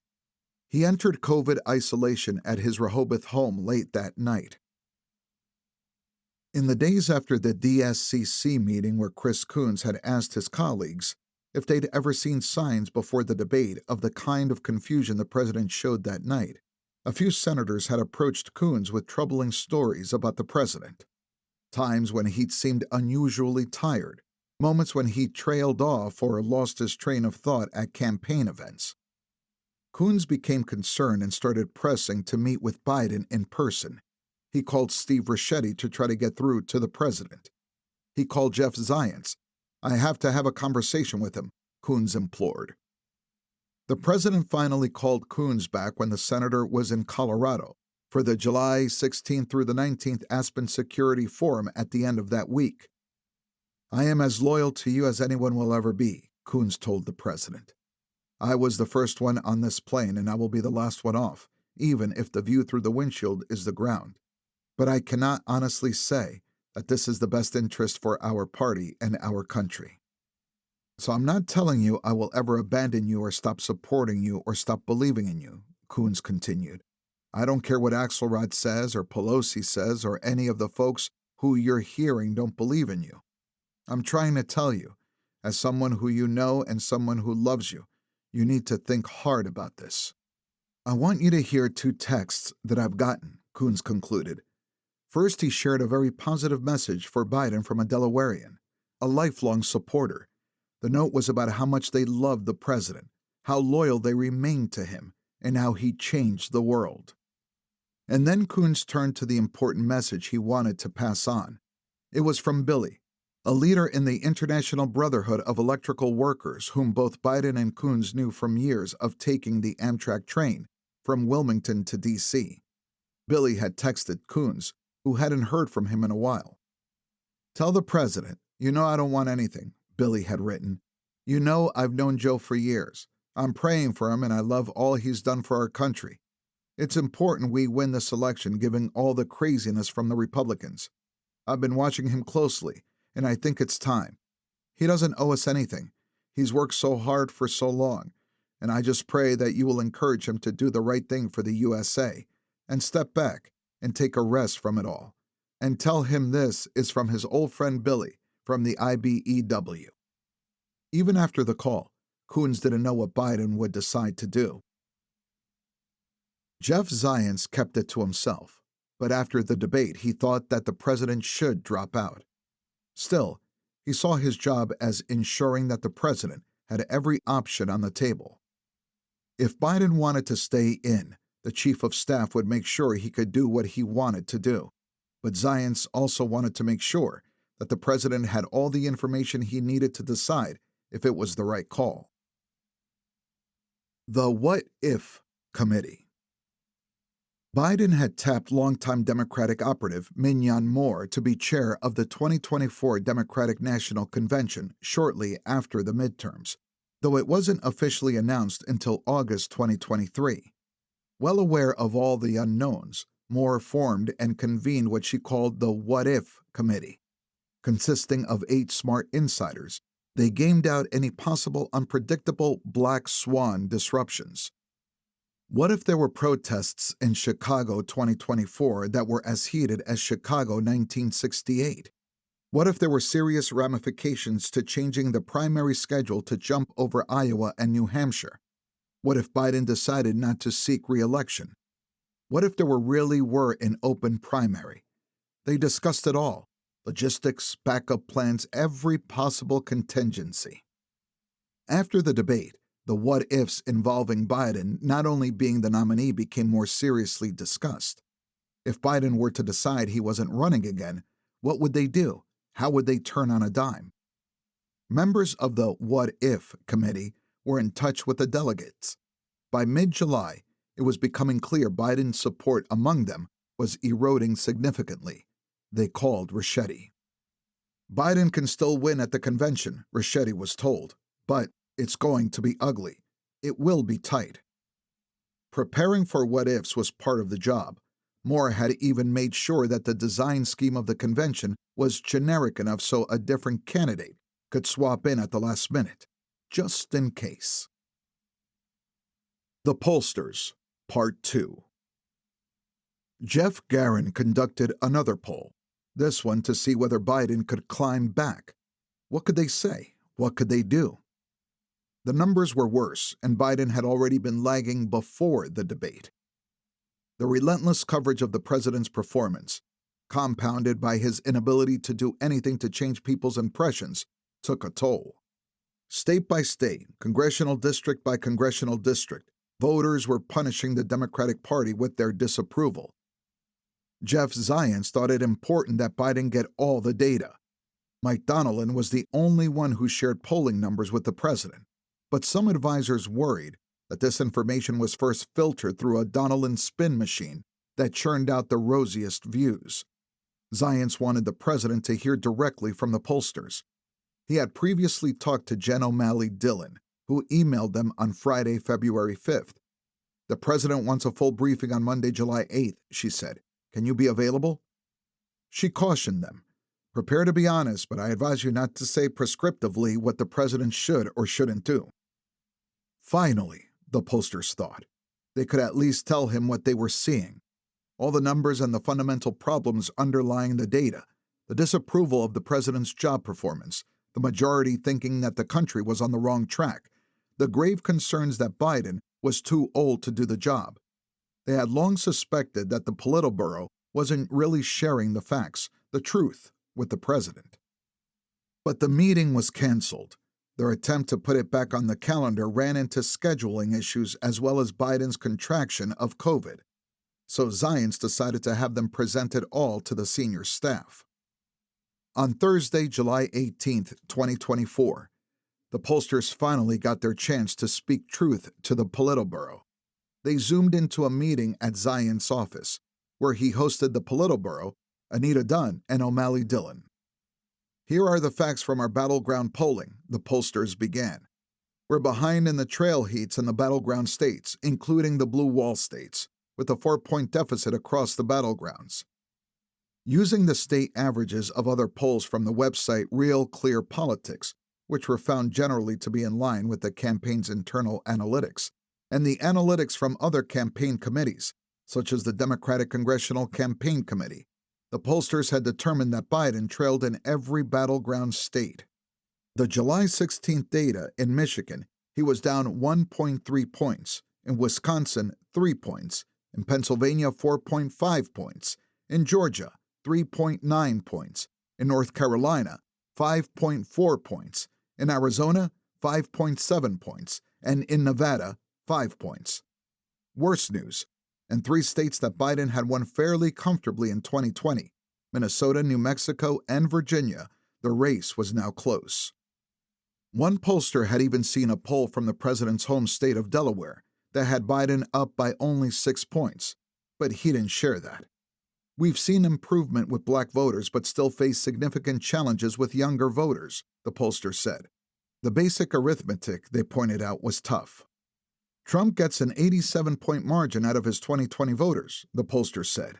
Biden gets an 81-point margin out of his 2020 voters. Trump has a 9-point advantage with everyone else, and a 12-point advantage with new voters. Turnout was still an unknown, though Trump voters were excited about voting for him, and the same wasn't true for Biden voters. The structural problems underlying the situation were even tougher. President Biden is the incumbent at a time when voters overwhelmingly are dissatisfied with the direction of the nation. The majority of voters, 54%, have little or no confidence in President Biden on the economy, 10 points higher than Trump. And then there was the age issue, which was devastating.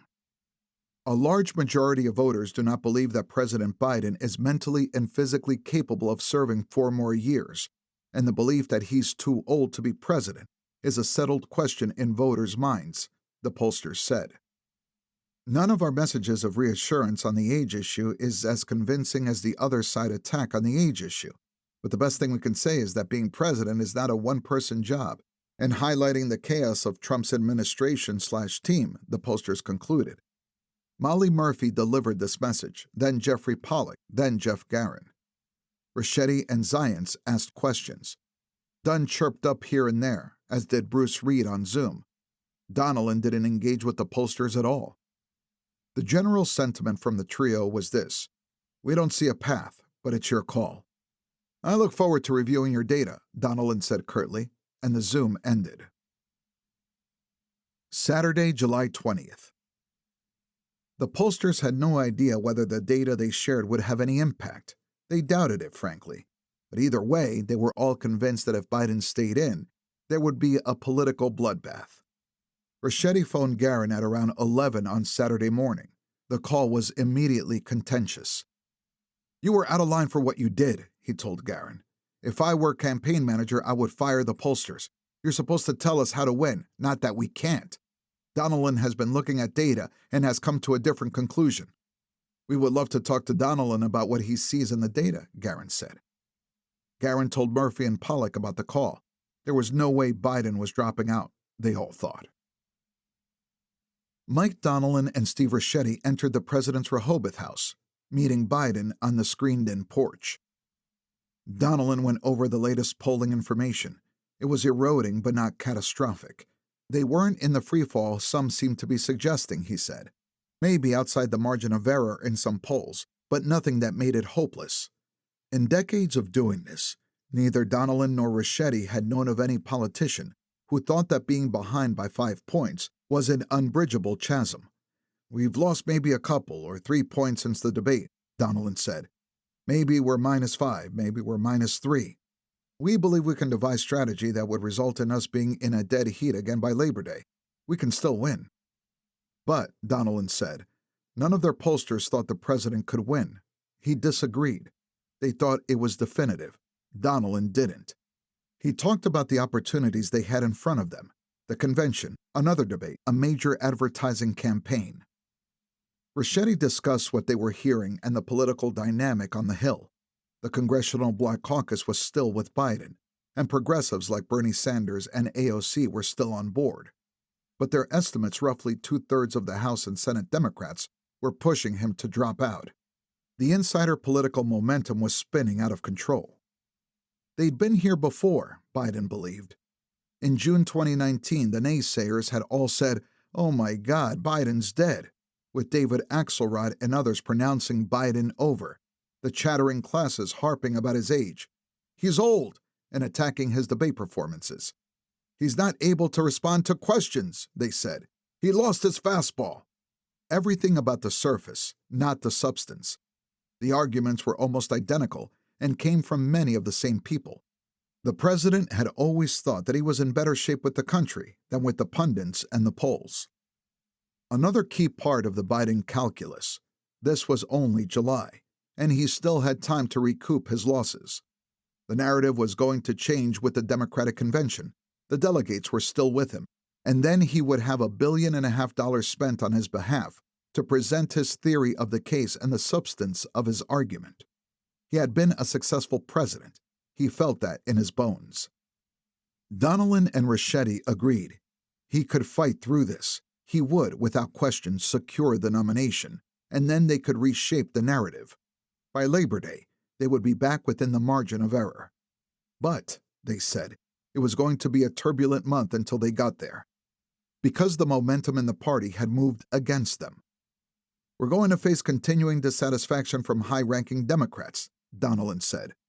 "The party will be split. Money will be hard to raise." Biden, ailing with COVID, would not be able to defend himself or make his case. It was unstated, but their allies would need to do it. The Congressional Black Caucus, progressives, labor, they would need to go out there, and they would need to fight back. It would get personal, it would get nasty, and it might tear the Democratic Party apart. The president thought about what they were telling him. The previous 3 weeks had been demoralizing and exhausting, and now he was sick, really sick.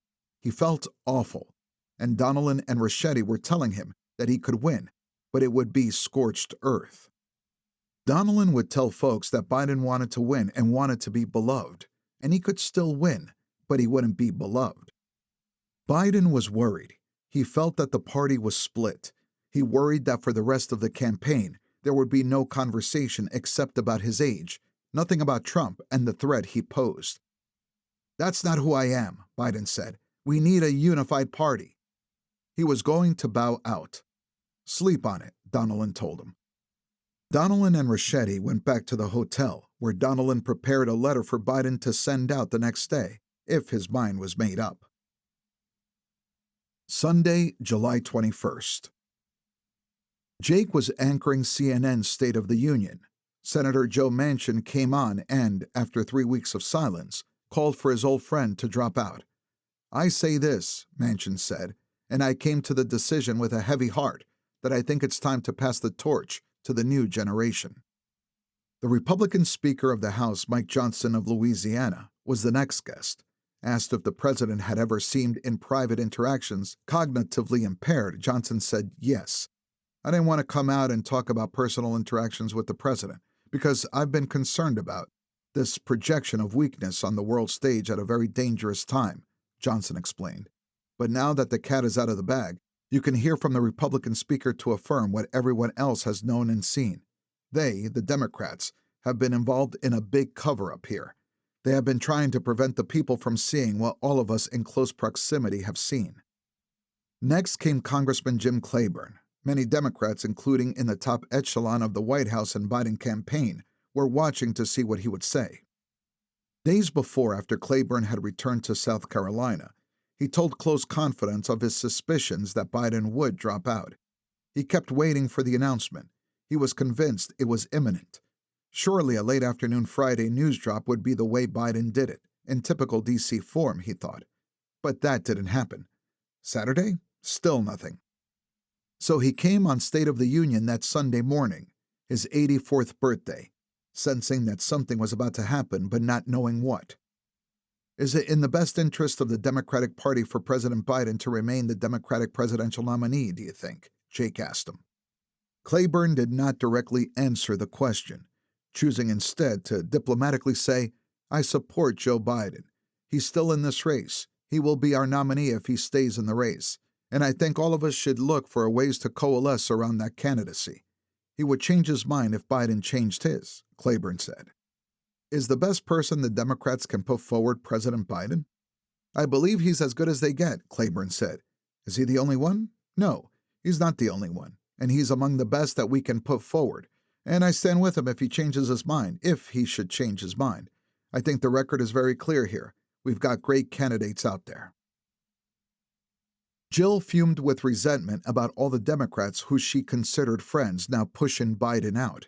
She knew she had blundered in the aftermath of the debate with her belittling praise. She was only trying to help her husband in this moment of need. In the end, she told Biden, "This is your decision. This is for you to decide." When Anthony Burnell and Annie Tomasini returned to the Bidens' Rehoboth house that morning, the president was ready to make the calls to announce his decision. There was nothing more to discuss. The president had clearly made up his mind, they thought. This was what he was doing, and he was now focused on executing. In the vice president's residence at the U.S. Naval Observatory that morning, Kamala Harris was sitting down to do a puzzle with her godnieces after a breakfast feast she'd made of pancakes and bacon.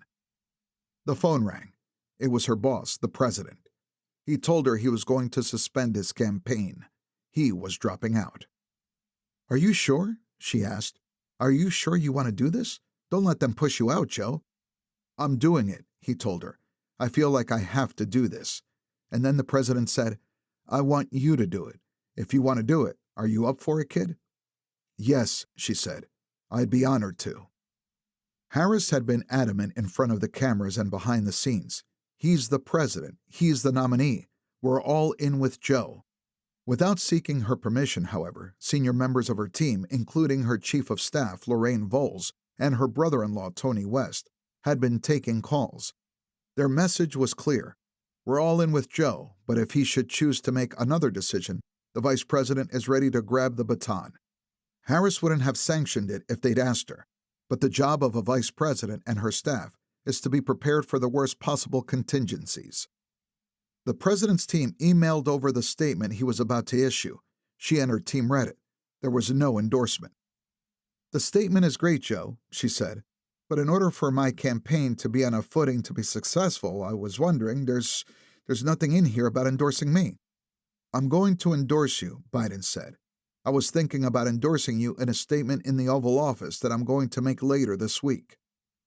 Mike Donnellan and Steve Ricchetti were on the phone as they expressed reluctance to add anything to the statement. The president wanted it to stand on its own. Harris wondered if that was wise. That open airtime will be filled with speculation about why you're not endorsing your own vice president.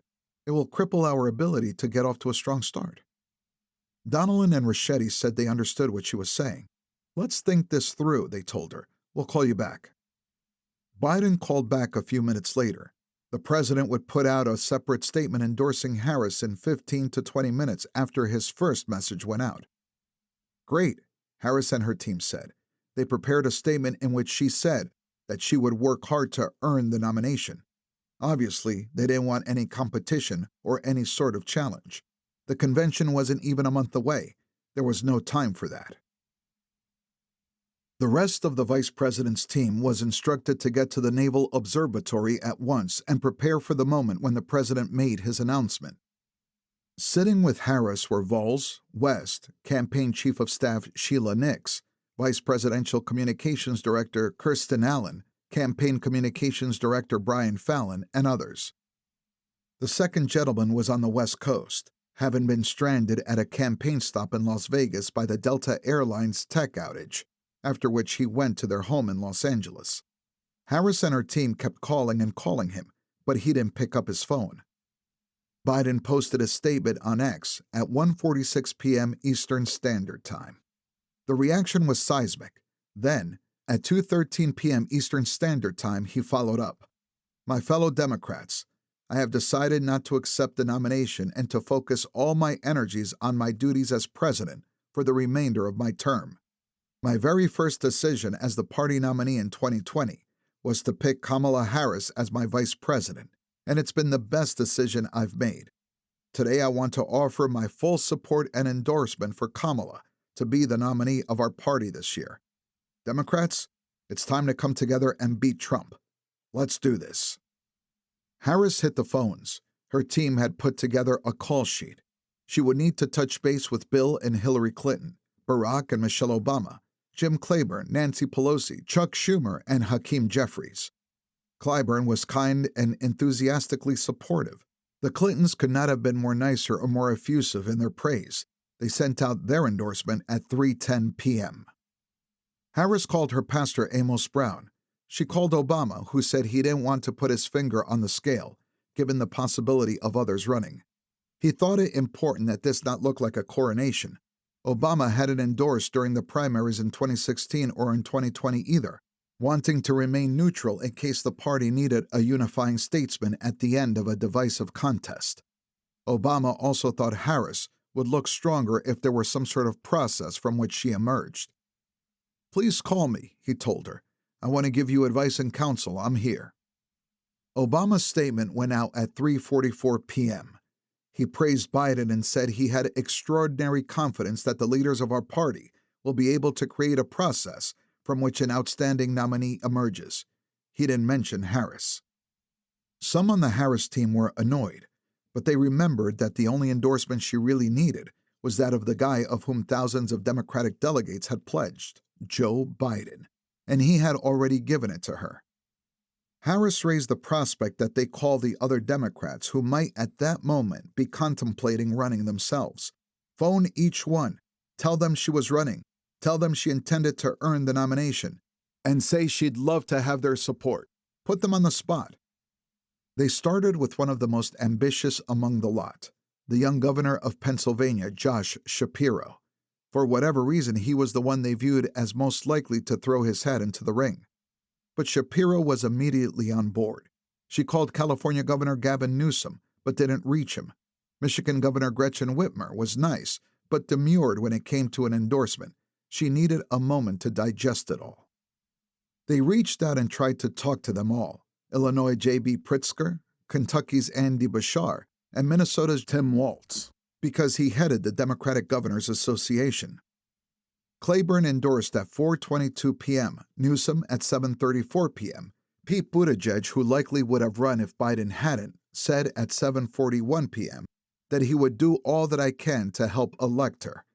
By the end of the day, all the major would-be Democratic candidates were on board except Pritzker and Whitmer. Pritzker made some calls to other possible candidates just to feel it out. Was anyone going to challenge Harris? He certainly wasn't going to be the only one. Nope, they told him, one after the other. Pelosi told Harris she would endorse her the next day, and then she spent some time calling other potential candidates to inform them that people were lining up behind the vice president. Pritzker and Whitmer soon got in line too. Obama's camp told the Harris campaign that Barack was on board. They worked to coordinate and schedule a video endorsement by the end of the week that would be something of an event. By close of business Monday, Harris had locked up all the delegates whom she'd been meeting and schmoozing with for years. The shortest presidential primary in modern history was over. Chapter 17. Joy. Barack Obama called David Plouffe. After Biden's debate, Plouffe had been hoping for an immediate end to his candidacy, and perhaps some nod to a mini-primary system or an open convention. But Biden had held on for more than 3 weeks after that, making such ideas, however daunting or unrealistic, seemingly impossible.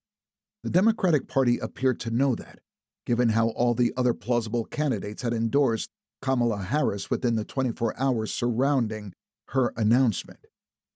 She's probably going to call you, Obama told him. She was the vice president. And she was going to call to ask him to temporarily end his embargo on working on campaigns to help her out. Harris was going to keep Biden's campaign chair, Jen O'Malley Dillon, along with much of the Biden campaign infrastructure and staff. Frankly, there wasn't time to build a new campaign. Plouffe didn't know her well, but he dealt with her through the years and liked her. He also thought that she'd been handed a terrible situation. Prospects of winning, he felt, were remote. But they were at least not zero, so better than Biden's. He talked to his family. This was going to be a 107-day sprint to save the country from Trump. He would be gone from home for much of it. When Harris called, Plouffe said yes. It was the only solid thing to do. Mike Donnellan left the campaign and returned to the White House. Bruce Reed had taken his old office, so he went to the second floor of the West Wing. With new folks such as Plouffe coming on board, O'Malley Dillon convened a meeting of the Harris campaign team. During the Biden-Donnellan era, all of the data was closely held. Now was a new day. Becca Siegel was sharing the campaign's internal information with everyone, including the previously iced-out pollsters, Garin, Murphy, Pollock, and Binder. Everyone could now see where the race had stood when Biden dropped out. It was gruesome. They got the first look at the internal data on right track, wrong track on Hispanic voters, on the split among men. Plouffe, who had relocated to Wilmington, his hometown, had known it was bad, but it was worse than he had anticipated. Biden was barreling toward a historic loss for the modern era. It would have been an electoral bloodbath. Not only was Biden on track to lose the blue wall states of Michigan, Pennsylvania, and Wisconsin, as well as the Sun Belt battlegrounds of Arizona, Georgia, Nevada, and North Carolina. But he was in serious danger of losing New Hampshire, New Mexico, Maine, Minnesota, and Virginia. Plouffe also suspected that those polls wouldn't have been the low watermark, because if one envisioned Biden continuing his candidacy, continuing to perform the way he had post-debate for the rest of the campaign, it would have gotten worse. He guessed that if Biden had kept at it, he would have fallen another 3 to 4 percentage points in the popular vote, ending at roughly 44%. The House would have fallen to the GOP by dozens of votes. Republicans would have wound up with maybe 58 Senate seats. But frankly, they didn't have time to wallow in these ugly facts. They had the Democratic convention kicking off on August 19th, just 4 weeks away. Before that, Harris needed to pick a running mate. They had to start running TV ads. The Biden campaign had refused to do any real polling on her beyond focus groups, so they were starting from scratch. In a small way, the accelerated time frame was a gift. It made decision-making fast, and they couldn't sweat the small stuff. But those were the only positives.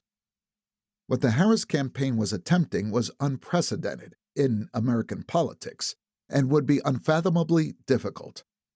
For instance, looking back to when then-Senator Obama officially launched his campaign for president in February 2007, Jake recalled him seeming annoyed and listless as he campaigned throughout that year.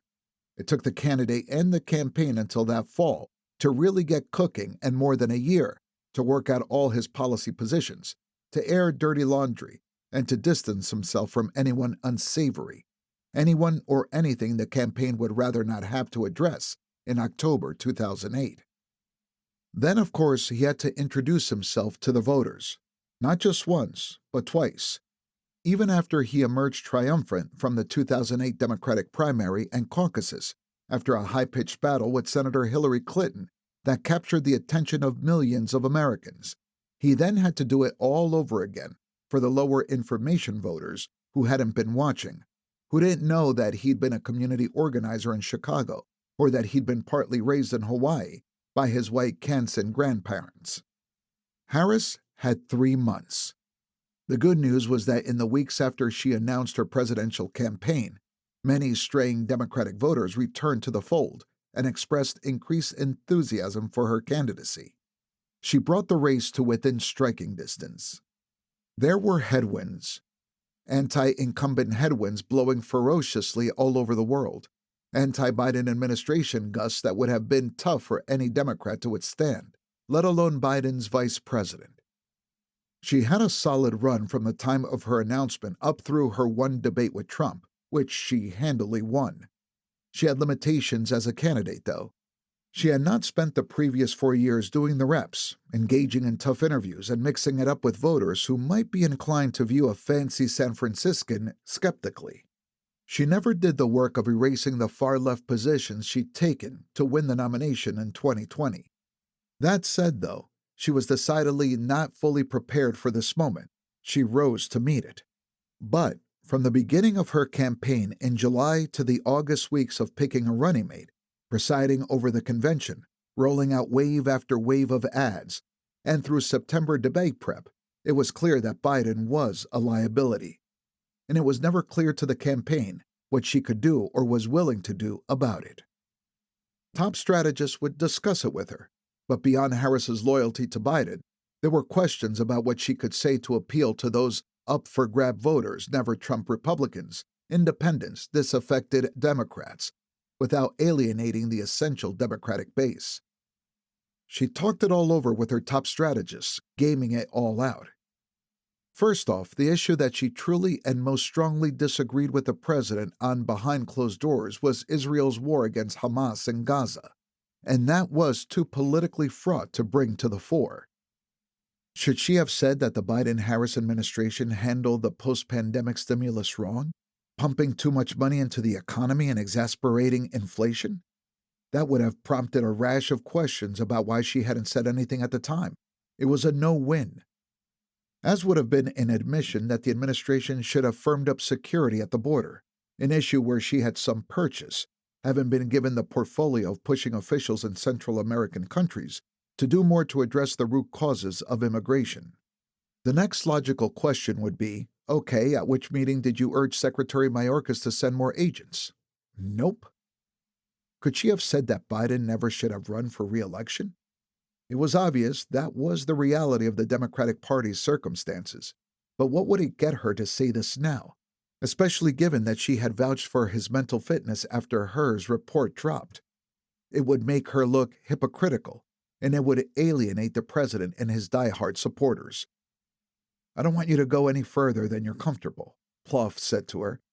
But at the very least, you need to say, look, these are new ideas. These are different ideas. I look at the world a little differently than Joe Biden. But she wouldn't go as far as her campaign team wanted her to go. It wasn't her nature. If I were to really distinguish myself, how would that make me look? Harris asked. She answered the question herself. Disloyal. Left unsaid were the added complications that pollsters couldn't even measure. She wouldn't just be a vice president perceived as disloyal to her president. She would be a woman vice president disloyal to a man president. A black woman vice president disloyal to a white man president. The campaign was trying to introduce her to the nation as a breath of fresh air, not a backstabber negotiating a minefield of gender and racial politics that the campaign couldn't even fathom. Harris was truly appreciative of the opportunity Biden had given her. Moreover, she had a close personal relationship with and great affection for Joe. No, she wouldn't do that. On October 8th, Harris went on The View. What did you think would be the biggest specific difference between your presidency and a Biden presidency? Sonny Houston asked. Well, we're obviously two different people, Harris said, and I will bring those sensibilities to how I lead. She started talking about home health care, violence against women and children, small businesses. Well, if anything, would you have done something differently than President Biden during the past 4 years? Houston followed up. There is nothing that comes to mind, Harris said, in perhaps the worst moment of her short campaign. Most of the public thought that the country was on the wrong track, and that she was presenting herself quite literally as more of the same. She tried to recover, but it was too late. She just provided new footage for a brand new Trump TV ad. Harris had an even tougher time acknowledging the reason why Biden wasn't the nominee anymore. You were a very staunch defender of President Biden's capacity to serve another 4 years right after the debate, said CNN's Dana Bash on August 29th, during a joint interview with Harris and her vice presidential pick, Tim Walz. You insisted that President Biden was extraordinarily strong. Given where we are now, do you have any regrets about what you told the American people? No, not at all, Harris said. I have spent hours upon hours with him, be it in the Oval Office or the Situation Room. He has the intelligence, the commitment, and the judgment and disposition that I think the American people rightly deserve in their president. This was basically what she told her strategists behind the scenes as well. The times I saw him were mainly in the Oval Office or the Situation Room, and there was never a moment in those situations where I worried about his ability to be president. It could well have been an honest statement, given any vice president's relatively limited interaction with the president on a regular basis, given that Biden was certainly still able to lead meetings, and given that, certainly in those discrete situations requiring the vice president's presence, he could rise to the occasion, especially when it came to national security moments that the president cared so much about. She wasn't saying that she'd never seen him as an old man, growing weaker and frailer. But even in private, she would maintain with friends and colleagues that he was always in command. Harris, like so many others around Biden, saw the fundamentals of the presidency as being about making sound decisions, and there she thought him solid. As for the energy needed to wage a competitive presidential campaign, or even Biden's ability to communicate his sound decisions, those closest to Biden who graded him on a curve saw these abilities, or lack thereof, as separate from his core capacity. The other fundamental truth is that Vice President Harris didn't see the president on a day-to-day basis, but telling voters, look, as vice president, I'm not one of the president's closest advisors on a regular basis, and he doesn't really lean on me the way he does Mike. Well, that wouldn't cut it either. In an interview with NBC, Harris was pressed by Haley Jackson on whether She'd been honest about the matter, and she insisted she had been. It was a bad debate, Harris said. But obviously, if that's all it had been, she wouldn't have been sitting in that very seat. On September 11th, after an event in New York City honoring victims of the 9/11 terrorist attacks, President Biden and Vice President Harris visited the Shanksville Volunteer Fire Department in Pennsylvania.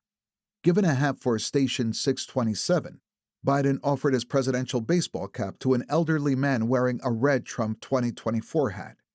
"Are you going to autograph it?" the man asked. "Sure, I'll autograph it," the president said. "You remember your name?" the man asked. "I don't remember my name," Biden said. "I'm slow." "You're an old fart," the man said. "Yeah, I know, man," Biden said. "I'm an old guy." "And you're an old fart, right?" "I know you would know about that," Biden said playfully. "About what?" "About being old," Biden said. "Oh, I know," the man said. After Biden autographed the presidential baseball cap that he was gifting to the old man, he told him, "I need that hat," referring to the Trump 2024 cap. "You want my autograph?" the man asked. "Hell no," Biden said. Biden took the Trump 2024 cap and someone in the crowd said, "Put it on." Biden shot back, "I ain't going that far." But then he plopped it on his head, right atop the Station 627 hat. The crowd clapped, and the image of Biden wearing a Trump 2024 baseball cap went viral instantly. "Thanks for the support, Joe," wrote the Trump campaign on social media, with a photograph of Harris's boss wearing a hat that honored Harris's opponent. It was unimaginable that Harris would ever have done such a thing. "What is he doing?" Harris asked her team. "This is completely unhelpful and so unnecessary." That would be, the Harris campaign decided, the last time she would do a public event with the president before the election. But it was not the last time that Biden did something unhelpful. On October 22nd, at the New Hampshire Democratic Coordinated Campaign Office in Concord, New Hampshire, Biden said that Trump thinks he has a right under the Supreme Court ruling on immunity to be able, if need be, if it was the case, to actually physically eliminate, shoot, kill someone who he believes to be a threat to him. Biden said, "If I said this 5 years ago, you'd lock me up." The Democrats laughed. "We gotta lock him up," Biden said to applause. He realized that he had just given ammo to Republicans, who were accusing the Biden Justice Department of carrying out the president's wishes to arrest Trump. "Politically, lock him up," Biden said. Harris, in general, tried to focus on how the campaign would respond. Others on the campaign adopted a gallows humor about it. What in the hell was Biden doing? You couldn't make it up. Meanwhile, the White House passed along messages saying that the president had seen Clinton and Obama and others out on the campaign trail and wanted to be out there too. He didn't seem to understand what a liability he had become. The worst of it came on Tuesday night, October 29th, 1 week before the election. The week had started out great for the Harris campaign. On Sunday night, the Trump campaign hosted a rally at Madison Square Garden. Among the speakers was comedian Tony Hinchcliffe, who made crude jokes about blacks, Jews, and Palestinians. But most controversially, Hinchcliffe said, "There's literally a floating island of garbage in the middle of the ocean right now. I think it's called Puerto Rico." Many Republicans immediately condemned the joke, and Trump himself became aggravated at the self-inflicted wound. Negative media coverage filled the airwaves, newspapers, and internet on Monday. The Trump campaign had already issued uncharacteristically a statement denouncing the joke. Senior Trump officials grew concerned. If this was going to be a margin of error race, there was no room for the campaign to be providing the error. The nastiness was a perfect setup for Harris, who on Tuesday was scheduled to deliver a big speech on national unity. Enter Joe Biden. Relegated to Zoom calls, Biden spoke on a Voto Latino Get Out the Vote call scheduled for less than an hour before Harris's speech and commented on the controversy. Just the other day, a speaker at his rally called Puerto Rico a floating island of garbage. Well, let me tell you something. I don't know the Puerto Rican that I know of Puerto Rico, where I'm in my home state of Delaware. They're good, decent, honorable people. The only garbage I see floating out there is his supporters. Leaning on staffers in the transcript office, as they had been doing all year, The White House Communications Office, not without some internal pushback, insisted that a possessive apostrophe was needed to understand what the president had said. The only garbage he saw was his supporters, the White House said. Hinchcliffe. It was preposterous. That evening, Trump cited the new controversy while speaking in Allentown, Pennsylvania. "That's terrible," Trump said. "Remember Hillary? She said deplorable, and then she said irredeemable, right? That didn't work out. Garbage, I think, is worse, right?" The next day, he appeared in a Trump-branded garbage truck in Wisconsin, donning an orange and yellow safety vest. "This is in honor of Kamala and Joe Biden," he told reporters with satisfaction. "What are we going to do about this?" Harris asked her team. Biden had stepped all over her speech and saved Trump from a spiraling news cycle. By the end of the campaign, she had helped the Democratic Party, but her own candidacy was barely treading water. And the albatross that was Joe Biden kept getting heavier.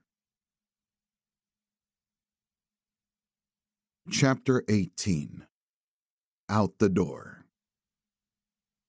At the farewell party for Anita Dunn before the election, after praising the communications shop as the best team she'd ever worked with, Dunn took out some notes to educate some of the young staffers there on lessons learned.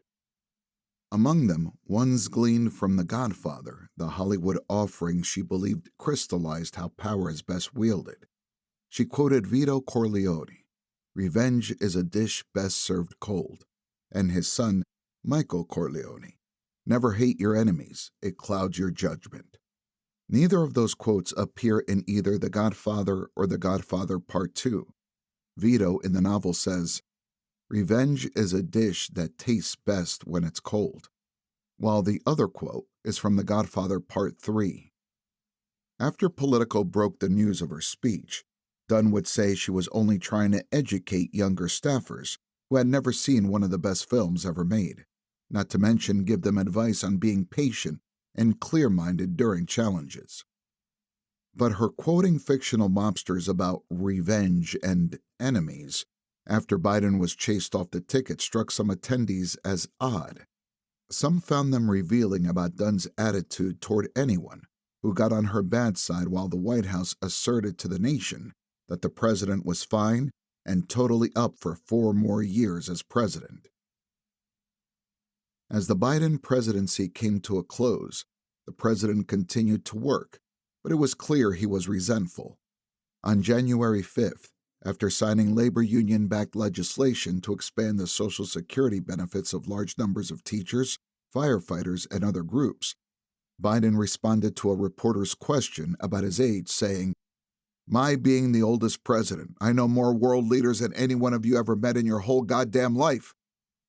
It was that kind of final chapter, a moment of accomplishment marred by a lashing out, or by a reminder of Hunter Biden's sleaze.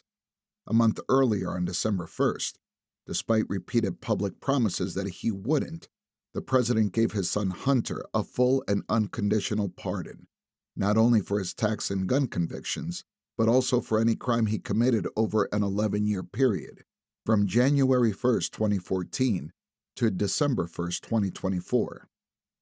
It came after the annual Biden family Thanksgiving retreat to Nantucket. On the Saturday of that weekend, Hunter's lawyer Abby Lowell released a 52-page report titled "The Political Prosecutions of Hunter Biden." In that report, Lowell falsely asserted that Garland kept Trump-appointed U.S. Attorney David Weiss in place as U.S. Attorney, specifically because there was an open investigation of Hunter in that office.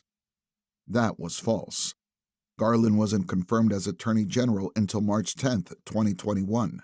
The decision to keep Weiss on the job was President Biden's.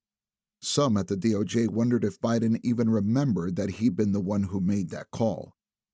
"There is no disputing that Trump has said his enemies list includes Hunter," Lowell wrote. "With the election now decided, the threat against Hunter is real." Biden's aides understood the fatherly impulse behind the pardon. The timing was not politically ideal, but they also understood why Biden didn't want his son to go through sentencing hearings in December. What angered some Biden staffers, though, was that the president's explanation for the pardon echoed Trump's claims about political prosecutions. The charges in his cases came about only after several of my political opponents in Congress instigated them to attack me and oppose my election, Biden said, adding that raw politics has infected this process and it led to a miscarriage of justice. Once again, Garland was tremendously disappointed, which became widely known throughout the department. Yes, Biden never crossed lines the way Trump did, but when push came to shove, an independent Justice Department is truly not what Biden wanted. Special Counsel Weiss was upset as well.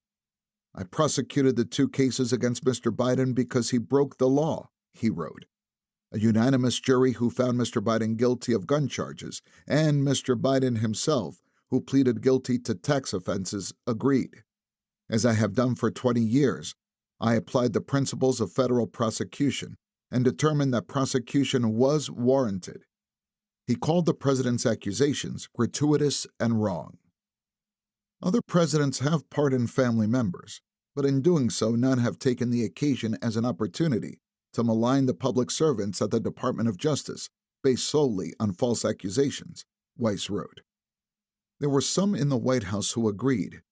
Many people worked for Biden because they believed he was committed to the judicial norms that Trump had broken.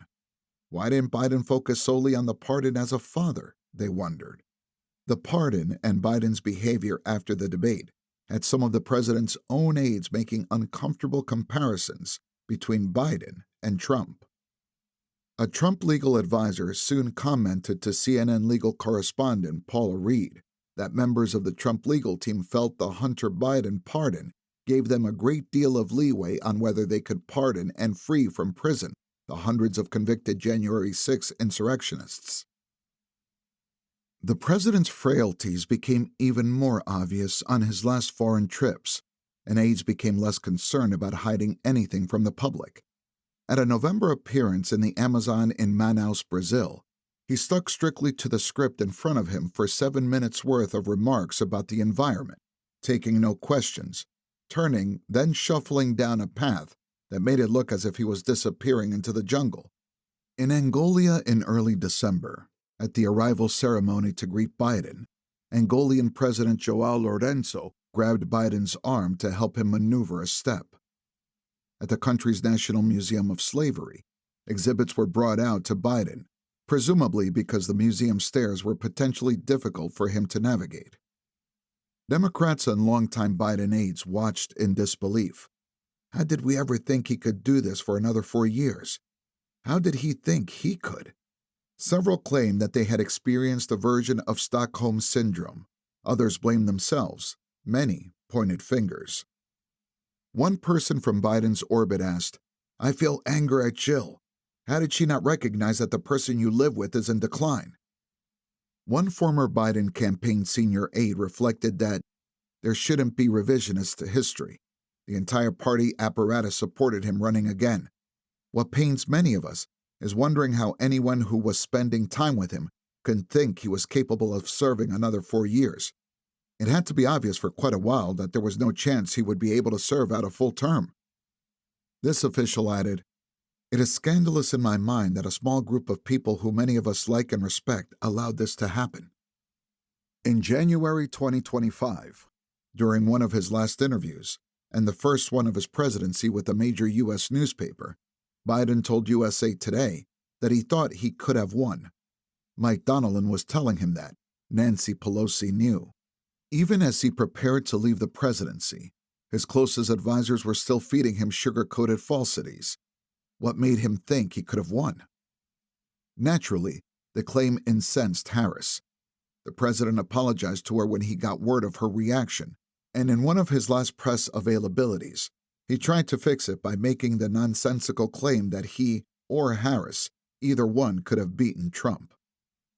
In his last few minutes, the Biden administration revealed that Biden had preemptively pardoned his brothers, Jimmy and Frank, his sister Valerie Biden Owens, and 2 of their spouses.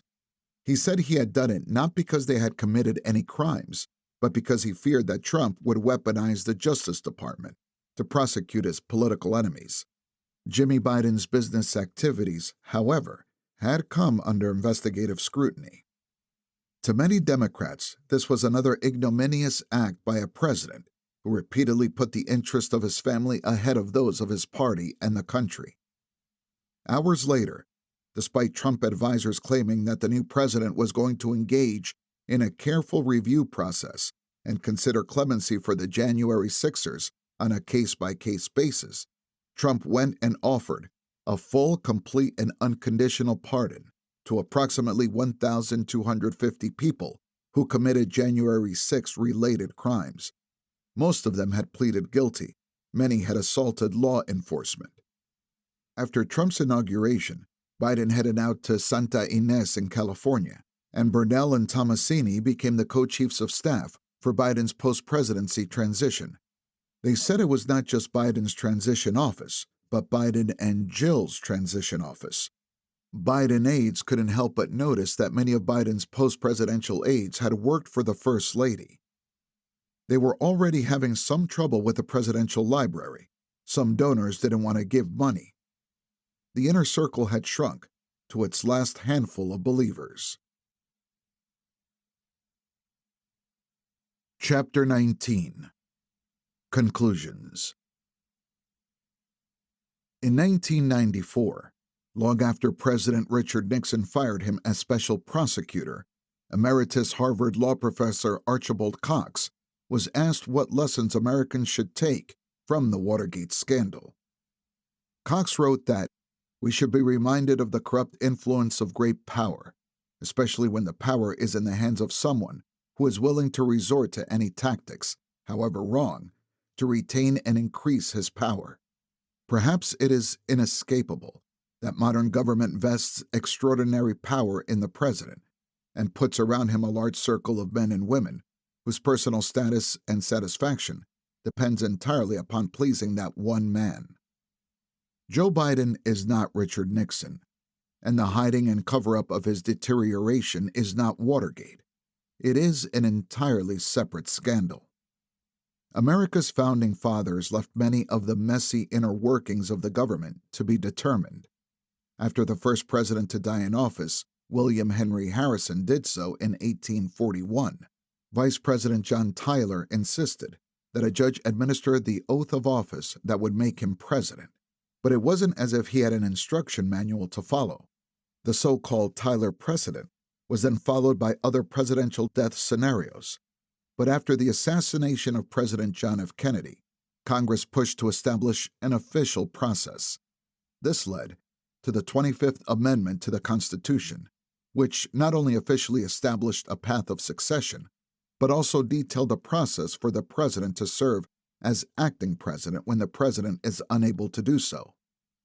What if a president is unable to discharge their duties but doesn't recognize that fact? The 25th Amendment also provides an opportunity for the vice president and a majority of the cabinet to send a written declaration stating as much to the president pro tempore of the Senate and the Speaker of the House, paving the way for the VP to take charge. Such a move would require an inordinate amount of courage by politicians. Few of Biden's critics within these pages, even those who only spoke to us on background or anonymously, would assert that the president was always unable to discharge his duties. And it is possible that many of his supporters genuinely believed that he was fit to run again. In an exchange with Donnellan after the completion of the book, he told us that he believed then and now that Biden was not only fully capable, but would make the best president, that his experience and judgment were better than anyone's, and that the concerns about his age paled in comparison to the threat Donald Trump posed to America. It seems eminently likely that Ricchetti and other senior Biden aides felt the same, that they were lying to themselves more than knowingly deceiving the American public. The truth is more complicated than Biden constantly being unable to function as president. He had moments of incoherence, of a stark inability to communicate or recognize people or recall important facts. Yet those same critics continued to the end to attest to his ability to make sound decisions, if on his own schedule. There was no way that description reflects optimal presidential capacity, but the Constitution isn't necessarily about optimal requirements, it's about minimum requirements. The U.S. Constitution does not require politicians to be self-aware or brave or selfless. Dr. Jonathan Reiner, an internist and cardiologist at George Washington University Hospital, who has served as a White House medical unit consultant for the last 4 administrations, has strong feelings on the matter. While we don't have a confirmed diagnosis, it's apparent that Biden has had a steep cognitive and, I also think, physical decline, Reiner tells us. One thing bears mentioning: there actually may not be an established existing diagnosis.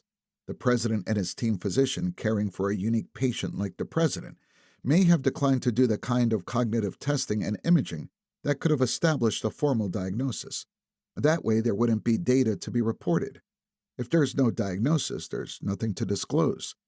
Personally, I don't agree with this. The public should be informed of the whole truth, not selective truth. One of the nation's top cognitive neurologists tells us that he and many of his colleagues spent much of 2024 wondering what that truth was. Before the debate, he had been texting with specialist colleagues, all of them speculating about the president's condition. It was the consistency of the problems that we'd been seeing on public videos that caused the alarm, he said, talking to us on background because he's never examined the president. We were all pretty worried that we might be seeing the tip of the iceberg of a neurodegenerative or brain vascular disease manifesting itself. Then came the debate, and it was like, we're done here. This looked like clear evidence of some kind of brain disorder, impeding his ability to carry forward with his train of thought. They were all devastated when they saw the debate, he said. He couldn't diagnose it. They all had different theories, whether early Lewy body dementia or Alzheimer's or a combination or something else. Whatever it is, the neurologist said sooner or later it would declare itself conclusively. Some doctors still maintain that diagnosing the president from a distance is irresponsible, but the president's doctors are up close. Reiner feels strongly that the White House has a responsibility to the public to tell the whole truth about the health of the president. Without that, there can be no trust. Omitting a material diagnosis, such as a cognitive impairment or frank dementia, violates that responsibility. So what do we as a country do to ensure that this will never happen again? Congress could legally require the president's physician to certify to Congress that the commander-in-chief is physically and cognitively fit to serve. Currently, the yearly letter from the president's doctor is basically a tradition, Reiner says, adding that some White House physicians have provided very detailed presidential health summaries for the public, while others, such as those in the first Trump administration, provide very little granular detail. As of now, Reiner notes the information released to the public is only the data that the White House permits to be made public. But a law could require the president's doctor to provide a fulsome report, potentially at the penalty of perjury. Without that enshrined into law, no president can be counted on to be fully open. If you're elected, you would be the oldest president ever, Jake told Biden in September 2020. The American people have been lied to before by presidents about the president's health. FDR, JFK, Ronald Reagan. We don't know still what happened with Donald Trump and his visit to Walter Reed last year. Will you pledge that, if you're elected, you will be transparent about your health? Yes, Biden said. All facets of your health with urgency so that we know, yes, when it occurs, when anything occurs, and anything can happen. I have become a great respecter of fate, I have seen too much of it in my family related to accidents alone. And so I guarantee you, I will be totally transparent in terms of my health and all aspects of my health. He was not. The end. This has been a presentation of Original Sin, President Biden's Decline, Its Cover-Up, and His Disastrous Choice to Run Again. Written by Jake Tapper and Alex Thompson. Read to you by Sheldon Romero. This book is copyrighted 2025. This recording is copyrighted 2025.